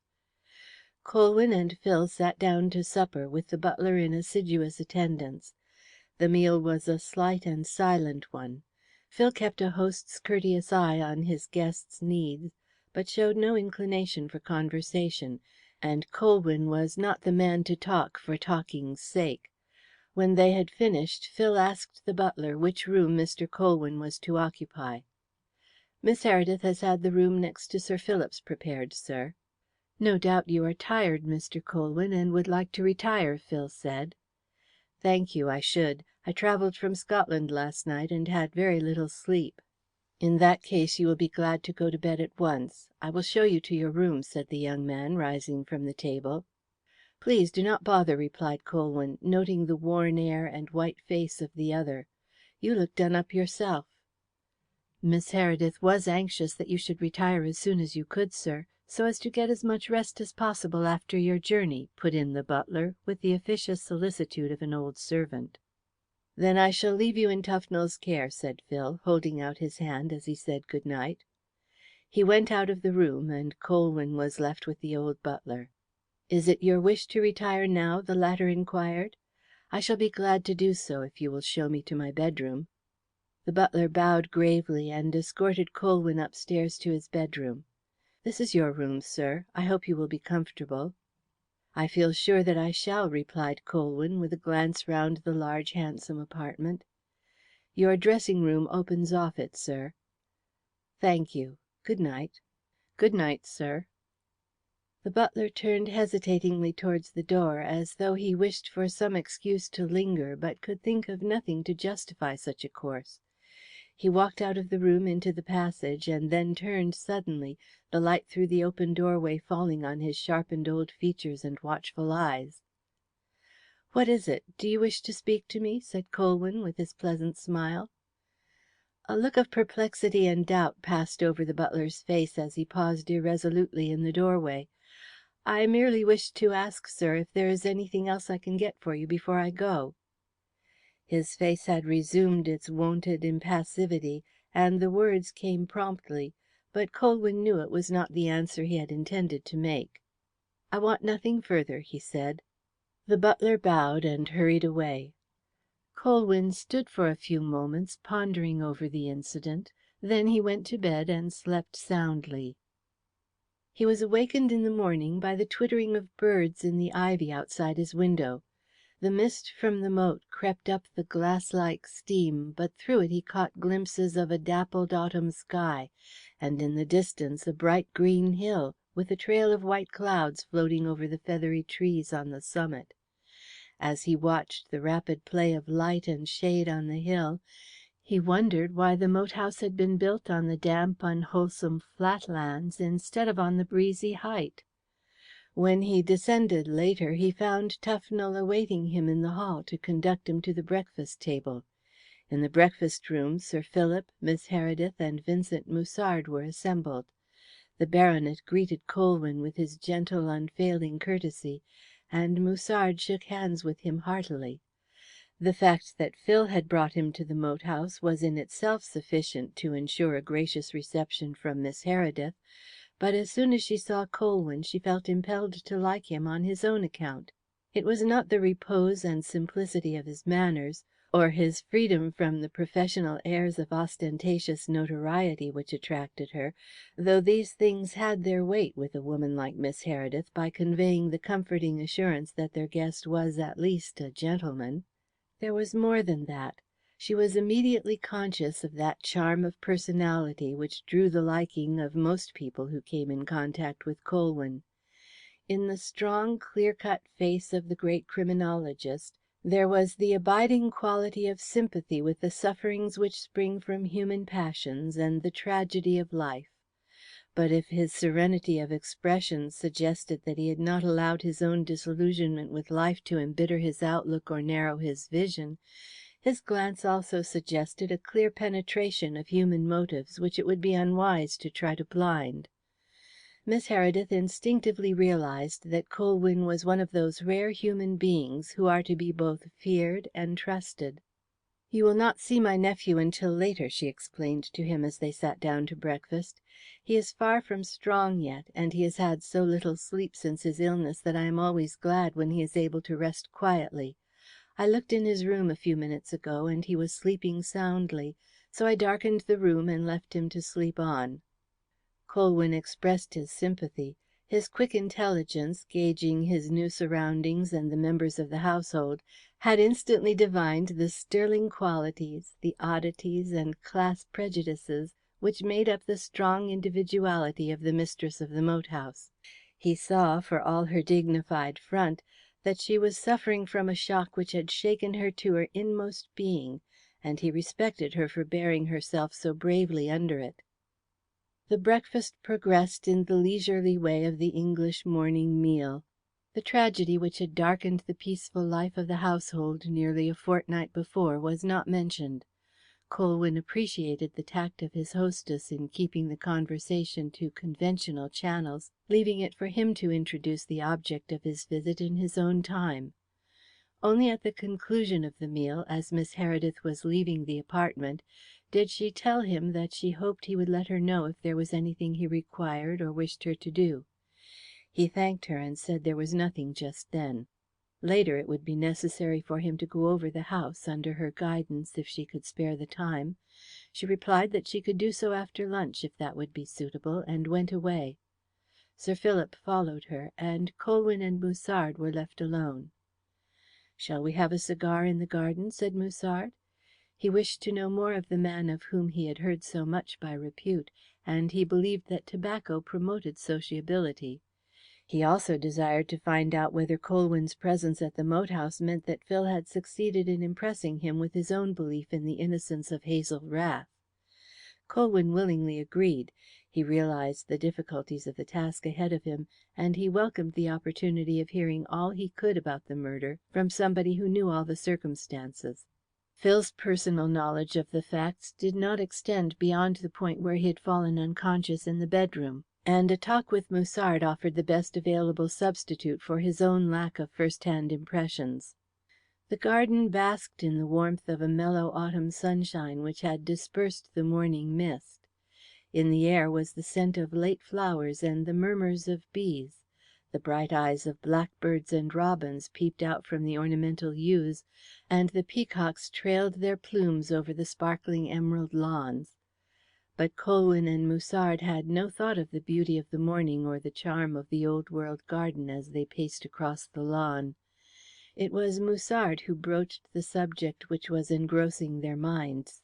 "It was very good of you to come down here, Mr. Colwyn. Your visit is a great relief to Miss Heredith." "Does Miss Heredith share her nephew's belief in Miss Rath's innocence?" "I would not go so far as to say that, though I think his own earnestness has impressed her with the hope that some mistake has been made. But her chief concern is her nephew's health, and she is anxious above all things to remove his mental worry and unrest. The mere fact that you have undertaken to make further inquiries into the case will do much to ease his mind." "I will do what I can. My principal difficulty is to pick up the threads of the case. It is some time since the murder was committed, and the attendant circumstances which might have helped me in the beginning no longer exist. It is like groping for the entrance to a maze which has been covered over by the growths of time." "Do you yourself believe it is possible that Hazel Rath is innocent?" "I have come here to investigate the case. The police account for the girl's possession of Captain Nepcote's revolver, with which Mrs. Heredith was shot, by the theory that she obtained it from the gun room of the moat house shortly before the murder. There is work for me to do both here and in London in clearing up this point. It is so important that I cannot understand the attitude of Detective Caldew in dismissing it as a matter of no consequence. If Hazel Rath were convicted with that question unsettled, she would be condemned on insufficient evidence. It is for this reason I have taken her interests into my hands. But apart from this point, I am bound to say that the case against her strikes me as a very strong one." "Yet it is quite certain that Phil Heredith believes her innocent," remarked Musard thoughtfully. "Belief is an intangible thing. In any case, his belief is not shared by you." "How do you know that?" "You would have said so." "Well, I will go so far as to say that Hazel Rath is a most unlikely person to commit murder." "Murder is an unlikely crime. There is no brand of Cain to reveal the modern murderer. Finger prints are a surer means of identification. This unhappy girl may be the victim of one of those combinations of sinister events which sometimes occur in crime, but I do not intend to form an opinion about that until I know more about the case. For that reason I shall be glad if you will give me your account of everything that happened on the night of the murder. Philip Heredith's story is incomplete, and I wish to hear all the facts." Musard nodded and related the particulars with an attention to detail which left little to be desired. His version filled in the gaps of Phil's imperfect narrative, and enabled the detective to visualize the murder with greater mental distinctness. The two stories agreed in their essential particulars, but they varied in some degree in detail. Colwyn, however, was well aware that different witnesses never exactly agree in their impressions of the same event. Phil had made only an incidental reference to the dinner-table conversation about jewels, and Colwyn was not previously aware that the story of the ruby ring had occupied 20 minutes in the telling. "How did you come to tell the story?" he asked. "Some of the ladies were admiring my ring, and Phil suggested that they should hear the story of its discovery. I had just finished when the scream rang out from upstairs, followed by the shot." "How long was the interval between the scream and the shot?" "Only a few seconds," replied Musard. "Some of us started to go upstairs as soon as we heard it, but the shot followed before we reached the door of the dining room." Colwyn reflected that this estimate differed from Phil Heredith's, who had thought that nearly half a minute elapsed between the scream and the shot. But he knew that a correct estimate of the lapse of time is even rarer than an accurate computation of distance. Musard knew nothing about two aspects of the case on which Colwyn desired to gain light. He had seen nothing of the target shooting in the gun room the day before the murder, but he thought it quite possible that Captain Nepcote's revolver might have lain there unnoticed until the following night, because the men of the house party were a poor shooting lot who were not likely to use the gun room much. He had heard the head gamekeeper say that there had been no shooting parties, and Tufnell had told him that only one or two of the men had brought guns with them. Neither was Musard aware whether there existed the motive of wronged virtue or slighted affection to arouse a girl like Hazel Rath to commit such a terrible crime. He had always thought her a sweet and modest girl, but he had seen too much of the world to place much reliance on externals, and he had had very few opportunities of observing whether there had been anything in the nature of a love affair between her and Philip. His own view was that whatever feeling existed was on the girl's side only. If there had been love passages between them, Phil's conscience would not have allowed him to be quite so certain of her innocence, added Musard. I told him of her arrest, and there can be no doubt that he thinks the police have made a hideous mistake in arresting her. Detective Caldew refused to admit the possibility of mistake, but Phil shuts his eyes to everything that tells against the girl, including her mother's unpleasant past." "Did Miss Heredith know anything of her housekeeper's past?" "No. Mrs. Rath, as she calls herself, came to Heredith many years ago, took a small cottage, and tried to support her daughter and herself by giving lessons in music and French. She would have starved if it had not been for Miss Heredith, who helped her and her little girl, tried to get the mother some pupils, and finally took her into the moat house as housekeeper. Mrs. Rath disappeared from the place after her daughter's arrest, when the police had decided that it was not necessary to detain her, leaving a note behind her for Miss Heredith to say that she couldn't face her after all that had happened. Colwyn did not speak immediately. He was examining the row of upper windows which looked down on the garden in which they were standing. "Is that the window of the room in which Mrs. Heredith was murdered?" he asked, pointing to the first one. "Yes, it is high for a first-floor window, but there is a fall in the ground on this side of the house." Colwyn tested the strength of the Virginia creeper which grew up the wall almost to the window, and then bent down to examine the grass and earth underneath. "Caldew thought at first that the murderer had escaped from the window, but Merrington did not agree with him," said Musard. If the remark was intended to extract an expression of opinion from Colwyn, it failed in effect, for he remained silent. He had regained his feet and was looking up at the window again. "Where is the door which opens on the back staircase of this wing?" he said at length. "At the extreme end. You cannot see it from here. It opens on the back of the house." "According to the newspaper reports of the case, the door is always kept locked. Is that correct?" "As a general rule it is, but it was found unlocked before dinner on the night the murder was committed." "I was not informed of this before." "Phil was not aware of it, and Detective Caldew attached so little importance to it when I told him after the murder that I should not have thought it worth mentioning if you had not asked me. Caldew's point of view was that the door had been left unlocked accidentally by one of the servants, which is quite possible. I understand both detectives agree that it had nothing to do with the murder, because the door was locked by the butler, who discovered it unlocked, fully an hour before the murder was committed. If Hazel Rath had attempted to escape that way she would have been caught in a cul-de-sac, for we rushed upstairs from the dining room immediately we heard the scream." "Did you search the back staircase?" "Almost immediately. It was empty." "And there is no doubt that the door at the bottom was locked?" "None whatever. One of the young men tried it." "What time did the butler make his discovery?" "Shortly before dinner. I do not know the exact time." "Thank you. Now, if you will excuse me, I should like to see the room Mrs. Heredith occupied. Is it empty?" "Yes. The wing has been unoccupied since the night of the murder. Shall I show you the way up?" "It will not be necessary. I know the way, and I shall be there some time." "In that case I will leave you till lunch time," responded Musard, as he walked away. Colwyn did not go upstairs immediately. He took a solitary walk in the woods, thinking over everything Musard had told him. Then he returned to the house and mounted the staircase to the left wing. His first act was to make a thorough examination of the unused back staircase at the end of the corridor. Then he entered the bedroom Mrs. Heredith had occupied. The room had the forlorn appearance of disuse. The bed had been partly stripped, and the tall-backed chairs, in prim linen covers, looked like seated ghosts with arms akimbo. Colwyn's first act was to draw the heavy window curtains and open the window. He then commenced an examination of the room in the morning sunlight. His examination was long and thorough, but it brought nothing to light which added to his knowledge of the events of the murder.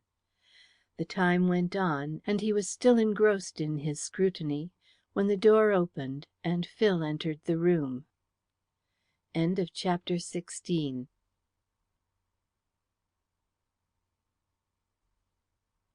Chapter 17. "Lunch is waiting," said the young man. "My aunt thought that you did not hear the gong, so I came up to tell you." "Miss Heredith was right. I did not hear it. I'm sorry if I've kept you waiting. I've been so busy that I forgot the passing of time." If Phil felt any curiosity as to the matters which had engaged Colwyn's attention in the room where his wife had been murdered, he did not express it in words. "My aunt will show you over the moat house after lunch if you wish," was what he said. "I should be glad," returned Colwyn, "but I am reluctant to put Miss Heredith to the trouble." "Do not think of that," responded Phil. "My aunt desires nothing better than to show the old place to anybody she likes, and she has taken a liking to you." "It is very good of her. I shall be pleased to accept her offer, for I wish to see over the house as soon as possible." They had started to descend the stairs. Colwyn, happening to glance over the balusters, saw the motionless figure of Tufnell standing at the bottom of the staircase, partly concealed by the group of ornamental shrubs in the hall. His face was turned upwards with an aspect of strained curiosity, but it was immediately withdrawn as his eyes encountered Colwyn's downward gaze. A moment later Colwyn saw him enter the dining room. When they reached the foot of the staircase, Colwyn, with an explanatory glance at his soiled hands and dusty clothes, promised to join the luncheon party in a few minutes. He went to his own room for a hasty toilet, and when he descended a few minutes later he again saw Tufnell in the hall. The butler, who was giving a direction to a servant, met his eye calmly, and hastened to open the dining room door for him. There was more conversation at luncheon than at the morning meal. The weight of senility relaxed from Sir Philip sufficiently to permit him to talk to his guest with some brightness. He told Colwyn a story of a seagoing ancestor of his who had entertained the royal family in his own frigate at Portsmouth in honour of Sir Horatio Nelson's victory of the Nile, and how the occasion had tempted the cupidity of his own fellow to make a nefarious penny by permitting the rabble of the town to take peeps at the guests through one of the portholes. It happened that one Jack Tar, eager to gaze on his idol Nelson, got his head jammed in the porthole, and broke up the party with a volley of terrible oaths and roars for assistance. The servant's name was Egg, Dick Egg, but he was a bad egg, chuckled Sir Philip, as he concluded the narrative. He repeated the poor joke several times in manifest appreciation. Miss Heredith did not smile at the story. She deprecated anything which had the slightest tendency to cast ridicule on the family name. That was made abundantly clear after the meal, when Sir Philip had retired to his room for his afternoon nap, and the others went over the old house. She took Colwyn under her special charge, and forgetful of the real object of the detective's visit, discoursed impressively to him on the past glories of the Heredith line. She lingered long in each room, all rich in memories of the past, pointing out the objects of interest with loving pride. It would have been a disappointment to her if she had known that the guest who walked beside her, listening to her stories and legends of each antique relic and ancient picture, had his thoughts fixed on far different matters. Colwyn's reasons for seeing the moat house had little to do with ancient oak, carved ceilings, panelled walls, and old family portraits. It was not until they descended to the gun room that Colwyn's keen professional scrutiny suggested, by force of contrast, that his former air of interest had been largely feigned. There were several underground rooms, entered by a short flight of stone steps, with an oak door at the top and bottom.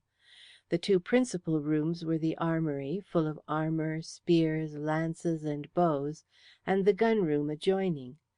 What arrested Colwyn's attention in the latter room was the display of guns on the walls. There were many varieties of them, rifled harquebuses, obsolete carbines, flintlock muskets, and modern rifles. In fact, the whole evolution of explosive weapons, from the first rude beginnings down to the breech loader of the present day. "The Herediths have ever been a family of great warriors, Mr. Colwyn," said Miss Heredith, following his glance along the walls. "Each of those weapons has some story of bravery, I might almost say heroism, attached to it. That sword you are looking at belonged to my grand uncle, who commanded the British army in the Peninsula. He was originally a major in the 14th Foot." "I was under the impression that Wellington commanded in Portugal," said Musard. "My grand uncle was Sir Arthur Wellesley, senior officer, Vincent," responded Miss Heredith. "He arrived in Portugal in 1809 to take command, but Sir Arthur most culpably failed to have horses ready to carry him to the field of battle. In consequence of Sir Arthur's neglect, my grand uncle was compelled to take the next boat back to England. There was a question asked in the Commons of the day about Sir Arthur's conduct. I do not know what the question was, but the answer was in the negative, though I am not quite sure what that means. In any case, my granduncle was a greater soldier than Wellington. My mother often heard my grandaunt say so." "I notice that there are no revolvers or pistols among the weapons on the walls," said Colwyn. "We never had a revolver," replied Phil. "There are a pair of horse pistols in that case," said Musard, pointing to an oblong mahogany box with brass corners, resting on a stand in a niche of the wall. He crossed over to the box and fumbled with the brass snibs, but was unable to open it. "The case is locked," he said. "Perhaps it is only jammed," suggested Phil. "Oh, no, it is locked fast enough. Do you understand anything about locks, Mr. Colwyn?" "You will have to break it open if you have lost the key," said Colwyn, after glancing at the box. "It is an obsolete type of lock." "I should have liked to show you those pistols," said Musard. "They carry as true as a rifle up to 50 yards. Their only drawback is that they are a bit clumsy and have a heavy recoil."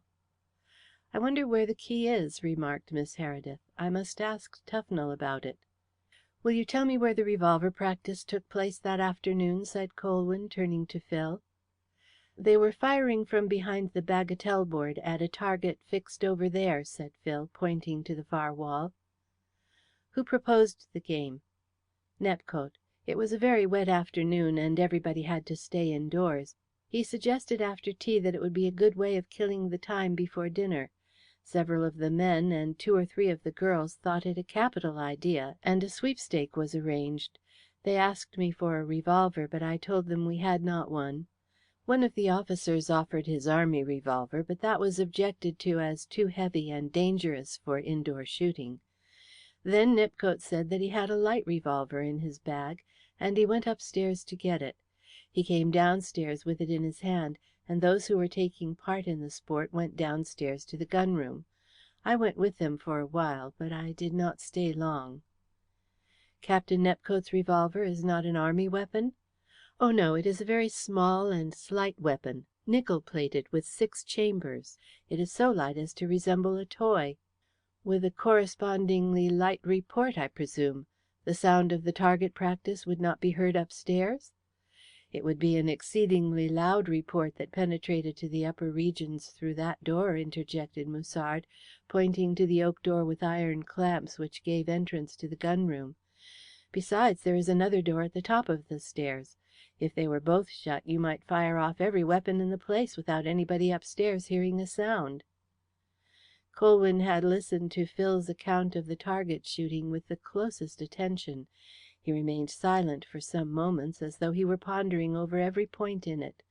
Then he said, "What makes you feel so sure that Nepcote did not leave his revolver in this room after the shooting?" "He could only have left it on the bagatelle board or one of the chairs," replied Phil earnestly. "If he had done so, it would have been seen by somebody." "Provided anybody entered the gun room," put in Musard. "Of course there must have been somebody there," rejoined Phil with some warmth. "The detectives think that Hazel did not find it until the following evening. Do you suppose nobody visited the gun room for 24 hours?" "I think it quite likely with such a poor shooting lot," Musard commenced, but broke off as he caught Miss Heredith's warning glance.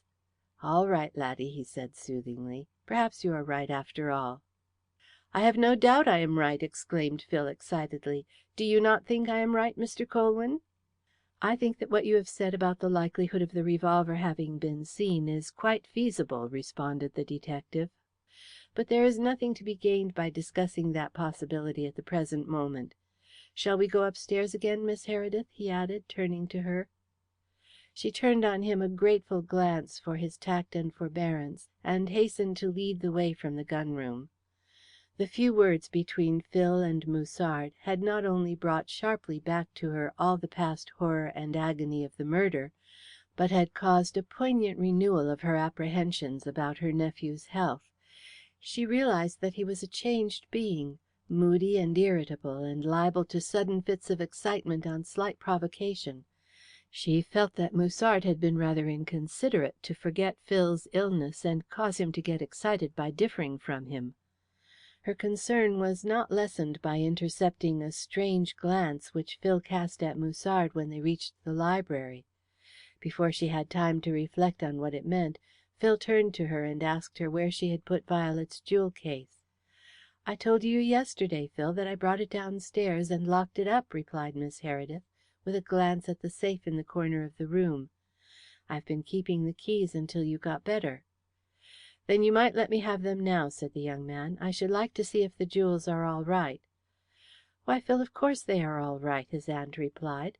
"We found the jewel case locked and not tampered with in any way."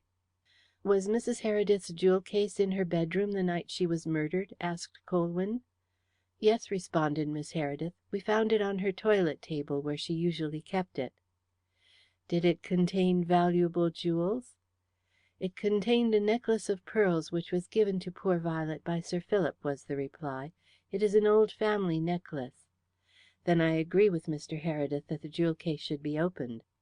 "Very well. As you think it necessary, I will go to my room for the keys." Miss Heredith left the library and returned in a few moments with a small bunch of keys in her hand. She went to the safe, unlocked it, and returned to the table, bearing an oblong silver box of quaint design, with the portrait of a stout simpering lady in enamel on the cover. Miss Heredith directed Colwyn's attention to the portrait, remarking that it was a likeness of a princess of the reigning house, who had given it and the box to her great uncle, Captain Sir Philip Heredith. "Her Royal Highness held my great uncle in much esteem, Mr. Colwyn," she added, as she proceeded to fit one of the keys into the box. "He was one of the most famous of Nelson's captains. When he died, the residents of his native town erected a memorial to him. It was inscribed with testimony to his worth in a civic, military, and Christian capacity, together with a text stating that he caused the widow's heart to sing for joy. Beneath the text was commemorated his feat in sinking the French frigate L'Équille, with every soul on board." "That hardly seems like causing the widow's heart to sing for joy," commented Musard. "The reference was to English widows, Vincent," replied Miss Heredith, proceeding to open the box with loving care. "At that period of our history we had not discovered the good qualities of the French people which have endeared them to Oh!" Miss Heredith broke off with a startled exclamation as the lid of the silver box fell back, revealing an empty interior. It is only in moments of complete surprise that the human face fails to keep up some semblance of guard over the inmost feelings. At the discovery that the jewel case was empty, Miss Heredith's dignity dropped from her like a falling garment, and she stared at the velvet interior with half open mouth and an air of consternation on her face. "Oh!" she cried again, finding voice after a moment's tense silence. "The necklace is gone!" "By heaven, that is amazing!" muttered Musard. "I thought you said it was safe." The speaker was Phil. He did not look at his aunt as he uttered this reproach, but gazed at the empty box with glowing eyes under drawn brows. "Phil, Phil, I thought it was safe. Oh, I thought it was safe!" cried Miss Heredith almost hysterically. "Where is it gone? Who could have taken it?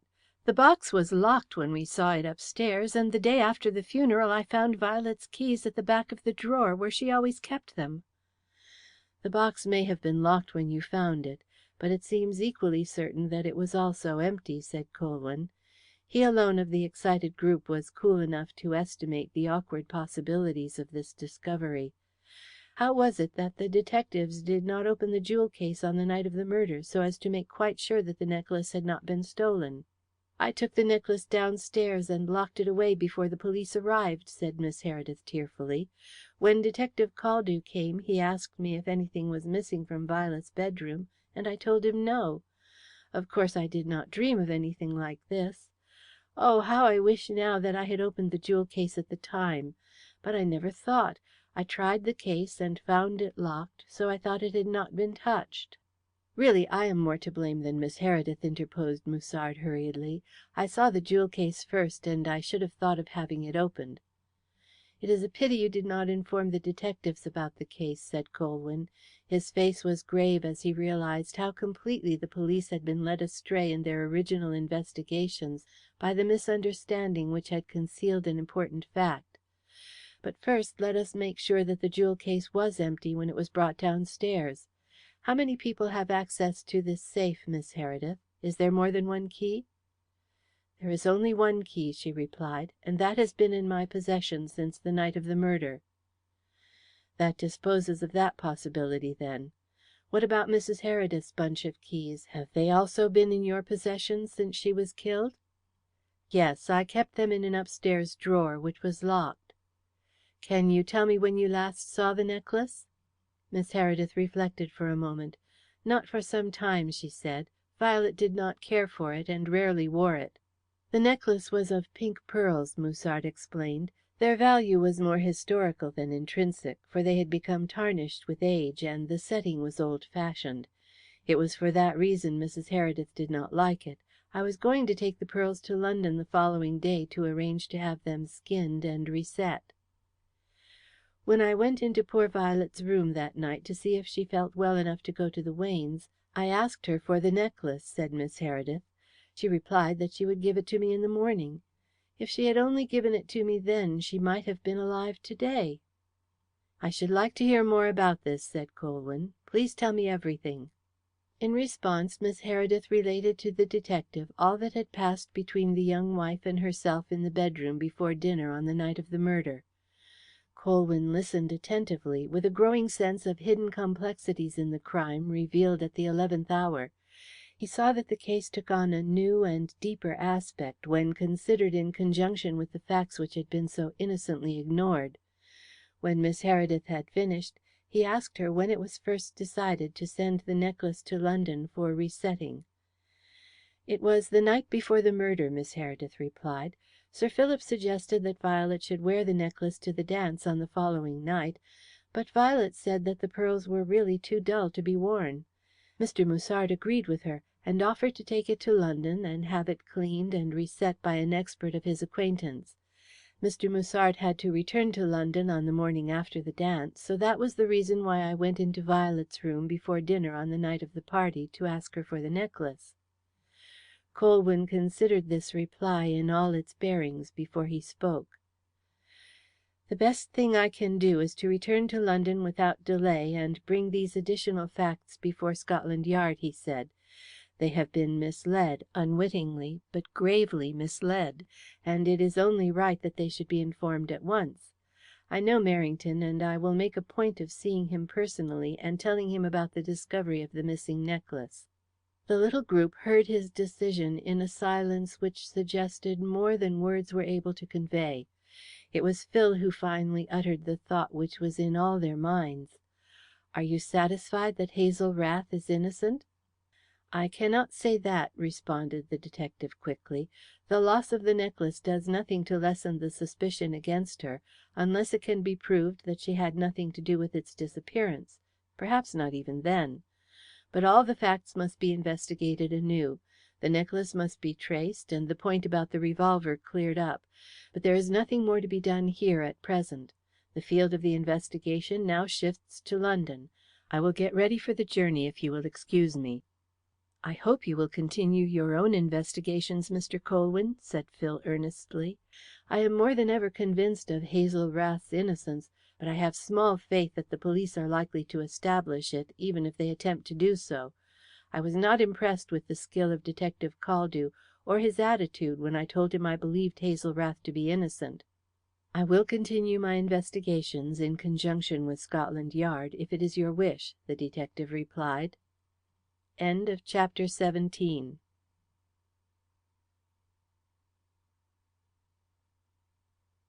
Chapter 18.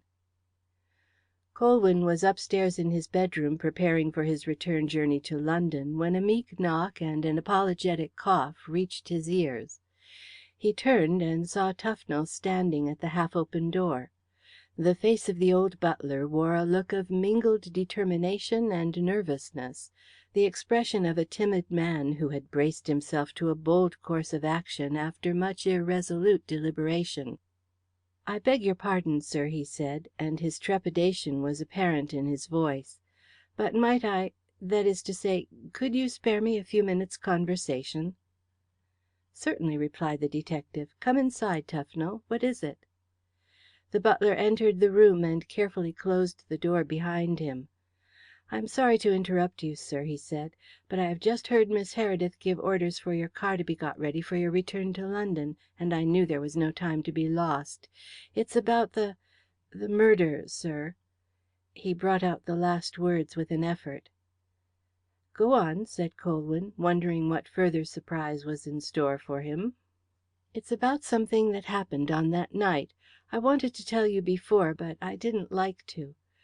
After the murder was discovered I was sent over to the village to fetch the police and the doctor, and while I was hurrying through the woods near the moat house, I thought I saw a man crouching behind one of the trees near the carriage drive.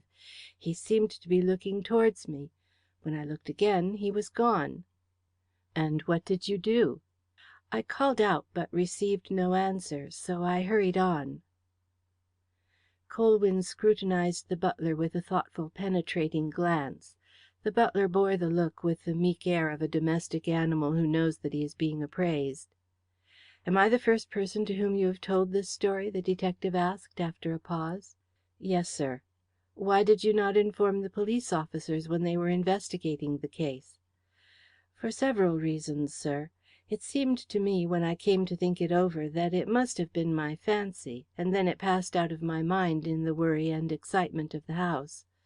Then, when I did think of it again, I didn't like to mention it to Superintendent Merrington, because he was such a bullying sort of gentleman that I felt quite nervous of him. Really, for a gentleman who has travelled with Royal Highnesses, as I've heard tell, and might be supposed to know how gentlemen behave, the way he treated the servants while he was here was almost too much for flesh and blood to bear." The butler's withered cheeks flushed faintly at the recollection. "I couldn't bring myself to tell him, sir." Colwyn smiled slightly. He was not unacquainted with Merrington's methods of cross-examination. "You could have spoken to Detective Caldew, the other officer engaged in the case," he said. "Young Tom Caldew!" exclaimed the butler in manifest surprise. "You knew him then?" "I know him, but I cannot say I know any good of him," rejoined the butler severely. "Young Tom Caldew was born and bred in this village, and an idle young vagabond he was. Many a time have I dusted his jacket for stealing chestnuts in our park. The place was well rid of him, I take it, when he ran away to London and joined the police force. No, sir, I really couldn't see myself confiding in young Tom Caldew." "And why have you confided in me now?" "Well, sir, it was the arrest of the young woman that set me thinking, and caused me to wonder whether I'd done right in keeping this back. What I thought I saw that night may have been merely fancy on my part, but it took on an added importance in my mind when Miss Rath was arrested for murdering Mrs. Heredith. It seemed to me as though I might be doing some sort of injustice to her by not telling about it, and I wouldn't like to have that on my conscience after the way things turned out. But I thought it was too late to say anything after they had arrested Miss Rath and taken her away. Then Mr. Philip got better from his illness and went to London to fetch you. The same evening I heard Miss Heredith and Mr. Musard talking at the dinner table about the murder, and I gathered from what they said that Mr. Philip thought the detectives had made a mistake in arresting Miss Rath. Then I decided to tell you when you arrived, but I couldn't summon up my courage to do so until now," concluded the butler simply. "I hope I have done right, sir." "You have certainly done right in not keeping the story to yourself any longer," said Colwyn. "Before I leave here you had better show me the place in the woods where you thought you saw this man." "I shall be happy to do so, sir. I should like to thank you for listening to me. It is a weight off my mind." "I shall be going almost immediately," continued Colwyn. "I think the best plan will be for you to meet me in the carriage drive, near the spot. Can you manage that?" "Quite easily, sir." "Excellent. And now, as you go downstairs, I should be glad if you would tell Mr. Musard that I should like to see him in my room before I go." "Very well, sir. Afterwards you will find me waiting at the bend of the carriage drive where it winds round the lake." Colwyn nodded his comprehension, and Tufnell left the room with a relieved countenance. A few moments later there was another knock at the door. In response to Colwyn's invitation the door opened and Musard appeared. "Tufnell said you wished to see me," he said, with an inquiring glance from beneath his dark brows. "Yes, I should be glad if you would give me a description of the missing necklace. It will be useful in tracing it." "It is not difficult to describe," replied Musard, seating himself on the edge of the bed. "It consisted of a single row of pink pearls, none of them very large. The biggest is about 40 grains, and the others between 20 and 30. It has a diamond clasp set in antique gold, which is the most valuable part of the necklace.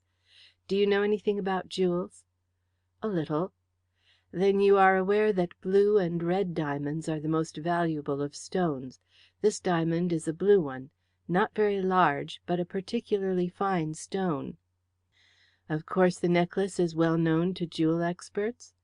"As well known as any piece of jewellery in Europe. Some of the pearls in it are hundreds of years old. It would be almost impossible for the thief to dispose of the necklace." "It might be taken to pieces," suggested Colwyn. "In order to hide its identity? Well, yes, but the selling value would be greatly reduced. The pearls have been strung." "What about the diamond? Could not that be sold by the thief without risk of discovery?" "Only by sending it to Amsterdam to get it cut into 2 or 3 smaller stones, so as to lessen the risk of detection. The Heredith blue diamond is known to many connoisseurs. It is cut in an unusual form, a kind of irregular rosette, in order to display its fire and optical properties to the best advantage. If it were cut it would lose a great deal of its value. The money value of one large diamond of first quality is very much greater than the same stone cut into 3, but it would be difficult to sell the diamond in its present form.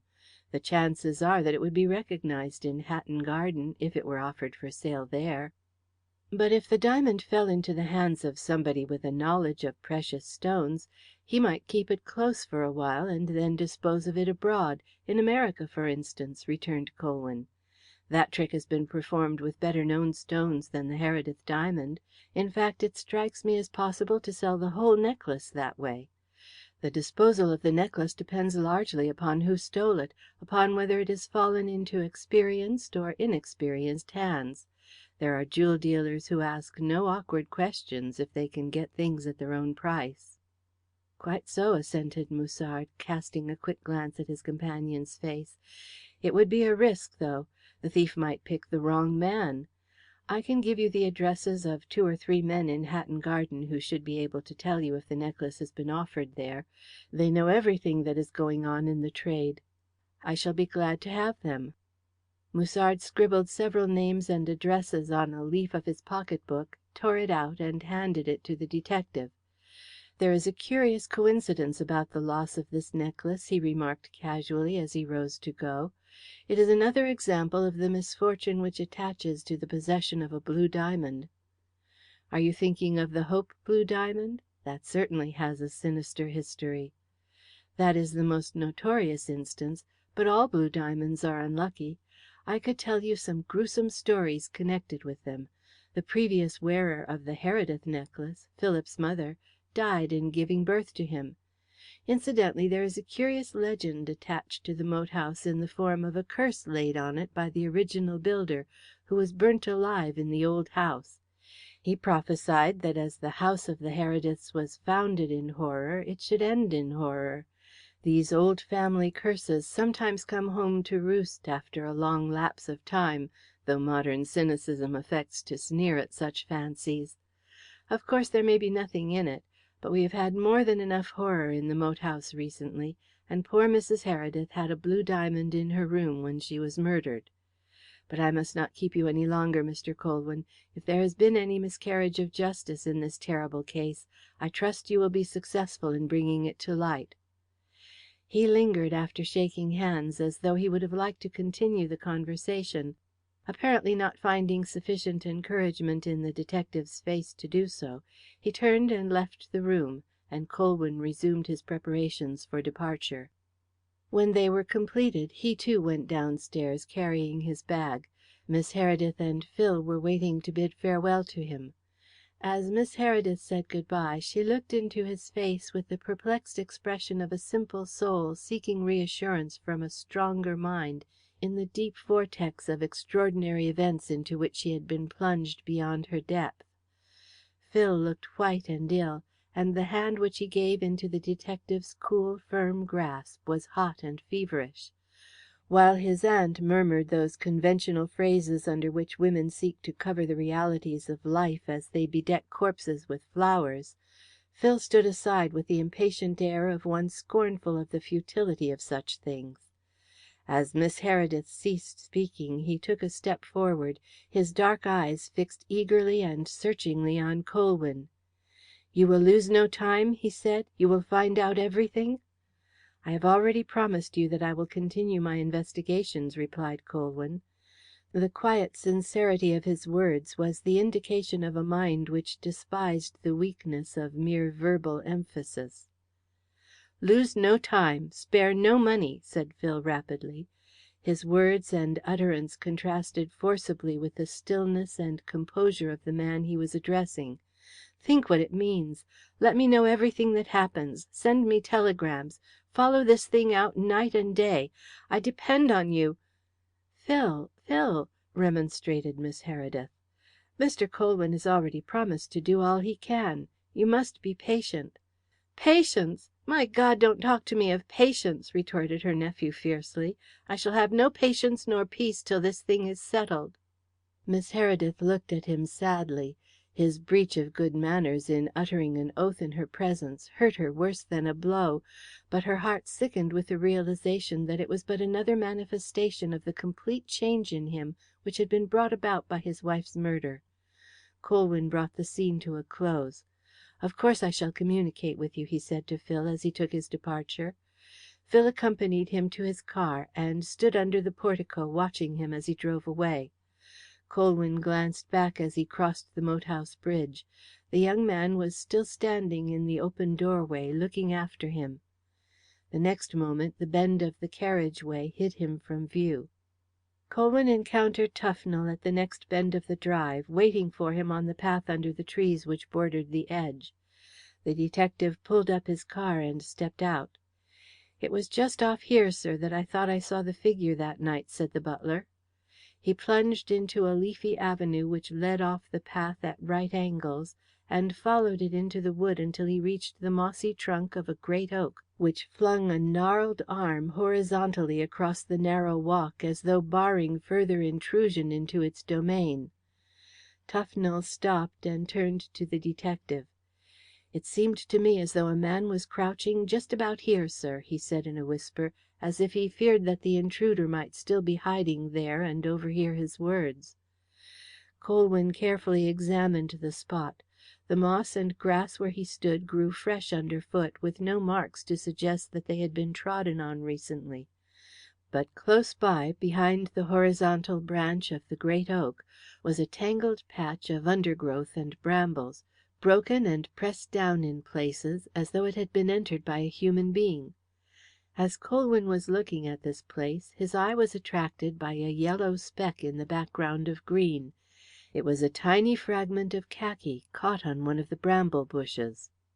Chapter 19.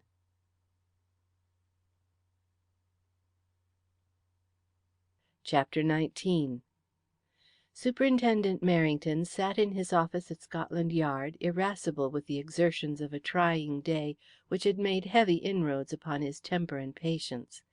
He had several big cases on his hands, his time had been broken into by a series of visitors with grievances, and he had been called upon to adjust a vexatious claim of a woman attacked in the street by a police dog, while the animal was supposed to be on duty, tracking a sacrilegious thief who had felled a priest in an oratory and bolted with the silver candlesticks from the altar. The woman had gone mad from the shock and had been placed in a public asylum, where she had imagined herself to be a horse, and in that guise had neighed harmlessly for some years, until cured by autosuggestion by a rising young brain doctor who had devoted much time and study to her peculiar case. Her first act of returned reason was to bring a heavy claim for damages against Scotland Yard, and Merrington had fought it out that day with an avaricious lawyer who had taken up the case on the promise of an equal division of the spoils. Merrington had preferred to pay rather than contest the suit in law, and he was exceedingly wroth in consequence. He was angry with the old woman for presuming to get cured, and angry with the brain doctor for curing her. He considered that the brain doctor had been guilty of a piece of meddlesome interference in restoring the old lady to so-called sanity in a world of fools, without achieving any object except robbery from the public funds by a rascally lawyer. To use Merrington's own words, expressed with intense exasperation to an astonished subordinate, the old woman was quite all right as a horse, comfortable and well fed, and had probably got more out of life in that guise than she ever had as a human being, compelled to all sorts of shifts and contrivances and mean scrapings before her betters for a scanty living, with nothing but the workhouse ahead of her. He concluded in a sort of grumbling epilogue that some people never knew when to leave well alone. It was in no very amiable frame of mind, therefore, that he received Colwyn's card with a pencilled request for an immediate interview. Merrington disapproved of all private detectives as an unwarrantable usurpation of the functions of Scotland Yard, but he particularly disapproved of a private detective like Colwyn, whose popular renown was far greater than his own. But there were politic reasons for an extension of courtesy to him. The famous private detective was such a powerful rival that it was best to conciliate him with a little politeness, which cost nothing, and he had done Scotland Yard several good turns which at least demanded an outward show of gratitude. He had influence in the right quarter, too, and altogether was not a person to be lightly affronted. The consideration of these factors impelled Merrington to inform the waiting janitor that he would see Mr. Colwyn at once, and even caused him to crease his fat red features into a smile of welcome as he awaited his entrance. When Colwyn appeared in the doorway, the big man he had called to see got up from his swing chair to shake hands with him. When his visitor was seated, Merrington leaned back in his own chair and remarked, in his great rolling voice, "What can I do for you, Mr. Colwyn?" "Nothing personally. I've called to have a talk with you about the Heredith case." The veneer of welcome disappeared from Merrington's face at this opening, though a large framed photograph of himself on the wall behind his chair continued to smile down at the private detective with unwonted amiability. "Ah, yes, the Heredith case," he responded. "A strange affair, that. I investigated it personally. It was a pity you were not in it. There were points about that murder, distinct points. You would have enjoyed it." Merrington's professional commiseration of Colwyn's ill luck in missing an enjoyable murder was intended to convey a distinct rebuke to the other's presumption in discussing a case in which he had not been engaged. But Colwyn's next words startled Merrington out of his attitude of censorious dignity. "I was not in the case at first, but I was called into it subsequently by the husband of the murdered woman. He is dissatisfied with the outcome.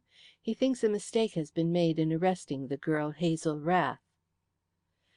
The silence with which Merrington received this information was an involuntary tribute to his visitor, implying as it did that he knew Colwyn would not have come to see him without weighty reason for the support of what sounded like the repetition of a mere expression of opinion.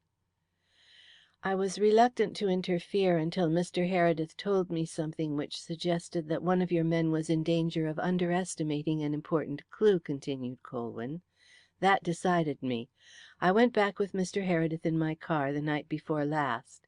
After my arrival at the moat house I made an interesting discovery, quite by accident. I discovered that a pearl necklace which had been given to Mrs. Heredith by Sir Philip Heredith was missing from the jewel case in which it had been locked. That jewel case was in Mrs. Heredith's bedroom on the night she was murdered." This piece of news was so unexpected that it caught Merrington off his guard. "A jewel robbery as well as a murder!" he ejaculated in something like dismay. "It looks like it. You will be able to form a better judgment when I have told you all the circumstances of the discovery." Merrington had long ago convinced himself that the case he had worked up against Hazel Rath did not admit of the slightest possibility of doubt, and, like all obstinate men, he adhered to his convictions with additional strength in the face of anything tending to weaken them. As he recovered from his surprise at the private detective's piece of news, he listened to his account of the opening of the jewel case with the wary air of one seeking a loophole in an unexpected obstacle. Before Colwyn had finished, he had found it in the belief that Hazel Rath and nobody else had stolen the missing jewels. "This girl is a thief as well as a murderer," was the manner in which he expressed his opinion when Colwyn had ceased speaking. "She has stolen the necklace." "She may have done so, but it is too great an assumption to make without proof," returned Colwyn. "You must be perfectly well aware, Mr. Merrington, that this belated discovery is of the utmost importance to the Crown case, one way or the other. If you can prove that Hazel Rath stole the necklace, it gives you an unassailable case against her. If the necklace was stolen by somebody else, you are confronted with a new and strange aspect of this murder." "Not to the extent of lessening the case against this girl," replied Merrington doggedly. "She was seen going to the staircase leading to Mrs. Heredith's room just before the murder. Her brooch was found upstairs in the room, and the revolver and her handkerchief were found concealed in her mother's rooms. Add to that her silence under accusation, and it is impossible to get away from the belief that she and nobody else murdered Mrs. Heredith." "I am not attempting to controvert your theory or contradict your facts," rejoined Colwyn coldly. "My visit is to bring under your notice a fresh fact in the case which needs investigation. Whether that fact squares with your own theory or not, it is too important to be disregarded or overlooked. That is why I left the moat house immediately I discovered it. I felt that you had been ignorantly misled, and that it was only right you should be told without delay." Merrington was conscious of that evanescent feeling which men call gratitude. His impulse of thankfulness towards the man opposite him was all the keener for the realization that he would not have acted so generously if he had been in Colwyn's place. But his gratitude was speedily swallowed up by the knowledge that he had been led astray, and his anger was mingled with the determination to find a scapegoat. "I am obliged to you for your information, although I do not attach quite so much importance to it as you do," was his careful rejoinder. "But I certainly blame Detective Caldew for not finding it out before you did. He made the original inquiries at the moat house, and he seems to have made them very carelessly. He said nothing to the Chief Constable of Sussex or myself when we arrived about a jewel case, locked or open." "He didn't know himself." "It was his duty to inquire. When he assured us, on the authority of Miss Heredith, that nothing was missing, I naturally assumed that he had made the proper inquiries. But I thank you for letting me know, and I shall, of course, have investigations made. But I should like to know why young Heredith interfered and brought you into the case." "For one thing, he has a strong belief in Hazel Rath's innocence." "Mere sentiment," replied Merrington contemptuously. "Perhaps he's still sweet on the girl." "There is more than that in it. There's the question of the revolver. Of course you are aware that he identified the revolver with which his wife was shot as the property of Captain Nepcote, a guest at the moat house who left on the afternoon of the day on which Mrs. Heredith was murdered. Heredith does not accept your theory of the way in which Hazel Rath is supposed to have obtained the revolver. He does not think that Nepcote left the revolver behind him at the moat house. He told Caldew this, but Caldew said the ownership of the revolver was a matter of no consequence." "Caldew's a fool if he said that, and I wish I'd never allowed him to meddle in the case," replied Merrington forcibly. "I've had the police court proceedings against the girl put back for a week, till the question of the ownership of the revolver could be settled. Now that it is decided, I shall have Nepcote interviewed and questioned without delay." "Before you try to trace the missing necklace?" The faint inflection of surprise in Colwyn's voice might have escaped a quicker ear than Merrington's. "Scotland Yard will trace the necklace fast enough," he confidently declared. "I like to take things in their proper order. The next thing to do is to ascertain whether Nepcote left his revolver behind him at the moat house, though I have not the least doubt that he did. The necklace is really a minor consideration. It merely provides another motive for the murder, cupidity as well as jealousy." "Is that the way you regard it?" A less thick-skinned man than Merrington would this time have caught something more than surprise in the other's tone. "Is there any other way of looking at it?" "I would not like to venture an opinion in this case without more knowledge than I have at present," returned Colwyn in sober accents. But so far as I have gone into it, I should say that there are several things which seem to require more explanation. Nepcote's own actions seem to call for some investigation." "You are surely not suggesting that Nepcote had anything to do with the murder or the robbery of the pearls?" said Merrington in an astonished voice. "That is quite impossible. He left the moat house in the afternoon, before the murder was committed, and went over to France that night." "He didn't go to France that night. He stayed in London and did not return to France until the following day." Merrington was obviously startled at this unexpected information. "This is news to me," he said gravely. "Where did you learn it?" "From the War Office this morning. There is no possibility of mistake. Nepcote was in London on the night of the murder." "He probably has an explanation, but what you have just told me is an additional reason for seeing and questioning Nepcote without delay, even if I have to send a man to France for the job." "It will not be necessary for you to do that. Nepcote returned to London 2 days ago, sent over on some special mission. I ascertained that fact also from my friend at the War Office." Merrington glanced at a small clock which stood on the desk in front of him. "I will go immediately and see him myself," he said. "I should like to accompany you." "I shall be delighted to have you," replied Merrington with complete untruth. "I have Nepcote's address included in the list of guests who were at the moat house at the time of the murder," he added, opening his pocket book and hastily scanning it. "Ah, here it is, 10 Sherryman Street. I'll send for a taxicab. Is there anything I can do for you in return for your kindness in bringing me this information?" "I should be obliged if you would lend me a copy of the coroner's depositions in the Heredith case." "With pleasure." Merrington touched a bell and instructed the policeman who answered it to bring a typescript of the Heredith murder depositions and the revolver which figured as an exhibit in the case. "And tell somebody to call a taxi, Johnson," he added. When Merrington and Colwyn emerged from the swing doors of the entrance a few moments later, a taxicab was waiting at the bottom of the stone steps, with a pock-marked driver leaning against the door of the vehicle, gazing moodily over the Thames Embankment. He received Merrington's instructions morosely, cranked his cab wearily, and was soon threading his way through the mazes of Trafalgar Square and Piccadilly Circus with a contemptuous disregard for traffic regulations, due to his prompt recognition of the fact that he was carrying a high official of Scotland Yard who was above rules of the road regulated by mere police constables. He skimmed in a hazardous way along Regent Street, dipped into the network of narrower streets which lay between that haunt of the Fox and the Geese and Baker Street, and finally stopped abruptly outside a tall house which was one of a row in a quiet street which led into the highly fashionable locality of Sherryman Square.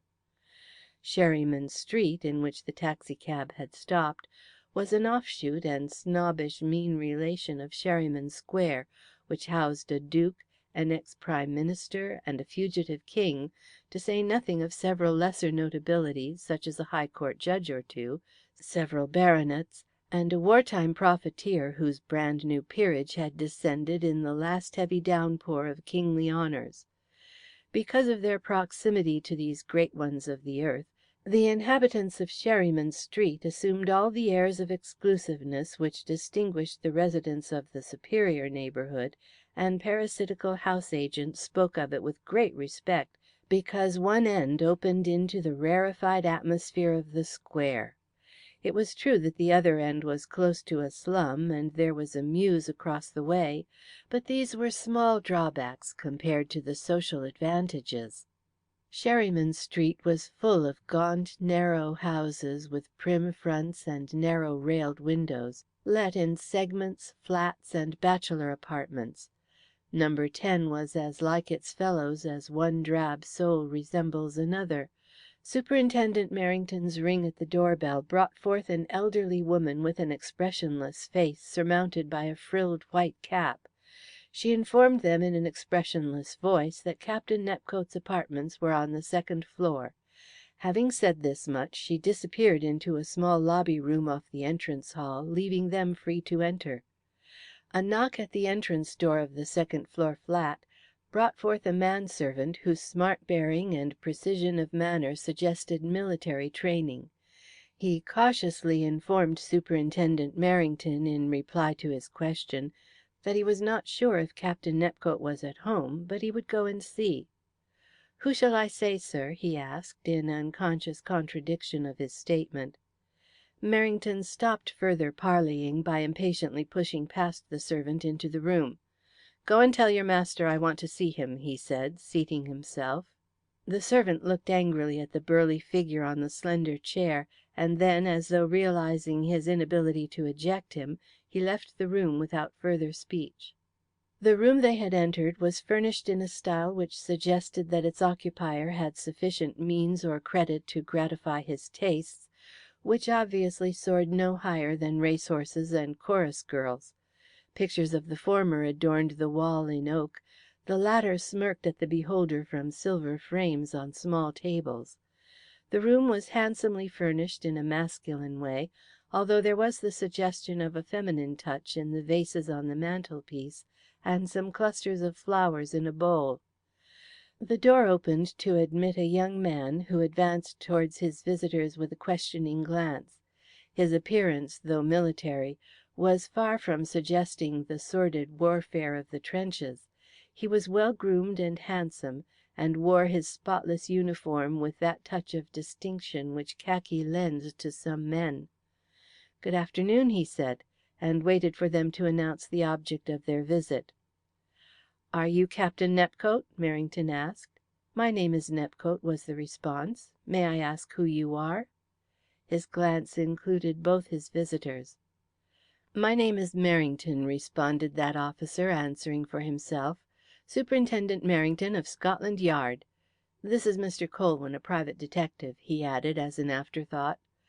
"I wish to ask you a few questions. I understand you were staying at the residence of Sir Philip Heredith when young Mrs. Heredith was murdered."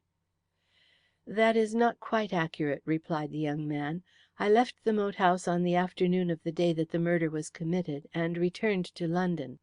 "What is it you wish to ask me? I am afraid I cannot enlighten you about the crime in any way, for I know nothing whatever about it. It came as a great shock to me when I heard of it." "Is this your revolver?" said Merrington, producing the weapon and laying it on the table. "Why, yes, it is," said the young man, picking it up and looking at it in unmistakable surprise. "Where did you get it?" "Where did you have it last?" was Merrington's cautious rejoinder. "Let me think," returned Nepcote thoughtfully. "Oh, I remember. The last time I saw it was at the moat house on the day before my departure. We were using it for a little target practice in the gun room downstairs." "And what did you do with it afterwards?"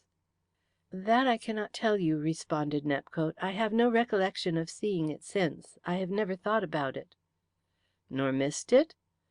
"No, it is of no use to me. It is not an army revolver. But it seems to me that I must have left it in the moat house gun room after the target shooting. After we finished shooting some of us had a game of bagatelle on a table in the gun room. I must have put the revolver down and forgotten all about it afterward. I have no recollection of taking it upstairs, and I have certainly never seen it since. Was it found in the gun room?" "It was found at the moat house, at any rate. It was the weapon with which Mrs. Heredith was killed." "What?" His exclamation rang out in horror and incredulity. "Why, that is impossible. The thing is a mere toy." "A pretty dangerous toy, as it turned out," was the grim comment of Merrington. "It seems incredible to me," persisted the young man. "It's very old, and you have to be very strong with the finger and thumb to make it revolve. And the cartridges are very small, only 7 millimetres, about a quarter of an inch. I've had the old thing for years, but I never regarded it as a real firearm. I'd never have let the girls use it in the gun room if I'd thought it was a dangerous weapon. Perhaps there is some mistake." "There is no mistake," replied Merrington. "Mrs. Heredith was killed with that revolver and no other. We were unable to establish the identity of the weapon until a day or two ago, and that is one of my reasons for calling on you to day, to make quite sure of the identity and see if you could tell me where you left it." "I have no doubt now that I must have left it behind me at the moat house," responded Nepcote. "I was recalled to France and went away in a hurry. God forgive me for my carelessness. To think that it resulted in this terrible murder!" His face had gone suddenly white. "Did you return to France that night?" asked Merrington carelessly. "As a matter of fact, I did not. When I returned to London from Sussex I found another telegram here from the War Office extending my leave until the following day. I returned to France the next afternoon." "Thank you, Captain Nepcote." Merrington, as he rose to go, held out his hand. It was evident that the statement about the telegram had cleared his mind of any suspicions he may have felt about the young man. As Nepcote shook hands, he added, "You had better hold yourself in readiness to attend the police court inquiry, which will be held a week from to day. I will send you a proper notification of time and place. All we need from you is the formal identification of the revolver." "Is it essential that I should attend?" asked the young man anxiously. "I'd rather not be mixed up in the case at all, you know. Besides, I may have to return to France." "Perhaps we shall be able to dispense with your evidence, now that we have the facts," replied Merrington, after a moment's consideration. "I will see what can be done and let you know. You had better give me your address in France in case you have left England. It is necessary for me to know that, because the case has to some extent taken a new turn by the discovery that robbery as well as murder has been committed. A valuable necklace belonging to the murdered woman is missing." Captain Nepcote had taken out his pocketbook while Merrington was speaking, in order to extract a card. As the other uttered the last sentence, the pocketbook half slipped from his fingers, and several other cards fluttered on to the table. Nepcote picked them up hastily, but not before Colwyn's quick glance had taken in their contents. It seemed to him something more than a coincidence that the name and address displayed in neat black lettering on one of the cards should be identical with one of the Hatton Garden addresses given him by Musard at the moat house the previous day.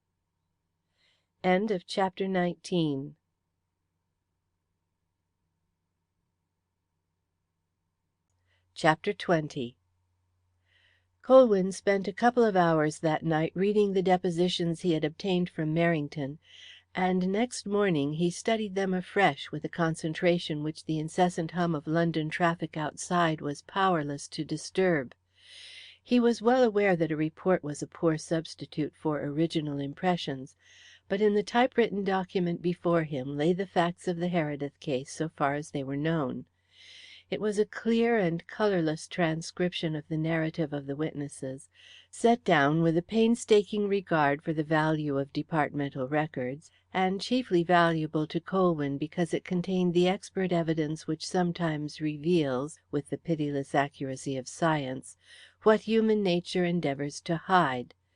In the balance of the scales of justice it is the ascertained truth which weighs heavier than faith, reason, or revealed religion. When he had finished his study of the depositions, he sat a while pondering over his own discoveries since he had been called into the case by the husband of the dead woman.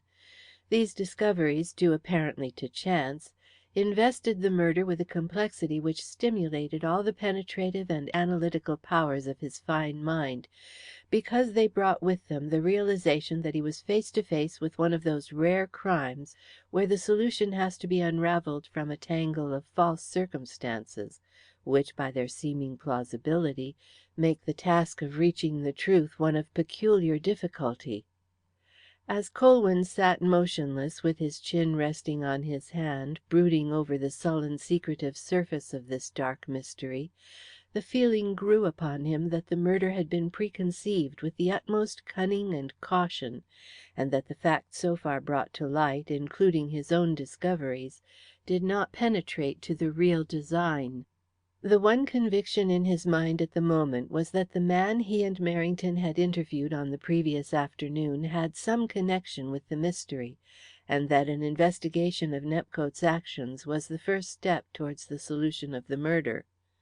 Colwyn based that belief on the apparently detached facts of the revolver, the patch of khaki he had found in the woods near the moat house, and the accident which had disclosed that Nepcote was carrying the address of a Hatton Garden jeweller in his pocket book. These things, taken apart, had perhaps but slight significance, but considered as links in a chain of events which started in Philip Heredith's statement that he had first met his wife at a friend's house where Nepcote was also a guest, and finishing with the knowledge that Nepcote had not returned to France on the night of the murder, they assumed a significance which at least warranted the closest investigation. Colwyn was not affected by the fact that Superintendent Merrington looked at the case from an entirely different point of view. He did not want the help of Scotland Yard in solving the crime. He had too much contempt for the official mind in any capacity to think that assistance from such a source could be of value to him. He always preferred to work alone and unaided. It was the Anglo Saxon instinct of fair play which had prompted him to tell Merrington about the missing necklace, so that there might be no unfair advantage between them. Merrington had received the information with the imperviable dogmatism of the official mind, strong in the belief of its own infallibility, resentful of advice or suggestion as an attempt to weaken its dignity. It seemed to Colwyn that not only had Merrington's ruffled dignity led his judgment astray in an attempt to fit the discovery of the missing necklace into his own theory of the case, but it had caused him to commit a grave mistake in putting Nepcote on his guard at a moment when the utmost circumspection of investigation was necessary. To Colwyn, at all events, the discovery of the missing necklace was of the utmost importance, because it substituted another motive for the murder, and a motive which carried with it the additional complication that the thief had some motive in trying to keep its disappearance secret as long as possible by locking the jewel case after the jewels had been abstracted. If Hazel Rath had not stolen the necklace, the whole of the facts took on new values. It was quite true that the mystery of Hazel Rath's actions on the night of the murder, her subsequent silence after the recovery of the brooch and the handkerchief and the revolver in her mother's rooms, remained as suspicious as before, but the changed motive caused these points to assume a different complexion, even to the extent of suggesting that she might be a lesser participant in the crime, perhaps keeping silence in order to shield the greater criminal. Merrington, stiff-necked in his officialism, had been unable to see this changed aspect of the case, and, strong in his presumption of the girl's guilt, had acted with impulsive indiscretion in going to see Nepcote before attempting to trace the missing necklace. Colwyn's reflections were interrupted by the appearance of the porter from downstairs to announce a visitor. The visitor, partly obscured behind the burly frame of the porter in the doorway, was Detective Caldew of Scotland Yard. Colwyn had met him at various times and invited him to enter. As Colwyn had once said, his feelings towards all the members of the regular detective force were invariably friendly.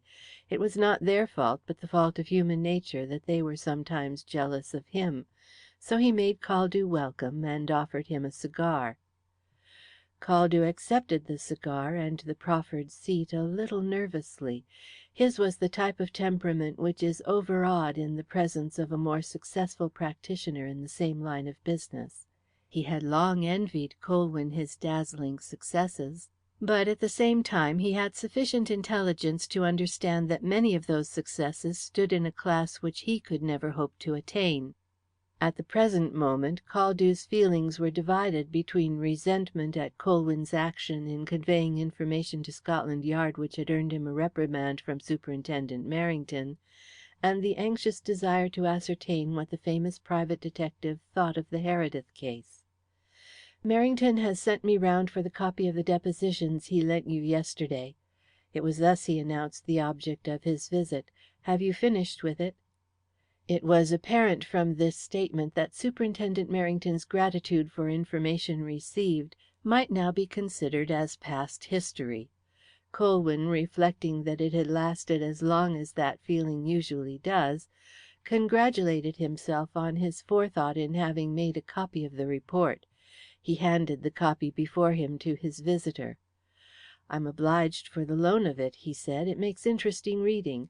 Your own share in the original investigations has some excellent touches, if you'll permit me to say so. That trap for the owner of the brooch was a neat idea." Caldew's resentment waned under this compliment to his professional skill. "The trick would have worked, too, if I hadn't been called downstairs," he said. "The girl was quick enough to get into the room while I was out of it. Not that it mattered much, as things turned out, but it is a strange thing about this necklace, isn't it?" "Very. Has Merrington told you all about it?" "Yes, and he gave me a rare wigging for not discovering the loss. Between ourselves, I do not think that I was treated quite fairly about it. Miss Heredith never said a word to me about a jewel case being in the room. She took it downstairs before I arrived, and never mentioned it when I asked her if anything had been stolen. If she had told me, I should have had the case opened. But that didn't weigh with Merrington. He's beastly unfair, and never loses a chance to put the blame on to somebody else when anything goes wrong." "I am sorry if you got into trouble through my action in informing him," said Colwyn. "But of course you must realize that a discovery of such importance could not be kept secret." "That's quite true," replied Caldew in a softened voice. "Fortunately it does not affect the issue one way or the other. Mr. Heredith believes that Hazel Rath is innocent, and I suppose that is why he has called you into the case. But she is guilty right enough. I tried to make that clear to Mr. Heredith, but he appears to be a man of fixed ideas. The question is, what has become of the necklace? My own impression is that she has hidden it somewhere. She had no opportunity to dispose of it before she was arrested." "That means you think she has stolen it." "Why, of course." Caldew's confident tone died away at the expression of his companion's face. "Don't you?" "I do not." "Why not?"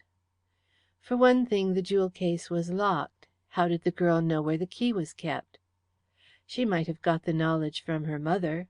Mrs. Rath, as the housekeeper, would probably know all about the keys of the household." "Of the ordinary keys, yes. But that knowledge was hardly likely to extend to Mrs. Heredith's private keys, unless Miss Heredith told her. Even if Hazel Rath did know where the key was kept, it is difficult to believe that she searched for it after committing the murder, and then restored it to the drawer where it was kept. That argues too much cold-blooded deliberation even in a murderer, and more especially when the murderer is supposed to be a young girl." "I am not so sure of that," responded Caldew, with a shake of the head. "Murder is a cold-blooded crime." "On the contrary, murders are almost invariably committed under the influence of the strongest excitement, even when the incentive is gain and the murder has been deeply premeditated. That is a remarkable truth in the psychology of murder.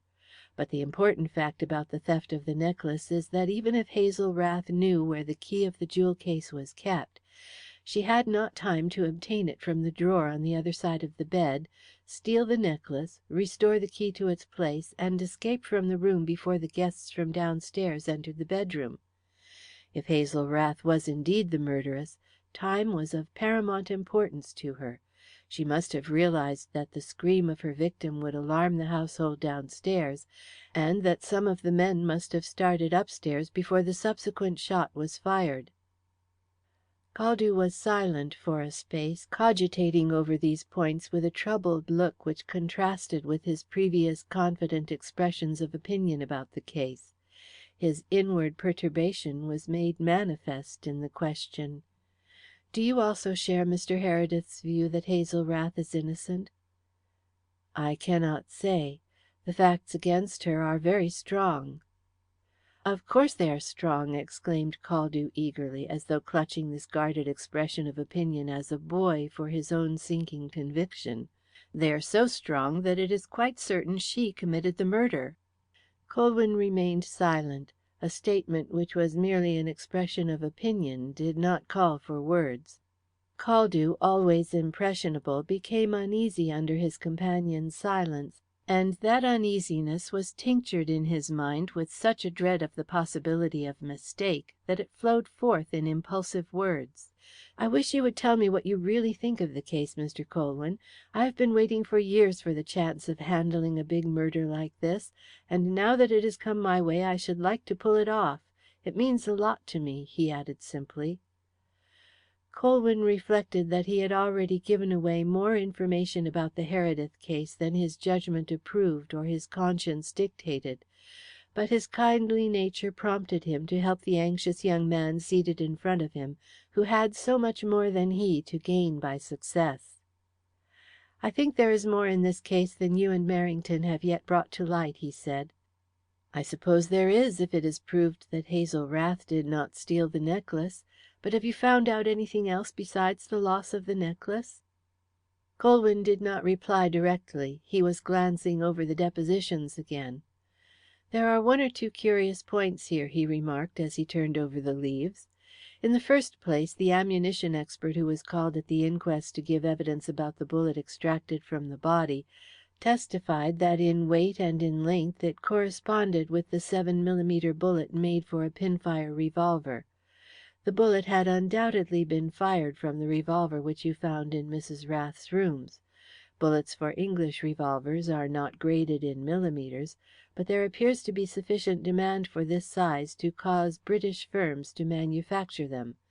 The nearest size to central fire cartridge to 7 mm is called the 300, which is .3 of an inch. 7 mm is .276 of an inch. The point to which I want to draw your attention is the extreme slightness and smallness of the revolver with which Mrs. Heredith was killed. As Captain Nepcote told Merrington yesterday, it is little more than a toy." "That struck me as soon as I saw it," said Caldew, "but I do not see what bearing the fact has on the case, one way or another." "Nevertheless, it is a point not without importance when it is considered in conjunction with the other circumstances of the case. The evidence of the Government pathologist is also of interest. After stating the cause of death to be heart failure due to hemorrhage consequent upon the passage of the bullet through the lung, he mentions that there was a large scorched hole through the rest gown and undergarment which Mrs. Heredith was wearing at the time she was murdered. I noticed that when I was examining the body." "Was the dress stuff smouldering when you saw the body?" "No, but there was the smell of a burning fabric in the room." "The Government pathologist says that the burnt hole was nearly 2 inches across, but he also states that the punctured wound made by the bullet was about the size of a threepenny piece. The disparity suggests two facts. In the first place, the shot must have been fired at very close range, very close indeed, considering the smallness of the revolver and the largeness of the burnt hole. In the next place, somebody must have extinguished the burning fabric before you arrived. Otherwise it would have smouldered in an ever widening ring until the whole of the dead woman's garments were destroyed." "Mrs. Heredith may have extinguished it herself in her dying moments," said Caldew, who had been following his companion's deductions with the closest attention. "That is unlikely, in view of the nature of her injuries. The bullet, after traversing the left lung, lodged in the spinal column. After such a wound, Mrs. Heredith was not likely to be conscious of her actions." "It may have been extinguished by Musard, who tried to stop the flow of blood while Mrs. Heredith was dying." "He would have mentioned it to you. It is my intention to ask him, but my own opinion is that we are faced with a different explanation." "What is that?" "The presence of another person in the room." "Somebody who escaped through the window!" exclaimed Caldew, placing his own interpretation on the deduction. "Do you suspect anybody?" "Not exactly, but I intend to investigate Captain Nepcote's actions on the night of the murder." Caldew, who lacked some of the information possessed by his companion, found this jump too great for his mind to follow. "For what purpose?" he asked. "Nepcote returned to France before the murder was committed." "He did not. He stayed in London that night, and did not return to France until the following day. He explained that yesterday by stating that when he reached London after leaving the moat house he found another telegram from the War Office extending his leave for 24 hours." "Merrington said nothing of this to me. All he told me was that you and he had seen Nepcote, who identified the revolver as his property, and said that he had left it behind at the moat house by accident." "Merrington is a man of fixed ideas, to use your phrase. He insisted on trying to fit in the loss of the necklace with his own theory of Hazel Rath's guilt. It was his obstinacy which led him to commit the folly of going to see Captain Nepcote before endeavouring to trace the missing necklace. It is only fair to Nepcote to add that he volunteered the information that he did not return to France on the night of the murder." "That does not seem like the action of a man with anything to hide," commented Caldew thoughtfully. "Unless he was facing a dangerous situation. In that case frankness would be his best course to remove Merrington's suspicions. The fact that the murder was committed with his revolver is in itself a suspicious circumstance, in spite of the apparently plausible explanation. I have realized that all along. I had also previously acquainted Merrington with the fact that Nepcote did not return to France on the night of the murder, as was supposed. Merrington led up to that point skilfully enough, but it struck me that Nepcote saw the trap and took the boldest course. It gave him time, at all events." "Time for what?" "Time to profit by Merrington's folly in putting him on his guard. Time to permit him to make his escape, if he is actually implicated in the crime." "Surely you are reading too much into this," exclaimed Caldew in a protesting voice. "Nepcote's story seems to me quite consistent with what we know of his movements. Miss Heredith, when giving us the names of the guests who had been staying at the moat house, mentioned that Captain Nepcote had been recalled to France on the afternoon of the murder by a telegram from the War Office. Nepcote tells you that when he reached London he found another telegram awaiting him extending his leave. Surely that is consistent." "Is it consistent that the two telegrams were sent to different addresses? They would have been either both sent to the moat house or both sent to his London flat. That is, if they were sent by the War Office. Only a relative or a personal friend would take the trouble to send to different addresses. There lies the weak point of Nepcote's statement." "By Jove, there is a point in that," said Caldew in a startled tone. "But these are facts which can be ascertained," he added, as though seeking to reassure himself. "They can be ascertained too late.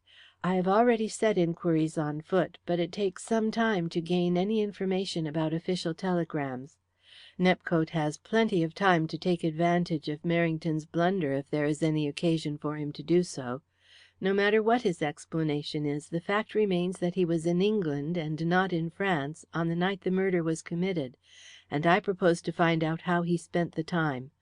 But it is of the first importance to find out what has become of the missing necklace, which is the really important clue. Is Scotland Yard making any investigations about it?"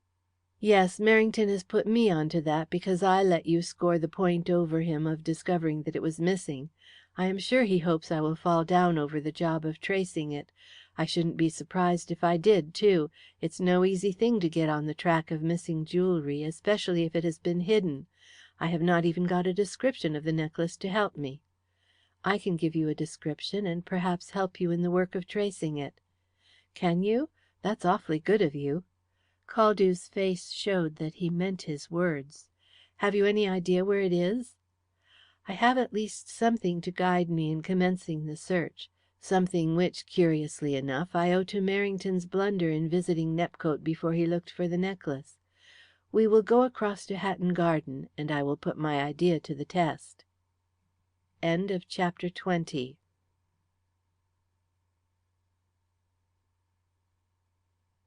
Chapter 21. On reaching the street they crossed Ludgate Circus and directed their steps towards Hatton Garden by way of St. Bride's Street. A few minutes later they emerged in that portion of Holborn which is graced by the mounted statue of a dead German prince acknowledging his lifelong obligations to British hospitality by raising his plumed hat to the London City and Midland Bank on the Viaduct corner. Hatton Garden, as every Londoner knows, begins on the other side of this improving spectacle, a short broad street which disdains to indicate by external opulence the wealth hidden within its walls, though to an eye practised in London ways there is a comforting suggestion of prosperity in its wide flagged pavements, comfortable brick buildings, and Jewish names which appear in gilt lettering on plate glass windows. Colwyn walked quickly along, glancing at the displayed names.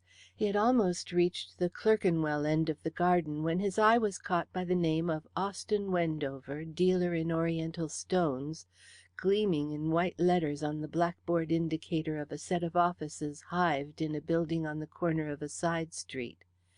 It was the name of the man he was searching for. He turned into the passage and mounted the stairs. Caldew followed him.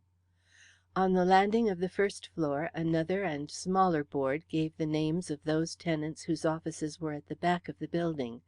Mr. Wendover's was amongst them, and a pointing hand opposite it revealed that he conducted his business at the end of a long passage with a bend in the middle. When this passage was traversed, Mr. Wendover's name was once more seen, this time on a door, with a notice underneath inviting the visitor to enter without knocking. Within, a young Jew with a sensual face was busily writing at a desk in the corner, with his back to the door. He ceased and turned around at the sound of the opening door, and thrusting his fountain pen behind an ear already burdened with a cigarette, waited to be informed what the visitors wanted. "Is Mr. Wendover in?" Colwyn inquired. "Yes, he is. What name, please?" The young Jew scrambled down from his stool preparatory to carrying a message. In answer Colwyn tendered Musard's card of introduction. The young Jew scanned it, shot an appraising glance at the two detectives, and vanished into an inner room. He reappeared swiftly in the doorway and beckoned them to enter. The inner room was furnished with leather chairs, a good carpet, and a large walnut table. Mining maps and framed photographs of famous diamonds hung on the walls, but there was nothing about the man seated at the table to suggest association with precious stones, except the gleam of his small grey eyes, which were as hard and glistening as the specimen gems in the showcase at his elbow. His face was long, thin, and yellow, of a bilious appearance.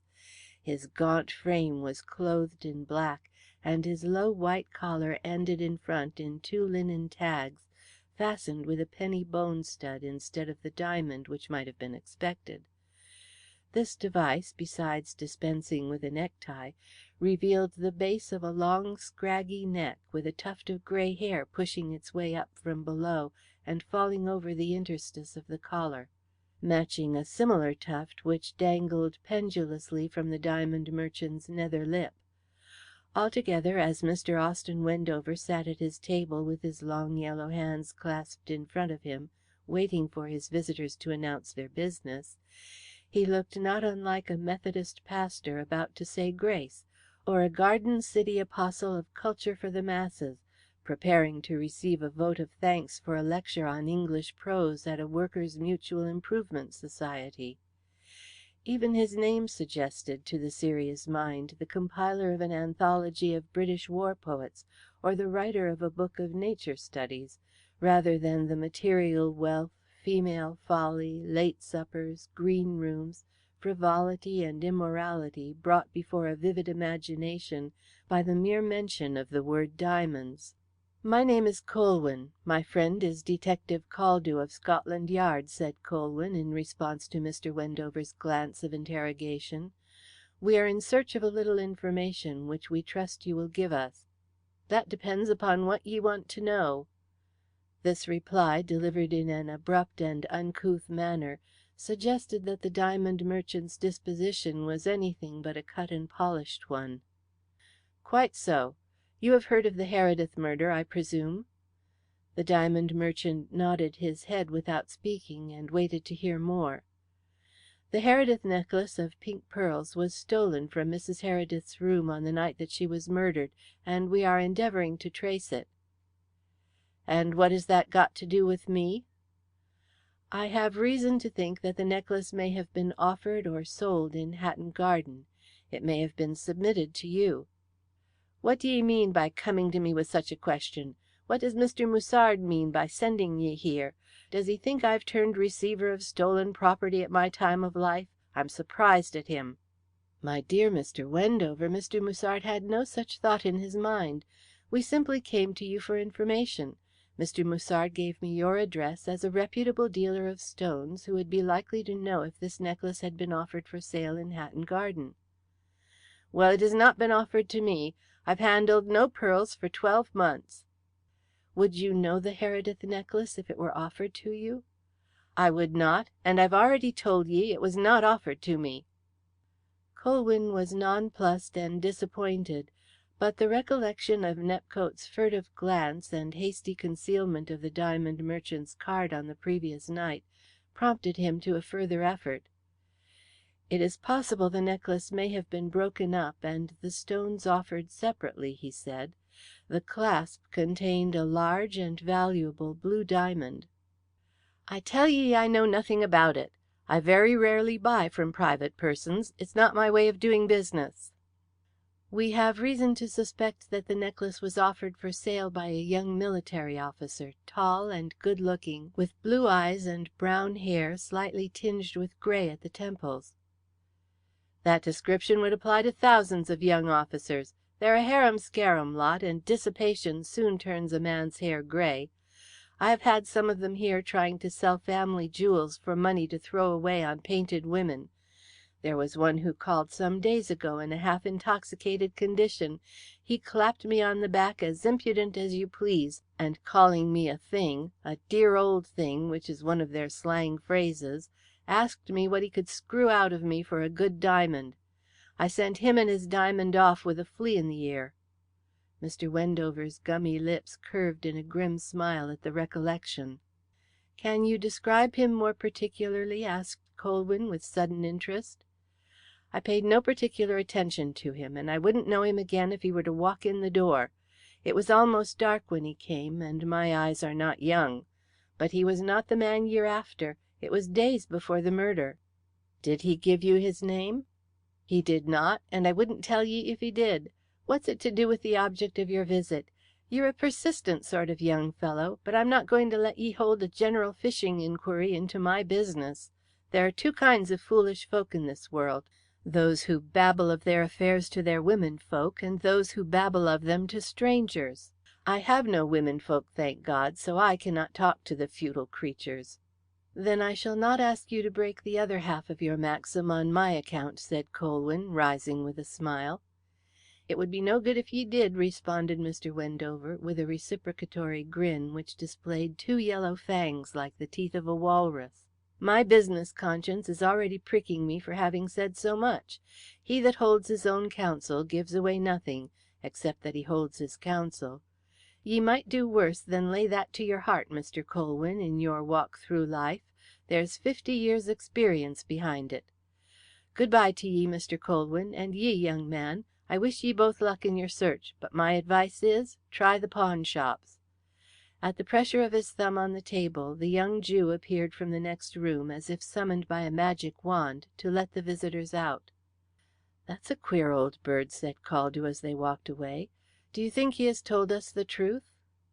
Colwyn did not reply. He was thinking rapidly, and wondering whether by any possibility he had made a mistake. But once more there flashed into his mind, like an image projected on a screen, the little scene which he alone had witnessed at the flat on the previous evening, the fluttering cards, the quick unconscious gesture of concealment, and the startled glance which so plainly reflected the dread of discovery. No, there was no mistake there, but the explanation lay deeper. They had reached the angle of the narrow passage which led to the front outlet of the offices. A small window was fixed at the dark turn of the long corridor to admit light.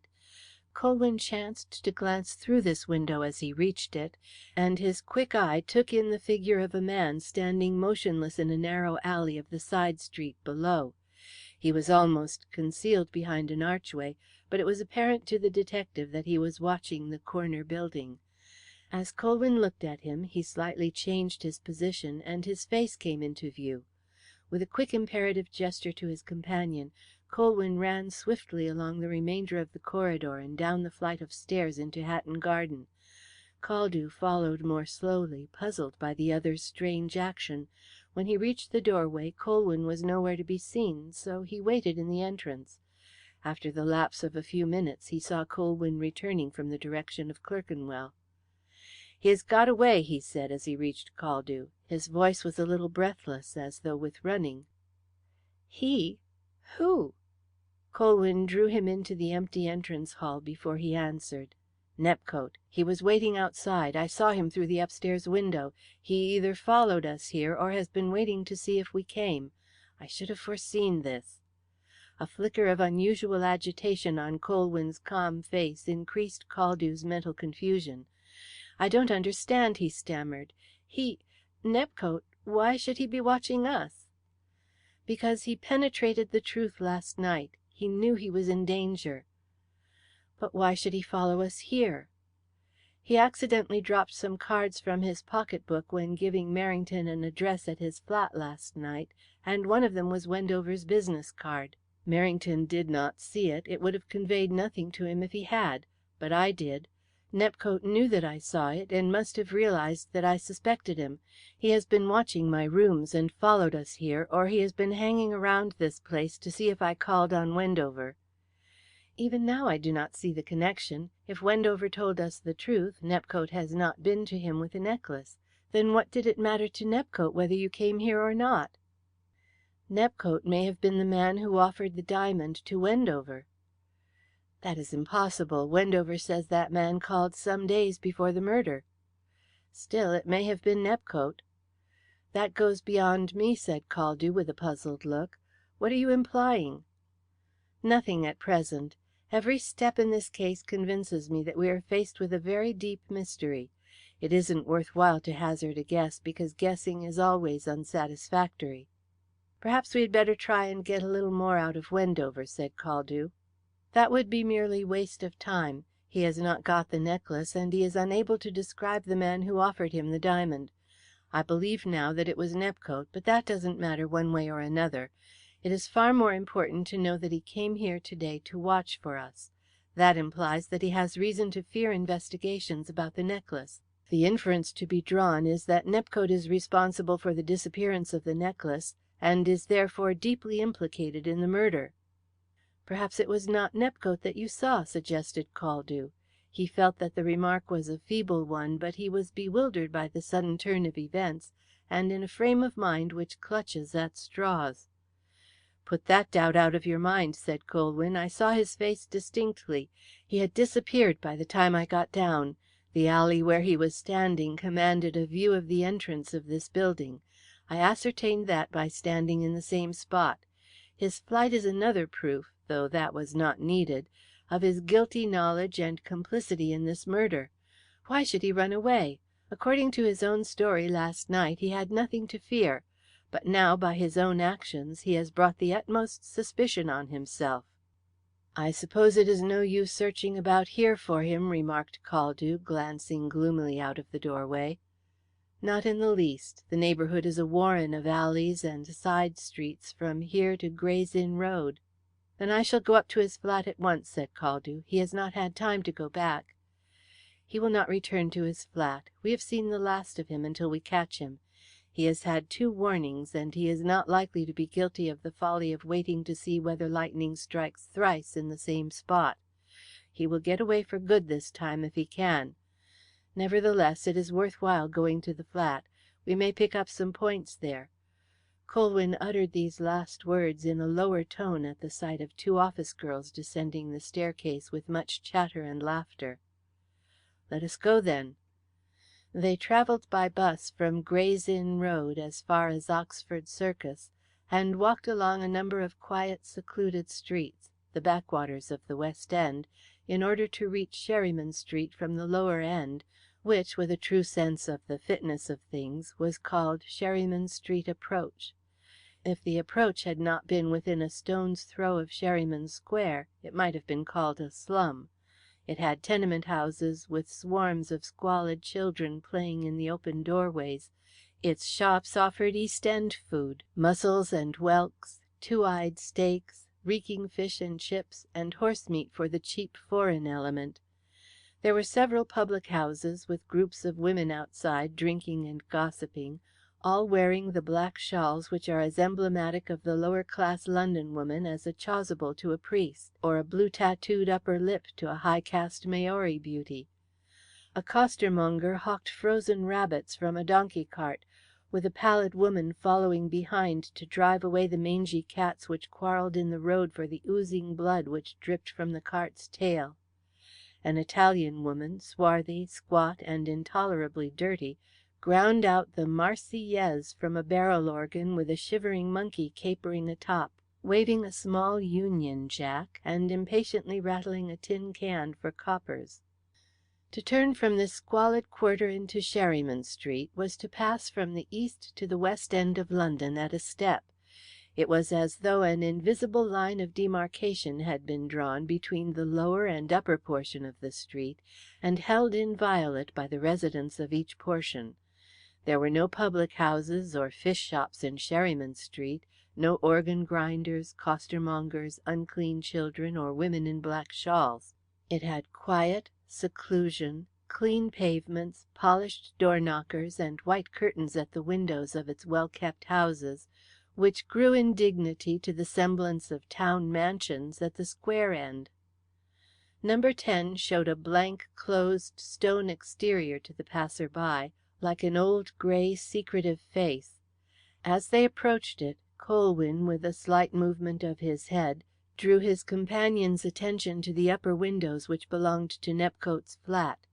The blinds were down. "It looks as if Nepcote left last night," he said. The sight of the drawn blinds, like yellow eyelids in the grey face, awakened some secret irritation in Caldew's breast, and with it the realization of his powers as an officer of Scotland Yard. "I shall force a way in and see," he angrily declared. "Better get a key from the housekeeper," suggested Colwyn. "The women who look after these bachelor flats always have duplicate keys. But the front door is ajar. Let us go upstairs first." They ascended the stairs to the flat, and the first thing they noticed was a Yale key in the keyhole of the door. "A sign of mental upset," commented Colwyn.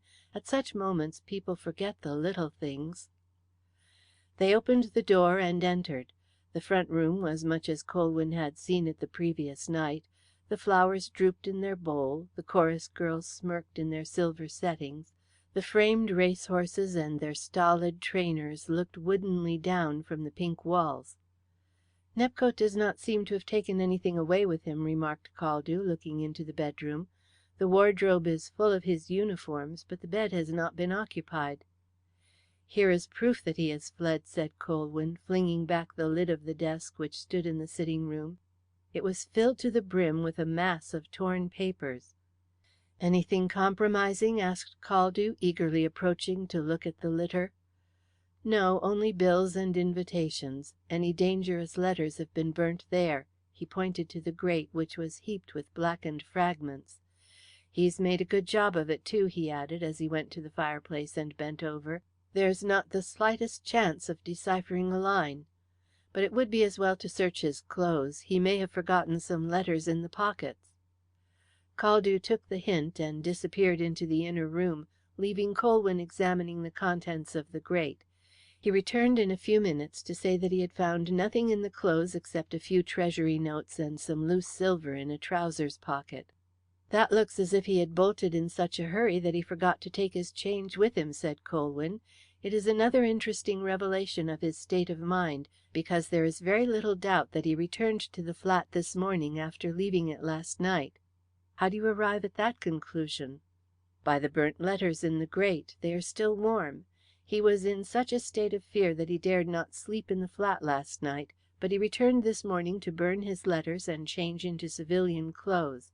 Then he rushed away again in such a hurry that he forgot his money. There is nothing more to be seen here. We had better make a few inquiries of the housekeeper as we go downstairs." They walked out, and Caldew locked the door behind him and placed the key in his pocket. When they reached the entrance hall, Colwyn paused outside the door of the recess where the housekeeper lurked, like an octopus in a pool. At Colwyn's knock, a white face, topped by a white cap, came into view through the narrow slit in the curtained glass half of the door, and swam towards them in the interior gloom, after the manner of the head of a materialized ghost in a spirit medium's parlour. The door opened, and the apparition appeared in the flesh, looking at them with stony eyes. Caldew undertook the conversation. "Did Captain Nepcote sleep here last night?" he curtly asked. "I don't know." "Well, has he been here this morning?" "I don't know." The tone of the second reply was even more expressionless than the first, if that were possible. "It's your business to know," said Caldew angrily. It's not my business to discuss Captain Nepcote's private affairs with strangers." The woman turned back into her room without another word, closing the door behind her. "Damn her!" muttered Caldew, in intense exasperation. These ancient females learned the wisdom of controlling their natural garrulity when placed in charge of bachelors' flats, said Colwyn with a laugh. "We will get nothing out of her if we stay here all day, so we had better go." "I am going straight back to Scotland Yard," Caldew announced with sudden decision when they reached the pavement. "I must tell Merrington all about this morning's work, and the sooner the better. We must have the flat watched. Perhaps Nepcote may return." "He will not return," said Colwyn. "He knows that we are after him, and that the flat will be watched. But it is a good idea not to let him have too long a start. Come, let us see if we can find a taxi, and I will drop you at Scotland Yard." They walked along to Sherryman Square, and esteemed themselves fortunate in picking up a cruising taxicab, with a driver sufficiently complaisant to drive them in the direction they wished to go. CHAPter 22.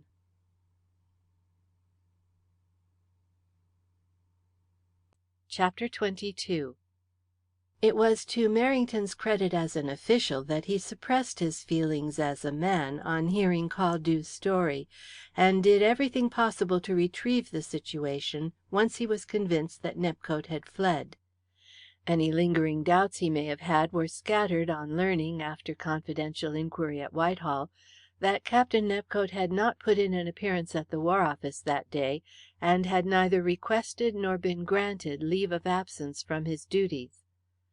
On receipt of this information, Merrington turned to his office telephone, and, receiver in hand, bellowed forth peremptory instructions, which set in motion the far-reaching organization of Scotland Yard for the capture of a fugitive from justice. Nepcote's description was circulated to police stations.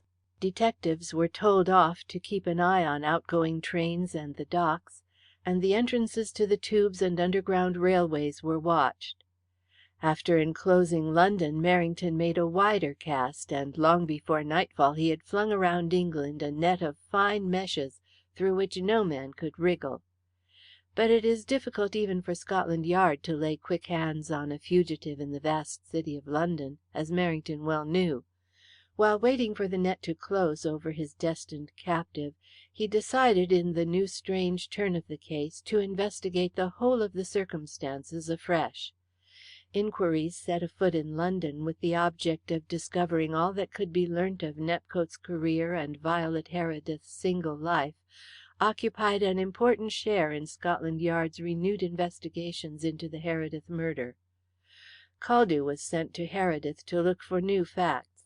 He returned after a day's absence with information which might have been obtained before if chance had not directed suspicion to Hazel Rath, with a story of an unknown young man who had left the London train to Heredith at Weydene Junction on the night of the murder.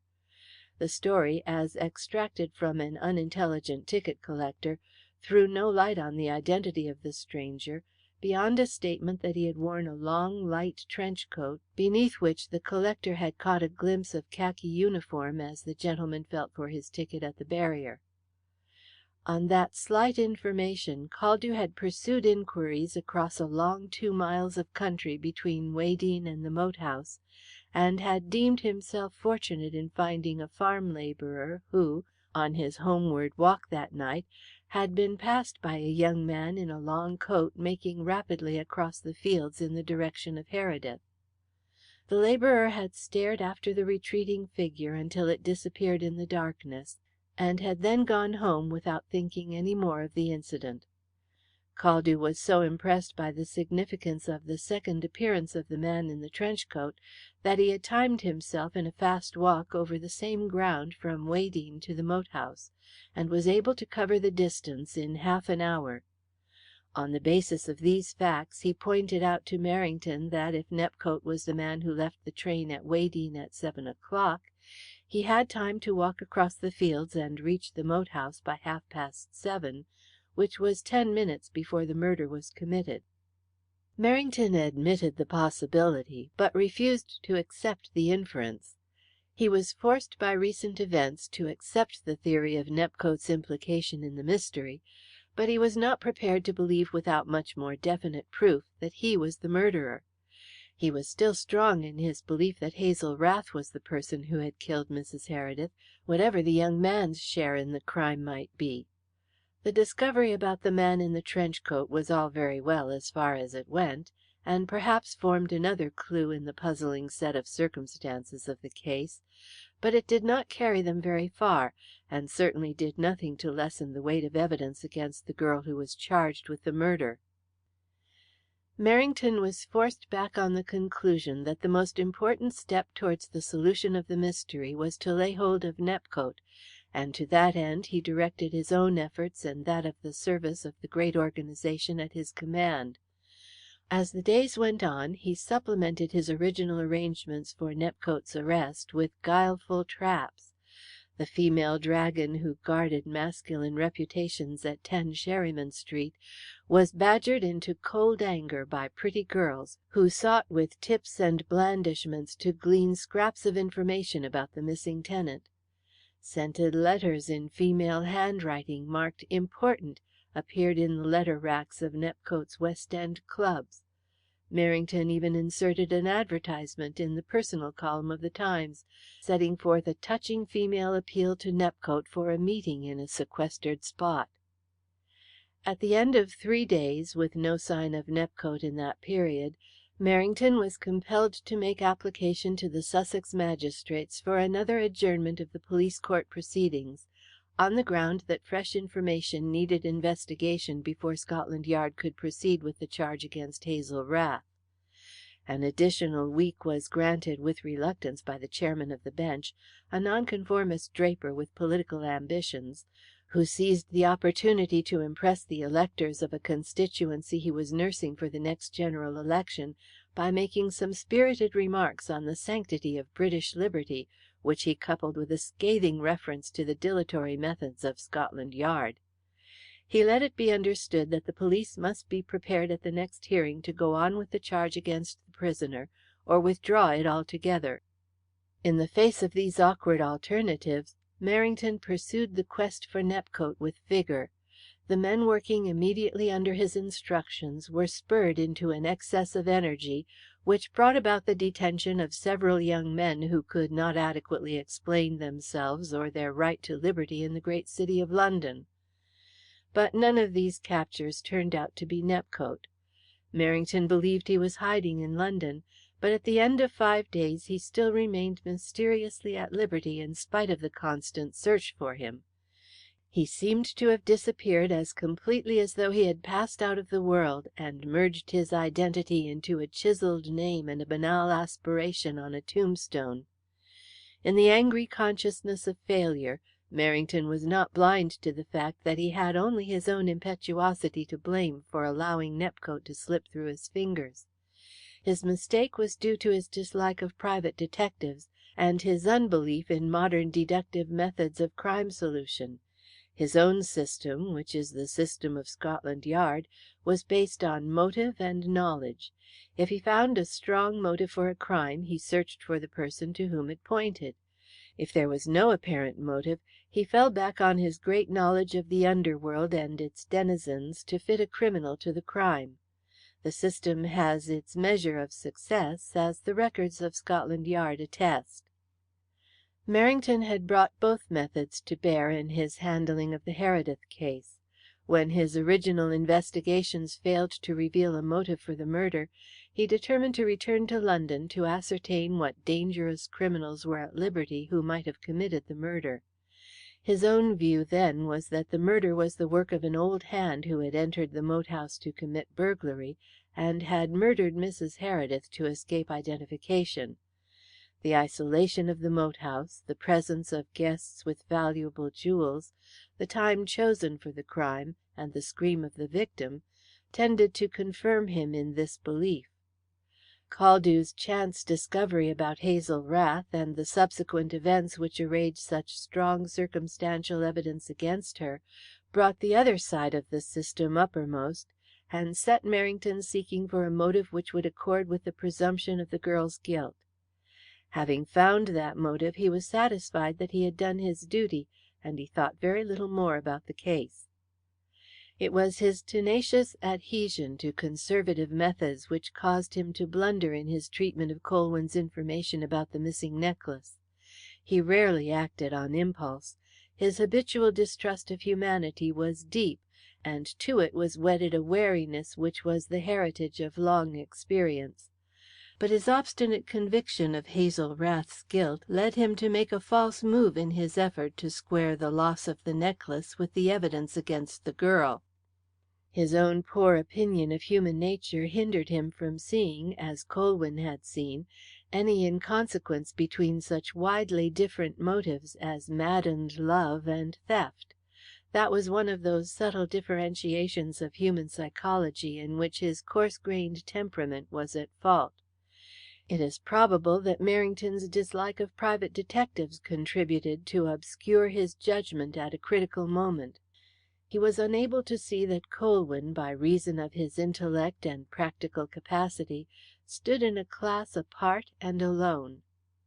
In his contemplation of the case, Merrington's thoughts turned to Colwyn, and he wondered in what direction the private detectives' investigations into the case had progressed, if they had progressed at all, since he had seen him last.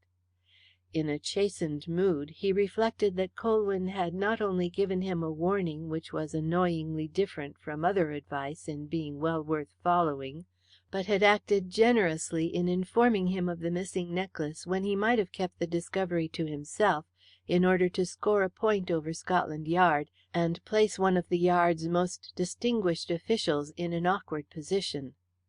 With a belated but unconscious recognition of the intelligence which far surpassed his own, Merrington felt that it would be worth while to have another talk with Colwyn in the hope of finding some way out of the perplexities in which he had plunged himself by permitting Nepcote to escape. The next interview, which was of his seeking, took place at Colwyn's rooms in the evening, after Merrington had previously arranged for it by telephone. The face of the private detective revealed neither surprise nor resentment at the sight of Merrington. He invited his guest to sit down, and then seated himself a little distance from the table on which whisky and cigars were set out. "Well, Mr. Colwyn, you were right and I was wrong about that fellow Nepcote," Merrington commenced, realizing that it was best to come to the point at once. "I wish now that I had followed your advice." "If you hadn't gone to see him, perhaps you wouldn't know as much as you know now," said Colwyn dryly. "That's one way of looking at it," responded Merrington with his great laugh. "Unfortunately, that interview caused Nepcote to bolt, and so far he has shown us a clean pair of heels." "You've had no news of him?" "Only a lot of false reports. I am convinced that he is still hiding in London, but the trouble is to get hold of him. These infernal darkened streets make it more difficult. A wanted man can walk along them at night right under the nose of the police without fear of being seen." "Have you made any fresh discoveries about the case?" "We have ascertained that a man who may have been Nepcote was seen near the moat house on the night of the murder." Colwyn nodded indifferently. The tracing of Nepcote's movements on the night of the murder was to him one of the minor points of the problem, like the first pawn move in chess, essential but without real significance in view of the inevitable inference of the flight. "I have been working on the case from this end," he said. "In what direction?" "Trying to arrive at the beginning of the mystery. I have been endeavouring to find out something about Mrs. Heredith's earlier life. It struck me that it might throw some light on the subsequent events." "I have been investigating along similar lines. Shall we compare notes?" "With pleasure, but I should think that you have been able to find out more than I have been able to discover single-handed. For one thing, I have seen Lady Vaughan, the wife of Sir William Vaughan, of the War Office. She is a kind and gracious woman, taking a great interest in the hundreds of girl clerks employed at her husband's department in Whitehall. Last winter she gave a series of dances at her house in Knightsbridge, and the girls were invited in turns. Mr. Heredith was present at one of these functions." "So much I know," said Merrington. "Then you are probably aware that Captain Nepcote was also present that evening, and brought several other young officers with him. It was he who introduced Philip Heredith to the girl whom he afterwards married." I knew Nepcote was a guest at one of the dances, but it is news to me that he introduced the girl to young Heredith. Lady Vaughan did not tell us this." "Lady Vaughan did not know. I ascertained the fact later from one of the guests who witnessed the introduction. I attach some importance to the point. Last winter Philip Heredith and Nepcote were on fairly intimate terms, working together in the same room at the War Office, and sometimes going together to the houses of mutual friends. It was evidently a case of the attraction of opposites." "It must have been," replied Merrington emphatically. "I have had inquiries made about Nepcote, and I should not have thought that he would have appealed to Mr. Heredith. There is nothing actually wrong, so far as we can learn, but he had the reputation before the war of a fast and idle young man about town, with a weakness for women and gambling. He came into a few thousands some years ago, but soon spent it. I imagine that he has subsisted principally on credit and gambling since he squandered his money, for he is certainly not the type of man to live on his pay as an officer. As a matter of fact, he was in serious trouble with the army authorities recently for not paying his mess bills in France. He was not brought up to the army, and he has seen very little active service. He got his captain's commission about 12 months after the war commenced, when the War Office was handing out commissions like boxes of matches. But he managed to keep under the Whitehall umbrella until quite recently. He seems to have a bit of a pull somewhere, though I cannot find out where. Perhaps it is his charm of manner. Everybody who knows him says he has a charming manner, though it wasn't apparent to me that night I interviewed him at his flat." "Perhaps he was too afraid to exercise it on that occasion," suggested Colwyn with a smile. "He must have thought that it was all up with him." "Have you discovered anything about Mrs. Heredith's antecedents?" asked Merrington, with an abruptness which suggested that he had little relish for the last remark. "Very little, apart from the fact that she lived in rooms and had no real girl friends, so far as I can ascertain. Apparently she was a girl who played a lone hand, as they say in America. The type is not uncommon in large cities. My information, such as it is not of the least importance one way or the other." "I have learnt very little more than you, except that she changed her rooms pretty frequently, but always kept within an easy radius of the West End, living in dull but respectable neighbourhoods like Russell Square and Woburn Place. It was precious little time she spent there, though. The people of these places know nothing about her except that she used to go out in the morning and did not return till late at night, generally in a taxi and alone, so far as is known. She was apparently one of those bachelor girls who have sprung into existence in thousands during the war, one of that distinct species who trade on their good looks and are out for a good time, but keep sufficiently on the safe side of the fence to be careful of their reputations. It's part of their stock in trade. Such girls contrive to go everywhere and see everything, at the expense of young men with more money than brains who have been caught by their looks. It's the Savoy for lunch, a West End restaurant for dinner, review, late supper, and home in a taxi, with perhaps a kiss for the lot by way of payment. The War Office was a godsend to this type of girl. It gives them jobs with nothing to do, with a kind of official standing thrown in, and the chance of meeting plenty of young officers over on leave from the front, with money to burn and hungry for pretty English faces. It is difficult to find out anything about these bachelor girls. They have no homes, only a place to sleep in. They confide in nobody, and their men friends will never give them away. Almost any woman will give away a man, but I have never yet known a man to give away a woman." "If Mrs. Heredith was that type of girl, it is possible that some early episode or forgotten flirtation in her past life is mixed up with the mystery of her death." "You think that, do you?" asked Merrington, regarding his companion attentively. "How else can we explain Nepcote's appearance in the mystery, except on the ground that he may have murdered her for the necklace? It is important to bear in mind that Nepcote knew her in her single days. If she had a secret, she has taken it to the grave with her. There remains Nepcote, who is deeply implicated in the case in some way. You may learn something from him if you can catch him and induce him to speak, though I must confess I find it difficult to reconcile the supposition that he committed the murder with the known circumstances of the case." "There I agree with you," exclaimed Merrington. "What is Hazel Rath's position if we admit any such supposition? Nothing yet has come to light to shake the evidence which points to her as the person who murdered Mrs. Heredith." "Does she still refuse to speak?"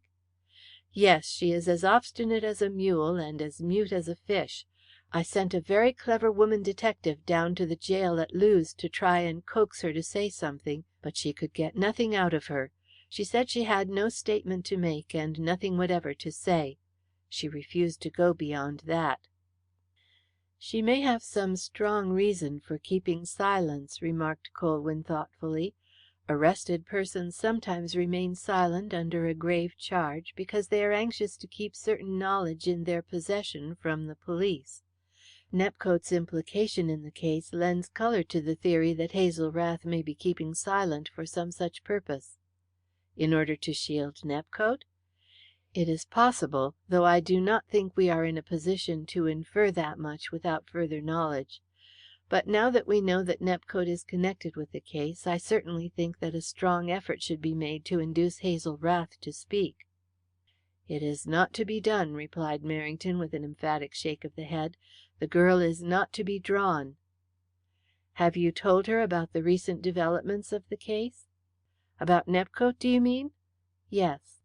"Certainly not," replied Merrington, in a tone of outraged officialism. "To give the girl that piece of information before I know what it means would place such a powerful weapon in the hands of the lawyer for the defence that I should have to withdraw the charge against Hazel Rath at the next police court proceedings if I did not arrest Nepcote in the meantime.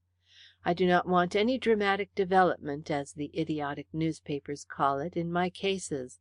There is a certain amount of public sympathy with this girl already." "I think you stand to gain more than you lose by telling her that Nepcote is suspected." "I prefer to arrest Nepcote first. We may get him at any moment, and then I hope we shall find out where we stand in this case. But what do you mean by saying that I have more to gain than lose by telling the girl about him?" "If she is keeping silent to shield Nepcote, she is likely to reveal the truth when she knows that there is nothing more to be gained by silence. She will then begin to think of herself. In my opinion, you have now an excellent weapon in your hand to force her to speak." "Can we go so far as to assume that she is keeping silence to shield him? Let us assume that they went to Mrs. Heredith's room together for the purpose of murder and robbery. The girl, we will suppose, fired the shot, and Nepcote escaped from the window with the necklace. Is Hazel Rath likely to reveal such a story when she knows it will not save herself?"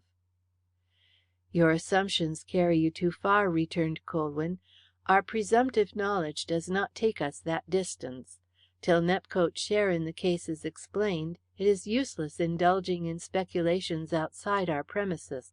Let us defer inferences until we have marshalled more facts. We do not know whether more than one pair of eyes witnessed the murder of Mrs. Heredith. The theory that Hazel Rath fired the shot is merely a presumption of fact, and not an actual certainty. Much is still hidden in this case, and the question is, can Hazel Rath enlighten us? As she and Nepcote are now both implicated, it seems to me that the best inducement to get her to speak is by letting her know that you have arrested Nepcote. In my opinion, the experiment is well worth trying." Merrington rose to his feet and paced across the room, pondering over the proposal. "I am inclined to believe you are right," he said. "At any rate, I shall go down to Lewes to morrow and put it to the test. I would ask you to accompany me, but it would be a little irregular." "I shall be content to learn the result," Colwyn answered. Chapter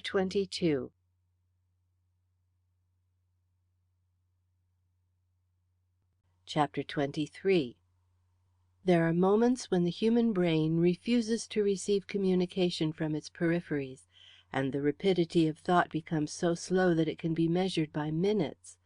The stage of consciousness on which life's drama is solitarily played for every human being is too circumscribed to expand all at once for the reception of a strange and unexpected image.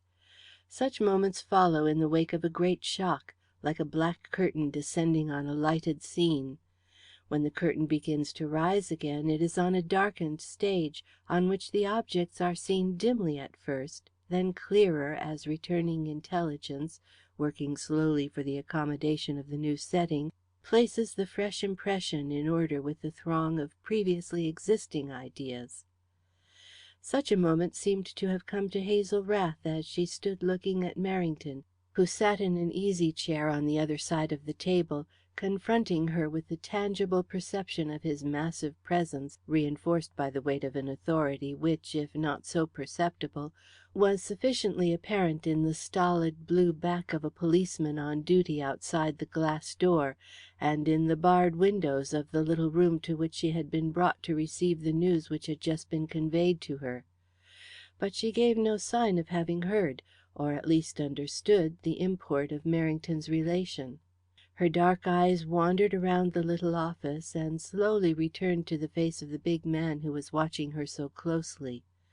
Her look, which had at first been one of utter bewilderment, now revealed a trace of incredulity which suggested a returning power for the assimilation of ideas.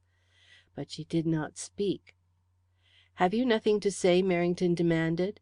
He had been a silent listener to many criminal confessions in his time, but in the unusual reversion of roles he was becoming unreasonably angry with the girl for not repaying his confidence with her own story.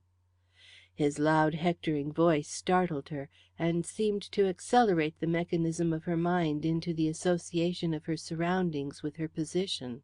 "Why did you bring me here to torture me?" she cried, with a sudden rush of shrill utterance which was, in its way, almost as pitiful and surprising as her previous silence. "Oh, why cannot you leave me alone?" She threw out her arms wildly, then, as if realizing the futility of gesture, dropped them helplessly to her side. There was something in the action which suggested a bird trying to stretch its wings in a cramped cage. Her quivering lips, tense facial muscles, and strained yet restless bearing plainly revealed an unbalanced temperament, bending beneath the weight of a burden too heavy and sustained. As an experienced police official, Merrington was well versed in the little signs which indicate the breaking point of imprisonment in those unused to it. He saw that Hazel Rath had reached a state in which kindness and consideration, but no other means, might induce her to tell all she knew. "Come now, my good girl," he said in a gentle, pleasant voice which would have astonished Caldew beyond measure if he had heard it. "Nobody wants to torture you. On the contrary, I have come down from London purposely to help you." He paused for a moment in order to allow this remark to sink into her mind, and then went on. "I do not think that you quite understood what I have been trying to tell you. I will tell you again, and I wish you to listen to me for your own sake." He glanced at her again, and, satisfied that he had now gained her attention, repeated the news he had endeavoured to tell her previously. The story, which he embellished with additional details as he went on, was a practical demonstration of the trick of conveying a false impression without telling an actual untruth. Merrington's sole aim was to convince Hazel that further silence on her part was useless, so, to that end, he used the incident of his visit to Nepcote's flat in a way to suggest that Nepcote's admission of the ownership of the revolver amounted to an admission of his own complicity in the murder. It was an adroit narration. Merrington conceded that much to himself, not without some pride in his own creation. But he was not prepared for its immediate and overmastering effect on the girl. She listened to him with an intensity of interest which was in the strangest contrast with her former inattention and indifference. When Merrington reached the point of his revelations by telling her about the missing necklace, in order to assure her that the police were aware that Nepcote had gained more from the commission of the crime than she had, she surprised him by springing to her feet, her eyes blazing with excitement. "I knew it would be proved that I am innocent," she exclaimed. "Now I can tell you all I know." "It is the very best course you can pursue," responded Merrington with emphasis. "I know it. I see it now. Oh, I have been very foolish. But A burst of hysterical tears choked further utterance. Merrington waited patiently until she recovered herself. He was troubled by no qualms of gentlemanly etiquette at watching the distress of the distraught girl sobbing wildly at the little table between them. There is a wide difference between pampered beauty in distress and a female prisoner in self-abasement. So he waited composedly enough until she lifted her head and regarded him with dark, wistful eyes through a glitter of tears. "You had better tell me all," he said. "Yes, I will tell you everything now," she quickly replied. "Before you do so, it is my duty to warn you that any statement you make may be used in evidence against you at your trial," Merrington said, with a swift resumption of his official manner. "At the same time, I think you will be acting in your own interest by keeping nothing back." "I quite understand, but it is such a strange story that I hardly know how to begin." "Tell me everything from the first. That will be the best way." "That night I went up to Mrs. Heredith's room just to see her," she commenced, almost in a whisper. "My mother had told me earlier in the evening that she was alone in her room suffering from a headache. I thought I would take the opportunity while the others were at dinner to go up to her room and ask if she wanted anything. So I left my mother's room and walked quietly down the hall to the left wing. There was nobody about. All the guests were at dinner, and the servants were busy in the kitchen and the dining room. When I got upstairs I noticed that Mrs. Heredith's door was open a little, and I saw that there was no light in the room. I thought that strange until I remembered she had been suffering from a bad headache, and probably had turned off the light to rest her head. I did not knock because I thought she might be asleep. I was just going to turn away when I heard a sound like a sob within the room. I listened and heard it again. I hardly knew what to do at first, but the thought came to me that perhaps Mrs. Heredith was worse and needed someone. So I pushed open the door and went in. I know the moat house well, so I was aware that the switch of the electric light was by the side of the fireplace, near the head of the bed, and not close to the door as in the other rooms. To turn on the light I had to walk across the room. It was very dark, and I walked cautiously for fear of stumbling and alarming Mrs. Heredith. Twice I stopped to listen, and once I heard a sound like somebody whispering. I was dreadfully nervous because I didn't know whether I was doing right or wrong by going into Mrs. Heredith's room like that, but something seemed to urge me on. I must have mistaken my direction in the dark, for I couldn't find the electric switch. I kept running my hand along the wall in search of it, and while I was doing this, somebody caught me suddenly by the throat. All the blood in my veins seemed to turn to ice, and I screamed loudly. Immediately I screamed, the hand let go, but I was too frightened to move. It was so silent in the room then that I could hear my own heart beating, but as I stood there by the wall, not daring to move, I thought I heard a rustling sound by the window. My hands kept wandering over the wall behind me, trying to find the switch of the light. Then suddenly there was a dreadful sound, the report of a gun.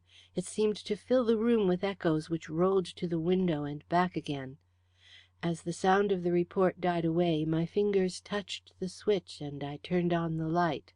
I was standing close to the head of the bed, and the first thing I noticed was something glittering on the carpet at my feet. I stooped and picked it up. It was a revolver. Then my eyes turned to the bed, and I saw poor Mrs. Heredith. She was lying quite still with blood on her mouth. I could see that she was still alive, because her eyes looked at me. At that terrible sight I forgot everything except that she was in agony. I was bending over her, wiping her mouth, when I caught the sound of footsteps running to the stairs. It flashed across my mind that I must not be found there, in a room where I had no right to be, holding in my hand a revolver which had just been discharged. I switched off the light and ran out of the room. The light from the landing outside guided me to the door. I had just time to get outside and slip behind the velvet curtains when some of the gentlemen appeared on the landing. I stayed there hidden for some time, too frightened to move, and expecting every moment to be discovered. I could hear them moving about searching, and I thought that somebody would draw aside the curtains and see me hiding underneath. But nobody came near me. I heard them go into Mrs. Heredith's room, and Mr. Musard started talking. The corridor was silent, and it seemed to me that I had a chance of escaping downstairs if the staircase was clear. I crept across to the balusters, still keeping under the cover of the curtains, and looked over. I could see nobody in the hall downstairs. I slipped the revolver into my dress and ran downstairs as quickly as I could. I got to the hall without meeting anyone, and then I knew that I was safe. But just as I turned into the passage leading to my mother's rooms, I heard the dining room door open. I looked back and saw Tufnell come out and go upstairs, but he did not see me. Then I reached my mother's rooms." She was silent so long that Merrington thought she had finished her story. "And what about your brooch, the brooch which you dropped in the room? When did you get that again?" "I did not miss it until some time after I had returned downstairs. I wondered at first where I had dropped it. I then remembered the hand on my throat which must have unloosened the brooch and caused it to fall. I knew it was necessary for me to recover it, so it would not be known that I had been in the room. The house was very quiet then, and the hall was empty, though I could hear the murmur of voices in the library. So I walked along the hall and ran upstairs. The door of the bedroom was partly open, and by the light within I could see that the room was empty, except for her. I went into the room. The first thing I saw was my little brooch shining on the carpet close by the bedside, near where I had been standing when the hand clutched at my throat. I picked it up and ran downstairs." "Is that the whole of your story?" She considered for a moment. "Yes, I think that I have told you everything." "What took you to Mrs. Heredith's room in the first place?" I wanted to see her." "For what purpose? If you want me to help you, you had better be frank." "I wished to see the girl whom Mr. Phil had married." She brought out the answer hesitatingly, but the colour which flooded her thin white cheeks showed that she was aware of the implication of the admission. But Merrington was impervious to the finer feelings of the heart. He disbelieved her story from beginning to end, and was of the opinion that she was trying to hoax him with a concoction as crude as the vain imaginings of melodrama or the cinema. It was more with the intention of trapping her into a contradiction than of eliciting anything of importance that he continued his questions. "You say that you heard a noise at the window after the shot was fired. What did you imagine it to be?" "I was too nervous at the time to think anything about it, but since I have thought that it must have been some one getting out of the window." "Did you hear the window being opened?" "No, I heard nothing but the rustle as I told you. But it may have been the wind or my fear." "Did you catch a glimpse of the person in the room, whoever it was, when you were caught by the throat?" "No, I only felt the hand. It was quite dark, and I could see nothing." "You are quite sure this happened to you? You are sure it is not imagination?" "Oh, no, it was too terribly real." "Did you observe anything about the revolver when you picked it up?" said Merrington, after a pause. "No, except that it was bright and shining." "Nor when you placed it in your dress to carry it downstairs?" "I do not know anything about firearms. When I got downstairs I locked it away as quickly as I could." "So you picked up a revolver which had just been fired, without noticing whether the barrel was hot or cold. Is that what you wish me to believe?" "I picked it up by the handle. I seem to remember now that it was warm, but I cannot be sure. I hardly knew what I was doing at the time." Her confusion was so evident that Merrington did not think it worth while to pursue the point. "If your story is true, why have you not told it before?" he said. "If you are merely the unfortunate victim of circumstances that you claim to be, why did you not announce your innocence when I was questioning you at the moat house on the day after the murder?" The girl hesitated perceptibly before answering the question. "Perhaps I might have done so, but for your recognition of my mother," she said at length, in a low tone. "I fail to see how that affected your own position."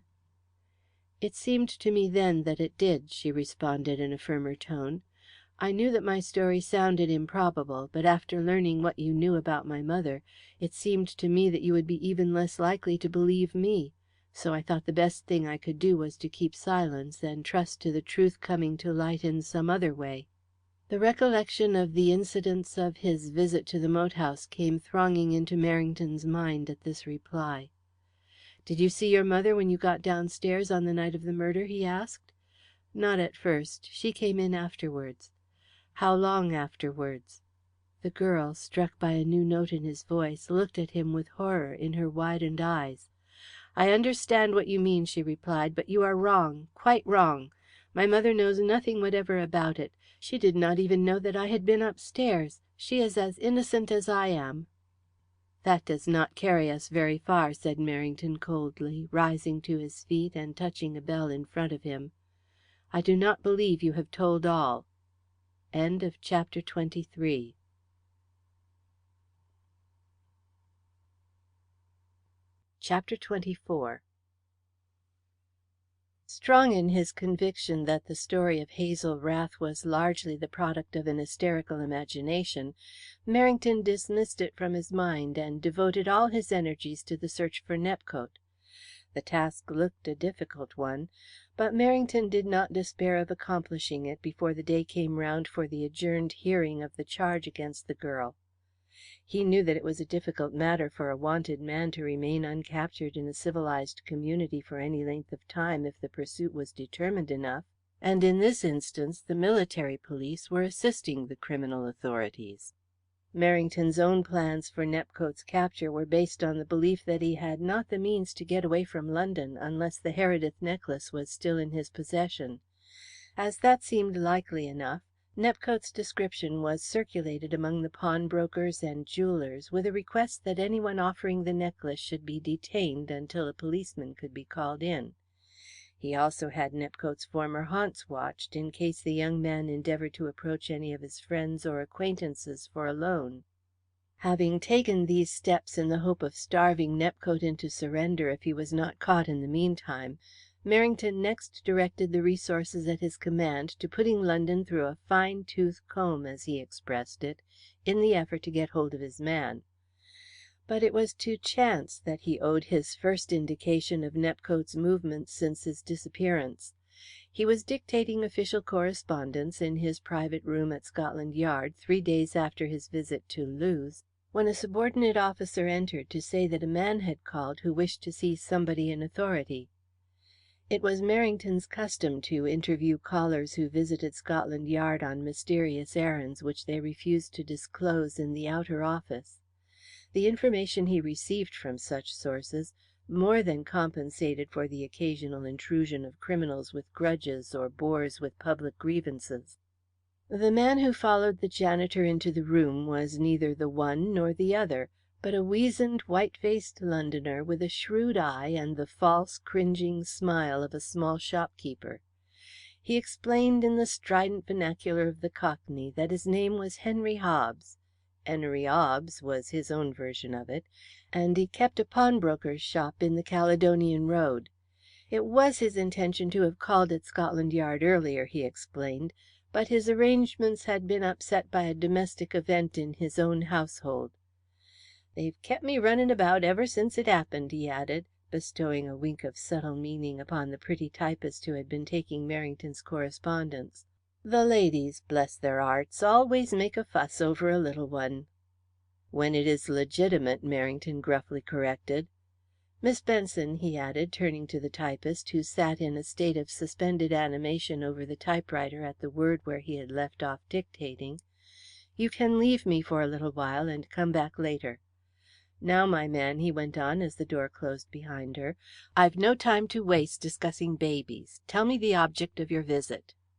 The little man stood his ground with the imperturbable assurance of the Cockney. "We thought of calling it Victory Egg. Victory, because our London lads seem likely to finish off the war in double quick time, and Egg after our commander, good old Dougie Egg, whose name is every bit good enough for my baby. What do you think?" "Don't get your 'air off, guv'nor," Mr. Hobbs hastily protested, in some alarm at the expression of Merrington's face. "I'm coming to it fast enough, but my 'ead is so full of this here kitty that I hardly know whether I'm standing on my head or my 'eels. It's like this 'ere. A few days ago there was a young man come into my shop to pawn his waistcoat. I lent him 1/2 a crown on it, and he goes away. But yesterday afternoon he comes back to pawn a little pencil case, on which I lends him a shilling. Now, I shouldn't be surprised if this young man wasn't the young man we was warned to look out for as likely to offer a pearl necklace."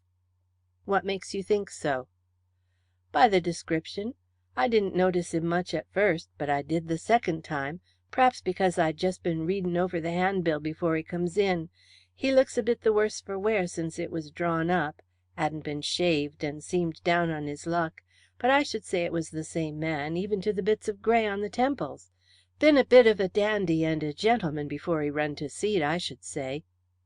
"What makes you think that?" asked Merrington, who had scant belief in the theory that gentility has a hall mark of its own. "Not his white 'ands. They're nothing to go by. It was his clothes. I was a tailor in Windmill Street before I went in for pawnbrokering, and I know. This chap's suit hadn't been 'acked out in the City, or in one of those places in Cheapside where they put notices in the window to say that the foreman cutter is the only man in the street who gets 12 quid a week. They hadn't come from Crouch End neither. They was first class West End garments. It's the same with clothes as it is with thoroughbred 'osses and women. You can always tell them, no matter how they've come down in the world. And it's like that with boots, too.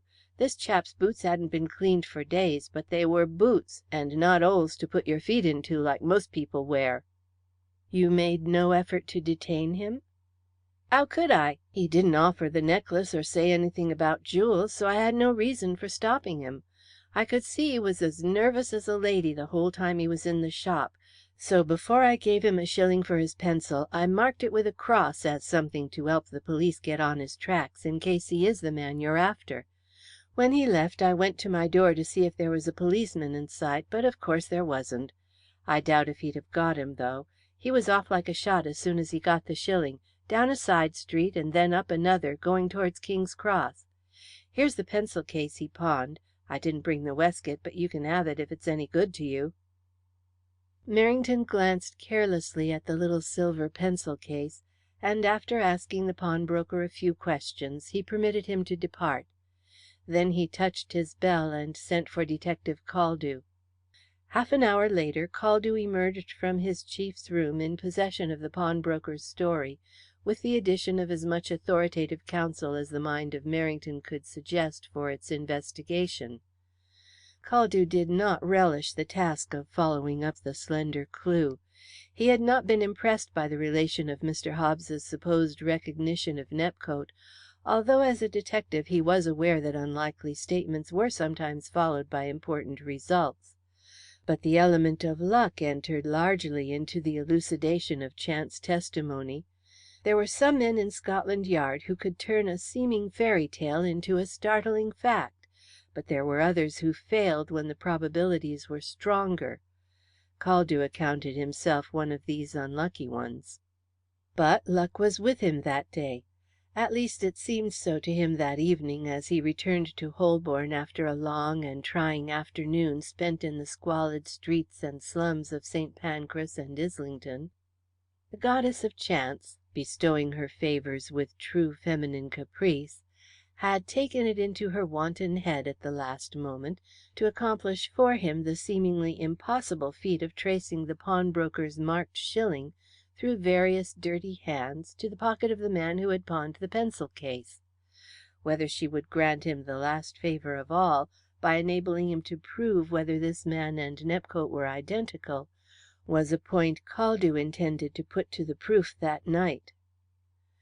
Caldew was in high good humour with himself at such a successful day's work, and he alighted from the tram with the intention of passing a couple of hours pleasantly by treating himself to a little dinner in town before returning to Islington to complete his investigations. He wandered along from New Oxford Street to Charing Cross by way of Soho, scanning the restaurant menus as he passed with the indecisive air of a poor man unused to the privilege of paying high rates for bad food in strange surroundings. The foreign smells and greasy messes of Old Compton Street repelled his English appetite, and he did not care to mingle with the herds of suburban dwellers who were celebrating the fact that they were alive by making uncouth merriment over 3 and 6-penny table d'hôte and crude Burgundy and Chianti in the cheap glitter of Wardour Street. As a disciplined husband and father, Caldew's purse did not permit of his going further west for his refection, so when he reached Charing Cross he turned his face in the direction of Fleet Street. He had almost made up his mind in favour of a small English eating house halfway down the Strand when he encountered Colwyn. The private detective was wearing a worn tweed suit and soft hat, which had the effect of making a considerable alteration in his appearance. He was about to enter the eating house, but stopped at the sight of Caldew looking in the window, and advanced to shake hands with him. "Thinking of dining here, Caldew?" he asked. "Yes," replied Caldew. "It seems a quiet place." "It certainly has that merit," responded Colwyn, glancing into the empty interior of the little restaurant.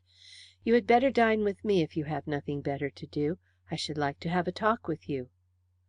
Caldew expressed a pleased acquiescence. He had not seen the private detective since he had taken him a copy of Merrington's notes of his interview with Hazel Rath, and he wished to know whether Colwyn had made any fresh discoveries in the Heredith case.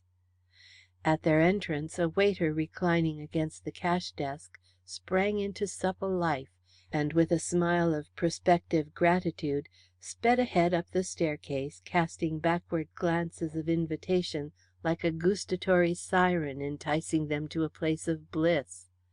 He led them into a room overlooking the Thames Embankment, hung up their hats, took the wine card from the frame of the mirror over the mantelpiece, wrote down the order for the dinner, and disappeared downstairs to get the dishes. "It seems to me that you've been here before," said Caldew. "I always come here when I have an expedition in hand," was the response.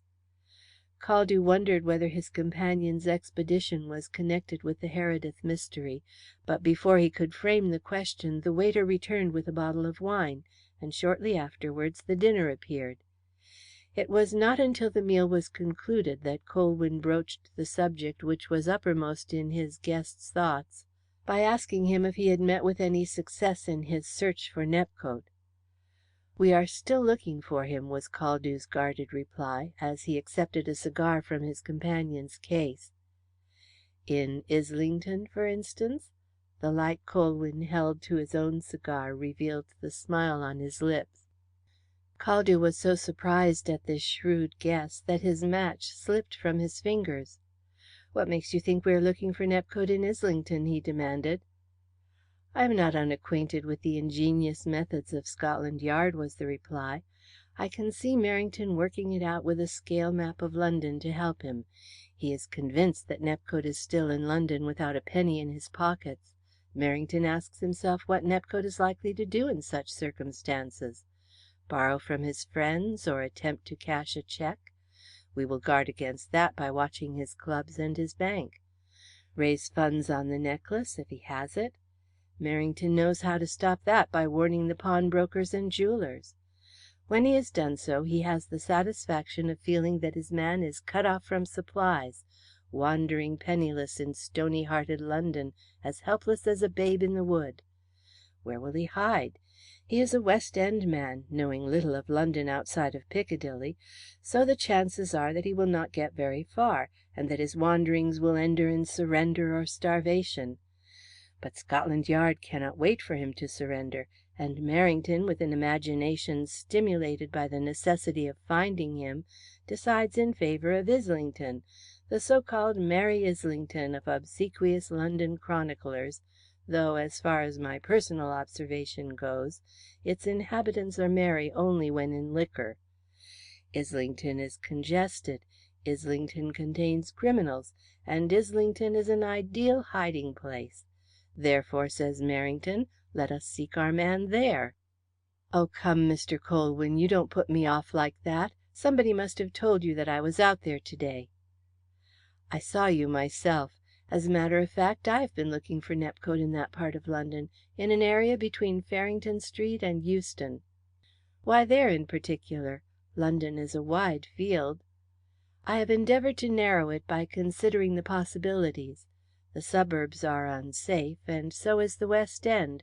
The city affords no shelter for a fugitive. There remain the poorer congested areas, the docks and the East End. But that does not help us very much, because there is still a vast field left. What narrowed it considerably for me is my strong belief, taking all the circumstances into consideration, that Nepcote has not got very far from where we last saw him. What finally determined me to select Islington as a starting point for my search was that strange law of human gravitation which impels a fugitive to seek a criminal quarter for shelter. A hunted man seems to develop a keen scent for those who, like himself, are outside the law. Islington, as you are aware, has a large percentage of criminals in its population. At any rate, I am looking for Nepcote in Islington." "Although I could pick flaws in your theory, I am bound to say that you are right," said Caldew. "Nepcote is hiding in Islington, at least we think so," he cautiously added. "Good. How did you find out?" Caldew gave his companion particulars of the pawnbroker's visit to Scotland Yard that morning. "I've been looking for Mr. Hobbs's marked shilling in the small shops between King's Cross and Upper Street all the afternoon," he said. "I traced it quite by accident, after I had decided to give up the attempt. One of the uniformed men at the Angel happened to tell me, as a joke, about a coffee stall keeper who had gone to him in a fury that morning about a chance customer who, in his own words, had diddled him for a bob overnight. He showed the policeman a shilling he had taken from the man, and was under the impression that it was a bad one because it was marked with a cross. The policeman put the coin in his pocket and gave the man another one to get rid of him. I obtained the shilling from him, and went to see the coffee stall keeper. His description of the man who passed it resembled Nepcote, and he added the information that the customer, after changing the shilling for a cup of coffee, had asked him where he could get a bed. The coffee stall keeper directed him to a cheap lodging house near the Angel. I went to his lodging house and ascertained that a man answering to the description had slept there last night, and on leaving this morning said that he would return there for a bed to-night. I have a policeman watching the place, and I am going out there shortly to see this chap, if he comes back. Do you care to go with me?" "I'll go with pleasure," said Colwyn, who had listened to this story with close attention. "Then we'd better be getting along. But I say, don't mention this to Merrington if anything goes wrong and I don't pull it off. The old man has his knife into me over this case, and my life wouldn't be worth living if Nepcote slipped through our fingers again. I want to try and surprise him, and let him see that there are other men at Scotland Yard besides himself." "I don't think you have much to fear from Merrington," said Colwyn, laughing outright. "He is in a chastened mood at present. But you can rely on my discretion, and I hope you will get your man." "I believe I shall," returned Caldew in a confident tone. "Shall we make a start?" Colwyn paid the bill, and they set out through the darkened streets, upon which a light autumn fog was descending. The Kingsway Underground tramway carried them to the Angel, where they got off. Caldew threaded his way through the unwashed population of that centre, and turned into a side street where a swarm of draggle-tailed women were chaffering for decaying greens heaped on costers' stalls in the middle of the road. He turned again into a narrower street running off this street market, and stopped when he got to the end of it. He nudged his companion and pointed to a sign of "Good Beds" visible beneath a flare in a doorway opposite. "That's the place," he said. A policeman came up to them, looming out of the fog as suddenly as a spectre, and nodded to Caldew. "Nothing doing," he briefly announced. "I've watched the place ever since, but he hasn't been in." "All right," said Caldew. "You can leave it to me now. I shan't need you any longer. Good night." "Good night, and good night to you, Mr. Colwyn," the policeman responded, turning with a smile to the private detective. "I didn't recognize you at first because of the fog. I didn't know you were in this job."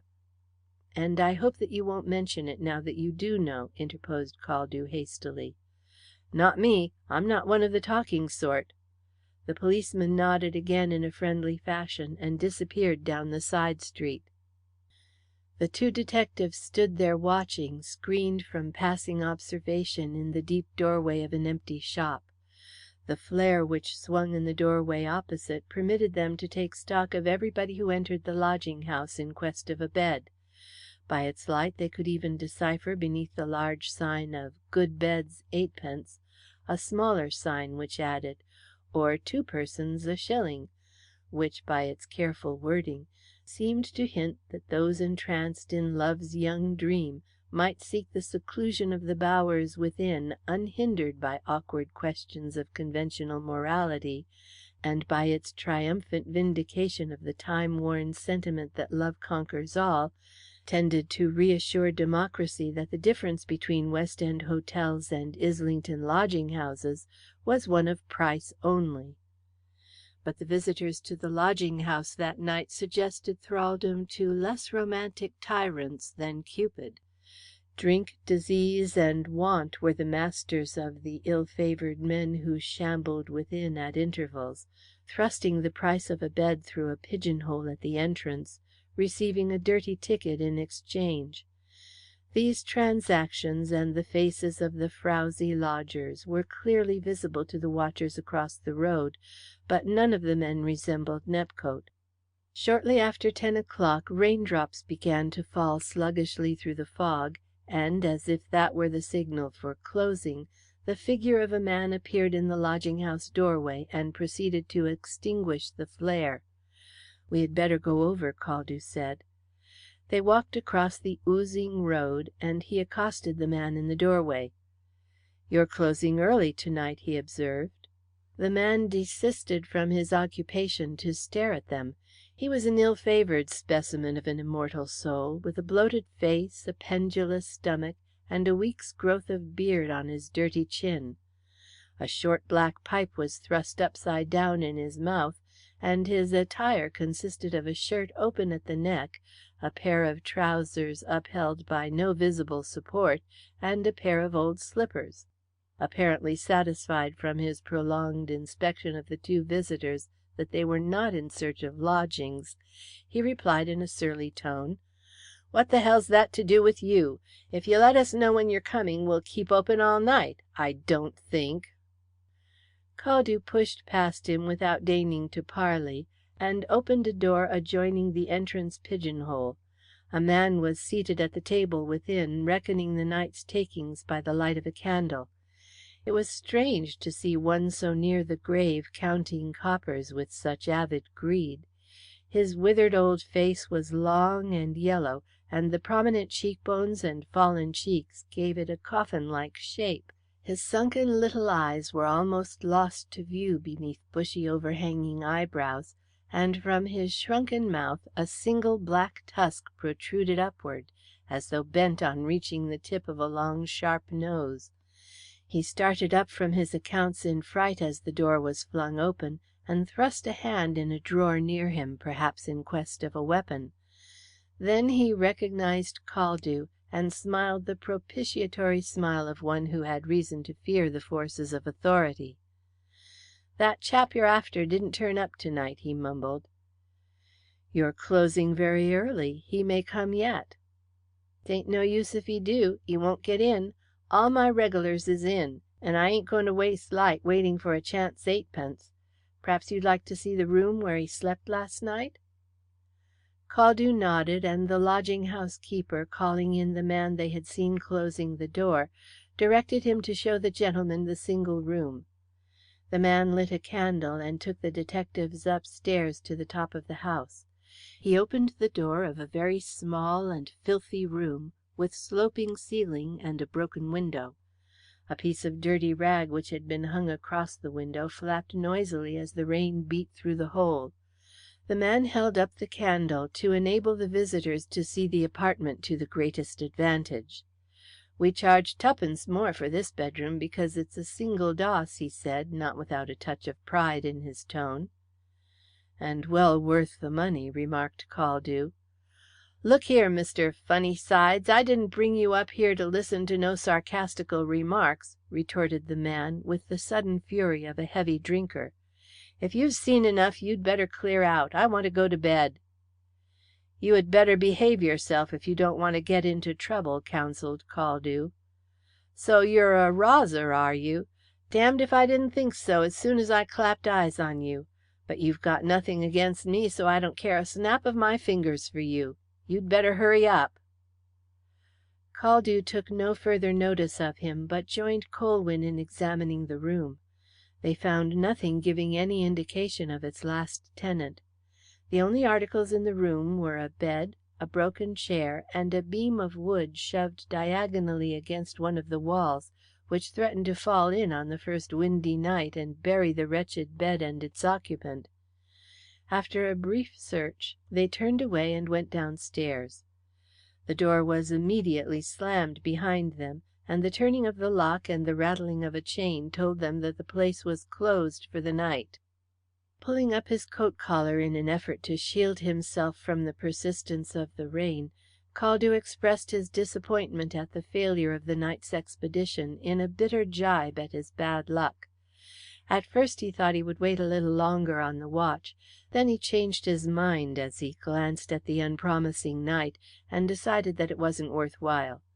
He lived in Edgware Road, so he shook hands with Colwyn and set out for the Underground at King's Cross. Colwyn returned to the Angel to look for a taxicab. The fog was lifting, and crowds were emerging from the cinemas and a music hall with the fatigue look of people who have paid in vain to be entertained.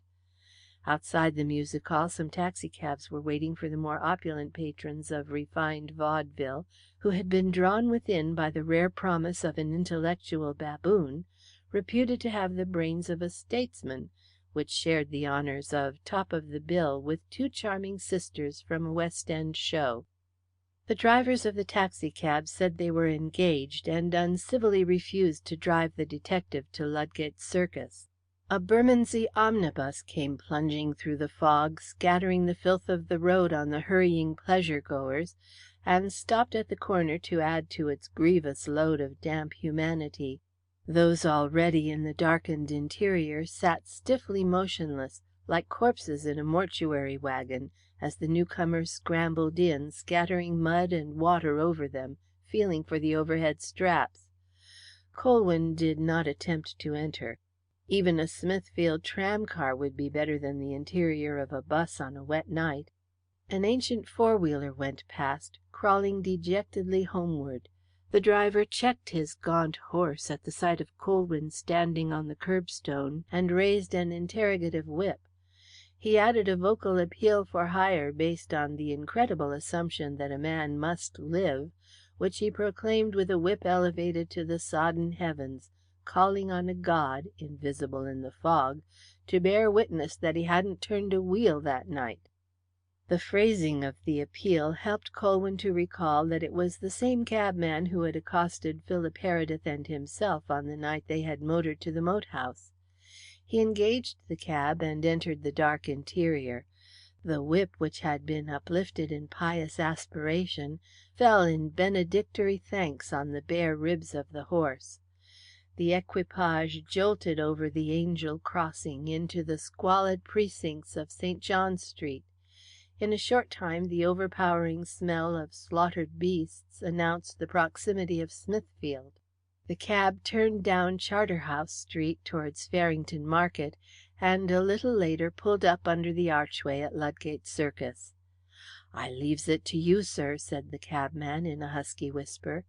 His expectant palm closed rigidly on the silver coins, and his whip fell on the lean sides of the horse with a crack like a pistol shot as he wheeled round, leaving the detective standing in the road. The fog had almost cleared away, but the unlighted streets were plunged in deep gloom, through which groups of late wayfarers passed dimly and melted vaguely, like ghosts in the darkness of eternity. As Colwyn was about to enter the corridor leading to his chambers, a man brushed past him in the doorway.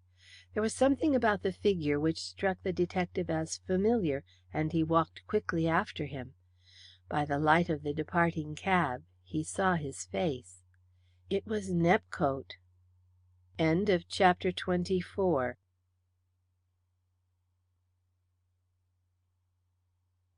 Chapter 25.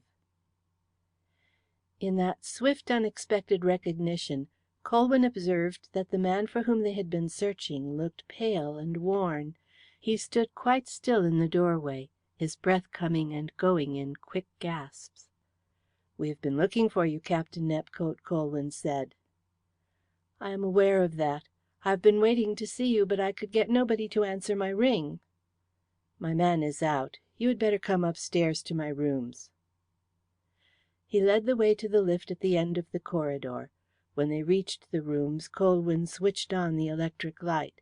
Nepcote dropped wearily into a chair, and for the first time Colwyn was able to see his face clearly.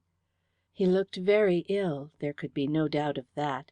His face was haggard and unshaven, his clothing was soiled, his attitude one of utter dejection. He crouched in the chair, breathing hurriedly, with one hand pressed to his right side as though in pain.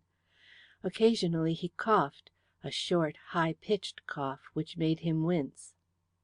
"You had better drink this before you talk," Colwyn said. He handed him a glass of brandy and water. Nepcote seized it eagerly and gulped it down. "I've caught a bad chill," he said in a hoarse, unnatural voice. "I couldn't carry on any longer. That's why I came to see you tonight. But I'd given up hopes. I was ringing for some time." "You came to surrender yourself?" "Yes, I am fed up, absolutely. I was a fool to bolt. I've had a horrible time, sleeping out of doors and in verminous lodging houses, with the police after me at every turn. I stuck it as long as I could, but to day I was ill, and when I saw a policeman watching the lodging house where I meant to sleep to night, I felt that I had to give in." "Why have you come to me instead of going to the police?" "I thought I would get more consideration from you. I know you are searching for Mrs. Heredith's necklace. Here it is." He drew from his pocket a small parcel wrapped in dirty tissue paper and put it on the table. The untidy folds fell apart, exposing the missing necklace, but the diamond was missing from the antique clasp. "The diamond is in that," he said, placing a small cardboard box beside the pearls. "I wish I had never seen the cursed thing." "How do you come to have Mrs. Heredith's necklace?" Nepcote hesitated before replying. "I was terribly upset by Mrs. Heredith's death," he said at length. "I knew her before she married Phil Heredith. We were old friends." The inconsequence of this statement convinced Colwyn that he was seeking time to frame an evasive answer. "If that is all you have to say, it is useless to prolong this interview," he coldly remarked. I am going to tell you where I got the necklace," Nepcote said with downcast eyes. "Mrs. Heredith gave it to me." "Why did Mrs. Heredith give you her necklace?" "She asked me to raise some money on it for her." "For what purpose?" "I cannot say. Pretty women always need money. It may have been for a dress, or bridge, or old debts. She brought me the necklace one day and asked me to get some money on it. I suggested that she should apply to her husband, but she said she needed some extra money and she did not wish him to know." "And you complied with her request?" "I did, after she had pressed me several times. I am always a fool where women are concerned. I promised to raise money on the necklace in London for her. That was the beginning of my troubles. But who could have foreseen? How was I to know what was going to happen?" He sat brooding for a space with gloomy eyes, like a man repelled by the menace of events, then burst out wildly. "I'm in a horrible position. Who will believe me? My God, what a fool I've been!" "You're doing yourself no good by going on like this," Colwyn said. "You are keeping something back. My advice to you is to be quite frank with me and tell me everything." "You must give me a few minutes first to think it over," responded Nepcote. He cast a doubtful glance at the detective and relapsed into another brooding silence. "Before you say anything more, it is my duty to inform you of my own connection with the case," said Colwyn. "There has been an arrest for the murder, as no doubt you are aware, but the family are not satisfied that the right person has been arrested. You are suspected." "Do they think that I murdered Violet? Oh, I never dreamt of this," he added, as Colwyn remained silent. "I thought that you and the police were searching for me because of the necklace. It is even worse than I thought. I will now tell you all. Perhaps you will then help me, for I am innocent." Until that moment he had flung out his protestations with an excited impetuosity which told of a mind suffering under a grievous burden, though it was impossible to determine whether that state of feeling arose from anxiety or conscious guilt. His quietness now was in the oddest contrast. It was as though he had been sobered by his realization of the difficulty of convincing an outsider of his innocence of a foul crime in which he was deeply entangled by an appalling web of circumstance. He began by explaining, vaguely enough, his past friendship with the murdered girl. He had first met her in London 2 years before. Their relations, as he depicted them, conveyed a common story of a casual acquaintance developed in the familiar attitude of secluded restaurants, with dances and theatres later on. His story of this phase had all the familiar elements which make up the setting of a modern sophisticated love episode, into which a man and a girl enter with their eyes open. In the masculine way, Nepcote refrained from saying anything which could hurt the dead girl's reputation, but it was his reticence and reservations which completed the story for his listener. He said that their flirtation ceased when Violet became engaged to Philip Heredith. On his own showing, he then acted sensibly enough in a delicate situation, and was afterwards reluctant to accept the invitation to the moat house. With one of his reticent evasions, he slurred over his reasons for changing his mind, but Colwyn guessed that it was due to the feminine disinclination to bury an old romance. Violet had probably written and asked him to come. He conveyed to Colwyn a picture of the state of things existing at the moat house when he arrived.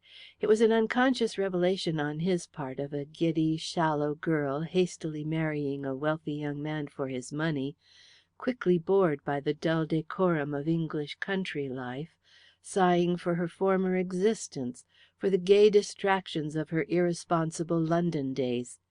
It seemed that in this frame of mind she welcomed Nepcote as a dear link with the past, and sought his society with a frequency which had its embarrassments.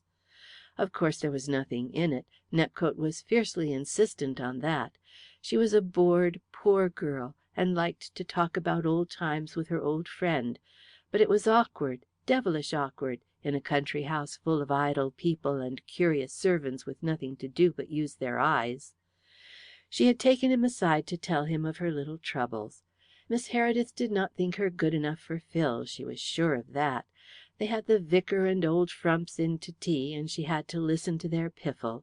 They all went to bed soon after 10, just when people were beginning to wake up in London and go out for the night. And she had to go to church on Sunday because it was expected of her. Did he ever hear of such rot? And so on. It seemed that everything in her life bored her. Of course Phil worshipped her, but that didn't help her much. How could it, Nepcote asked, fixing his burning glance on his listener, when she had only married him for his coin? It appeared he had given her such counsel as his worldly experience suggested. He told her to get Phil to take her up to London now and again for a change. He advised her to stand no nonsense from anybody, pointing out to her that she was the future Lady Heredith, and, within limits, could do practically what she liked. These intimate details of the confidences between them brought Nepcote to the vital point of his possession of the necklace. He now admitted that his former story was untrue. The actual truth was that he had needed some money badly for his gambling debts. He told Violet of his position, and asked her had she any money to lend him. She had not, and rather than ask Phil, she had, for old friendship's sake, offered him her necklace to raise money on, or to sell outright the diamond in the clasp. He accepted her offer, and went up to London on the following day to try and sell the diamond. Wendover's card had been given him by a brother officer in France as that of a man who gave a good price for jewels without asking too many questions. But the diamond merchant had not lived up to his reputation. He had refused to look at the diamond.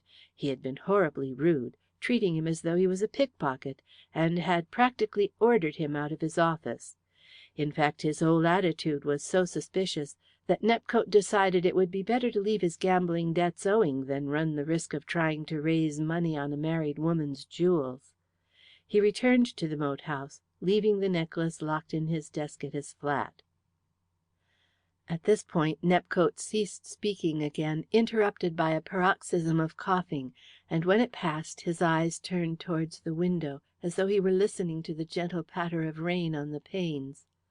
For a space the two men sat with no sound in the room except Nepcote's laboured breathing. When he did resume, he spoke with a quickened emphasis, like a man aware that he was entering upon the part of his narrative most incredible of belief. "It happened 3 nights later," he said. "I was in my room, writing some letters before retiring, when I heard a light and hurried tap at my door. When I opened it, Violet was standing there. She stepped quickly inside. Before I could express my opinion of her reckless foolishness, she burst into passionate sobs and reproaches. It was all my fault. That was the burden of her reproach between her sobs. It was some time before I could get out of her what was wrong. Then she told me that Sir Philip had asked her to wear the necklace at some dance we were to attend on the next night. It was then that I learnt that the necklace had been given to Violet by Sir Philip as a wedding present. Violet attached such little value to the gift that she had given the necklace to me, thinking it would not be missed. But she had found out her mistake that night. It was in the presence of Phil and Miss Heredith that Sir Philip had asked her to wear it. Violet tried to get out of it by saying that the pearls were dull and the necklace wanted resetting. On hearing this, Miss Heredith had gone out of the room and returned with Mr. Musard, an old family friend who had arrived that day on a short visit. He is a connoisseur in jewels, and Miss Heredith asked his advice about the necklace. Musard told her that the pearls had long needed some treatment technically known as skinning, and he offered to take the necklace to London 2 days later and get it done by an expert. Violet accepted the offer, and then promised Sir Philip that she would wear the necklace at the party. She slipped upstairs to see me as soon as she dared. She was greatly relieved when she learnt that I had not parted with the necklace, and she wanted me to go up to London and bring it back so that she could wear it at the party. I was willing to do so, but I doubted whether I would be able to get back in time. The local train service had been restricted on account of the war, and the only train I could catch back did not reach Heredith until 7:30. It was Violet who hit on the plan. The big thing, the vital thing for her, she pointed out, was to have the necklace in time to give to Musard before he went to London. She said she could easily get out of going to the dance by pretending to have one of her bad headaches, and she did not wish to meet Mrs. Wayne again. Her idea was that I should pretend I had been recalled to France, delay my departure until the afternoon train to prevent suspicion, and return secretly with the necklace. She said that the afternoon train reached London at 5:25, which would give me 35 minutes to take a taxi to my flat, get the necklace, and catch the return express at 6 o'clock. I was to leave the train at Weydene Junction, where nobody was likely to recognize me, and walk across country to the moat house. She expected that by the time I reached the house the others would have left for the Waynes, so the coast would be clear. I was to enter the house by a little unused door at the back of the left wing, which she would leave unlocked for me, and wait at the foot of the staircase until she came down. I did not like this plan because of the risk, but Violet grew almost hysterical when I objected to it. She said there was no danger, and it was her only chance of safety. She believed that Phil suspected something because he had looked at her strangely when they were talking about the necklace downstairs. I put that down to nervousness on her part, but I realized she must have the necklace, so I gave in and said I would do as she wished. I have since bitterly regretted that I did not go openly to London and back, even at the risk of a little idle curiosity. I announced my recall and departure next morning at the breakfast table, and returned to London by the afternoon train. I drove to Sherryman Street, got the necklace, and returned to Victoria just in time to catch the 6 o'clock express. I left the train at Weydene and walked across the fields to the moat house. It was quite dark when I reached there. I crossed the back bridge over the moat and went to the door in the left wing as we had arranged. To my surprise, it was locked. I waited outside the door, expecting Violet to come down. Everything was silent, so I thought the others must have started for the dance. But the time went on, and nobody came. Then I decided to creep round the side of the wing and see if there was a light in Violet's bedroom. At that moment I heard a loud scream from somewhere upstairs, followed by a deafening report. I had no idea what had happened, but I knew that I must not be found there, so I slipped back the way I had come. I ran along the outside of the moat wall, making for the wood in front of the house. As I passed Violet's window, I looked up, and it was in darkness. I suppose that was why I did not connect the shot or the scream with her. I plunged through the woods till I came to the carriage drive. From there the front of the moat house was visible to me. I could see lights flashing and people moving hurriedly about. After I had stood there for some time, I saw a man hurrying across the moat house bridge in my direction, so I went back into the wood and hid behind a tree. The man stopped as he walked along the carriage drive and looked towards the tree where I was crouching. He called out, "Who is there?" I recognized his voice. It was Tufnell, the butler. I thought I was discovered, and crept into some undergrowth, but in a moment he walked on. I remained hidden in the undergrowth for some time, an hour or more. Once I heard footsteps crunching on the gravel path, then all was silent again. After waiting for some time longer, I decided to walk back to Weydene and return to London, but I made such a wide detour for fear of being seen that I lost my way, and it was nearly midnight when I found myself at Rainchester on the main line, just in time to catch the last train to London. It was a terrible shock to me when I opened my paper the next morning and read about poor Violet's murder. I had never thought of anything like that. At first I could think of nothing but her terrible end. But then it occurred to me that my own position would be awkward if the loss of the necklace was discovered. As the paper said nothing about the necklace, I concluded that it had not been missed, but I knew the police would be searching for clues and might discover the loss at any moment. I knew it was dangerous for me to keep it in my possession, so I decided to get rid of it without delay. I thought at first of returning it anonymously, but I immediately abandoned that idea as too dangerous. Then I thought of dropping it into the river. It occurred to me, however, that if by any chance the police discovered that the necklace had been given to me, and I couldn't produce it if I were questioned, I should be in a worse fix still. So I tried to think of a safe hiding place where I could lay my hands on it in case of necessity. I could think of none. Time went on, and before I had decided what to do with the thing, my man came along and said it was time to catch the boat train. So in the end I put the necklace into my pocket and took it to France with me. It seemed as safe there as anywhere else for the time being. I was only going to the base, so I saw the London papers every day. I was very relieved when I read of the arrest of Hazel Rath for the murder. I returned to London feeling reasonably safe, though it seemed strange to me that the loss of the necklace had not been discovered. I thought everything was found out when you and that Scotland Yard detective visited my flat. But Merrington seemed to have no suspicions of me, and I was just beginning to think I was finally safe when he remarked that the police knew of the missing necklace. I started, and that gave me away, to you at all events. I saw you glance at Wendover's card as it fell on the table, and I knew that you suspected me. After you had both left, I had a bad half hour. I could see I was in a dangerous fix. You were aware of the address of the diamond merchant to whom I had gone, and who no doubt would be able to identify me. I had made my own position worse by lying about the War Office telegram, as could easily be proved. There was also the possibility that the police might find out about my return to Heredith on the night of the murder.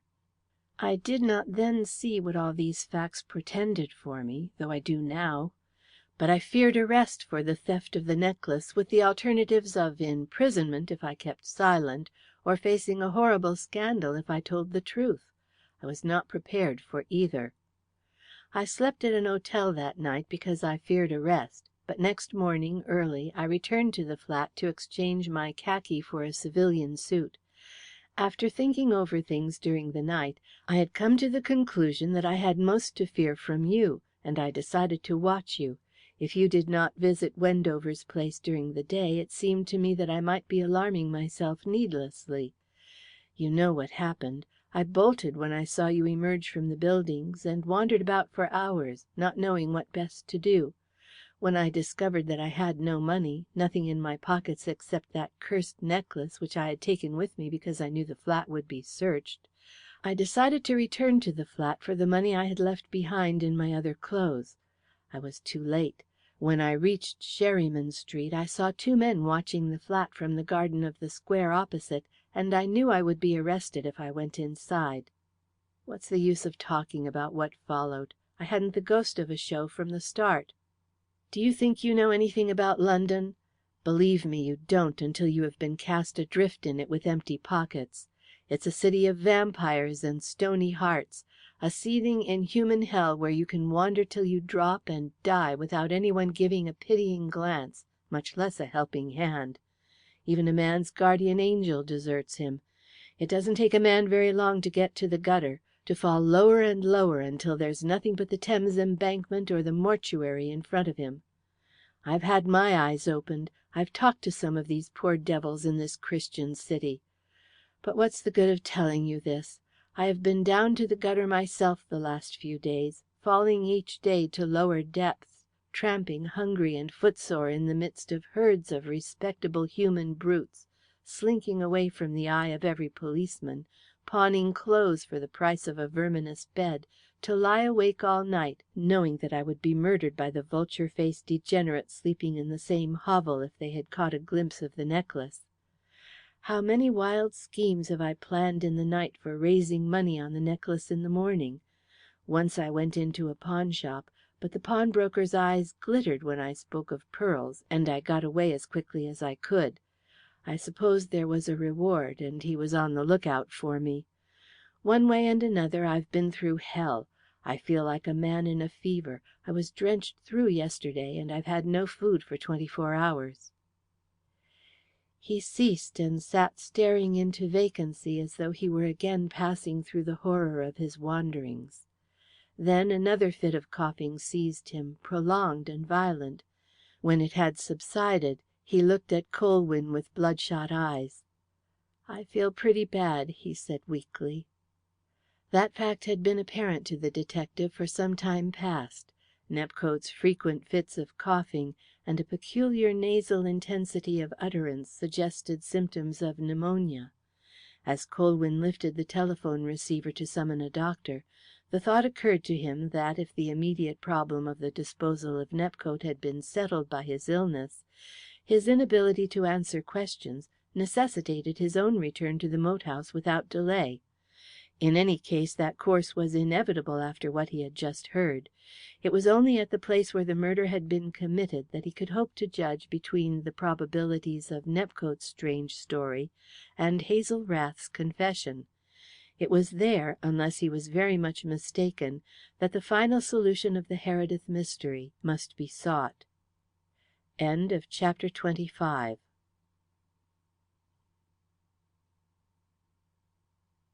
Chapter 26. It was late afternoon when Colwyn reached Heredith the following day. The brief English summer, dying under the intolerable doom of evanescence for all things beautiful, presented the spectacle of creeping decay in a hectic flare of russet and crimson, like a withered woman striving to stave off the inevitable with pitiful dyes and rouge. In this scene the moat house was in perfect harmony, attuned by its own decrepitude to the general dissolution of its surroundings. Its aspect was a shuttered front of sightlessness, a brick and stone blindness to the changes of the seasons and the futility of existence. The terraced gardens had put on the death tints of autumn, but the house showed an aged indifference to the tricks of enslaved nature at the bidding of creation. Colwyn's ring at the door was answered by Milly Saker, whose rustic stare at the sight of him was followed by an equally broad grin of recognition. She ushered him into the hall and went in search of Miss Heredith. In a moment or two Miss Heredith appeared. She looked worn and ill, but she greeted Colwyn with a gracious smile and a firm handshake, and took him to the library. Refreshments were brought in, and while Colwyn sipped a glass of wine, his hostess uttered the opening conversational commonplaces of an English lady. Had he a pleasant journey down? The roads were very good for motoring at that time of year, and the country was looking beautiful. Many people thought it was the best time for seeing the country. It was a fine autumn, but the local farmers felt the signs pointed to a hard winter. Thus she chatted until the glass of sherry was finished. Then she lapsed into silence, with a certain expectancy in her mild glance, as though waiting for Colwyn to announce the object of his visit. "I presume you have come down to see Phil?" she said, as Colwyn did not speak. "Unfortunately, he is not at home," she went on, answering her own question in the feminine manner. "He has gone to Devon with Mr. Musard for a few days. It was my idea. I wanted him taken out of himself. He's moping terribly, and of course that is bad for him. I hope to persuade him to go with Vincent for a complete change when this terrible business is finished." Again her eye sought his. "When do you expect them to return?" "To-morrow night. Phil would not stay away longer. He has been expecting to hear from you. Can you stay till then?" "Quite easily. In fact, I came down prepared to stop for a day or so. I have some further inquiries to make which will occupy me during that time." "Then of course you will stay with us, Mr. Colwyn." "You are very kind, but I do not wish to trouble you. I have engaged a room at the inn." "It is no trouble. I will send a man down for your things. Phil would not like you to stay at the inn. Neither should I." Miss Heredith rose as she spoke. "Please do whatever you wish, Mr. Colwyn. I quite understand that you have work to do and wish to be alone." "Thank you. Then I shall stay." Colwyn sat for a while after she had left him, forming his plans. He was grateful to her for a tact which had not transgressed beyond the limits of unspoken thought during their brief interview, but he was more pleased with the fortuitous absence of Phil and Musard at that period of his investigations. He welcomed the opportunity of working unquestioned, because he was not prepared to disclose the statements of Nepcote and Hazel Rath to any of the inmates of the moat house until he had tested the feasibility of both stories in the setting of the crime. "It has all turned out very fortunately so far," was the thought which arose in his mind. "And now to work." He glanced at his watch. It was nearly 4:00. His immediate plans were a walk to Weydene and another observation of the bedroom which Mrs. Heredith had occupied in the left wing. He decided to leave his investigation of the room until later, so as to have the advantage of the waning daylight in his walk across the fields. When he returned to the moat house it was dark and on the stroke of the dinner hour. That meal he took with Sir Philip and Miss Heredith in the faded state of the big dining room, three decorous figures at a brightly lit oasis of snowy linen and silver, with a sober black of Tufnell in the background. Sir Philip greeted Colwyn with his tired smile of welcome. He seemed somewhat frailer, but quite animated as he pressed a special claret on his guest and told him, like a child telling of a promised treat, that he was dining out the following night. He insisted on giving the wonderful news in detail. He had yielded to the solicitations of an old friend, Lord Granger, the ambassador, who had just returned to Granger Park after 5 years' absence from England, and would take no denial. But it was Alethea's doing. She had arranged it all. "I'm going to put back the clock of time," he said, with a feeble chuckle. "Put the hands right back." "I think it will do him good, don't you, Mr. Colwyn?" said Miss Heredith, with a wistful smile. "I have no doubt of it," said Colwyn, with an answering smile. "A meeting with an old friend is always a good thing. Are you going with Sir Philip?" "Oh, yes, I wouldn't go without her," said the baronet, with the helpless look of senility. "You're going, aren't you, Alethea?" "Of course, Philip," was the gentle response. This conversation, slight and desultory as it was, gave sufficient indication to the detective of the heavy burden Miss Heredith was bearing. The baronet could talk of nothing else during the remainder of the dinner, and when the meal was finished he begged his guest to excuse him, as he wished to obtain a good night's rest to fortify him against the excitement of the coming outing. With an apologetic smile at Colwyn, his sister followed him from the room. The old butler busied himself at the sideboard as Colwyn remained seated at the table sipping his wine. His movements were so deliberate as to convey a suspicion that he was in no hurry to leave the room, and the glances he shot at Colwyn whenever he moved out of the range of his vision carried with them the additional suggestion that the detective was the unconscious cause of his slowness. More than once after these backward glances he opened his lips as though to speak, but did not do so. It was Colwyn who broke the silence. "Tufnell," he said. "Yes, sir." The butler deposited a dish on the sideboard and stepped quickly to the detective's chair. "I want to ask you a question or two. It was you who found the back door of the left wing unlocked on the night of the murder, was it not?" The butler gravely bowed, but did not speak. "What made you try the door? Did you suspect that it was unlocked?"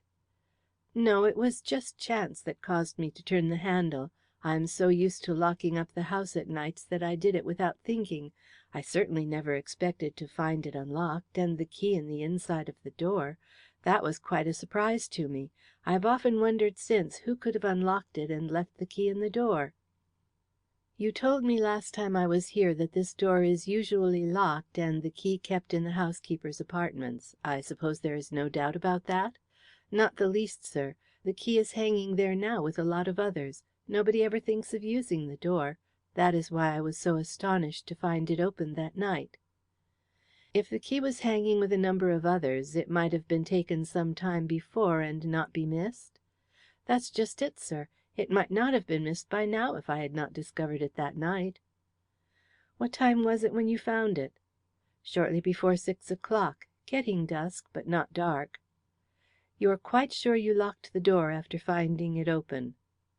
"There can be no doubt of that, sir. The lock is stiff to turn, and I tried the handle of the door to make sure that I had locked it properly." "Did you return the key to the housekeeper's apartments immediately?" "I intended to return it after dinner, but I forgot all about it in the excitement and confusion. It was still in my pocket when I informed Mr. Musard about it." "Here is another question, Tufnell, and I want you to think well before answering it. Do you think it would have been possible for anybody to enter the house and gain the left wing unobserved while the household was at dinner that night?" "I have asked myself that question several times since, sir, feeling a certain amount of responsibility. It would have been difficult, because the windows of the downstairs bedrooms of the left wing were all locked.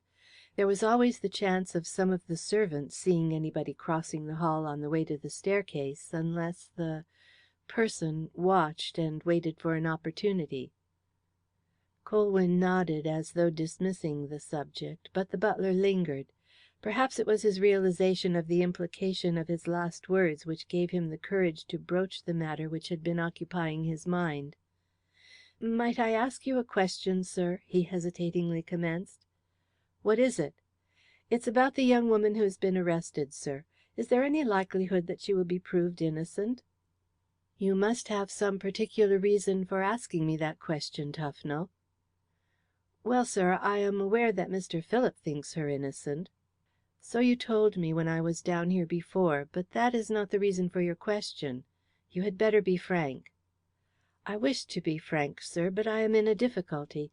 I have learnt something which seems to have a bearing on this young woman's position, which I think you ought to know, but I have to consider my duty to the family. It was something I overheard." "If it throws the slightest light on this crime, it is your duty to reveal it," the detective responded gravely. "You are aware that I have been called into the case by Mr. Heredith because he is not convinced of Hazel Rath's guilt." "Quite so, sir. For that reason I have been trying to make up my mind to confide in you. When you have heard what I have to say you will understand how hard it is. It relates to Mr. Philip, sir. Since his illness I have been worried about his health, because he is so changed that I feared he might go mad with grief. He hardly speaks a word to anybody, but sometimes I have seen him muttering to himself. The night before he went away with Mr. Musard he did not come down to dinner. Miss Heredith was going to send a servant to his room in case he had not heard the gong, but I offered to go myself. When I reached his bedroom I heard the most awful sobbing possible to imagine. Then, through the partly open door, I heard Mr. Philip call on God Almighty to make somebody suffer as he had suffered. He mentioned a name." "Whose name?" The butler looked fearfully towards the closed door as though he suspected eavesdroppers, and then brought it out with an effort. "Captain Nepcote, sir." Colwyn had expected that name. Nepcote's statement on the previous night had led him to believe that Philip Heredith had suspected Nepcote's relations with his wife, but could not bring himself to disclose that when he sought assistance. It was Colwyn's experience that nothing was so rare as complete frankness from people who came to him for help. It was part of the ingrained reserve of the English mind, the sensitive dread of gossip or scandal, to keep something back at such moments.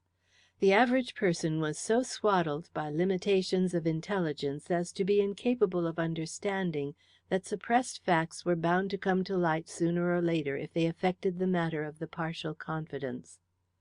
Of course, there was sometimes the alternative of a reticence which was intended to mislead. If that entered into the present case, it was an additional complication. "What interpretation did you place on these overheard words?" he asked the butler. "Did you suppose that they referred to the murder?" "Well, sir," the butler hesitated, as if at a loss to express himself. "It was not for me to draw conclusions, sir, but I could not help thinking over what I had heard. I know Mr. Philip believed the young woman to be innocent, and Mrs. Heredith was shot with Captain Nepcote's revolver." "I see. You had no other thought in your mind?" "No, sir. What else could I think?" The butler's meek tones conveyed such an inflection of surprise that Colwyn was convinced that he, at all events, had no suspicion of the secret between Mrs. Heredith and Nepcote. "Your confidence is quite safe with me, Tufnell," the detective said after a pause. "But I cannot answer your question at present." "Very well, sir." The butler turned to the sideboard again without further remark, and left the dining room a few minutes later. Colwyn went to his room shortly afterwards, and occupied himself for a couple of hours in going through his notes of the case. It was his intention to defer his visit to the bedroom in the left wing until the household had retired, so as to be free from the curious speculations and tittle tattle of the servants. The moat house kept country hours, and when he had finished his writing and descended from his room, he found the ground floor in darkness. A clock somewhere in the stillness chimed solemnly as he walked swiftly across the hall. Its strokes finished proclaiming the hour of 11 as he mounted the staircase of the left wing. The loneliness of the deserted wing was like a moving, shuddering thing in the desolation of the silence and darkness. It was as though the echoing corridor and the empty rooms were whispering, with the appeal of the forgotten, for friendly human companionship and light to disperse the horror of sinister shapes and brooding shadows which lurked in the abode of murder. Colwyn entered the bedroom where Mrs. Heredith had been murdered, and by the ray of his electric torch crossed to the bedside and switched on the light. He stood there motionless for a while, trying to picture the manner and the method of the murder. If Hazel Rath had spoken the truth, the murderer had stood where he was now standing when the girl entered the room in the darkness. Had the light from the corridor, streaming through the open door, revealed her approaching figure to him? How long had he been there in the darkness, waiting for the moment to kill the woman on the bed? If Nepcote was the murderer, he must have entered almost immediately before, because he could not have reached the moat house until nearly 7:30, and the shot was fired at 20 minutes to 8. How had he known that Mrs. Heredith was there alone in the darkness? A secret assignation might have been the explanation if the time had been after instead of before the household's departure for the evening. But even the most wanton pair of lovers would hesitate to indulge their passion while the risk of chance discovery and exposure was so great. As he pondered over the two stories, Colwyn did not attempt to shut his eyes to the fact that Hazel, on her own showing, fitted into the crime more completely than Nepcote. She had ample opportunities to slip into the room and murder the woman who had supplanted her. She had really strengthened the case against herself by the damaging admission that she had sought Mrs. Heredith's room in secret just before the crime was committed. Her explanation of the scream and the shot was so improbable as to sound incredible. It was not to be wondered that Scotland Yard preferred to believe that it was the apparition of the frantic girl, revolver in hand, which had caused her affrighted victim to utter one wild scream before the shot was fired which ended her life. But Colwyn had never allowed himself to be swayed too much by circumstance. Appearances were not always a safe guide in the complicated tangle of human affairs. Things were forever happening which left experience wide-eyed with astonishment. The contradictions of human nature persisted in all human acts.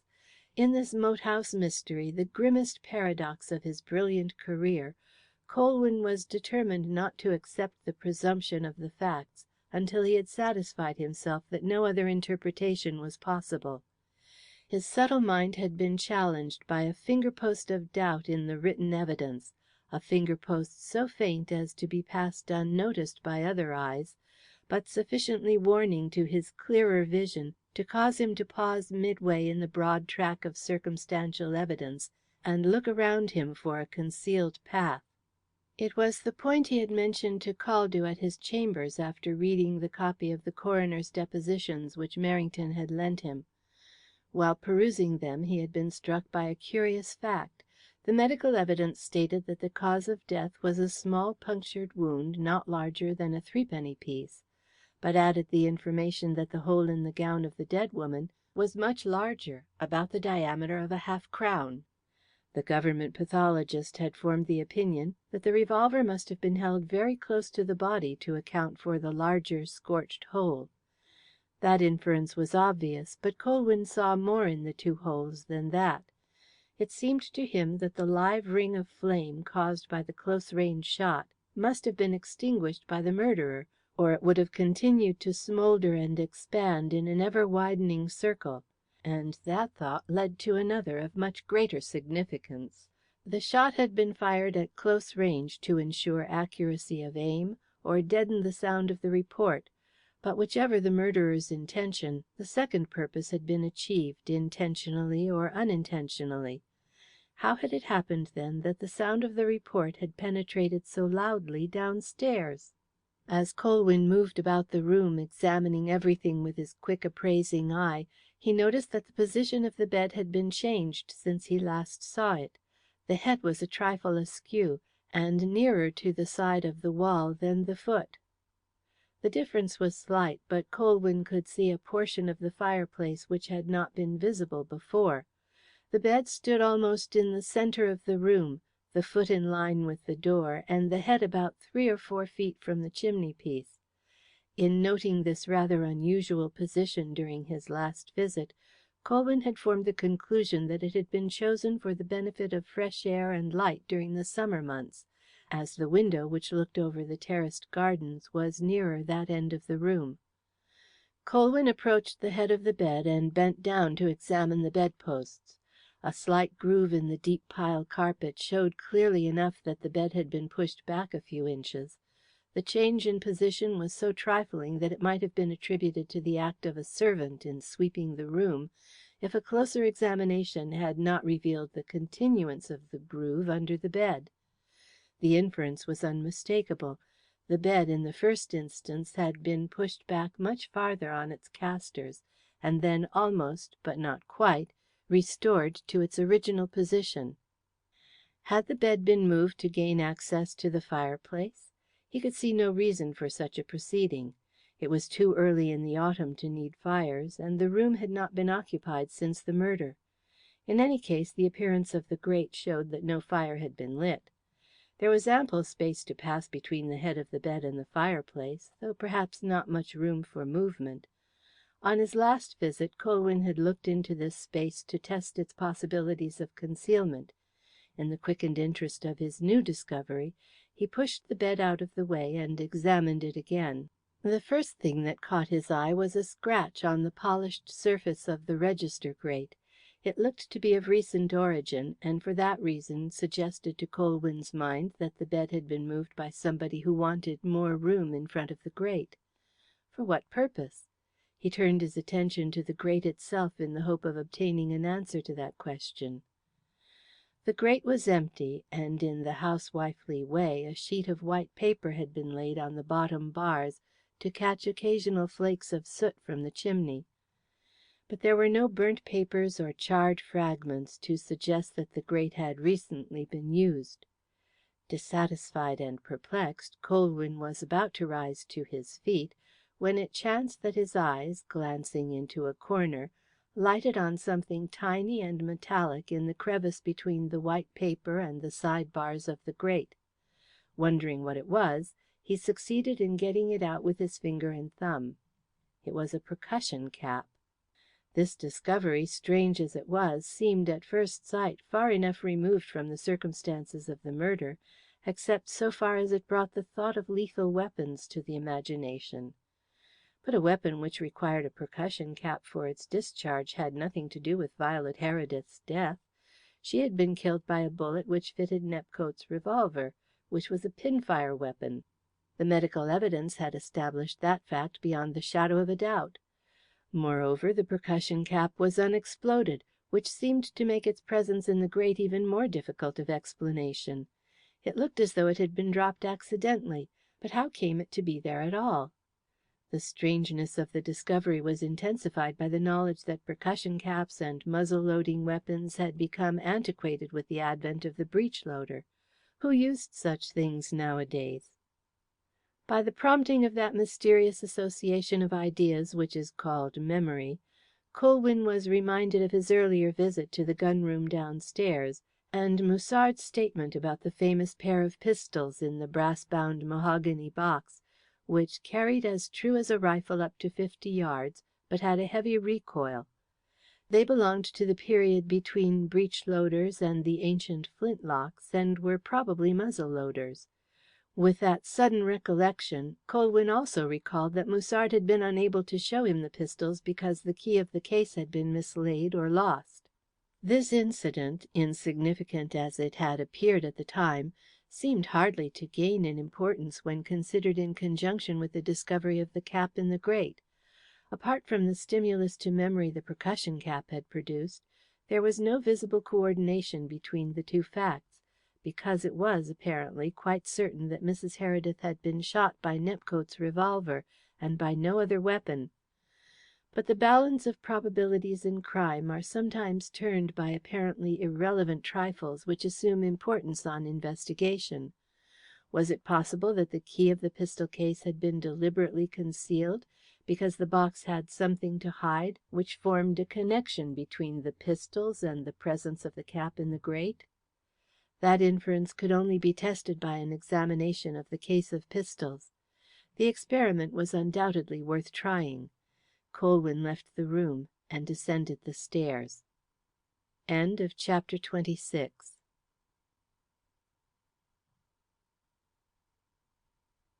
Chapter 27.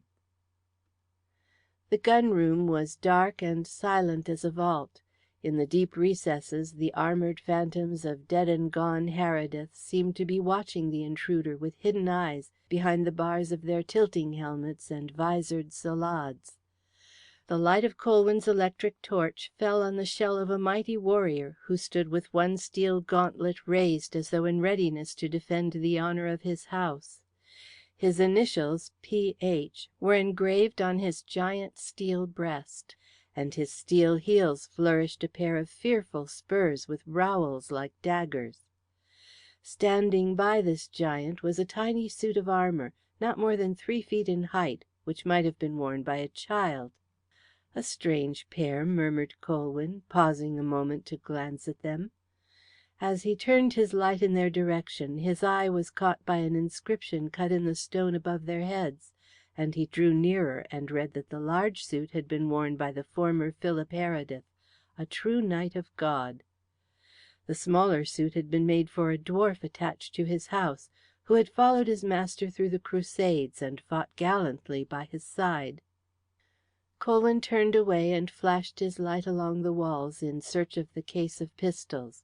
His torch glanced over the numerous trophies adorning the walls: lances, swords, daggers, steel headpieces, bassinets, peaked morions, relics of a departed age of chivalry, when knights quarrelled prettily for ladies and fighting was fair and open, before civilization had enriched warfare with the Christian attributes of gas shells, liquid fire, and high explosives. Then the light fell on that which he was seeking, a dark oblong box with brass corners and a brass handle closing into the lid. Colwyn lifted the case down from the embrasure in which it was placed, and carried it to the bagatelle table. A brief examination of the lock satisfied him that it was too complicated and strong to be picked or broken. It was curiously wrought in brass, of an intricate antique pattern which would have puzzled a modern locksmith. He turned the case over, and saw that the bottom had been mortised and screwed. The screws had been deeply countersunk and were embedded in rust, but a few were loose with age. Colwyn unscrewed these loose ones with his pocket knife, and then set about unloosening the others.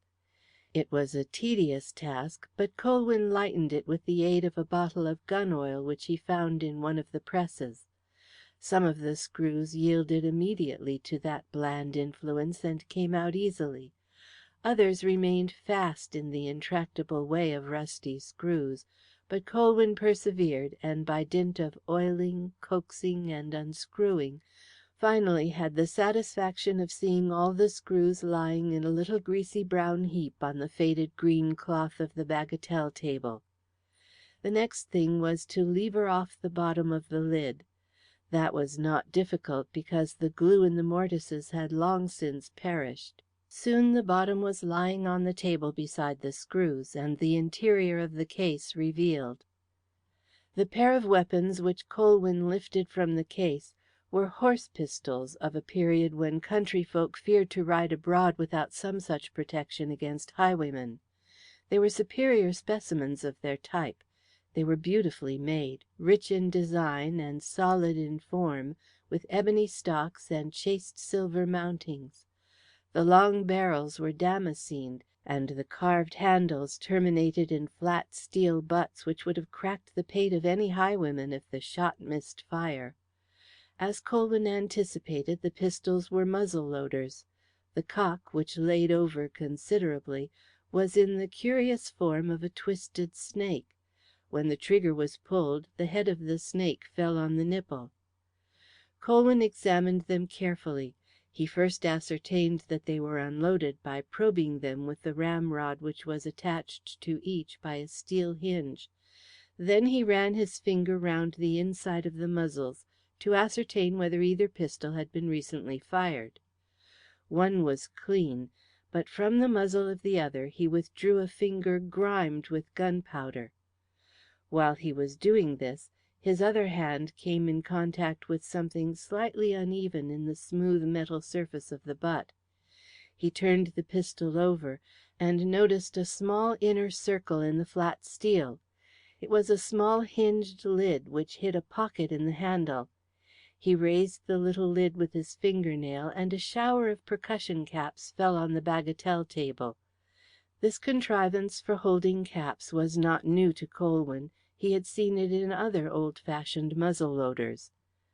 Colwyn compared the caps which had dropped on the table with the one he had found upstairs. They were the same size. He tried the solitary cap on the nipple and found that it fitted perfectly. As he did so, he saw something resembling a thread of yellow wool caught in the twisted steel of the hammer. It was a minute fragment, so small as to be hardly noticeable. Colwyn was quite unable to determine what it was, but its presence there puzzled him considerably, and he was at a loss to understand how it had got caught in the hammer of the pistol. It struck him that the thread might be khaki, and his mind reverted to his earlier discovery of the patch of khaki in the wood outside the moat house. It was with the hope of finding out whether this pistol had been lately used that Colwyn turned his attention to the velvet-lined interior of the case.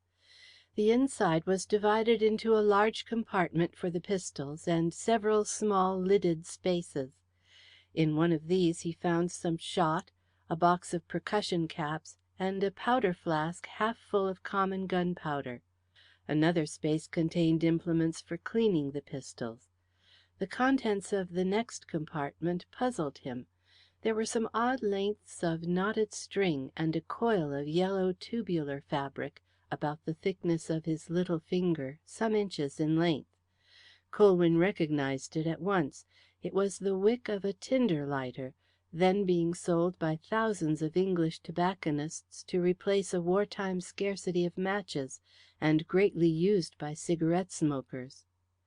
The mystery of the presence of the wick in the pistol case was not lessened because it enabled Colwyn to identify the tiny yellow fragment adhering to the cock of the pistol. He picked up the wick and observed that one end was cut clean, but the other end was blackened and burnt. At that discovery there entered his mind the first prescient warning of the possibility of some deep plan in which the pistol and the wick played important parts. With his brain seeking for a solution of that possibility, he proceeded to examine the pieces of string. They were odd lengths of ordinary thick twine, but they all seemed to consist of loose ends which had been knotted together. It was not until Colwyn took them out of the compartment that he noticed an amazing peculiarity about them. Each piece of knotted string was burnt at both ends. There are some discoveries which spring into the mind with shattering swiftness. This was one of them. A revelation seemed to come to Colwyn as light from the sky at midnight, which lays everything bare in one frightful flash. "Is it possible?" He felt as though these words rushed from him like a thunder roll reverberating through the empty space around him. But his set lips had not uttered a single sound. With tingling nerves he proceeded to carry out an experiment. He first laid the wick of the tinder lighter along the stock of the pistol, just behind the hammer. He next took up one of the lengths of string, and pulling back the hammer and the trigger of the pistol, proceeded to bind them both firmly back with the string, which he passed twice round the wick. When he had tied the string tight, he lit a match and applied it to the end of the wick which was farthest from the string.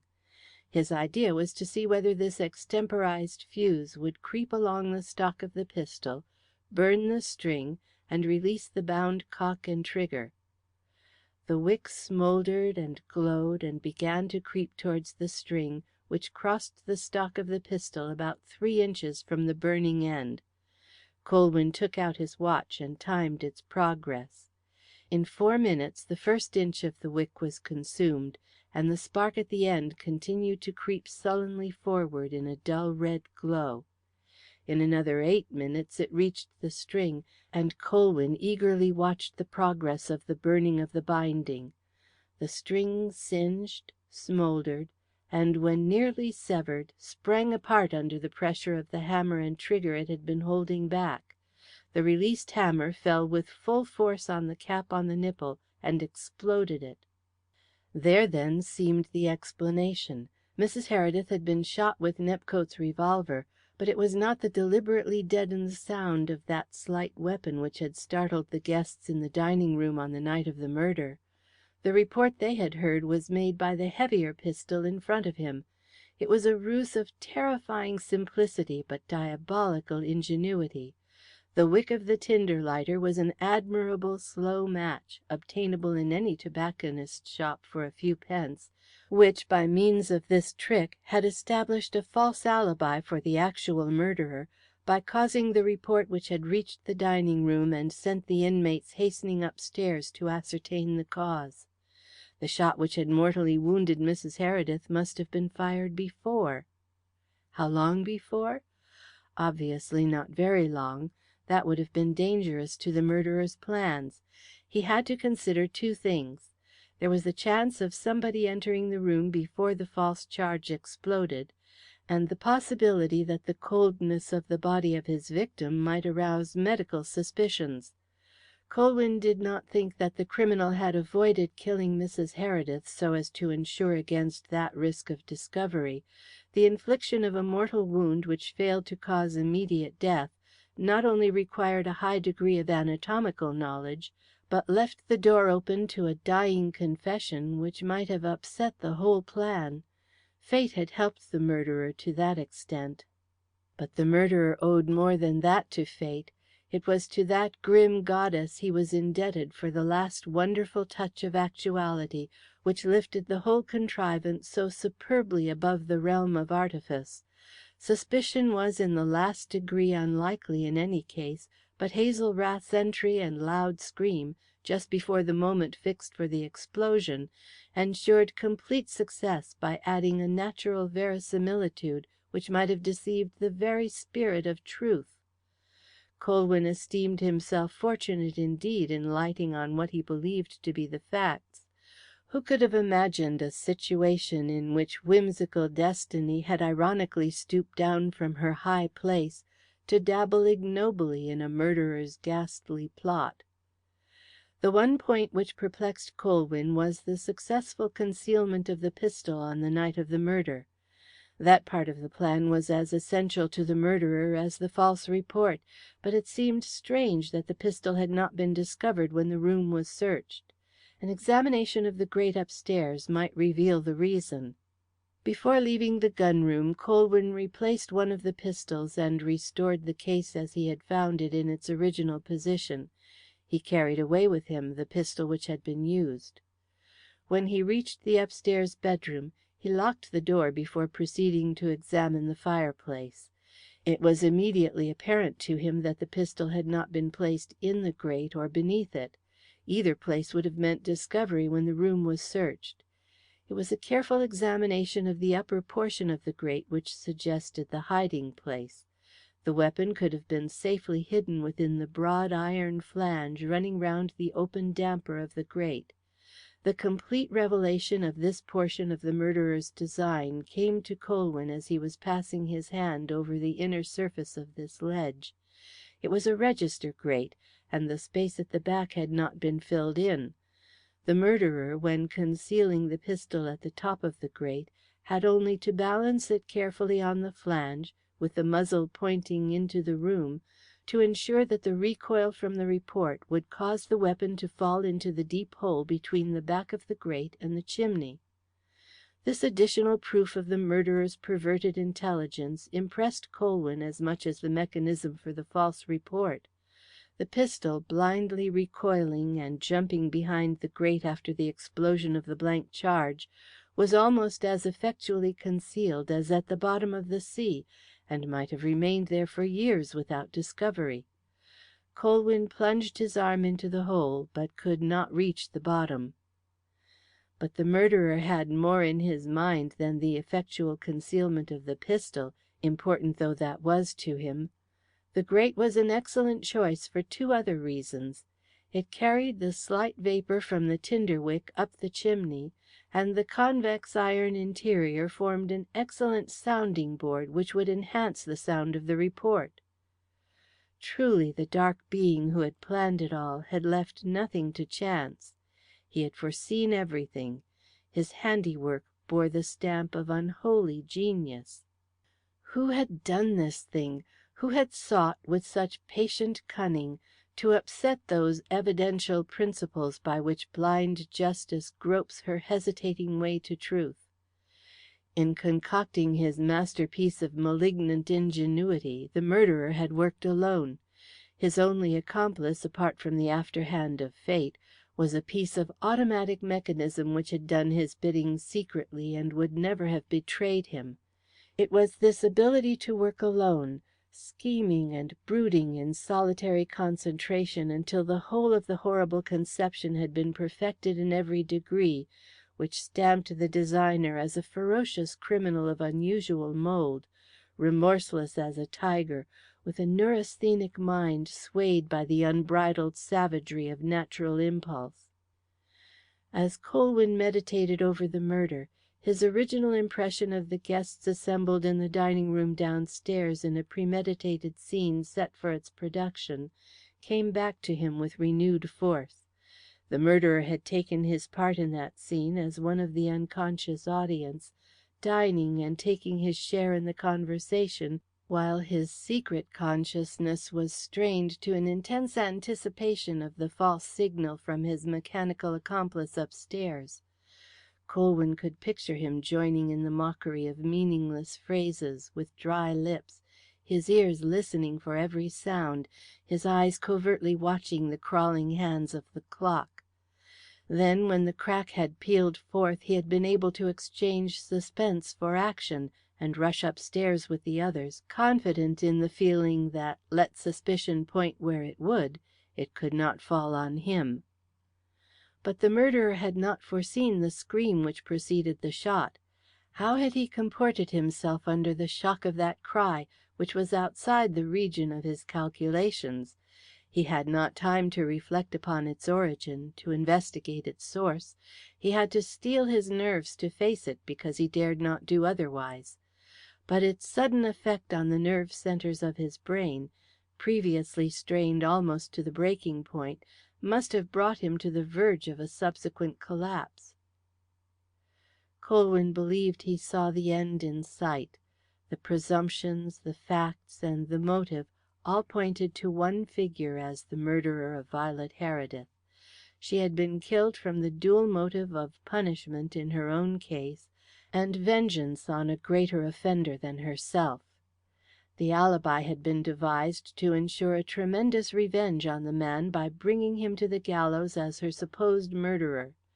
That part of the plan had gone astray, so the murderer, in the fanatical resolve of his latent fixed idea, had recourse to a further expedient as daring and original as the scheme which failed. The second instrument had been the means of his own undoing. But as he reached this final stage of his reasoning, Colwyn stopped short in something like dismay. He had left a point of vital importance out of his calculations.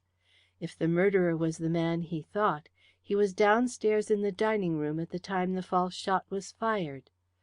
Then whose hand had clutched Hazel Rath's throat in the murdered woman's bedroom upstairs just before the shot was fired? Colwyn slowly paced up and down the room in the midnight silence, conning all the facts over again in the light of this overlooked incident. End of chapter 27.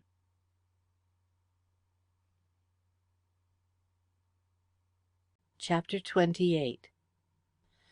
The three dined together in the big dining room almost in silence. Musard and Philip Heredith had not returned until after 6, and their first knowledge of Colwyn's presence was by some oversight deferred until they met at the dinner table. In the awkwardness of that surprise they sat down to dine, and Musard's half-hearted efforts to start a conversation met with little response from his companions. Colwyn was preoccupied with his own thoughts, which apparently affected his appetite, for he sent away dish after dish untouched. Phil hastened the service of the meal considerably, as though he were anxious to get it over as speedily as possible, in order to hear what the detective had to say. As soon as the dessert was on the table, he turned to Colwyn eagerly, and asked him if he had any news. "I have many things to say," was the response. "In that case, shall we take our coffee into the smoking room?" suggested Musard, with a slight glance at the hovering figure of the butler. "I prefer to remain here, if you do not mind," said Colwyn. Musard shot a puzzled look at him, which the detective met with a clear, cold gaze which revealed nothing. There was another silent pause while they waited for the butler to leave the room, but Tufnell was pouring out coffee and handing cigars with the slow deliberation of a man sufficiently old to have outlived any illusions about the value of time. Philip Heredith lit a cigarette. Musard waved away the cigar box and produced a strong black cheroot from the crocodile skin case. Colwyn declined a cigar, and his coffee remained untasted in front of him.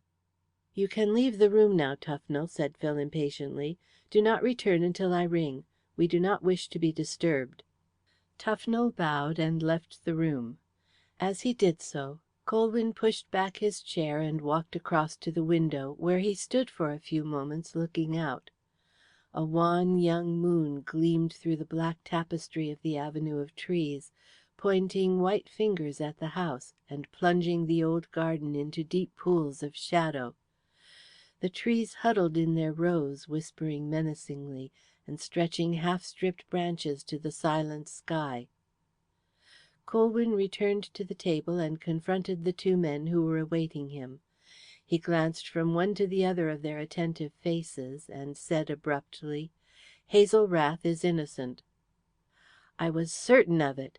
Philip Heredith's hand came down emphatically on the table in front of him as he made this declaration. "I knew it all along," he added in additional emphasis. "This is an amazing piece of news, Mr. Colwyn," said Musard, turning earnestly to the detective. "Who, then?" Colwyn made a detaining gesture. "Wait," he said. "I cannot tell you that just yet." He turned to Phil, whose dark eyes were fixed on his face. It was you who asked me to try and solve the mystery of your wife's death. It is to you that my explanation is due. Shall I speak freely in Mr. Musard's presence, or would you rather hear me alone?" "I can go to the smoking room," said Musard, rising as he spoke. But Phil waved him to his seat again. "No, no, Musard, stay where you are. There is no reason why you should not hear what Mr. Colwyn has to say. Your advice may be needed," he added as an afterthought. "So be it," said Colwyn. "Then I had better commence by informing you that Hazel Rath has broken her silence. She has made a statement to the police which, whilst affirming her innocence, does very little to clear up the murder. Her story, briefly, is that she went up to the left wing about 7:30, noticed that Mrs. Heredith's room was in darkness, and went in under the impression that she might be ill and in need of assistance. She groped her way across the room to turn on the light, and she had reached the head of the bed and was feeling for the switch when a hand clutched her throat. She screamed wildly, and the hand fell away. A moment afterwards the report of a shot filled the room. She found the electric switch and turned on the light. The first thing she saw was a revolver, Nepcote's revolver, lying at her feet near the head of the bed. Then her eyes turned to the bed, and she saw Mrs. Heredith bleeding from the mouth and nose. While she was attempting to render her some assistance, she heard footsteps on the stairs, and thought of her own safety. She switched off the light and ran out, carrying the revolver and the handkerchief with which she had been wiping the blood from the dying woman's lips. She was just in time to conceal herself behind the curtains in the corridor and escape the observation of those who were rushing upstairs. There she stayed while the rooms were searched, and was afterwards able to steal downstairs unobserved and gain the safety of her mother's apartments, where the revolver and the handkerchief were subsequently found. "This is a remarkable story," said Musard slowly. "Do the police believe it?" "They do not, but I have my reasons for thinking it is true," responded Colwyn. "The next step in the story of how this unhappy girl became the victim of an apparently irrebuttable set of circumstances through her own silence has to do with another person's secret visit to the moat house on the night of the murder. That person was a man who came to return to Mrs. Heredith the necklace which we subsequently discovered to be missing from her locked jewel case. It is not necessary to relate how the necklace came to be in his hands. He had undertaken to return the necklace from London to enable Mrs. Heredith to produce it on the following day, and it was arranged between them that when he reached the moat house that night he was to enter the unused door in the left wing, which was to be previously unlocked for him, and was to wait on the staircase until Mrs. Heredith was able to steal down to him and obtain the jewels. That plan was upset by Tufnell finding the door unlocked and locking it again before his arrival. When he did arrive he found himself unable to get in." "Stop a moment," exclaimed Musard hoarsely. "This story goes too deep for me. Who is this man? Do you know him? Has he anything to do with the murder?" "Yes, I know him, and he has much to do with the murder," said the detective. "Shall I mention his name, Mr. Heredith?" Phil nodded as though he were unable to speak. "The man is Captain Nepcote." "Nepcote!" A swift flash of wrath came into Musard's heavy dark eyes as he uttered the name. Then, in a wider understanding of the sordid interpretation of Colwyn's story, he hesitatingly added, "I think I see. It was Nepcote's revolver. Was it he who shot Violet?"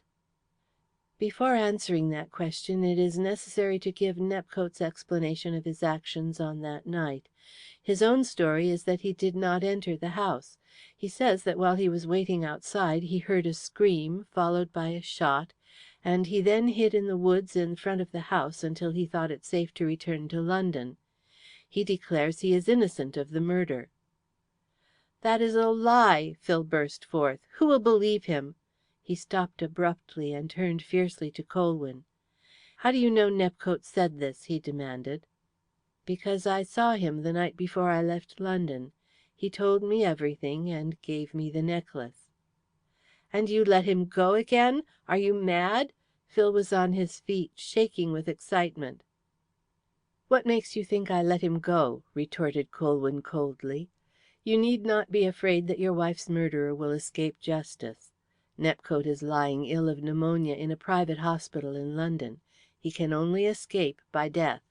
But the manner in which you have received this information suggests to my mind that you have had your own suspicions of Nepcote all along, but have kept them to yourself." "I cannot conceive that to be any business of yours," replied the young man, with a touch of hauteur. "It seems to me that it is, in the circumstances. You came to me seeking my assistance because you believed in the innocence of Hazel Rath, but, as I am now convinced, you suppressed information which pointed to Captain Nepcote." "I told you all that I thought necessary. You told me that your wife had been shot with Nepcote's revolver. Is that what you mean?" "Yes. That was sufficient to put you on the track without taking you into my confidence about something which affected my honour and the honour of my family." Phil turned very pale as he uttered the last words. "Perhaps Phil should have told you, but you must make commenced Musard, but Colwyn silenced him with an imperative glance. "At the time you came to see me you believed that Captain Nepcote had murdered your wife?" he said, facing Phil. "I did." "Do you mind telling me now on what ground you based that belief?" "I fail to recognize your right to cross-question me," replied the young man haughtily. "But I will answer your question. It was for the reason that you supposed. I suspected his relations with my wife. There was his revolver to prove that he had been in her room. I do not know why Hazel Rath carried it away." "Perhaps I could enlighten you on that point. As you knew so much, it is equally certain that you knew about your wife's missing necklace, though you did not tell me of that either. But I will not go into that now. I wish to hurry on to my conclusion. I have, at least, done all that you asked me to do. I have proved Hazel Rath's innocence. But I have proved more than that. Captain Nepcote is also innocent." "I should like to hear how you arrive at that conclusion." Phil strove to utter the words calmly, but his trembling lips revealed his inward agitation. "His story, as told to me, fits in with facts of which he could have had no knowledge. He says he found the door of the left wing locked, and we know it was locked by Tufnell more than an hour before. He states that after the shot he hid in the woods in front of the house. It was there Tufnell thought he saw somebody hiding. It was there I found a scrap of khaki adhering to a bramble at the spot indicated by Nepcote as his hiding place. Tufnell admits that he called out in alarm when his eye fell on the crouching figure. Nepcote says that he saw Tufnell, heard his cry, and plunged deeper into the bushes for safety. Tufnell returned along the carriage drive 20 minutes afterwards with Detective Caldew and Sergeant Lumb. Nepcote heard the crunch of their feet on the gravel as they passed. His accuracy in these details, which he could not possibly have known, helped me to the conclusion that the whole of his story was true." "He had plenty of time to commit the murder, nevertheless," said Phil. "It is useless for you to try and cling to that theory now." There was something in the tone in which these words were uttered which caused the young man to look swiftly at the detective from beneath furrowed brows. "You seem to have constituted yourself the champion of this scoundrel," he said, in a changed, harsh voice. Musard glanced from one to the other with troubled eyes. There was a growing hint of menace in their conversation which his mind, deeply agitated by the strange disclosures of the evening, could only fear without fathoming. "I do not understand you," he said simply, addressing himself to Colwyn. "If this man Nepcote did not commit the murder, who did? Was it not he who was in the bedroom when Hazel Rath went there in the dark?" "No," said Colwyn, "it was not he." "Who was the man, then, who clutched Hazel Rath by the throat?" persisted Musard. "It was no man," responded Colwyn in a gloomy voice. "That was the point which baffled me for hours when I thought the whole truth was within my grasp. Again and again I sought vainly for the answer, until, in mental weariness and utter despair, I was tempted to believe that the powers of evil had combined to shield the perpetrator of this atrocious murder from justice. Then it came to me, the last horrible revelation in this hellish plot. It was the hand of the dying woman, spasmodically clutching at the empty air in her death agonies, which accidentally came in contact with Hazel Rath's throat and loosened her brooch. "Oh, this is too terrible," murmured Musard. His swarthy face showed an ashen tint. "What do you mean? What are you keeping back? Where does all this lead to?" "It leads to the exposure of the trick of the false report by which the murderer sought to procure an alibi and revenge." "What do you mean? What have you found out?" cried Phil, leaping to his feet and facing Colwyn. As he uttered the words, a loud shot in the room overhead rang out with startling distinctness. "I mean that," said Colwyn quietly. Even up to the moment of his experiment he was not quite certain, but in the one swift glance they exchanged everything was revealed to each of them. Before Musard could frame the question which trembled on his amazed lips, Phil spoke. His face was very white and his dark eyes blazing. "Yes, that is it. You have found me out." His voice, deepened to a bitter intensity, had a deliberate intonation which was almost solemn. "What did they do to me? Shall I ever forget my feelings when, unobserved by them, I caught them in the house one day, whispering and kissing? I walked straight out into the woods to be alone with my shame. My brain was on fire when I recalled his lecherous looks and her wanton, meaning glances. I was tempted to destroy myself in misery and despair. Human nature! Ah, God, what a beastly thing it is! I had trusted them both so utterly, I loved her so deeply. How had they repaid my trust and love? By deceiving me, under my eyes, in my own home, before my marriage was 3 months old. That night I dreamt of obscene things. I awoke with their images hovering by my bedside, looking at me with sneering eyes, mocking me with lewd gestures. "Your honour and the honour of the Herediths. Where is it?" they kept repeating. "Sold by the wanton you have made your wife. What is honour to the lust of the flesh? There is nothing so strong in the world." But as I watched them the ceiling rolled away, and in the darkness of the sky a stern and implacable face appeared.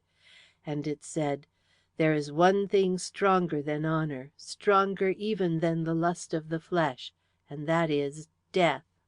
It was the answer to a question I had been asking myself ever since I knew. I got up and sat by the open window to plan how I should kill them both. But I wanted the man to feel more than a swift thunderstroke of mortal agony. I wished to make him suffer as I had suffered. But at first I could see no way. Then it came to me in the strangest way. A light, a direction, a guide. I had been smoking as I sat there thinking, smoking cigarettes which I lit with a little automatic lighter I always used. I must have laid it down carelessly, for I was interrupted in my meditations by the sight of a thin trail of vapour ascending from the window ledge. I had failed to put the extinguisher on the lighter, and the wick had gone on burning.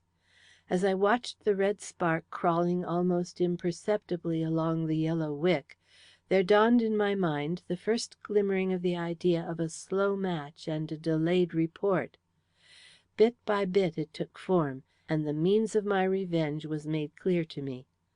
I went back to bed and slept soundly. I was in no hurry to act. There was much to think over, much to do, before the plan was finally perfected. I carried out experiments in the gun room when everybody was in bed, secure in the knowledge that no report, however loud, could penetrate from those thick walls upstairs. While I was making ready, I watched them both. Not a furtive glance or caress passed between them which I did not see. The night my aunt asked Violet about the necklace, I suspected that it was no longer in her possession. I guessed that by her evasive answers and telltale face. When she left the room and went upstairs, I crept after her in the shadows and followed her to the door of Nepcote's room. I listened to their conversation. I heard him promise her to return secretly to the moat house on the following night with the necklace. My heart leapt as I listened. I believed that I had him. I stole away quietly without waiting to learn any more, but I stayed up till far into the night preparing my final plans. My intention was to shoot her just before dinner, and arrange for the false report to explode after he had arrived and hidden himself in the old staircase, waiting for her to go to him. Then, when the report startled everybody in the dining room, I intended to be the first to rush upstairs and lead the search in the direction of the old staircase. I would have had him by the throat before he had time to get away. How would he have been able to account for his secret presence in the house when her jewels were in his pocket and her dead body upstairs, close to where he was hiding? I had intended to kill Violet with a small revolver which I had bought in a second-hand place at London last winter, but Nepcote's carelessness in leaving his own revolver in the gun room gave the last finishing touch to my plan. I could scarcely believe my luck when I found it. It seemed as though he himself were playing into my hands. I hid it away, expecting that there would be inquiries, but there were none. He had forgotten all about it.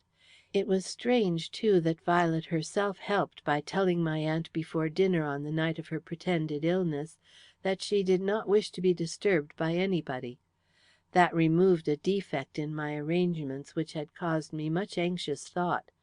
I had feared that somebody, probably a servant, might enter the room in the period between the first and second reports.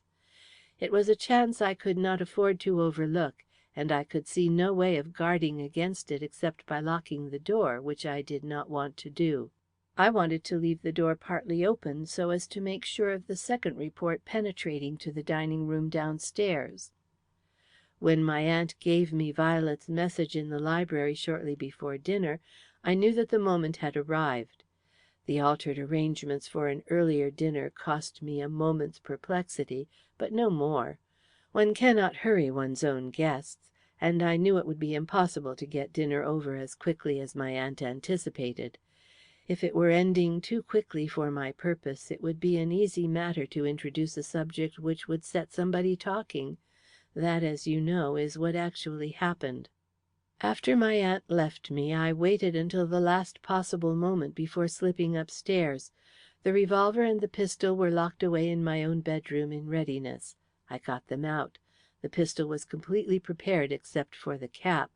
I had bound a 12-inch tinder wick to the stock in order to allow for a delay of nearly 50 minutes between the lighting and the report.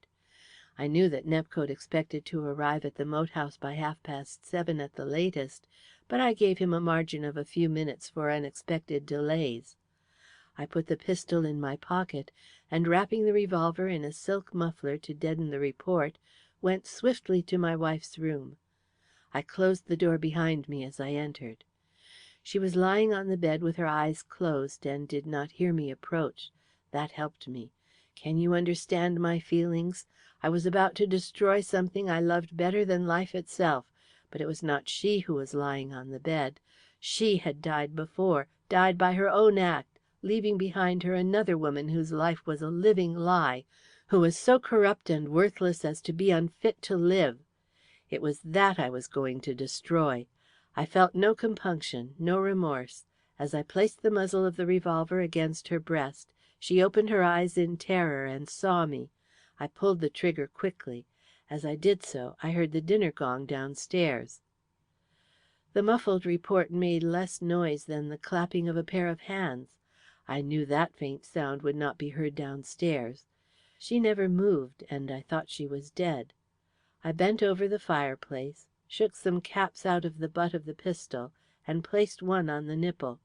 Then I lit a match and started my prepared fuse. It was an easy matter to place the pistol in position at the top of the grate. The difficulty of recovering it subsequently was not made manifest to me until after my illness, although my previous secret examination of the grate had convinced me that the recoil of the explosion would cause the pistol to fall to the bottom of the chimney behind the grate. When I had placed the pistol in position, I turned off the electric light and opened the window to allow the fumes of the burning wick to escape. Then I hurried downstairs. I was not in the room 3 minutes altogether. I saw nobody on my way down. Nearly everybody had gone in to dinner, but I was in time to sit down with the others. I felt quite cold and collected as I sat at the dinner table waiting for the moment of my vengeance. I felt as though I was under the control of some force immensely stronger than myself, which held me firm with giant hands while the minutes slowly ebbed away. I am sure there was nothing unusual in my behaviour. I pretended to eat, and joined in the conversation around me. The report did not come at the moment I anticipated, but I was not perturbed at the delay. My experiments had taught me the difficulty of fixing an explosion for an exact period. The time was in general approximately the same, but there were reasons which caused a slight difference. The wick always burnt at a uniform rate. The trouble was with the string. Sometimes it was slow in catching. Sometimes the pressure of the string partly extinguished the wick and made combustion slower as it neared the point of contact. Once I tied the string so tight that the wick went out altogether just before reaching the string. But I had taken measures to overcome these little irregularities, and to make sure of the string catching readily, I had rubbed a little petrol on it where it crossed the wick. But it was the scream before the report which upset my calculations and almost caused me to collapse. When that terrible cry rang out, my false strength fled from me, leaving me weak and trembling. I think I should have betrayed myself if the report had not followed so quickly, throwing everybody into the same state of confusion as myself. I do not know how I managed to make my limbs carry me upstairs with the others. I did not know what had happened. My brain refused to act. I was conscious of nothing except that a great wheel seemed turning inside my head, tightening all my nerves to such taut agony that I could hardly refrain from crying aloud. What I said or did when I found myself in the bedroom I do not know. When I saw that everything was as I had arranged, my mind began swinging like a pendulum towards my revenge, and I struggled to lead the search towards the staircase. But I was unable to move. I was like a man in a dream, encompassed by invisible obstacles. Then the wheel in my head suddenly relaxed. I felt the room and its objects slipping from me, and everything went black. You know about my illness. It was not until I was supposed to be recovering that the power of clear thought came back to me. There were days when my brain was numb and powerless, like that of one newly awakened from a terrible nightmare, striving to recall what had happened. Then one day the veil was drawn, and I remembered everything.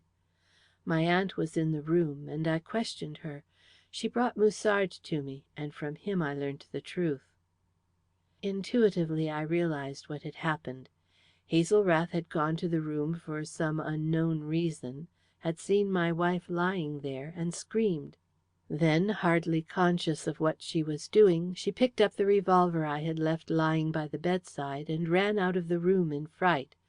I was even able to divine a reason for her silence under the accusation of murder. She felt that nobody would believe her story, especially after the history of her mother's past was brought to light. As I turned over what they had told me, and realized that my own secret was safe, I thought I saw the way to accomplish my revenge and save Hazel Rath. Up till then, the revolver had not been identified as Nepcote's. It seemed to me that the mere disclosure of that fact was sufficient to direct attention to Nepcote and bring to light his movements on that night. But the detective who came to see me about the revolver was too foolish and obstinate to grasp the importance of my information. It was then I decided to go to you. It was daring, perhaps, but it seemed safe enough to me. I was determined to entangle Nepcote and to free Hazel Rath. I told you no more than I had told to the other detective. I had powerful motives for reticence. If I had told you more, you would have seen that I had an ulterior reason for directing attention to Nepcote. I had not the least fear that you would discover my secret, but the knowledge, if imparted to you, would have weakened the impression I wanted to convey by suggesting to your mind that I was actuated by hatred of Nepcote. Besides, I did not wish any living being to know of my shame. I believed that I could accomplish my revenge without its ever being known. I thought Nepcote would prefer to perish as the victim of circumstances rather than incur public opprobrium by a defence which he knew would never be believed. The actual facts against him were too strong. He could neither extenuate nor deny them. He could not explain his lying telegrams, his secret return, his presence in the moat house, his possession of the necklace, the revolver in the bedroom where the body was. Therefore it was only necessary to give you a starting point, because discovery was inevitable where so much was hidden. I saw to it that the loss of the necklace was discovered after your arrival. That was all you needed to know. I do not know what oversight of mine put you on the track of the truth. There was one, but I do not see how that could have helped you. It was not until the following afternoon in the gun room, when Musard drew your attention to the pistol case, that I remembered that the pistol I had used was still in the back of the fireplace upstairs, where apparently it had lain undiscovered during my illness. I had taken the precaution of concealing the key of the case, but I decided to restore the pistol that night after you left. It was more difficult to recover than I anticipated, owing to the depth of the space behind the grate. I had to push back the bedstead and use the tongs before I could reach it. I believe it would have lain there undiscovered for years. There was nothing else that I can recall, except that when I restored the pistol, I saw I had left the end of one of my experimental tinder lighter wicks lying in the case. But I do not wish to know how you found out, now that Nepcote has escaped. I have nothing left to live for. The doctor thinks I am recovering, but I knew that it was only the hope of revenge which kept me going. Now that is gone, I have not long to live. I rejoice that it is so. But whatever had happened, I would have saved that poor girl, Hazel Rath. I ask you to believe that. Violet." He ceased, and with a weary gesture let his head fall on his outstretched arms, as though the strength which bore him up while he told his tale deserted him when he had made manifest the truth. His two listeners sat for some minutes in silence, each engrossed in his own thoughts. Musard stared gloomily at Phil with unseeing eyes. He was as one who had passed through unimagined horrors in a space not to be measured by time, to emerge with a fatigued sense of the black malignity of unknown gods who create the passions of humanity for their own brutal sport.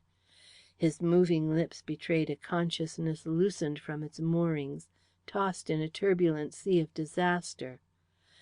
Then they formed the whispered words, "The house was founded in horror, and it ends in horror. So the old tradition comes true." The next moment he turned his eyes on Colwyn with a look askance, as though he saw in him the instrument of this misery. "Why did Hazel Rath keep silence?" he asked. "Women have made greater sacrifices for love," Colwyn gently replied. "Hazel Rath loved him, and kept silence to shield him. She would not have spoken at all if suspicion had not fastened on Nepcote, and even when she did speak she kept something back. We may now learn later what actually passed between Hazel and Mrs. Heredith in the bedroom that night.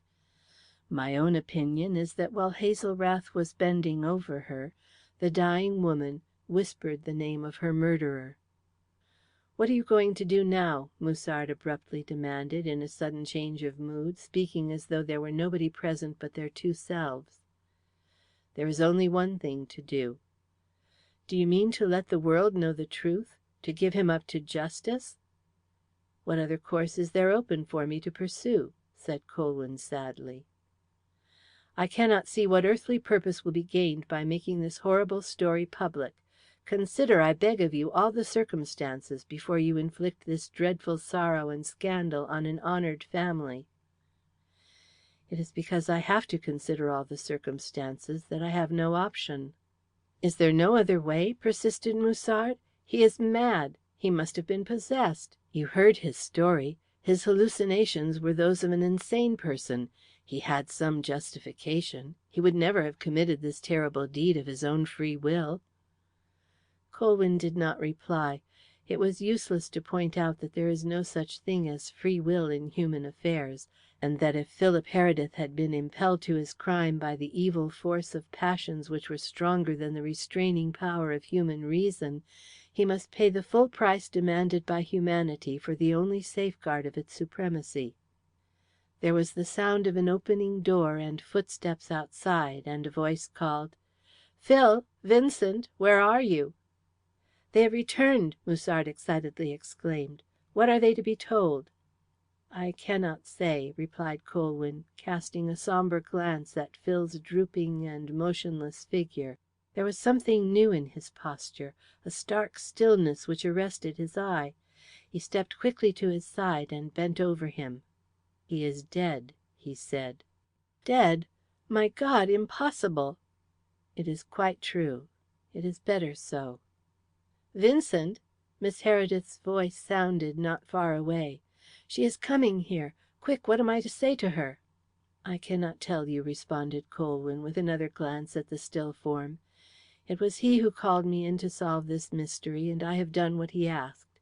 I will leave you to tell her what you will, but I cannot keep silence afterwards where the liberty of innocent people is involved. Justice is as impersonal as truth herself." "Vincent?" This time the voice sounded just outside the door. "I must stop her. She must not come in here," said Musard, starting up. But he was too late. The door opened, and Miss Heredith stood in the doorway. Her startled eyes took in the agitated face of Musard, and then travelled to the drooping attitude of the figure at the table. She went quickly past the two men, and bent over her nephew. As she did so, she sobbed aloud.